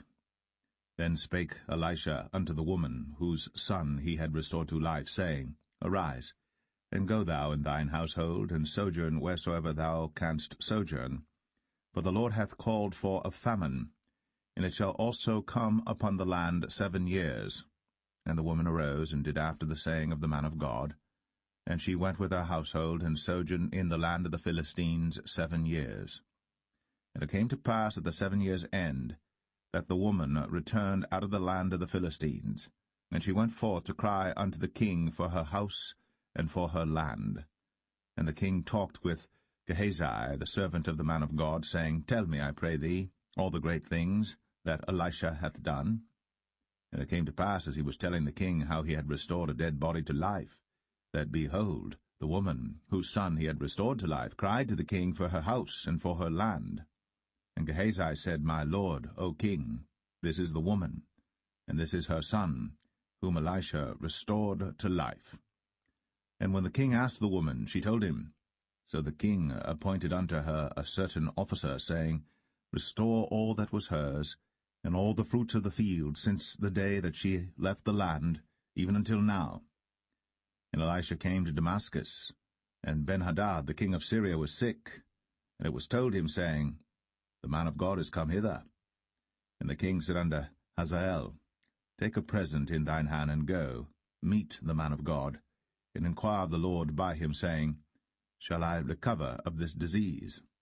So Hazael went to meet him, and took a present with him, even of every good thing of Damascus, 40 camels' burden, and came and stood before him, and said, Thy son Ben-Hadad king of Syria hath sent me to thee, saying, Shall I recover of this disease? And Elisha said unto him, Go, say unto him, Thou mayest certainly recover. Howbeit, the Lord hath shown me that he shall surely die. And he settled his countenance steadfastly, until he was ashamed. And the man of God wept. And Hazael said, Why weepeth my lord? And he answered, Because I know the evil that thou wilt do unto the children of Israel. Their strongholds wilt thou set on fire, and their young men wilt thou slay with the sword, and wilt dash their children, and rip up their women with child. And Hazael said, But what, is thy servant a dog, that he should do this great thing? And Elisha answered, The Lord hath shown me that thou shalt be king over Syria. So he departed from Elisha, and came to his master, who said to him, What said Elisha to thee? And he answered, He told me that thou shouldst surely recover. And it came to pass on the morrow that he took a thick cloth, and dipped it in water, and spread it on his face, so that he died. And Hazael reigned in his stead. And in the 5th year of Joram, the son of Ahab, king of Israel, Jehoshaphat being then king of Judah, Jehoram the son of Jehoshaphat, king of Judah, began to reign. 32 years old was he when he began to reign, and he reigned 8 years in Jerusalem. And he walked in the way of the kings of Israel, as did the house of Ahab, for the daughter of Ahab was his wife, and he did evil in the sight of the Lord. Yet the Lord would not destroy Judah for David his servant's sake, as he promised him to give him always a light unto his children. In his days Edom revolted from under the hand of Judah, and made a king over themselves. So Joram went over to Zair, and all the chariots with him. And he rose by night, and smote the Edomites which compassed him about, and the captains of the chariots and the people fled into their tents. Yet Edom revolted from under the hand of Judah unto this day. Then Libnah revolted at the same time. And the rest of the acts of Joram, and all that he did, are they not written in the book of the chronicles of the kings of Judah? And Joram slept with his fathers, and was buried with his fathers in the city of David, and Ahaziah his son reigned in his stead. In the 12th year of Joram, the son of Ahab king of Israel, did Ahaziah the son of Jehoram king of Judah begin to reign. 22 years old was Ahaziah when he began to reign, and he reigned 1 year in Jerusalem, and his mother's name was Athaliah, the daughter of Omri, king of Israel. And he walked in the way of the house of Ahab, and did evil in the sight of the Lord, as did the house of Ahab. For he was the son-in-law of the house of Ahab. And he went with Joram the son of Ahab to the war against Hazael king of Syria in Ramoth-Gilead. And the Syrians wounded Joram. And King Joram went back to be healed in Jezreel of the wounds which the Syrians had given him at Ramah, when he fought against Hazael king of Syria. And Ahaziah the son of Jehoram king of Judah went down to see Joram the son of Ahab in Jezreel, because he was sick.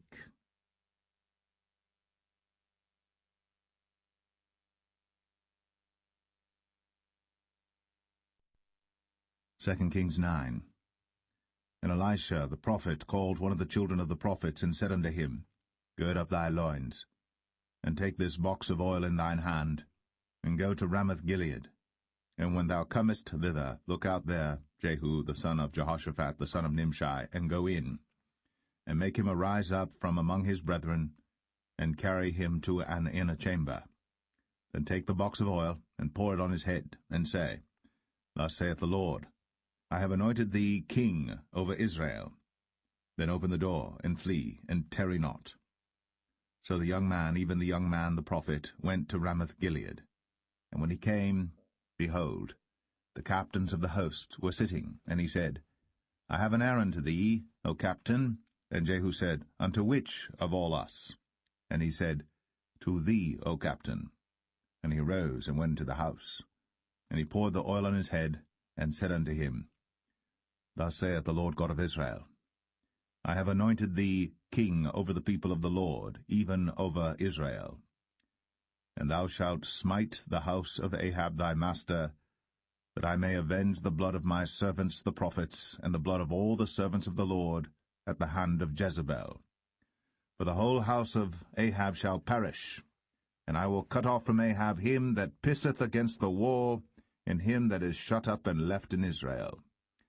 And I will make the house of Ahab like the house of Jeroboam the son of Nebat, and like the house of Baasha the son of Ahijah. And the dogs shall eat Jezebel in the portion of Jezreel, and there shall be none to bury her. And he opened the door and fled. Then Jehu came forth to the servants of his lord, and one said unto him, Is all well? Wherefore came this mad fellow to thee? And he said unto them, Ye know the man, and his communication. And they said, It is false, tell us now.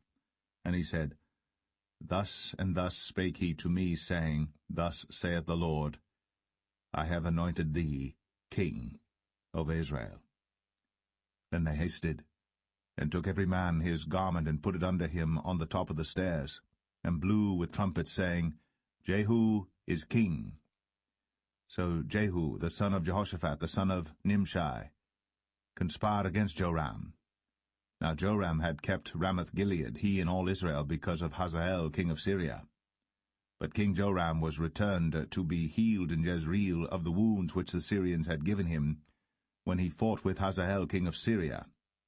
And Jehu said, If it be your minds, then let none go forth nor escape out of the city to go to tell it in Jezreel. So Jehu rode in a chariot, and went to Jezreel. For Joram lay there, and Ahaziah king of Judah was come down to see Joram.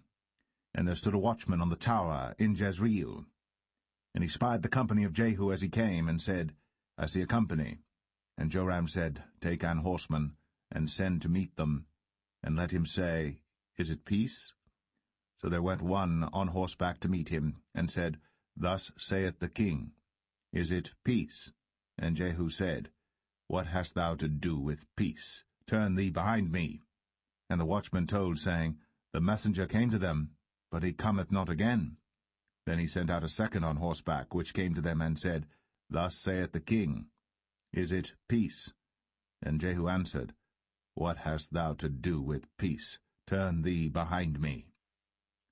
And the watchman told, saying, He came even unto them, and cometh not again. And the driving is like the driving of Jehu the son of Nimshi, for he driveth furiously. And Joram said, Make ready. And his chariot was made ready. And Joram king of Israel, and Ahaziah king of Judah went out, each in his chariot. And they went out against Jehu, and met him in the portion of Naboth the Jezreelite. And it came to pass, when Joram saw Jehu, that he said, Is it peace, Jehu? And he answered, What peace, so long as the whoredoms of thy mother Jezebel and her witchcrafts are so many? And Joram turned his hands and fled, and said to Ahaziah, There is treachery, O Ahaziah. And Jehu drew a bow with his full strength, and smote Jehoram between his arms, and the arrow went out at his heart, and he sunk down in his chariot.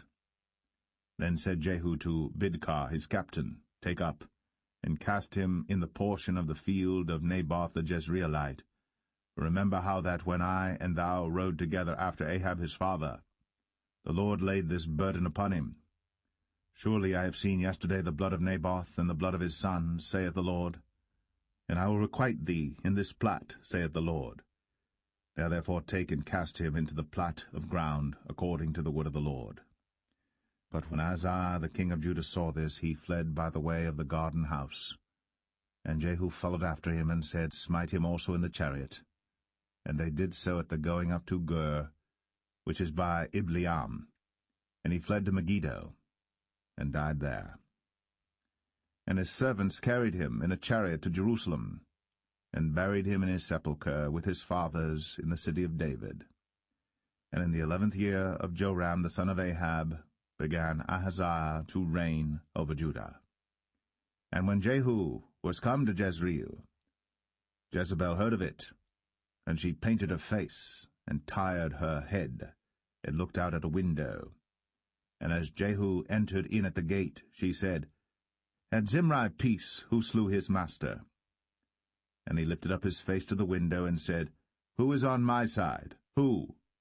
And there looked out to him 2 or 3 eunuchs. And he said, Throw her down.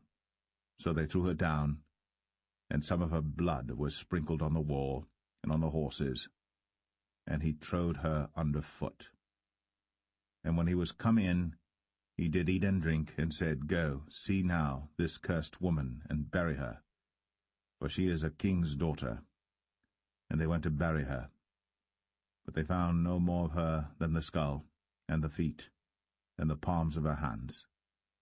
Wherefore they came again and told him, and he said, This is the word of the Lord, which he spake by his servant Elijah the Tishbite, saying, In the portion of Jezreel shall dogs eat the flesh of Jezebel, and the carcass of Jezebel shall be as dung upon the face of the field in the portion of Jezreel, so that they shall not say, This is Jezebel.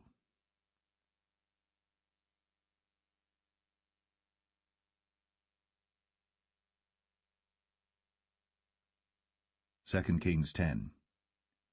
And Ahab had 70 sons in Samaria, And Jehu wrote letters, and sent to Samaria, unto the rulers of Jezreel, to the elders, and to them that brought up Ahab's children, saying, Now as soon as this letter cometh to you, seeing your master's sons are with you, and there are with you chariots and horses, a fenced city also in armor, look even out the best and meetest of your master's sons, and set him on his father's throne, and fight for your master's house.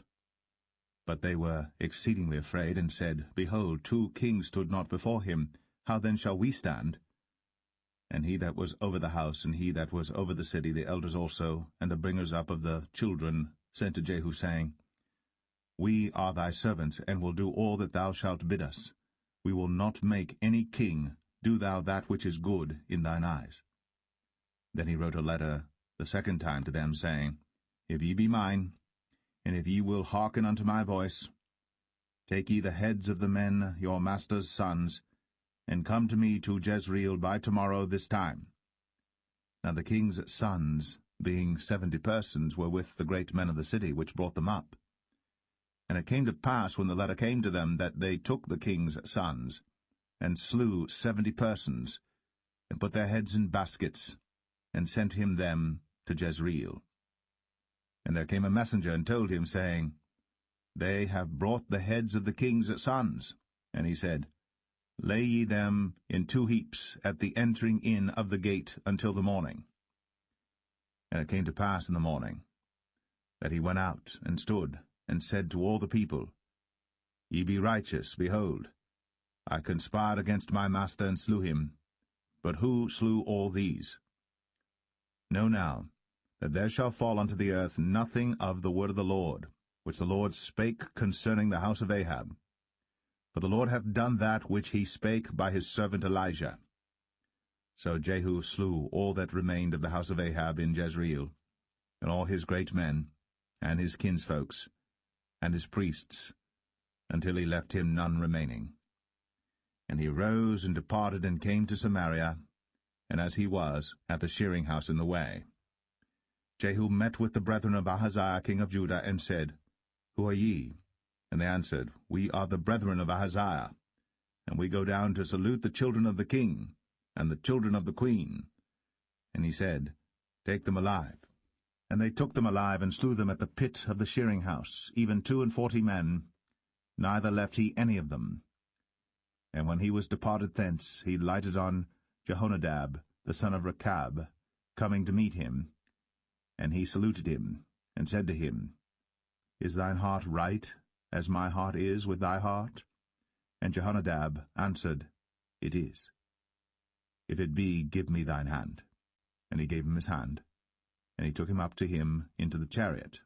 And he said, Come with me, and see my zeal for the Lord. So they made him ride in his chariot.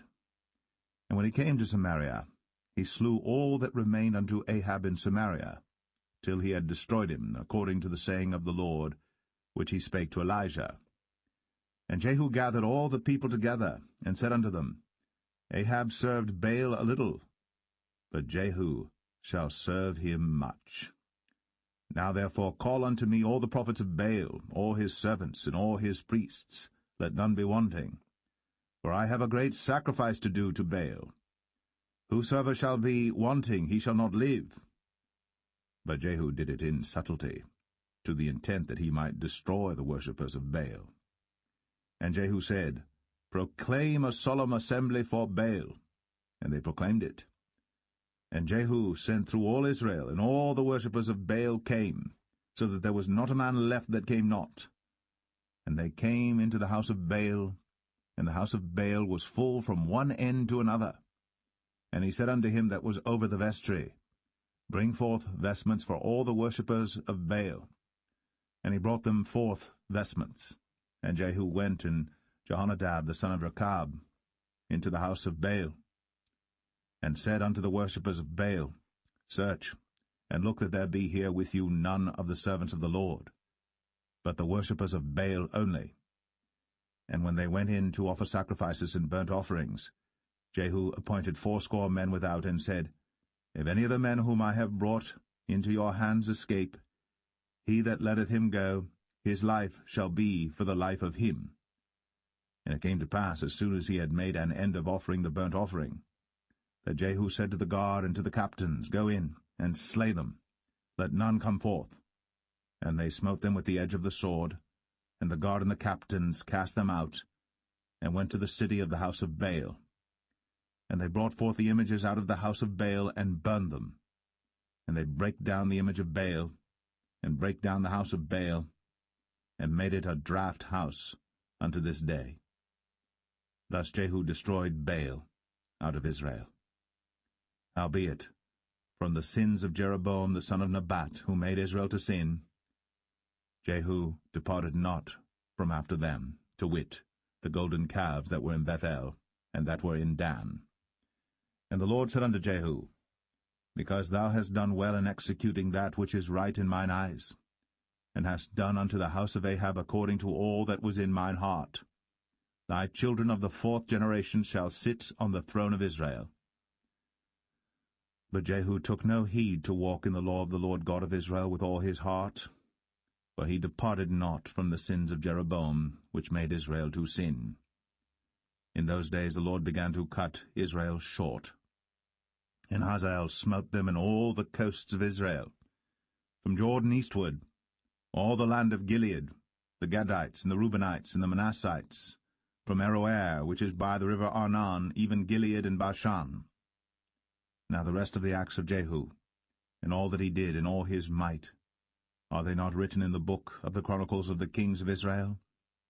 And Jehu slept with his fathers, and they buried him in Samaria, and Jehoahaz, his son, reigned in his stead. And the time that Jehu reigned over Israel in Samaria was 28 years.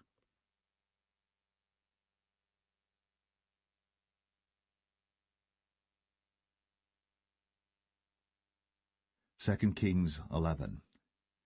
And when Athaliah, the mother of Ahaziah, saw that her son was dead, she arose and destroyed all the seed royal. Then Jehosheba, the daughter of King Joram, sister of Ahaziah, took Joash the son of Ahaziah, and stole him from among the king's sons which were slain.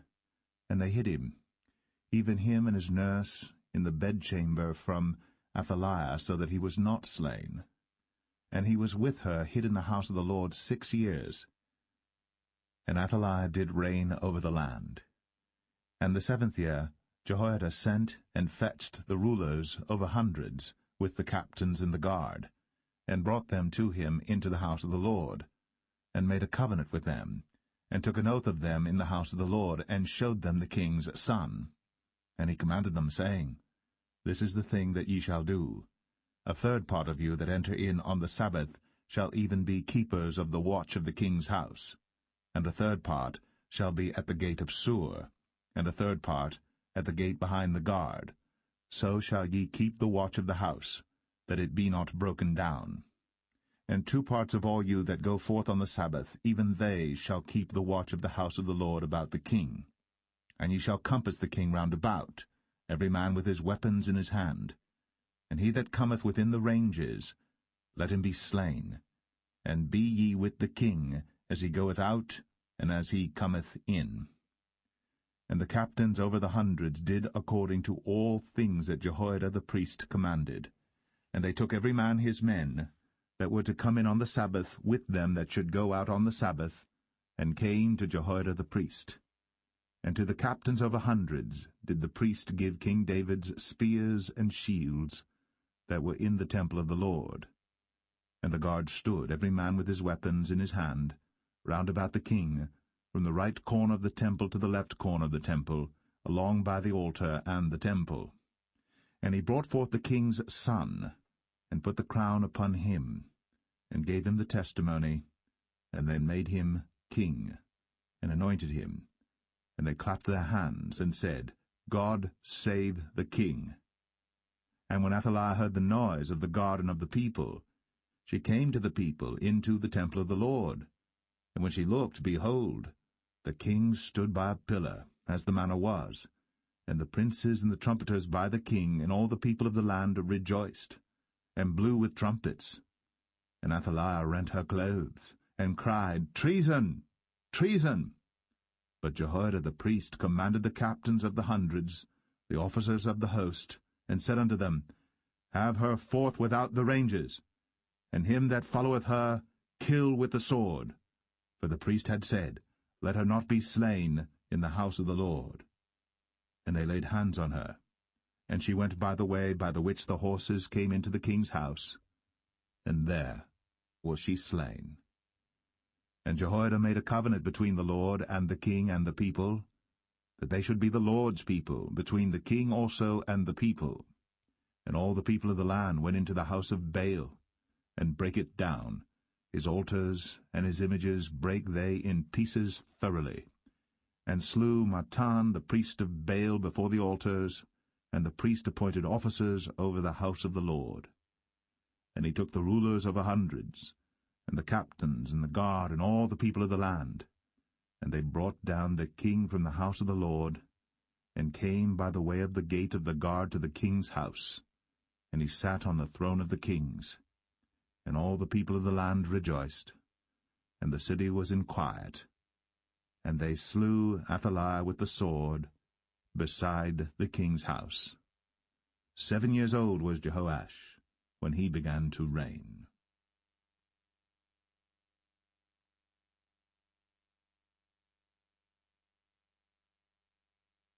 2 Kings 12. In the 7th year of Jehu, Jehoash began to reign, and 40 years reigned he in Jerusalem, and his mother's name was Zibiah of Beersheba. And Jehoash did that which was right in the sight of the Lord all his days, wherein Jehoiada the priest instructed him. But the high places were not taken away. The people still sacrificed, and burnt incense in the high places. And Jehoash said to the priests, All the money of the dedicated things that is brought into the house of the Lord, even the money of every one that passeth the account, the money that every man is set at, and all the money that cometh into any man's heart to bring into the house of the Lord, let the priests take it to them, every man of his acquaintance, and let them repair the breaches of the house, wheresoever any breach shall be found. But it was so that in the 23 year of King Jehoash, the priests had not repaired the breaches of the house. Then King Jehoash called for Jehoiada the priest and the other priests, and said unto them, Why repair ye not the breaches of the house?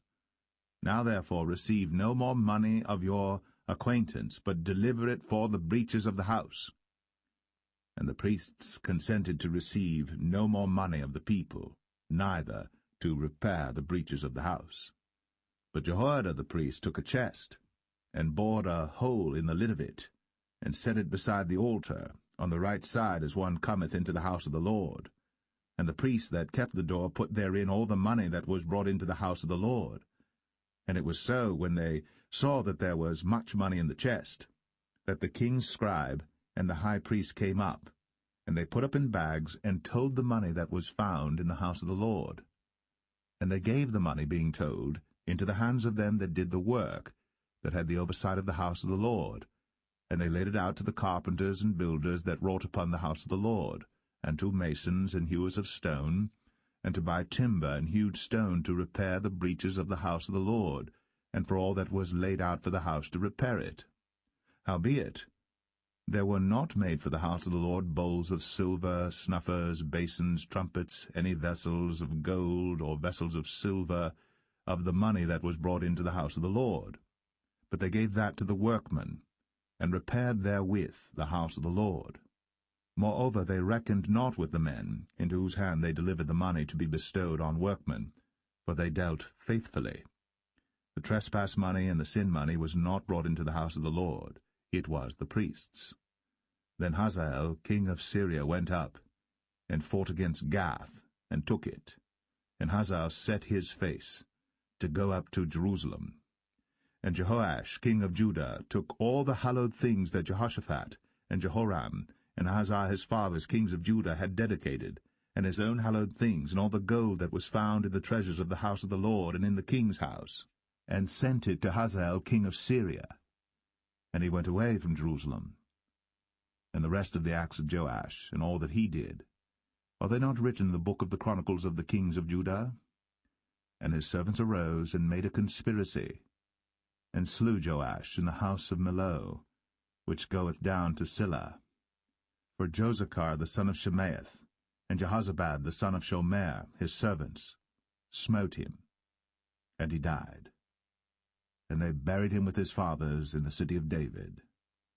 And Amaziah his son reigned in his stead.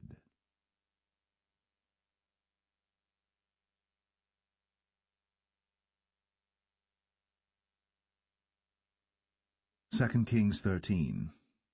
In the 23 year of Joash, the son of Ahaziah, king of Judah, Jehoahaz, the son of Jehu, began to reign over Israel in Samaria, and reigned 17 years.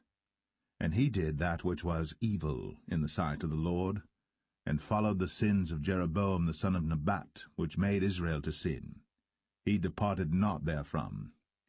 And the anger of the Lord was kindled against Israel, and he delivered them into the hand of Hazael king of Syria, and into the hand of Benhadad the son of Hazael all their days. And Jehoahaz besought the Lord, and the Lord hearkened unto him, for he saw the oppression of Israel, because the king of Syria oppressed them. And the Lord gave Israel a Saviour, so that they went out from under the hand of the Syrians, and the children of Israel dwelt in their tents as beforetime. Nevertheless, they departed not from the sins of the house of Jeroboam, who made Israel sin, but walked therein. And they remained at the grove also in Samaria. Neither did he leave of the people to Jehoahaz but 50 horsemen, and 10 chariots, and 10,000 footmen. For the king of Syria had destroyed them, and had made them like the dust by threshing. Now the rest of the acts of Jehoahaz, and all that he did, and his might, are they not written in the book of the chronicles of the kings of Israel? And Jehoahaz slept with his fathers, and they buried him in Samaria, and Joash his son reigned in his stead. In the 37th year of Joash king of Judah began Jehoash the son of Jehoahaz to reign over Israel in Samaria, and reigned 16 years. And he did that which was evil in the sight of the Lord.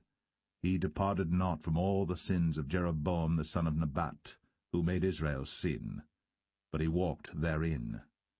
And the rest of the acts of Joash, and all that he did, and his might wherewith he fought against Amaziah king of Judah, are they not written in the book of the chronicles of the kings of Israel?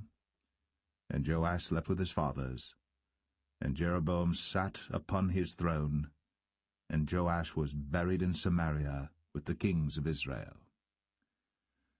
Now Elisha was fallen sick of his sickness whereof he died, and Joash the king of Israel came down unto him, and wept over his face, and said, O my father, the chariot of Israel, and the horsemen thereof. And Elisha said unto him, Take bow and arrows. And he took unto him bow and arrows. And he said to the king of Israel, Put thine hand upon the bow. And he put his hand upon it. And Elisha put his hands upon the king's hands. And he said, Open the window eastward. And he opened it. Then Elisha said, Shoot. And he shot. And he said, The arrow of the Lord's deliverance, and the arrow of deliverance from Syria. For thou shalt smite the Syrians in Aphek, till thou have consumed them. And he said, Take the arrows. And he took them.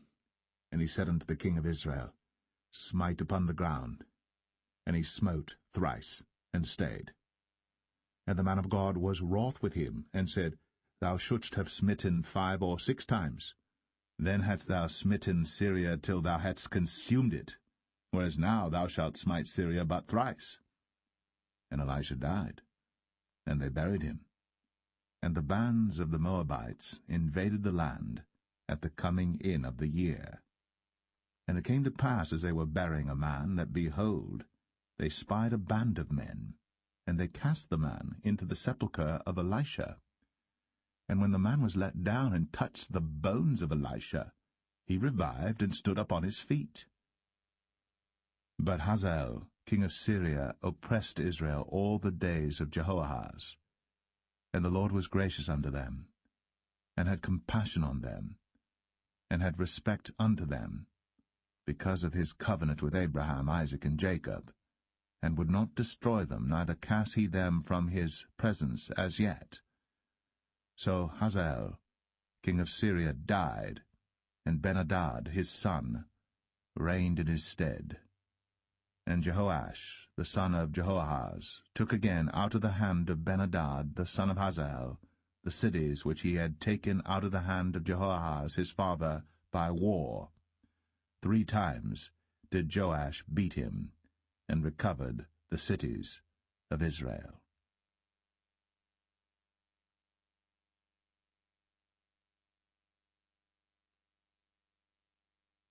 2 Kings 14. In the 2nd year of Joash, son of Jehoahaz, king of Israel, reigned Amaziah the son of Joash, king of Judah. He was 25 years old when he began to reign, and reigned 29 years in Jerusalem. And his mother's name was Jehoadan of Jerusalem. And he did that which was right in the sight of the Lord, yet not like David his father. He did according to all things as Joash his father did. Howbeit, the high places were not taken away. As yet the people did sacrifice, and burnt incense on the high places. And it came to pass, as soon as the kingdom was confirmed in his hand, that he slew his servants which had slain the king his father. But the children of the murderers he slew not, according unto that which is written in the book of the law of Moses, wherein the Lord commanded, saying, The fathers shall not be put to death for the children, nor the children be put to death for the fathers, but every man shall be put to death for his own sin. He slew of Edom in the valley of Salt 10,000, and took Selah by war, and called the name of it Joktheel unto this day. Then Amaziah sent messengers to Jehoash the son of Jehoahaz, son of Jehu, king of Israel, saying, Come, let us look one another in the face. And Jehoash, the king of Israel, sent to Amaziah king of Judah, saying, The thistle that was in Lebanon sent to the cedar that was in Lebanon, saying, Give thy daughter to my son to wife. And there passed by a wild beast that was in Lebanon, and trod down the thistle. Thou hast indeed smitten Edom, and thine heart hath lifted thee up. Glory of this, and tarry at home. For why shouldst thou meddle to thy hurt, that thou shouldst fall, even thou, and Judah with thee? But Amaziah would not hear. Therefore Jehoash, king of Israel, went up, and he and Amaziah king of Judah looked one another in the face at Beth-shemesh, which belongeth to Judah. And Judah was put to the worse before Israel, and they fled every man to their tents.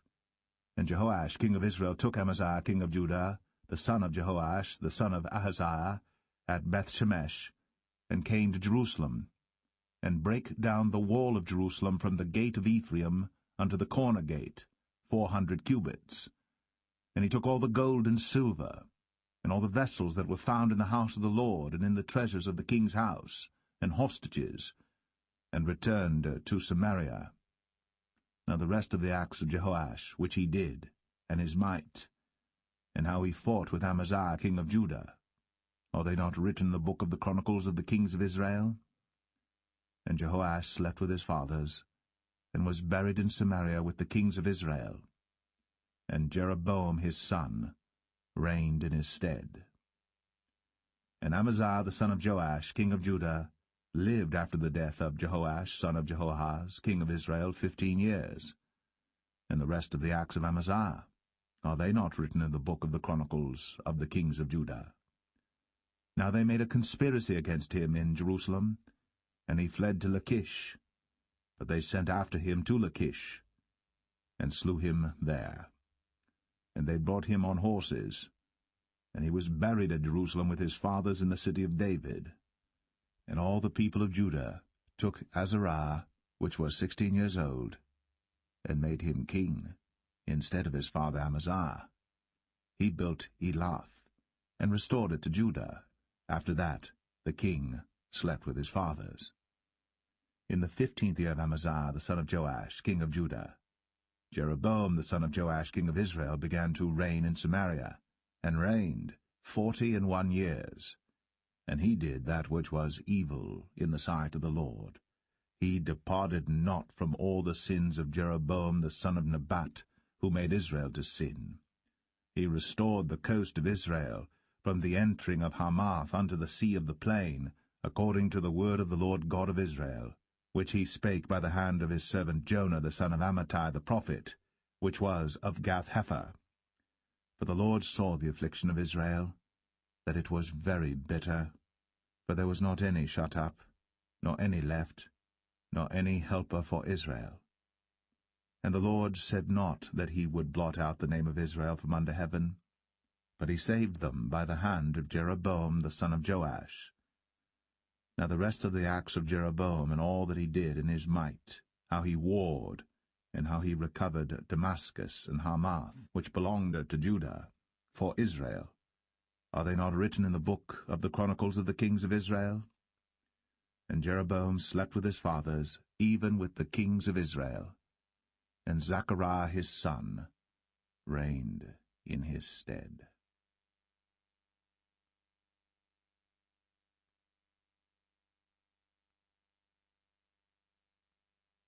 2 Kings 15. In the 27th year of Jeroboam king of Israel, began Azariah son of Amaziah king of Judah to reign. 16 years old was he when he began to reign, and he reigned 52 years in Jerusalem, and his mother's name was Jechaliah of Jerusalem.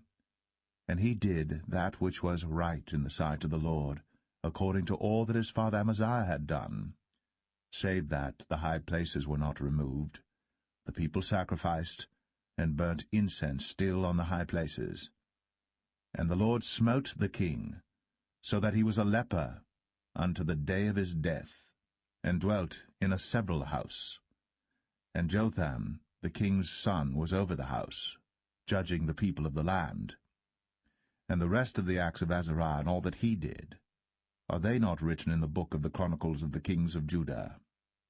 So Azariah slept with his fathers, and they buried him with his fathers in the city of David, and Jotham his son reigned in his stead.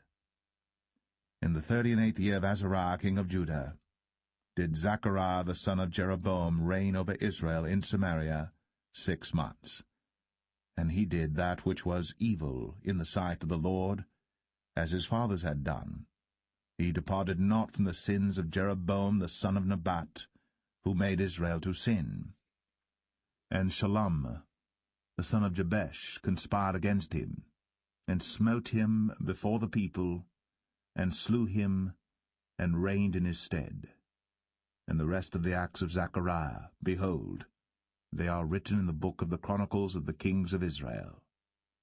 This was the word of the Lord, which he spake unto Jehu, saying, Thy sons shall sit on the throne of Israel unto the 4th generation.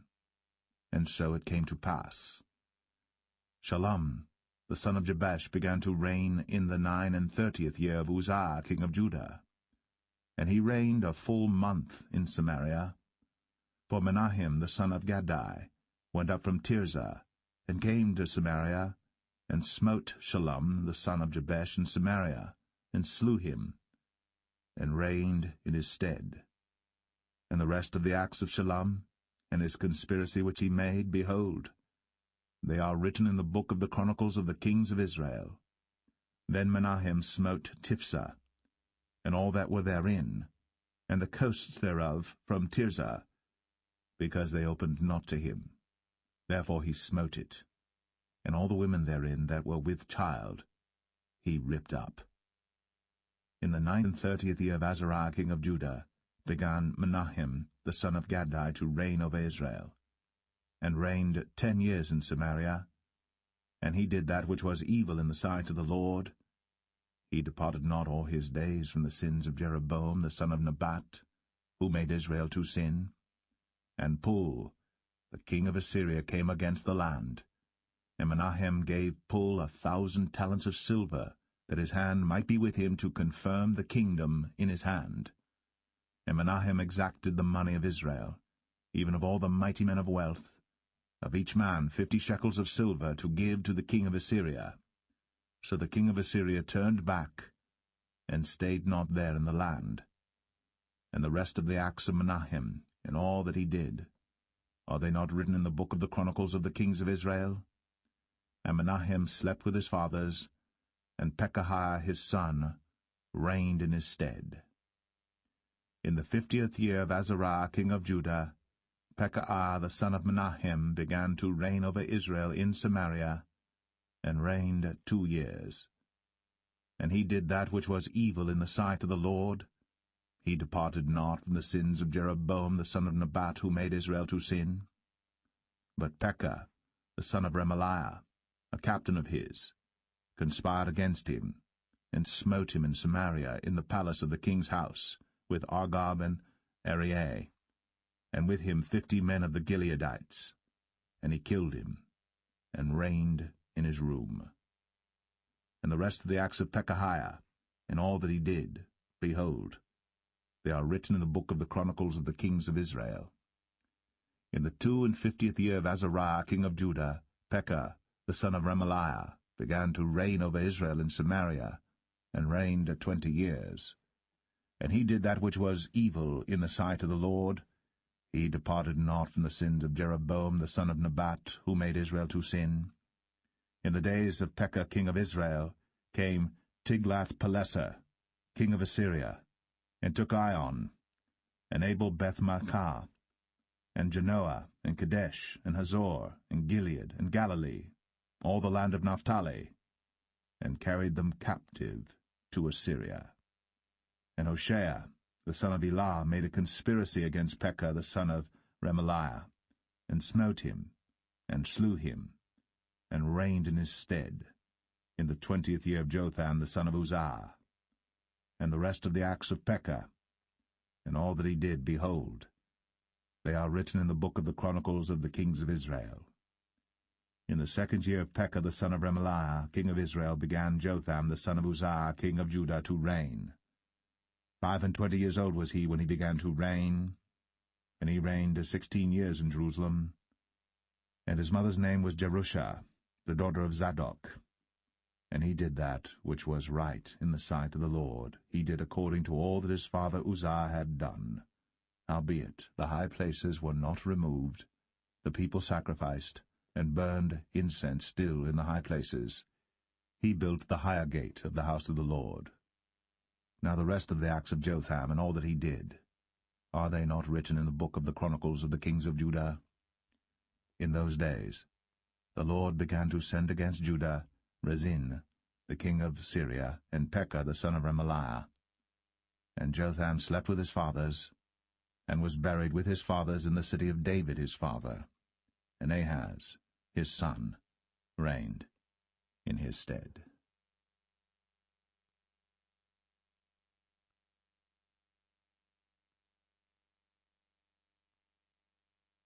Second Kings 16.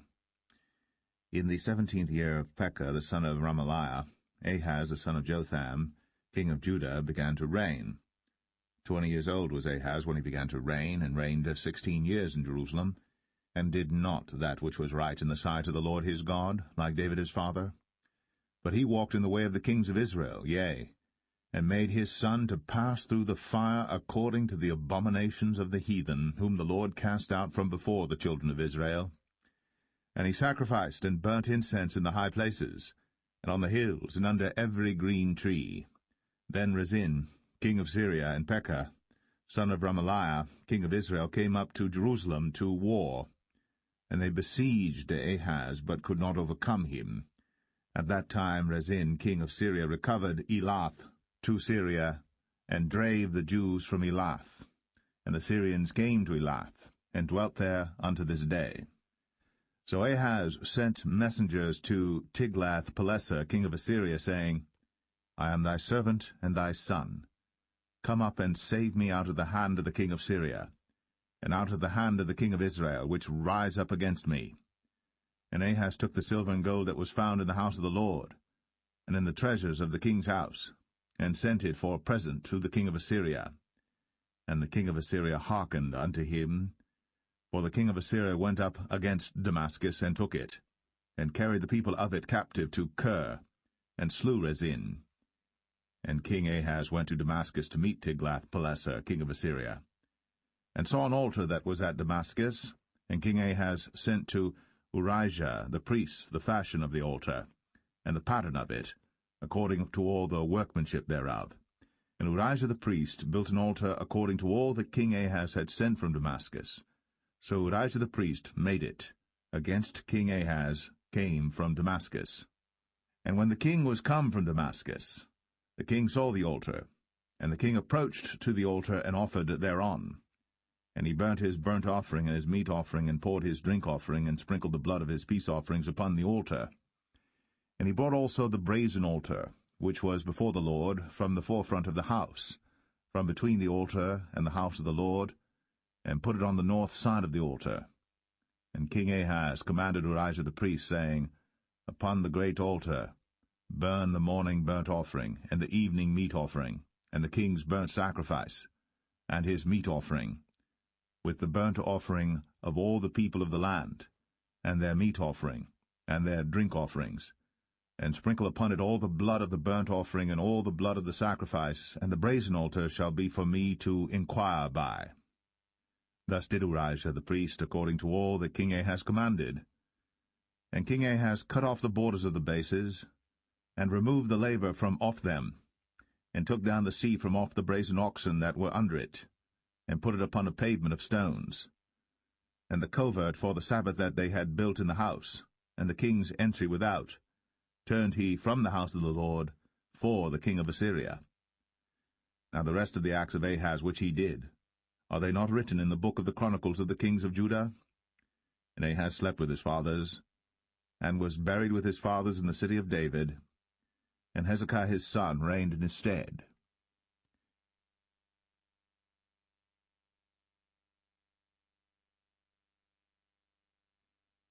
2 Kings 17.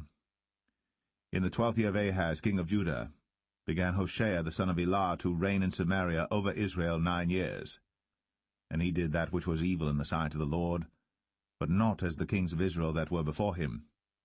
Against him came up Shalmaneser, king of Assyria, and Hoshea became his servant, and gave him presents. And the king of Assyria found conspiracy in Hoshea, for he had sent messengers to So, king of Egypt, and brought no present to the king of Assyria, as he had done year by year. Therefore the king of Assyria shut him up, and bound him in prison. Then the king of Assyria came up throughout all the land, and went up to Samaria, and besieged it 3 years. In the 9th year of Hoshea the king of Assyria took Samaria, and carried Israel away into Assyria, and placed them in Halah and in Habor, by the river of Gozan, and in the cities of the Medes. For so it was, that the children of Israel had sinned against the Lord their God, which had brought them up out of the land of Egypt, from under the hand of Pharaoh king of Egypt, and had feared other gods, and walked in the statutes of the heathen, whom the Lord cast out from before the children of Israel, and of the kings of Israel which they had made. And the children of Israel did secretly those things that were not right against the Lord their God, and they built them high places in all their cities, from the tower of the watchman to the fenced city. And they set them up images, and groves in every high hill, and under every green tree. And there they burnt incense in all the high places, as did the heathen whom the Lord carried away before them, and wrought wicked things to provoke the Lord to anger. For they served idols, whereof the Lord had said unto them, Ye shall not do this thing. Yet the Lord testified against Israel and against Judah by all the prophets, and by all the seers, saying, Turn ye from your evil ways, and keep my commandments and my statutes, according to all the law which I commanded your fathers, and which I sent to you by my servants the prophets. Notwithstanding they would not hear, but hardened their necks, like to the neck of their fathers, that did not believe in the Lord their God. And they rejected his statutes and his covenant that he made with their fathers, and his testimonies which he testified against them. And they followed vanity, and became vain, and went after the heathen that were round about them, concerning whom the Lord had charged them that they should not do like them. And they left all the commandments of the Lord their God, and made them molten images, even 2 calves, and made a grove, and worshipped all the host of heaven, and served Baal.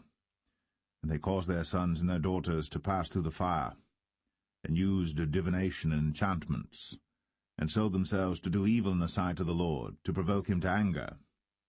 Therefore the Lord was very angry with Israel, and removed them out of his sight. There was none left but the tribe of Judah only. Also Judah kept not the commandments of the Lord their God, but walked in the statutes of Israel which they made. And the Lord rejected all the seed of Israel, and afflicted them, and delivered them into the hand of spoilers, until he had cast them out of his sight. For he rent Israel from the house of David, and they made Jeroboam the son of Nebat king. And Jeroboam drave Israel from following the Lord, and made them sin a great sin. For the children of Israel walked in all the sins of Jeroboam which he did. They departed not from them, until the Lord removed Israel out of his sight, as he had said by all his servants the prophets. So was Israel carried away out of their own land to Assyria unto this day. And the king of Assyria brought men from Babylon, and from Cuthah, and from Avah, and from Hamath, and from Sepharvaim, and placed them in the cities of Samaria instead of the children of Israel. And they possessed Samaria, and dwelt in the cities thereof. And so it was at the beginning of their dwelling there, that they feared not the Lord. Therefore the Lord sent lions among them, which slew some of them. Wherefore they spake to the king of Assyria, saying, The nations which thou hast removed and placed in the cities of Samaria know not the manner of the God of the land. Therefore he hath sent lions among them, and behold, they slay them, because they know not the manner of the God of the land. Then the king of Assyria commanded, saying, Carry thither one of the priests whom ye brought from thence, and let them go and dwell there, and let him teach them the manner of the God of the land. Then one of the priests whom they had carried away from Samaria came and dwelt in Bethel, and taught them how they should fear the Lord. Howbeit every nation made gods of their own, and put them in the houses of the high places which the Samaritans had made, every nation in their cities wherein they dwelt. And the men of Babylon made Succoth-Benoth, and the men of Cuth made Nergal, and the men of Hamath made Ashima, and the Avites made Nibhaz and Tartak, and the Sepharvites burnt their children in fire to Adramelech and Anamelech, the gods of Sepharvaim. So they feared the Lord, and made unto themselves of the lowest of them priests of the high places, which sacrificed for them in the houses of the high places. They feared the Lord, and served their own gods, after the manner of the nations whom they carried away from thence. Unto this day they do after the former manners. They fear not the Lord, neither do they after their statutes, or after their ordinances, or after the law and commandment which the Lord commanded the children of Jacob, whom he named Israel, with whom the Lord had made a covenant, and charged them, saying, Ye shall not fear other gods, nor bow yourselves to them, nor serve them, nor sacrifice to them. But the Lord, who brought you up out of the land of Egypt with great power and a stretched out arm, him shall ye fear, and him shall ye worship, and to him shall ye do sacrifice. And the statutes and the ordinances and the law and the commandment, which he wrote for you, ye shall observe to do for evermore, and ye shall not fear other gods. And the covenant that I have made with you ye shall not forget, neither shall ye fear other gods. But the Lord your God ye shall fear, and he shall deliver you out of the hand of all your enemies. Howbeit they did not hearken, but they did after their former manner. So these nations feared the Lord, and served their graven images, both their children and their children's children, as did their fathers, so do they unto this day.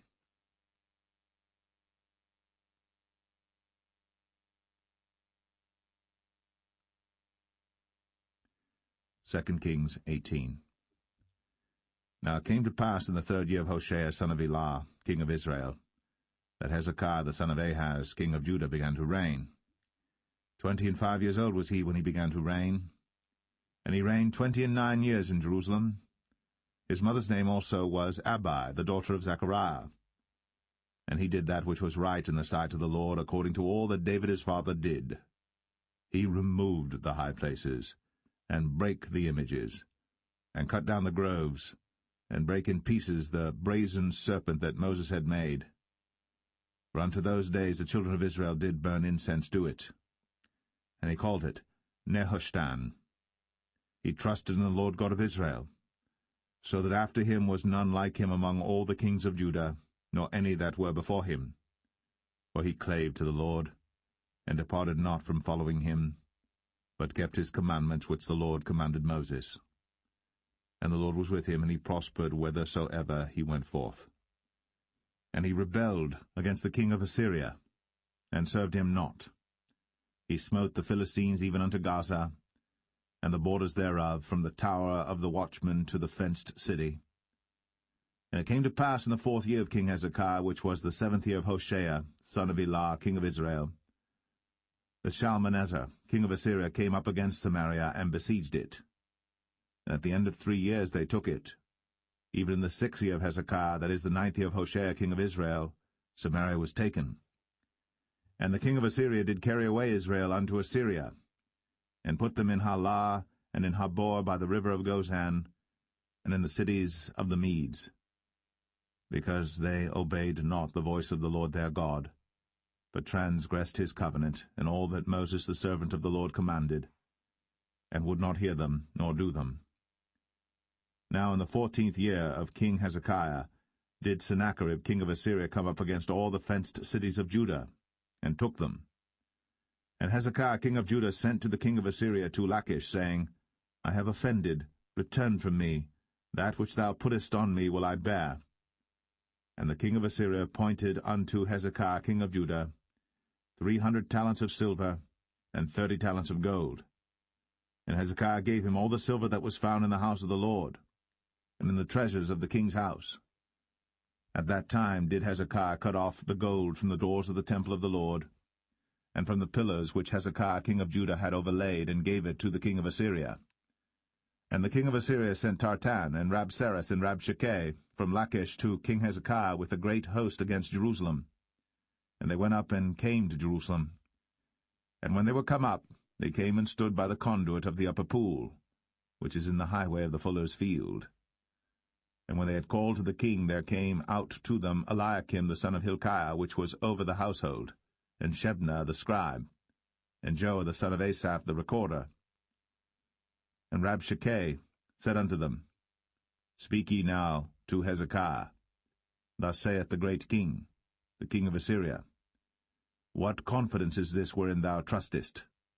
Thou sayest, But they are but vain words. I have counsel and strength for the war. Now on whom dost thou trust, that thou rebellest against me? Now behold, thou trustest upon the staff of this bruised reed, even upon Egypt, on which, if a man lean, it will go into his hand, and pierce it. So is Pharaoh king of Egypt unto all that trust on him. But if ye say unto me, We trust in the Lord our God, is not that he whose high places and whose altars Hezekiah hath taken away, and hath said to Judah and Jerusalem, Ye shall worship before this altar in Jerusalem? Now therefore I pray thee, give pledges to my lord the king of Assyria, and I will deliver thee 2,000 horses, if thou be able on thy part to set riders upon them. How then wilt thou turn away the face of one captain of the least of my master's servants, and put thy trust on Egypt for chariots and for horsemen? Am I now come up without the Lord against this place to destroy it? The Lord said to me, Go up against this land and destroy it. Then said Eliakim the son of Hilkiah, and Shebna, and Joah, unto Rabshakeh, Speak, I pray thee, to thy servants in the Syrian language, for we understand it, and talk not with us in the Jews' language in the ears of the people that are on the wall. But Rabshakeh said unto them, Hath my master sent me to thy master, and to thee to speak these words? Hath he not sent me to the men which sit on the wall, that they may eat their own dung and drink their own piss with you? Then Rabshakeh stood and cried with a loud voice in the Jews' language, and spake, saying, Hear the word of the great king, the king of Assyria. Thus saith the king, Let not Hezekiah deceive you, for he shall not be able to deliver you out of his hand. Neither let Hezekiah make you trust in the Lord, saying, The Lord will surely deliver us, and the city shall not be delivered into the hand of the king of Assyria. Hearken not to Hezekiah, for thus saith the king of Assyria, Make an agreement with me by a present, and come out to me. And then eat ye every man of his own vine, and every one of his fig tree, and drink ye every one the waters of his cistern, until I come and take you away to a land like your own land, a land of corn and wine, a land of bread and vineyards, a land of oil olive and of honey, that ye may live and not die. And hearken not unto Hezekiah, when he persuadeth you, saying, The Lord will deliver us. Hath any of the gods of the nations delivered at all his land out of the hand of the king of Assyria? Where are the gods of Hamath and of Arpad? Where are the gods of Sepharvaim, Hena, and Eva? Have they delivered Samaria out of mine hand? Who are they among all the gods of the countries that have delivered their country out of mine hand, that the Lord should deliver Jerusalem out of mine hand? But the people held their peace, and answered him not a word, for the king's commandment was, saying, Answer him not. Then came Eliakim the son of Hilkiah, which was over the household, and Shebna the scribe, and Joah the son of Asaph the recorder, to Hezekiah with their clothes rent, and told him the words of Rabshakeh.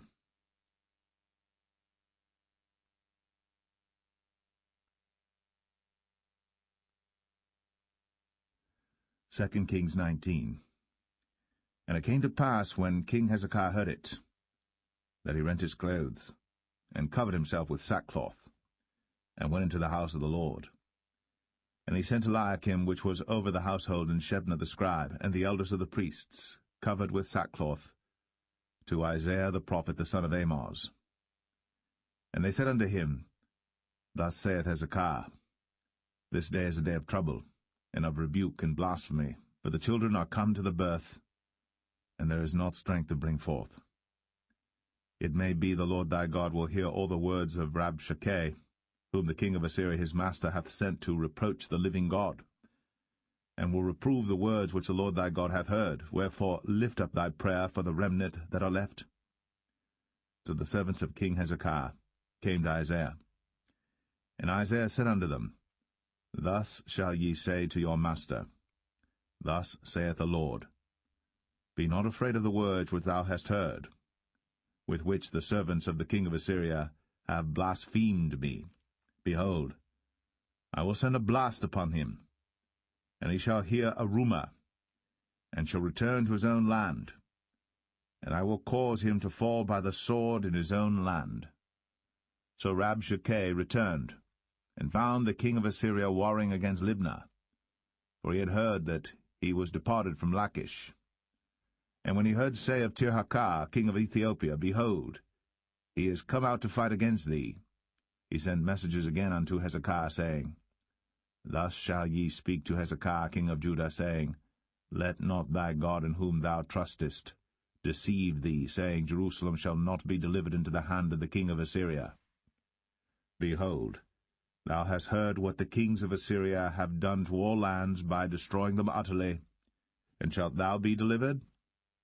Have the gods of the nations delivered them which my fathers have destroyed, as Gozan and Haran, and Rezeph, and the children of Eden, which were in Thelasar?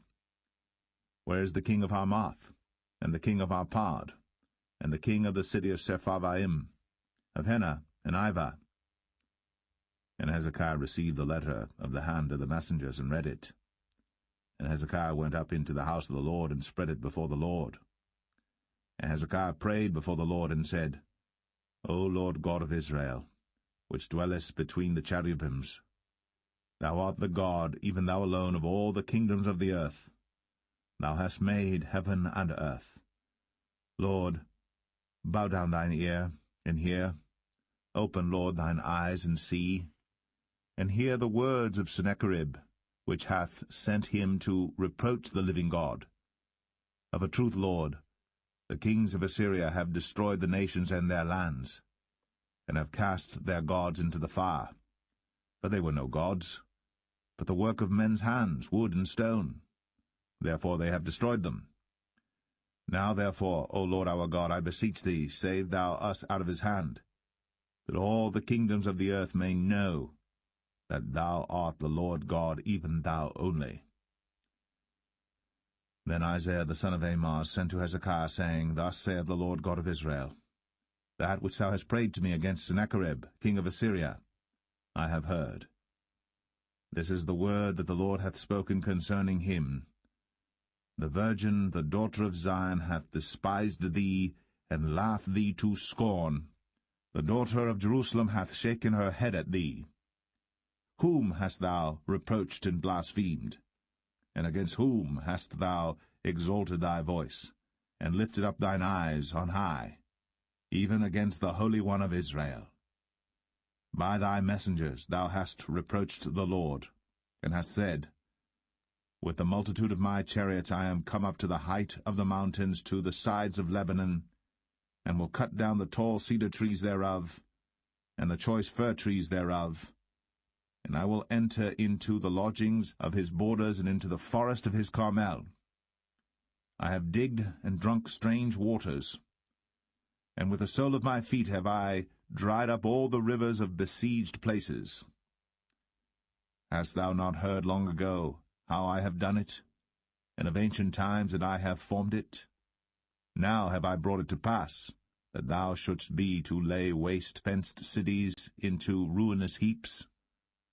Therefore their inhabitants were of small power. They were dismayed and confounded. They were as the grass of the field, and as the green herb, as the grass on the housetops, and as corn blasted before it be grown up. But I know thy abode, and thy going out, and thy coming in, and thy rage against me, because thy rage against me and thy tumult is come up into mine ears. Therefore I will put my hook in thy nose, and my bridle in thy lips, and I will turn thee back by the way by which thou camest. And this shall be a sign unto thee. Ye shall eat this year such things as grow of themselves, and in the second year that which springeth of the same. And in the third year sow ye and reap, and plant vineyards, and eat the fruits thereof.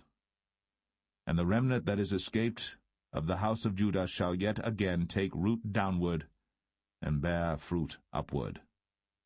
For out of Jerusalem shall go forth a remnant, and they that escape out of Mount Zion. The zeal of the Lord of hosts shall do this. Therefore thus saith the Lord concerning the king of Assyria, He shall not come into this city, nor shoot an arrow there, nor come before it with shield, nor cast a bank against it. By the way that he came, by the same shall he return, and shall not come into this city, saith the Lord. For I will defend this city to save it, for mine own sake, and for my servant David's sake. And it came to pass that night, that the angel of the Lord went out, and smote in the camp of the Assyrians 180 and 5,000. And when they arose early in the morning, behold, they were all dead corpses. So Sennacherib king of Assyria departed, and went, and returned, and dwelt at Nineveh. And it came to pass, as he was worshipping in the house of Nisroch his god, that Adramelech and Sharezer his sons smote him with the sword, and they escaped into the land of Armenia. And Esarhaddon his son reigned in his stead.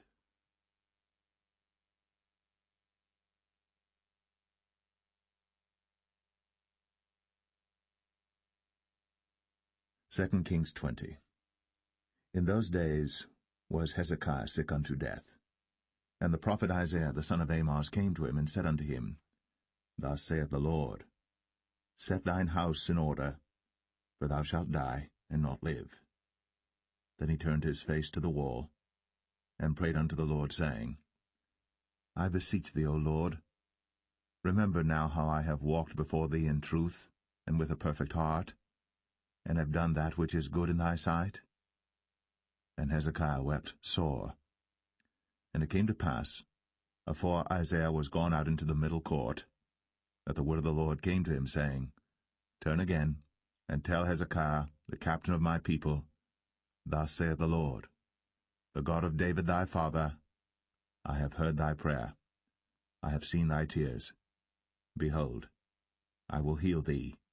On the 3rd day thou shalt go up into the house of the Lord. And I will add unto thy days 15 years. And I will deliver thee and this city out of the hand of the king of Assyria. And I will defend this city for mine own sake, and for my servant David's sake. Then Isaiah said, Take a lump of figs. And they took and laid it on the boil, and he recovered. And Hezekiah said unto Isaiah, What shall be the sign that the Lord will heal me, and that I shall go up into the house of the Lord the 3rd day?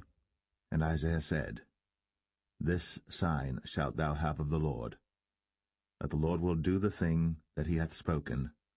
Shall the shadow go forward 10 degrees, or go back 10 degrees? And Hezekiah answered, It is a light thing for the shadow to go down 10 degrees, nay, but let the shadow return backward 10 degrees. And Isaiah the prophet cried unto the Lord, and he brought the shadow 10 degrees backward, by which it had gone down in the dial of Ahaz.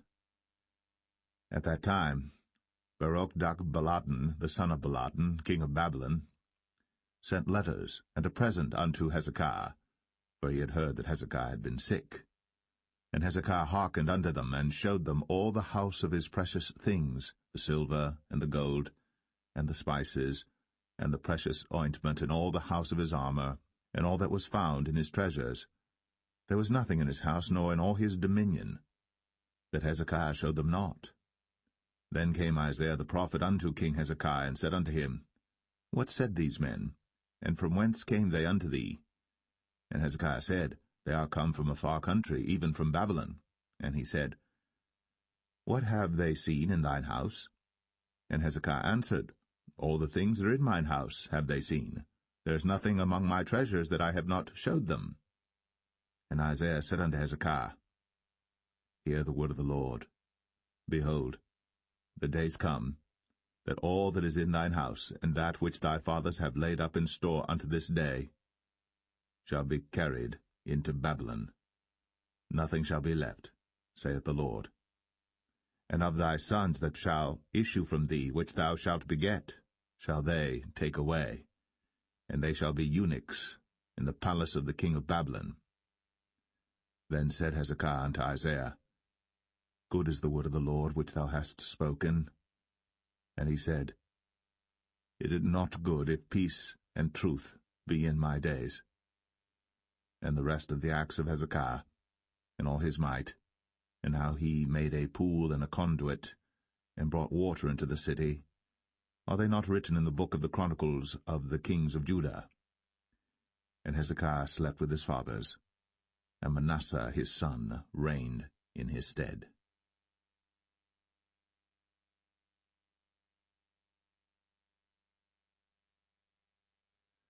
2 Kings 21. Manasseh was 12 years old when he began to reign, and reigned 55 years in Jerusalem. And his mother's name was Hephzibah. And he did that which was evil in the sight of the Lord, after the abominations of the heathen whom the Lord cast out before the children of Israel. For he built up again the high places which Hezekiah his father had destroyed. And he reared up altars for Baal, and made a grove, as did Ahab king of Israel, and worshipped all the host of heaven, and served them. And he built altars in the house of the Lord, of which the Lord said, In Jerusalem will I put my name.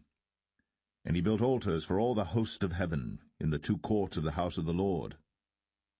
And he made his son pass through the fire, and observed times, and used enchantments, and dealt with familiar spirits and wizards. He wrought much wickedness in the sight of the Lord, to provoke him to anger. And he set a graven image of the grove that he had made in the house, of which the Lord said to David, and to Solomon his son, In this house and in Jerusalem, which I have chosen, out of all tribes of Israel, will I put my name forever. Neither will I make the feet of Israel move any more out of the land which I gave their fathers, only if they will observe to do according to all that I have commanded them, and according to all the law that my servant Moses commanded them. But they hearkened not. And Manasseh seduced them to do more evil than did the nations whom the Lord destroyed before the children of Israel. And the Lord spake by his servants the prophets, saying, Because Manasseh king of Judah hath done these abominations, and hath done wickedly above all that the Amorites did which were before him, and hath made Judah also to sin with his idols, therefore thus saith the Lord God of Israel, Behold, I am bringing such evil upon Jerusalem and Judah, that whosoever heareth of it, both his ears shall tingle. And I will stretch over Jerusalem the line of Samaria, and the plummet of the house of Ahab. And I will wipe Jerusalem as a man wipeth a dish, wiping it and turning it upside down. And I will forsake the remnant of mine inheritance, and deliver them into the hand of their enemies. And they shall become a prey and a spoil to all their enemies. Because they have done that which was evil in my sight, and have provoked me to anger, since the day their fathers came forth out of Egypt, even unto this day. Moreover, Manasseh shed innocent blood very much, till he had filled Jerusalem from one end to another, beside his sin wherewith he made Judah to sin, in doing that which was evil in the sight of the Lord. Now the rest of the acts of Manasseh, and all that he did, and his sin that he sinned, are they not written in the book of the Chronicles of the kings of Judah? And Manasseh slept with his fathers, and was buried in the garden of his own house, in the garden of Uzzah, and Amon his son reigned in his stead. Amon was 22 years old when he began to reign, and he reigned 2 years in Jerusalem. And his mother's name was Meshullemeth, the daughter of Haruz of Jotbah. And he did that which was evil in the sight of the Lord, as his father Manasseh did. And he walked in all the way that his father walked in, and served the idols that his father served, and worshipped them. And he forsook the Lord God of his fathers, and walked not in the way of the Lord. And the servants of Amon conspired against him, and slew the king in his own house. And the people of the land slew all them that had conspired against King Amon. And the people of the land made Josiah his son king in his stead. Now the rest of the acts of Amon which he did, are they not written in the book of the Chronicles of the kings of Judah? And he was buried in his sepulchre in the garden of Uzzah, and Josiah his son reigned in his stead.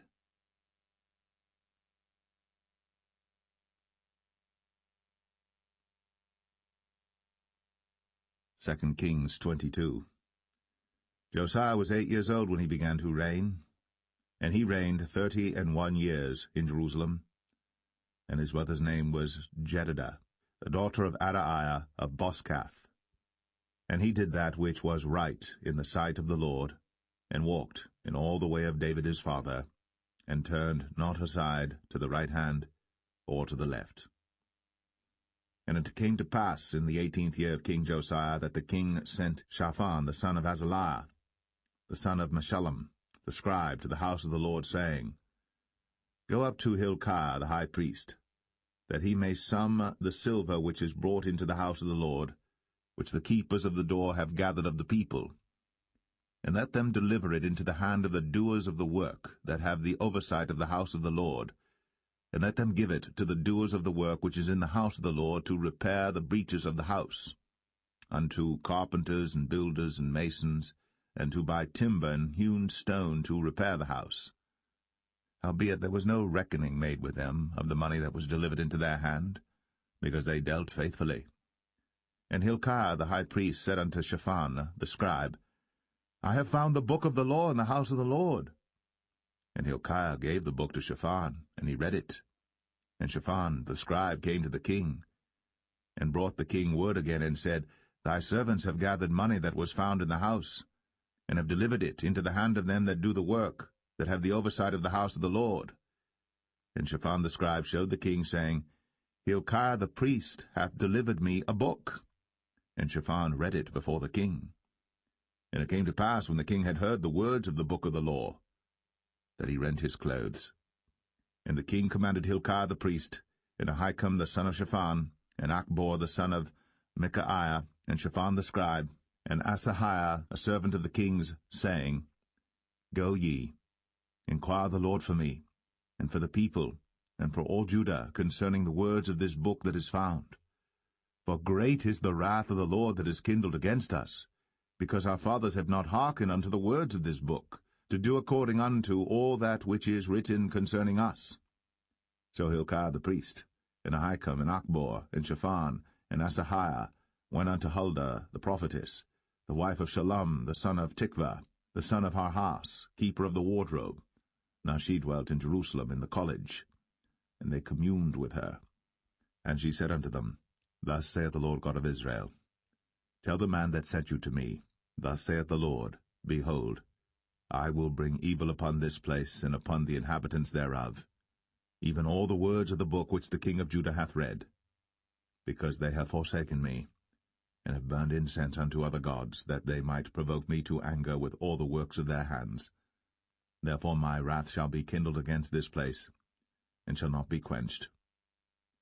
But to the king of Judah, which sent you to inquire of the Lord, thus shall ye say to him, Thus saith the Lord God of Israel, as touching the words which thou hast heard, because thine heart was tender, and thou hast humbled thyself before the Lord, when thou heardest what I spake against this place, and against the inhabitants thereof, that they should become a desolation and a curse, and hast rent thy clothes, and wept before me.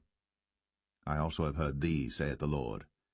Behold, therefore, I will gather thee unto thy fathers, and thou shalt be gathered into thy grave in peace. And thine eyes shall not see all the evil which I will bring upon this place. And they brought the king word again.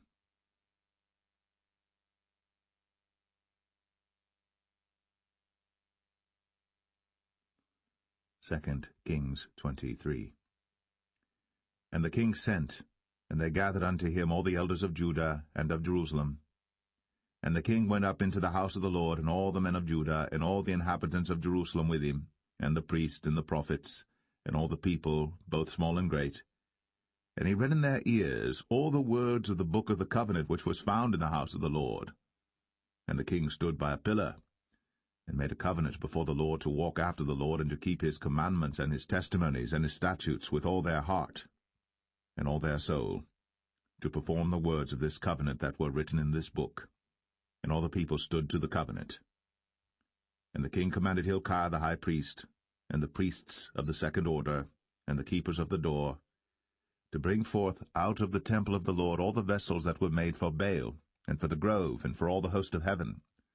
And he burned them without Jerusalem in the fields of Kidron, and carried the ashes of them unto Bethel.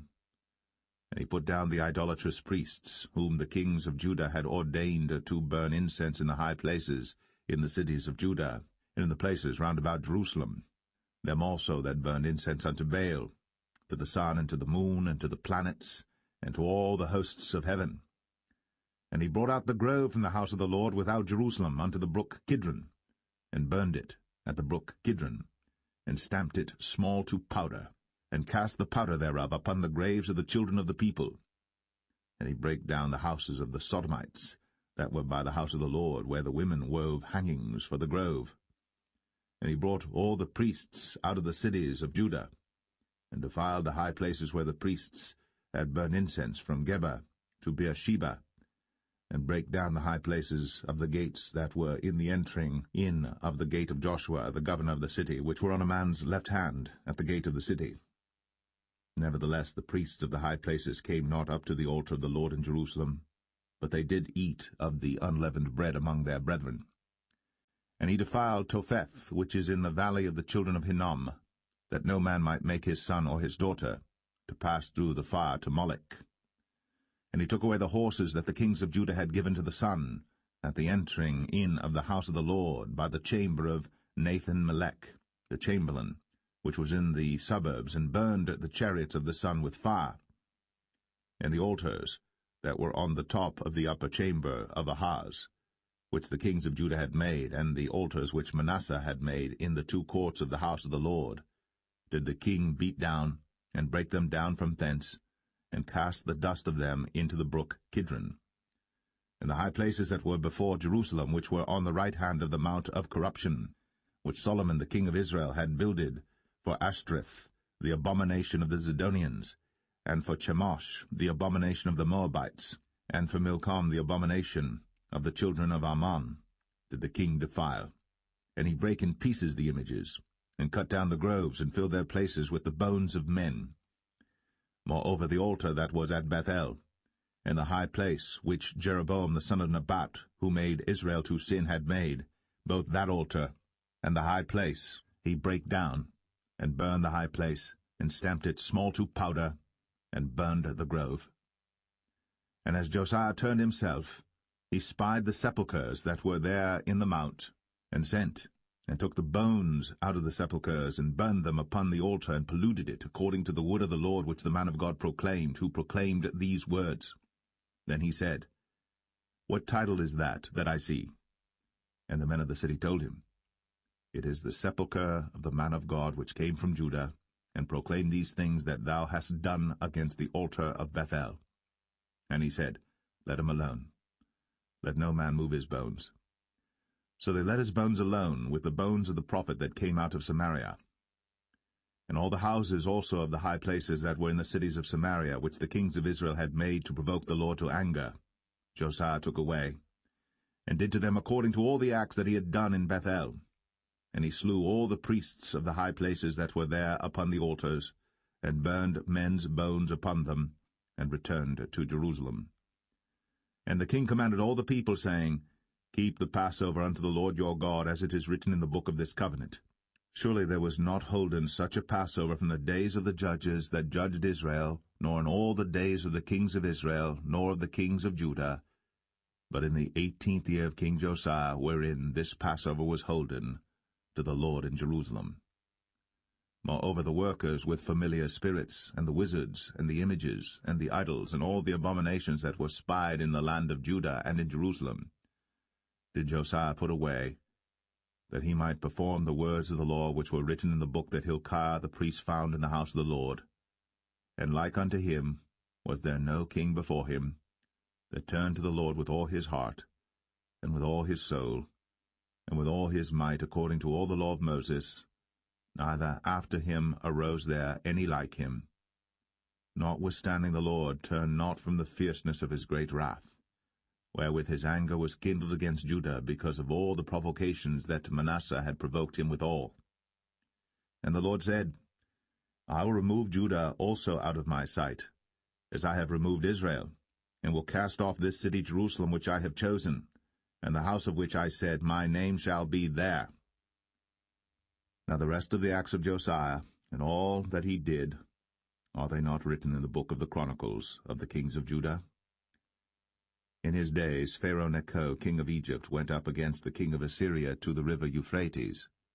And King Josiah went against him, and he slew him at Megiddo when he had seen him. And his servants carried him in a chariot dead from Megiddo, and brought him to Jerusalem, and buried him in his own sepulchre. And the people of the land took Jehoahaz the son of Josiah, and anointed him, and made him king in his father's stead. Jehoahaz was 23 years old when he began to reign, and he reigned 3 months in Jerusalem. And his mother's name was Hamutal, the daughter of Jeremiah of Libnah. And he did that which was evil in the sight of the Lord, according to all that his fathers had done. And Pharaoh Necho put him in bands at Riblah, in the land of Hamath, that he might not reign in Jerusalem, and put the land to a tribute of 100 talents of silver, and a talent of gold. And Pharaoh Necho made Eliakim the son of Josiah king in the room of Josiah his father, and turned his name to Jehoiakim, and took Jehoahaz away, and he came to Egypt and died there. And Jehoiakim gave the silver and the gold to Pharaoh, but he taxed the land to give the money according to the commandment of Pharaoh. He exacted the silver and the gold of the people of the land, of every one according to his taxation, to give it unto Pharaoh Necho. Jehoiakim was 25 years old when he began to reign, and he reigned 11 years in Jerusalem. And his mother's name was Zebudah, the daughter of Pedaiah of Rumah. And he did that which was evil in the sight of the Lord, according to all that his fathers had done.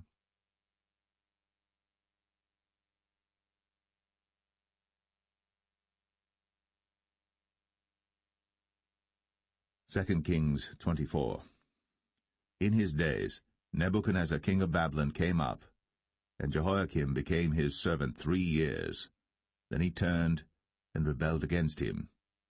And the Lord sent against him bands of the Chaldees, and bands of the Syrians, and bands of the Moabites, and bands of the children of Ammon, and sent them against Judah to destroy it, according to the word of the Lord which he spake by his servants the prophets. Surely at the commandment of the Lord came this upon Judah, to remove them out of his sight, for the sins of Manasseh according to all that he did, and also for the innocent blood that he shed. For he filled Jerusalem with innocent blood which the Lord would not pardon. Now the rest of the acts of Jehoiakim, and all that he did, are they not written in the book of the Chronicles of the kings of Judah? So Jehoiakim slept with his fathers, and Jehoiachin his son reigned in his stead. And the king of Egypt came not again any more out of his land, for the king of Babylon had taken from the river of Egypt unto the river Euphrates all that pertained to the king of Egypt. Jehoiachin was 18 years old when he began to reign, and he reigned in Jerusalem 3 months. And his mother's name was Nehushta, the daughter of Elnathan of Jerusalem. And he did that which was evil in the sight of the Lord, according to all that his father had done. At that time the servants of Nebuchadnezzar king of Babylon came up against Jerusalem, and the city was besieged. And Nebuchadnezzar king of Babylon came against the city, and his servants did besiege it. And Jehoiachin the king of Judah went out to the king of Babylon, he and his mother and his servants, and his princes and his officers. And the king of Babylon took him in the 8th year of his reign. And he carried out thence all the treasures of the house of the Lord, and the treasures of the king's house, and cut in pieces all the vessels of gold which Solomon king of Israel had made in the temple of the Lord, as the Lord had said. And he carried away all Jerusalem, and all the princes, and all the mighty men of valor, even 10,000 captives, and all the craftsmen and smiths, none remained, save the poorest sort of the people of the land. And he carried away Jehoiachin to Babylon, and the king's mother, and the king's wives, and his officers, and the mighty of the land. Those carried he into captivity from Jerusalem to Babylon. And all the men of might, even 7,000, and craftsmen and smiths 1,000, all that was strong and apt for war, even them the king of Babylon brought captive to Babylon. And the king of Babylon made Mattaniah his father's brother king in his stead, and changed his name to Zedekiah. Zedekiah was 21 years old when he began to reign, and he reigned 11 years in Jerusalem. And his mother's name was Hamutal, the daughter of Jeremiah of Libnah. And he did that which was evil in the sight of the Lord, according to all that Jehoiakim had done. For through the anger of the Lord it came to pass in Jerusalem and Judah, until he had cast them out from his presence, that Zedekiah rebelled against the king of Babylon.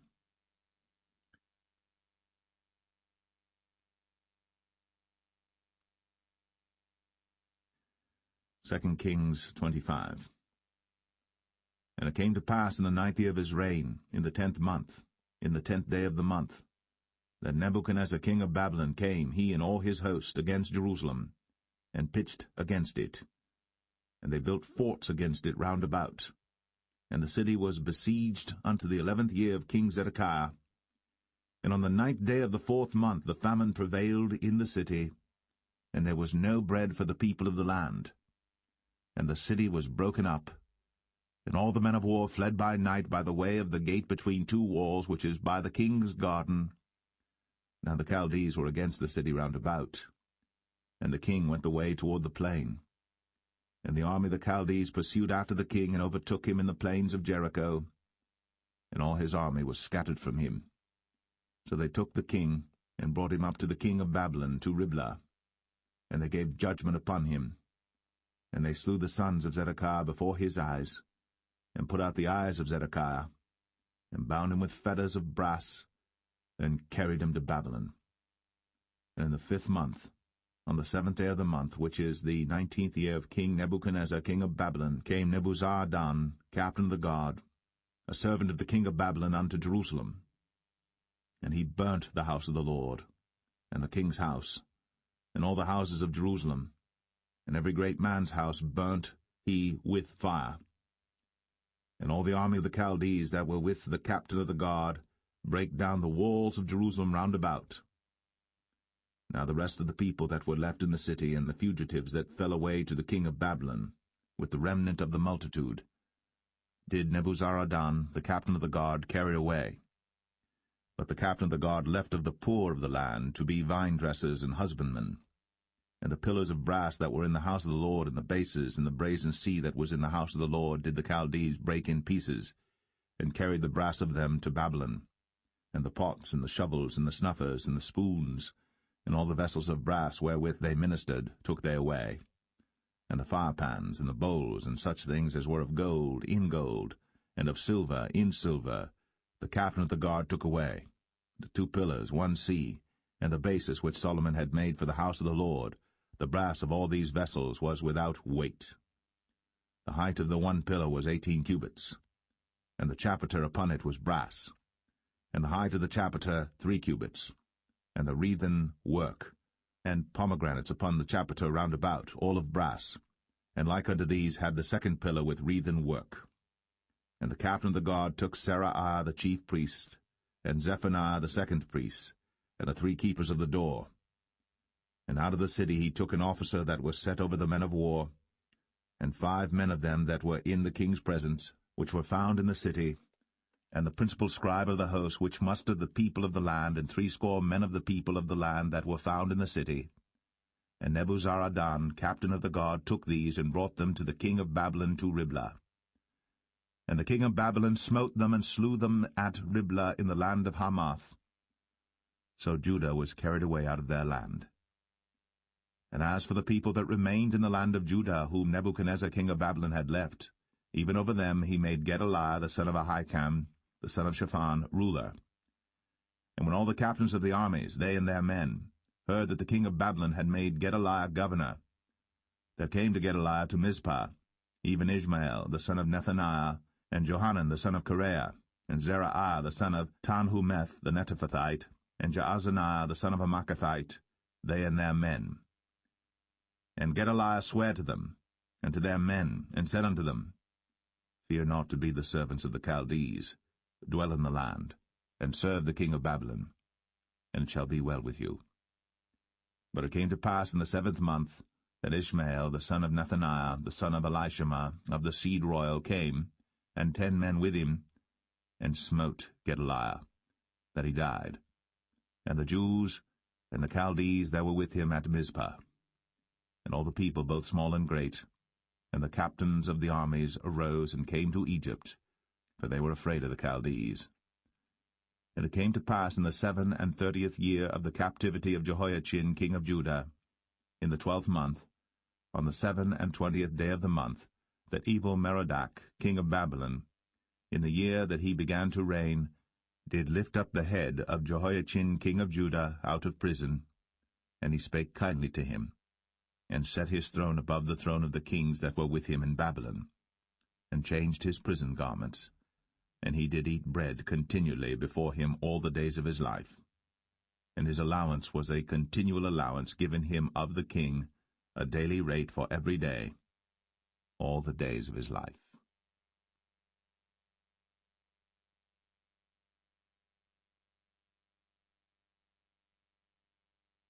The First Book of Chronicles, Chapter 1. Adam, Sheth, Enosh, Canaan, Mahalaleel, Jared, Enoch, Methuselah, Lamech, Noah, Shem, Ham, and Japheth.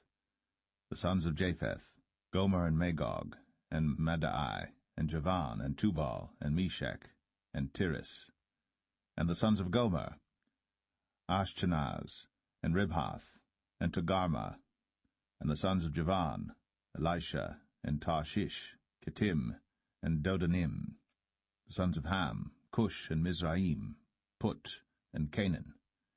And the sons of Cush, Seba, and Havilah, and Sapta, and Ramah, and Sabteca. And the sons of Ramah, Sheba and Dedan. And Cush begat Nimrod.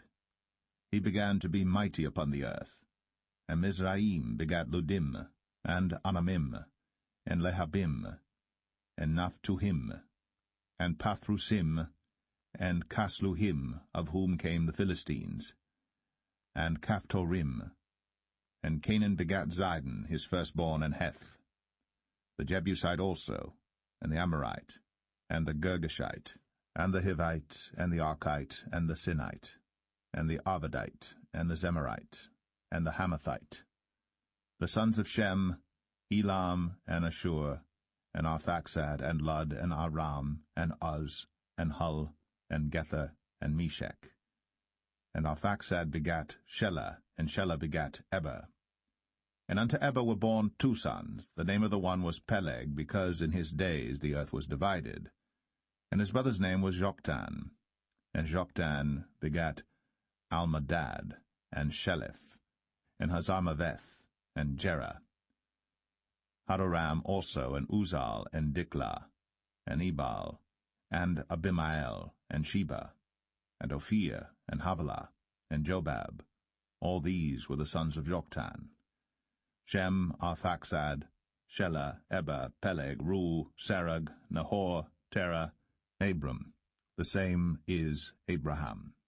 The sons of Abraham, Isaac and Ishmael. These are their generations. The firstborn of Ishmael, Nebaioth, then Kedar, and Abiel, and Mibsam, Mishma, and Dumah, Massa, Hadad, and Tema, Jetur, Naphish, and Kedemah. These are the sons of Ishmael. Now the sons of Keturah, Abraham's concubine. She bare Zimran, and Jokshan, and Medan, and Midian, and Ishbak, and Shua. And the sons of Jokshan, Sheba and Dedan. And the sons of Midian, Ephah, and Epher, and Henoch, and Abida, and Eldaah. All these are the sons of Keturah. And Abraham begat Isaac. The sons of Isaac, Esau and Israel. The sons of Esau, Eliphaz, Ruel, and Jeush, and Jalam, and Korah. The sons of Eliphaz, Teman, and Omar, Zephi, and Gatam, Kenaz, and Timnah, and Amalek. The sons of Ruel, Nehath, Zerah, Shammah, and Mizah. And the sons of Zia, Lotan, and Shobal, and Zibeon, and Anah, and Dishan, and Ezar, and Dishan. And the sons of Lotan, Horai, and Homam, and Timnah was Lotan's sister. The sons of Shobal, Alian, and Manahath, and Ebal, Shephi, and Onam. And the sons of Zibeon, Ai, and Anah. The sons of Anah, Dishon. And the sons of Dishon, Amram, and Eshban, and Ithran, and Cheran. The sons of Ezer, Bilhan, and Zavan, and Jachan. The sons of Dishan, Uz, and Aran.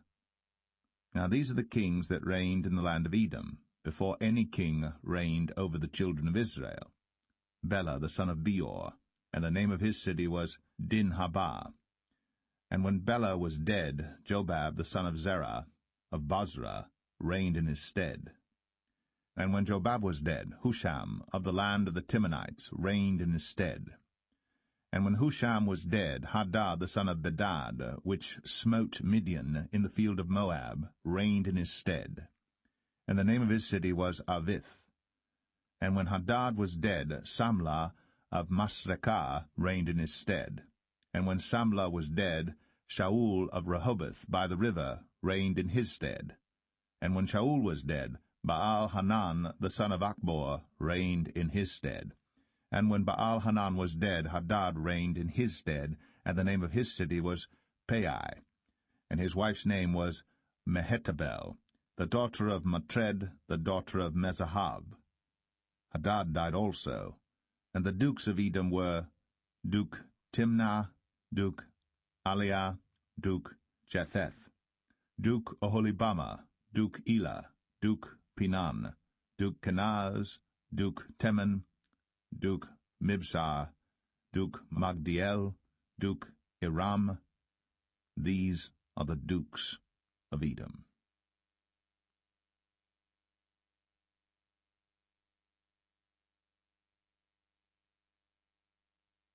1 Chronicles 2.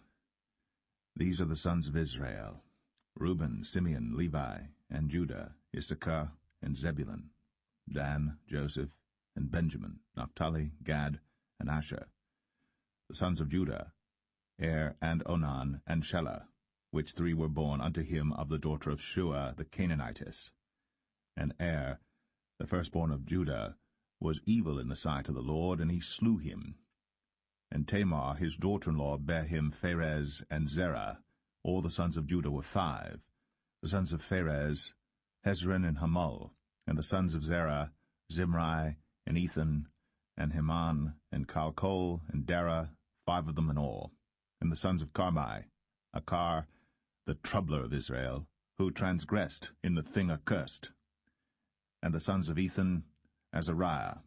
The sons also of Hezron that were born unto him, Jeramiel, and Ram, and Chelubai. And Ram begat Aminadab, and Aminadab begat Nahshon, prince of the children of Judah. And Nahshon begat Salma, and Salma begat Boaz, and Boaz begat Obed, and Obed begat Jesse. And Jesse begat his firstborn Eliab, and Aminadab the second, and Shema the third. Nathaniel the fourth, Radai the fifth, Ozem the sixth, David the seventh, whose sisters were Zeruiah and Abigail. And the sons of Zeruiah, Abishai, and Joab, and Asahel 3. And Abigail bare Amasa, and the father of Amasa was Jether the Ishmaelite. And Caleb the son of Hezron begat children of Azabah his wife, and of Jerioth. Her sons are these, Jesher, and Shabab, and Ardan. And when Azabah was dead, Caleb took unto him Ephrath, which bare him Hur, and Hur begat Uri, and Uri begat Bezaleel. And afterward Hezron went in to the daughter of Machir, the father of Gilead, whom he married when he was 60 years old. And she bare him Segub, and Segub begat Jair, who had 23 cities in the land of Gilead. And he took Gesher and Aram, with the towns of Jair from them, with Kenath, and the towns thereof, even 60 cities. All these belonged to the sons of Machir, the father of Gilead. And after that Hezron was dead, and Caleb Ephratah. Then Abiah, Hezron's wife, bare him Asher, the father of Tekoa. And the sons of Jeramiel, the firstborn of Hezron, were Ram the firstborn, and Bunah, and Oren, and Ozem, and Ahijah. Jeramiel had also another wife, whose name was Adarah. She was the mother of Onam. And the sons of Ram, the firstborn of Jeramiel, were Maaz, and Jamin, and Acher. And the sons of Onam were Shammai, and Jadah. And the sons of Shammai, Nadab, and Abishur. And the name of the wife of Abishur was Abihail, and she bare him Aban and Molid. And the sons of Nadab, Seled, and Appaim. But Seled died without children. And the sons of Appaim, Ishai. And the sons of Ishai, Sheshan. And the children of Sheshan, Alai. And the sons of Judah, the brother of Shammai, Jether and Jonathan. And Jether died without children. And the sons of Jonathan, Paulett and Zazah. These were the sons of Jeramiel. Now Sheshan had no sons but daughters, and Sheshan had a servant, an Egyptian, whose name was Jarha. And Sheshan gave his daughter to Jarha his servant to wife, and she bare him Attai. And Attai begat Nathan, and Nathan begat Zabad, and Zabad begat Ephlal, and Ephlal begat Obed. And Obed begat Jehu, and Jehu begat Azariah, and Azariah begat Helez, and Helez begat Eleazar, and Eleazar begat Sesamai, and Sesamai begat Shalom, and Shalom begat Jechamiah, and Jechamiah begat Elishama. Now the sons of Caleb, the brother of Jeramiel, were Misha, his firstborn, which was the father of Ziph, and the sons of Marashah, the father of Hebron, and the sons of Hebron, Korah, and Tapua, and Rechem, and Shema. And Shema begat Raham, the father of Jorkoam, and Rechem begat Shemai. And the son of Shemai was Maon, and Maon was the father of Beth-zur. And Ephah Caleb's concubine bare Haran, and Moza, and Gazez, and Haran begat Gazez. And the sons of Jaddai, Regem, and Jotham, and Gesham, and Paulett, and Ephah, and Shaaph. Maachah, Caleb's concubine, bare Sheber, and Tirhanah. She bare also Shaaph the father of Madmanah, Sheva the father of Machbenah, and the father of Gibeah, and the daughter of Caleb was Aksah. These were the sons of Caleb, the son of Hur, the firstborn of Ephratah, Shobal the father of Kirjath-Jearim, Salma the father of Bethlehem, Hareph the father of Beth-Gader, and Shobal the father of Kirjath-Jearim had sons, Haraway and half of the Manahethites. And the families of Kirjath-Jearim, the Ithrites, and the Puhites, and the Shumathites, and the Mishraites. Of them came the Zerethites, and the Eshtuelites. The sons of Salma, Bethlehem, and the Netophathites, Adaroth, the house of Joab, and half of the Manahethites, the Zorites. And the families of the scribes which dwelt at Jabez, the Terathites, the Shimeathites, and Sukathites. These are the Kenites that came of Hemath, the father of the house of Rechab.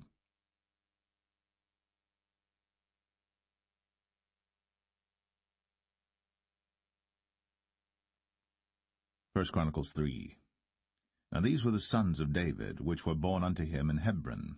The firstborn, Amnon, of Ahinoam, the Jezreelitess. The second, Daniel, of Abigail, the Carmelitess. The third, Absalom, the son of Maachah, the daughter of Talmai, king of Geshur. The fourth, Adonijah, the son of Haggith. The fifth, Shephatiah of Abital. The sixth, Ithraam, by Eglah his wife. These 6 were born unto him in Hebron, and there he reigned 7 years and 6 months. And in Jerusalem he reigned 33 years. And these were born unto him in Jerusalem, Shimei, and Shabab, and Nathan, and Solomon 4, of Bathshua the daughter of Amiel, Ibhar also, and Elishama, and Eliphalet, and Noga, and Nepheg, and Japhia, and Elishama, and Eliada, and Eliphalet, 9. These were all the sons of David, beside the sons of the concubines and Tamar their sister.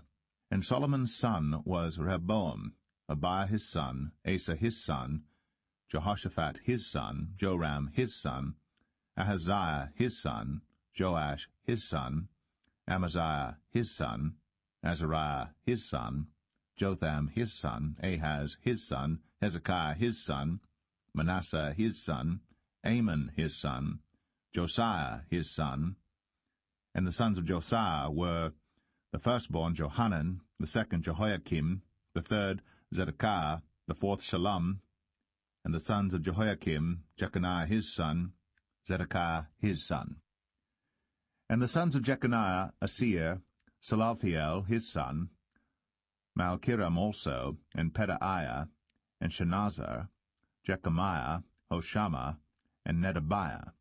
And the sons of Pedaiah were Zerubbabel and Shimei, and the sons of Zerubbabel, Meshullam, and Hananiah, and Shelomith their sister, and Hashabah, and Ohel, and Berechiah, and Hesediah, Juseb-Hesed, 5. And the sons of Hananiah, Pelatiah, and Jesaiah, the sons of Rephaiah, the sons of Arnan, the sons of Obadiah, the sons of Shechaniah, and the sons of Shechaniah, Shemaiah, and the sons of Shemaiah, Hattush, and Igial, and Baraiah, and Neriah, and Shaphat, 6. And the sons of Neriah, Elionai, and Hezekiah, and Azrikam, 3. And the sons of Elionai were Hodiah, and Eliashib, and Pelaiah, and Akub, and Johanan, and Dalaiah, and Anani, 7.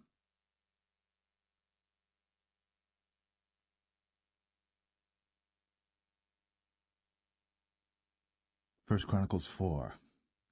The sons of Judah, Pharez, Hezron, and Carmi, and Hur, and Shabal.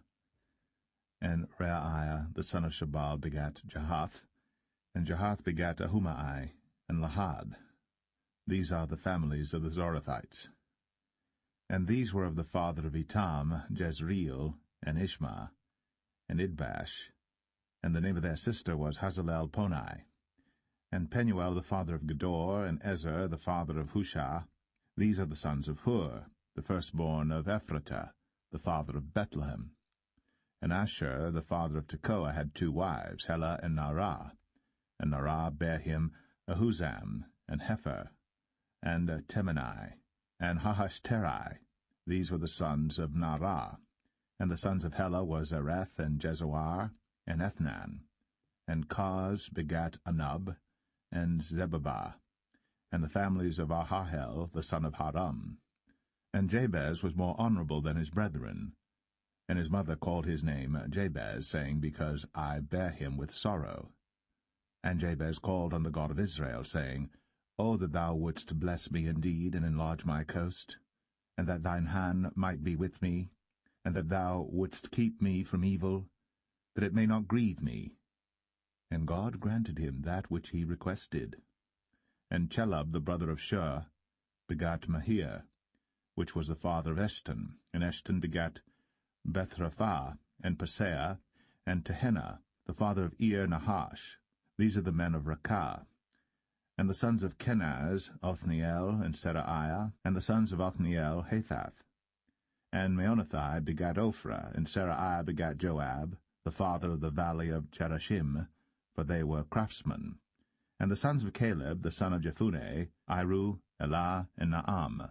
And the sons of Elah, even Kenaz. And the sons of Jehaleleel, Ziph, and Zephah, Teriah, and Asrael. And the sons of Ezra were Jether, and Mered, and Epher, and Jalan. And she bare Miriam, and Shemai, and Ishba, the father of Eshtemoa.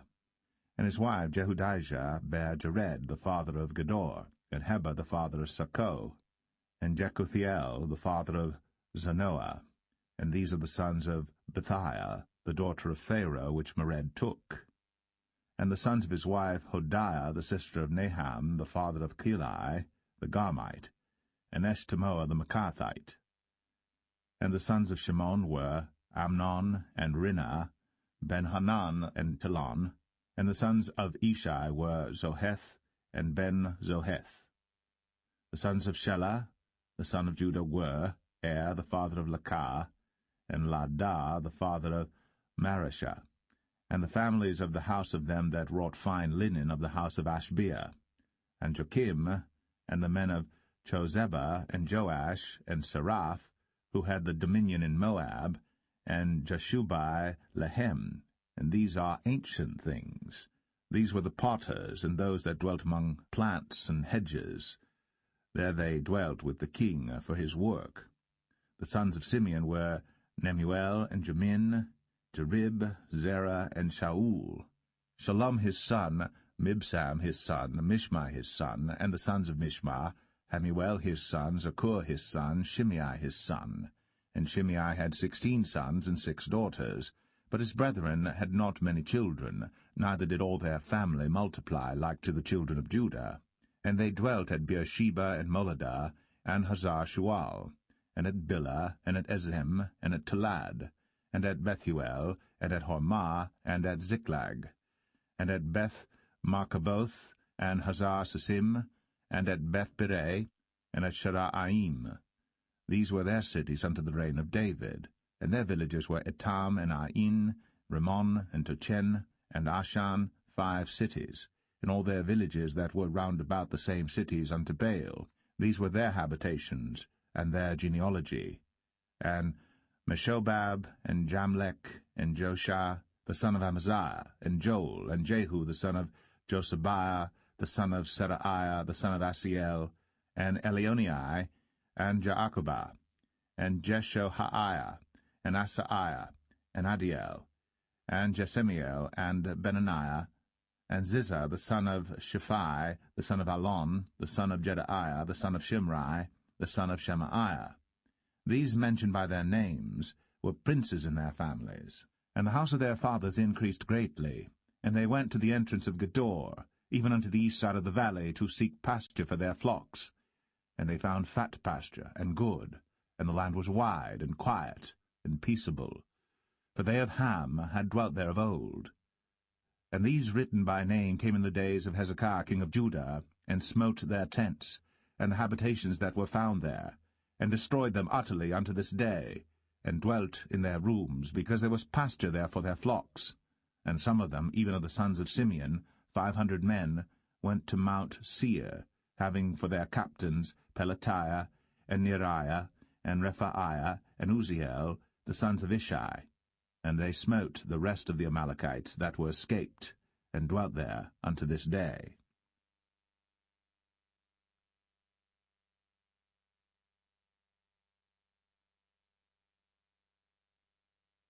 1 Chronicles 5.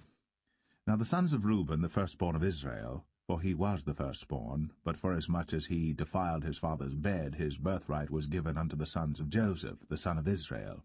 And the genealogy is not to be reckoned after the birthright. For Judah prevailed above his brethren, and of him came the chief ruler, but the birthright was Joseph's. The sons, I say, of Reuben, the firstborn of Israel, were Hanok, and Palu, Hezron, and Carmi. The sons of Joel, Shemaiah his son, Gog his son, Shimei his son, Micah his son, Reaiah his son, Baal his son, Beerah his son, whom Tilgath-Pilneser king of Assyria carried away captive. He was prince of the Reubenites. And his brethren by their families, when the genealogy of their generations was reckoned, were the chief, Jeiel and Zechariah. And Bela the son of Azaz, the son of Shema, the son of Joel, who dwelt in Aroer, even unto Nebo, and Baal-meon. And eastward he inhabited unto the entering in of the wilderness from the river Euphrates, because their cattle were multiplied in the land of Gilead. And in the days of Saul they made war with the Hagarites, who fell by their hand, and they dwelt in their tents throughout all the east land of Gilead. And the children of Gad dwelt over against them, in the land of Bashan unto Salcah, Joel the chief, and Shaphan the next, and Jaanai, and Shaphat in Bashan. And their brethren of the house of their fathers were Michael, and Meshullam, and Sheba, and Jorai, and Jachan, and Zia, and Heber, 7. These are the children of Abihail, the son of Huri, the son of Jeroah, the son of Gilead, the son of Michael, the son of Jeshai, the son of Jado, the son of Buz. Ahi, the son of Abdiel, the son of Gunai, chief of the house of their fathers. And they dwelt in Gilead and Bashan, and in her towns, and in all the suburbs of Sharon upon their borders. All these were reckoned by genealogies in the days of Jotham king of Judah, and in the days of Jeroboam king of Israel. The sons of Reuben and the Gadites, and half the tribe of Manasseh, of valiant men, men able to bear buckler and sword, and to shoot with bow, and skillful in war, were 44,760 that went out to the war. And they made war with the Hagarites, with Jetur, and Nephish, and Nodab. And they were helped against them, and the Hagarites were delivered into their hand, and all that were with them, for they cried to God in the battle, and he was entreated of them, because they put their trust in him. And they took away their cattle, of their camels 50,000, and of sheep 250,000, and of asses 2,000, and of men 100,000. For there fell down many slain, because the war was of God, and they dwelt in their steads until the captivity. And the children of the half-tribe of Manasseh dwelt in the land. They increased from Bashan unto Baal-Hermon, and Sinir, and unto Mount Hermon. And these were the heads of the house of their fathers, even Ephah, and Ishai, and Eliel, and Azriel, and Jeremiah, and Hodaviah, and Jadiel, mighty men of valor, famous men, and heads of the house of their fathers. And they transgressed against the God of their fathers, and went a-whoring after the gods of the people of the land, whom God destroyed before them. And the God of Israel stirred up the spirit of Pul, king of Assyria, and the spirit of Tilgath-Pilneser, king of Assyria. And he carried them away, even the Reubenites, and the Gadites, and the half-tribe of Manasseh, and brought them unto Halah, and Habor, and Hara, and to the river Gozan, unto this day.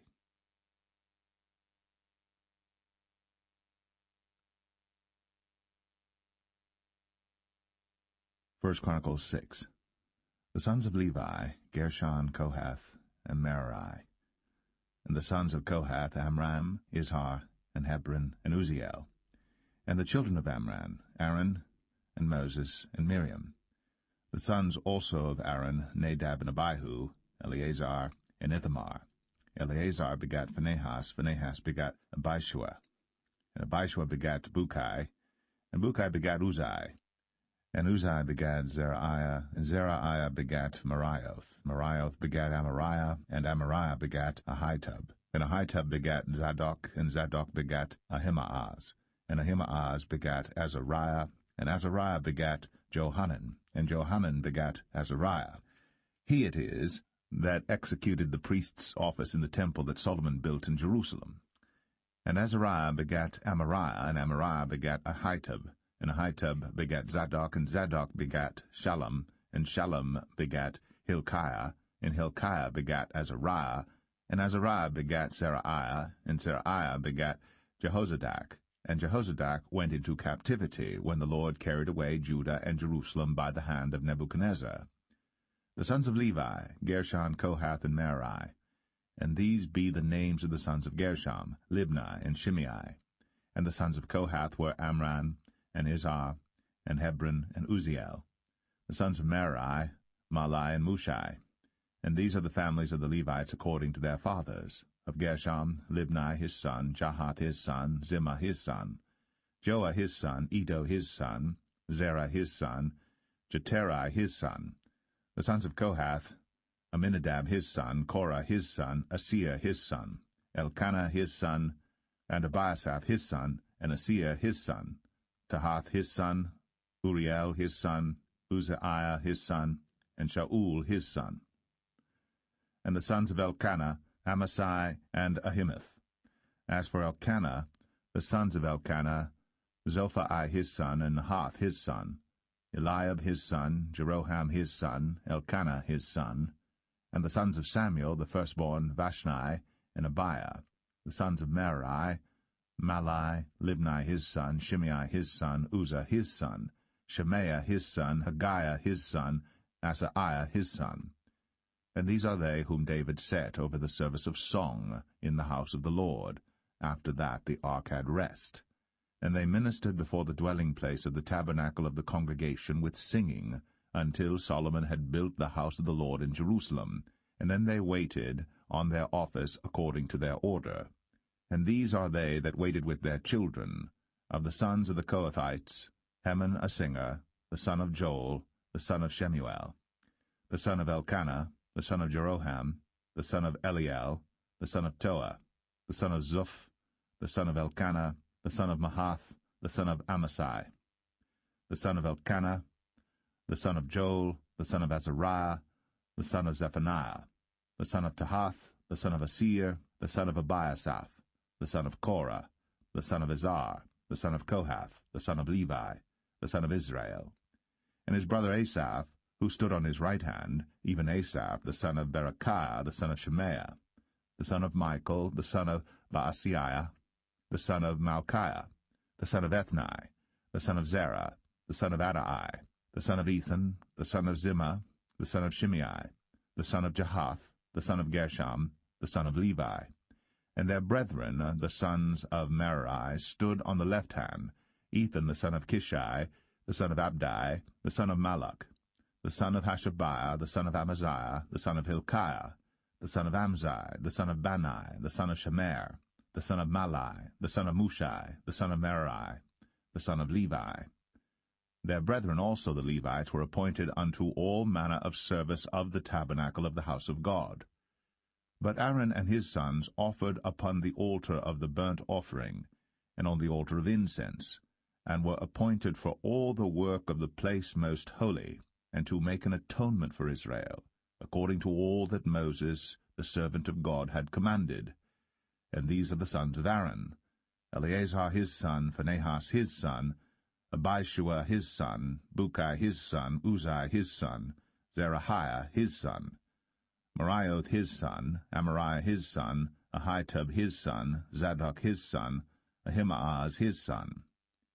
Now these are their dwelling places throughout their castles in their coasts, of the sons of Aaron, of the families of the Kohathites, for theirs was the lot. And they gave them Hebron in the land of Judah, and the suburbs thereof round about it. But the fields of the city and the villages thereof they gave to Caleb the son of Jephunneh. And to the sons of Aaron they gave the cities of Judah, namely Hebron, the city of refuge, and Libnah with her suburbs, and Jattir, and Eshtemoa with their suburbs, and Hilan with her suburbs, Debir with her suburbs, and Ashan with her suburbs, and Beth-Shemesh with her suburbs. And out of the tribe of Benjamin, Geba with her suburbs, and Alemeth with her suburbs, and Anathoth with her suburbs. All their cities throughout their families were 13 cities. And unto the sons of Kohath, which were left of the family of that tribe, were cities given out of the half-tribe, namely out of the half-tribe of Manasseh, by lot, 10 cities. And to the sons of Gershon throughout their families, out of the tribe of Issachar, and out of the tribe of Asher, and out of the tribe of Naphtali, and out of the tribe of Manasseh in Bashan, 13 cities. Unto the sons of Merari were given by lot throughout their families, out of the tribe of Reuben, and out of the tribe of Gad, and out of the tribe of Zebulun, 12 cities. And the children of Israel gave to the Levites these cities with their suburbs. And they gave by lot, out of the tribe of the children of Judah, and out of the tribe of the children of Simeon, and out of the tribe of the children of Benjamin, these cities which are called by their names. And the residue of the families of the sons of Kohath had cities of their coasts, out of the tribe of Ephraim. And they gave unto them of the cities of refuge, Shechem in Mount Ephraim with her suburbs. They gave also Gezer with her suburbs, and Jokmeam with her suburbs, and Beth-horon with her suburbs, and Ailon with her suburbs, and Gath-rimmon with her suburbs. And out of the half-tribe of Manasseh, Aner with her suburbs, and Bileam with her suburbs, for the family of the remnant of the sons of Kohath. Unto the sons of Gershon were given out of the family of the half-tribe of Manasseh, Golan in Bashan with her suburbs, and Ashtaroth with her suburbs. And out of the tribe of Issachar, Kadesh with her suburbs, Daberoth with her suburbs, and Ramoth with her suburbs, and Anem with her suburbs. And out of the tribe of Asher, Mashal with her suburbs, and Abdon with her suburbs, and Hukok with her suburbs, and Rehob with her suburbs. And out of the tribe of Naphtali, Kadesh in Galilee with her suburbs, and Hammon with her suburbs, and Kirjathaim with her suburbs. Unto the rest of the children of Merari were given out of the tribe of Zebulun, Rimmon with her suburbs, Tabor with her suburbs. And on the other side of Jordan by Jericho, on the east side of Jordan, were given them out of the tribe of Reuben, Bezer in the wilderness with her suburbs, and Jazar with her suburbs, Kedemoth also with her suburbs, and Mephath with her suburbs. And out of the tribe of Gad, Ramoth in Gilead with her suburbs, and Mahanaim with her suburbs, and Heshbon with her suburbs, and Jazer with her suburbs.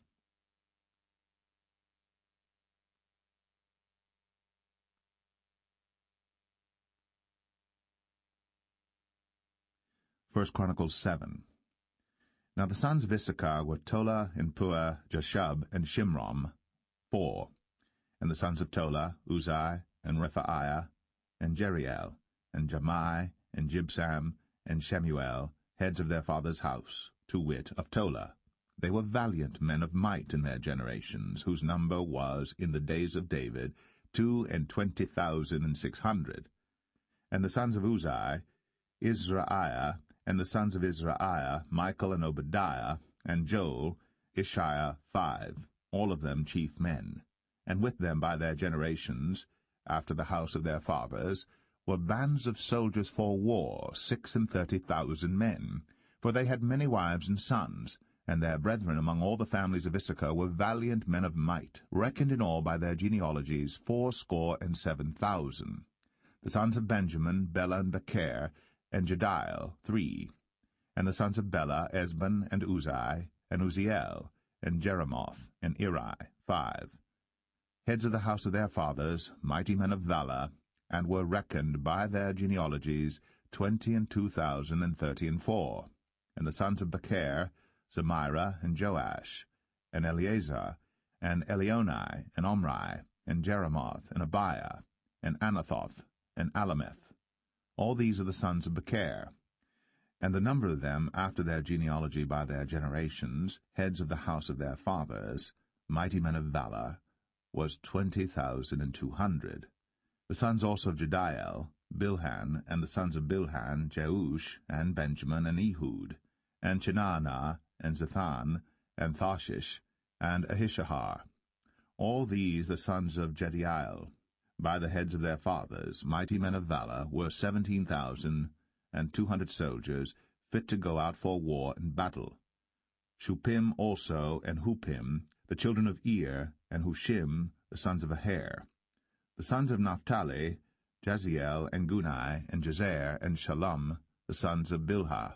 The sons of Manasseh, Ashriel, whom she bare, but his concubine, the Aramitess, bare Machir, the father of Gilead, and Machir took to wife the sister of Huppim and Shuppim, whose sister's name was Maacah, and the name of the second was Zelophehad. And Zelophehad had daughters, and Maacah, the wife of Machir, bare a son, and she called his name Peresh, and the name of his brother was Sheresh, and his sons were Ulam and Rakem. And the sons of Ulam, Bedan. These were the sons of Gilead, the sons of Machir, the son of Manasseh. And his sister Hameleketh bare Ishad, and Abiezer, and Mahalah. And the sons of Shemaiah were Ahian, and Shechem, and Likai, and Aniam. And the sons of Ephraim, Shuthelah, and Bered his son, and Tahath his son, and Eladah his son, and Tahath his son. And Zabad his son, and Shuthelah his son, and Ezer, and Eliad, whom the men of Gath that were born in that land slew, because they came down to take away their cattle. And Ephraim their father mourned many days, and his brethren came to comfort him. And when he went into his wife, she conceived, and bare a son. And he called his name Beriah, because it went evil with his house. And his daughter was Sherah, who built Beth-horon the Nether, and the upper, and Uzzen-Sherah. And Rephah was his son, also Resheph, and Telah his son, and Tahan his son, Ladan his son, Ammihud his son, Elishama his son, Non his son, Jehoshua his son. And their possessions and habitations were Bethel, and the towns thereof, and eastward Naaran, and westward Gezer, with the towns thereof, Shechem also, and the towns thereof, unto Gaza, and the towns thereof. And by the borders of the children of Manasseh, Bethshean and her towns, Taanach and her towns, Megiddo and her towns, Dor and her towns. In these dwelt the children of Joseph, the son of Israel. The sons of Asher, Imnah, and Ishua, and Ishuai, and Beriah, and Sarah their sister. And the sons of Beriah, Heber, and Malchiel, who is the father of Beerzavith. And Heber begat Japhlet, and Shomer, and Hotham, and Shua their sister. And the sons of Japhlet, Pasak, and Bimhal, and Ashvath. These are the children of Japhlet. And the sons of Shemer, Ahai, and Roga, Jehubbah, and Aram. And the sons of his brother Helem, Zophah, and Imnah, and Shelesh, and Amal. The sons of Zophah, Sua, and Harnepher, and Shual, and Beri, and Imrah. Bezer, and Hod, and Shammah, and Shilshah, and Ithran, and Birah. And the sons of Jether, Jephunneh, and Pispa, and Arah. And the sons of Ulah, Arah, and Haniel, and Reziah. All these were the children of Asher, heads of their father's house, choice and mighty men of valor, chief of the princes. And the number throughout the genealogy of them that were apt to the war and to battle was 26,000 men.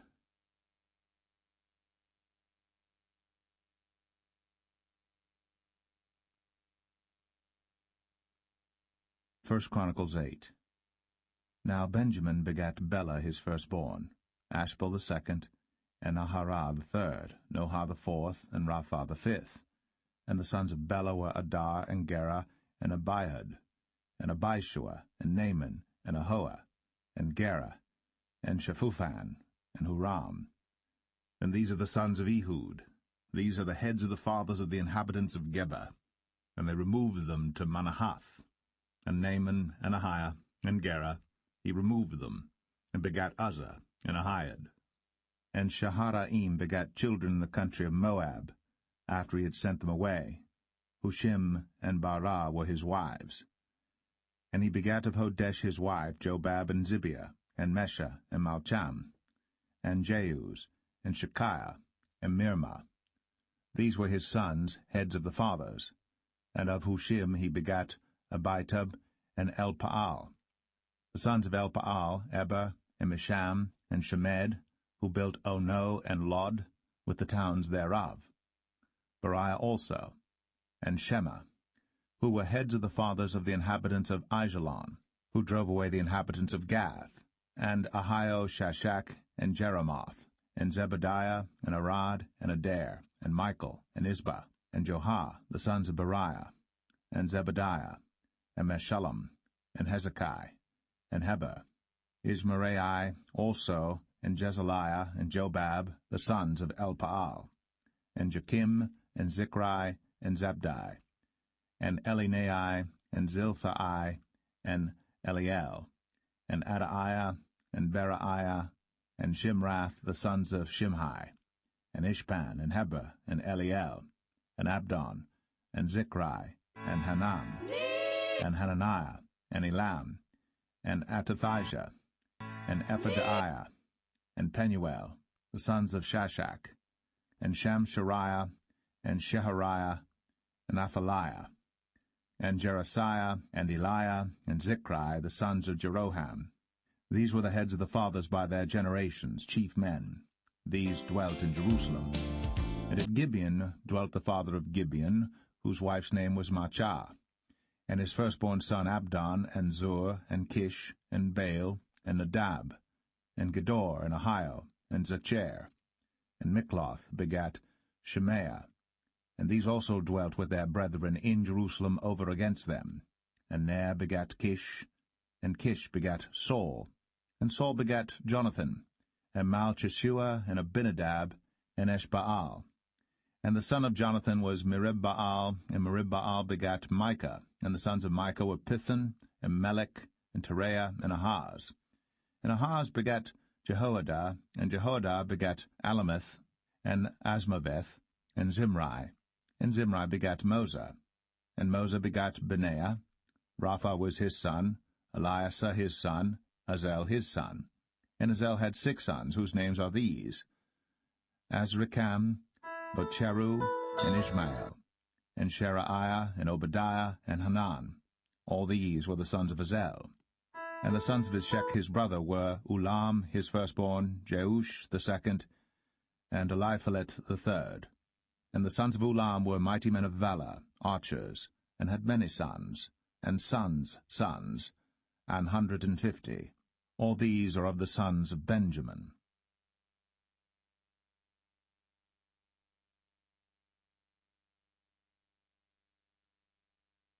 1 Chronicles 9. So all Israel were reckoned by genealogies, and behold, they were written in the book of the kings of Israel and Judah, who were carried away to Babylon for their transgression. Now the first inhabitants that dwelt in their possessions in their cities were the Israelites, the priests, Levites, and the Nethinims. And in Jerusalem dwelt, of the children of Judah, and of the children of Benjamin, and of the children of Ephraim and Manasseh,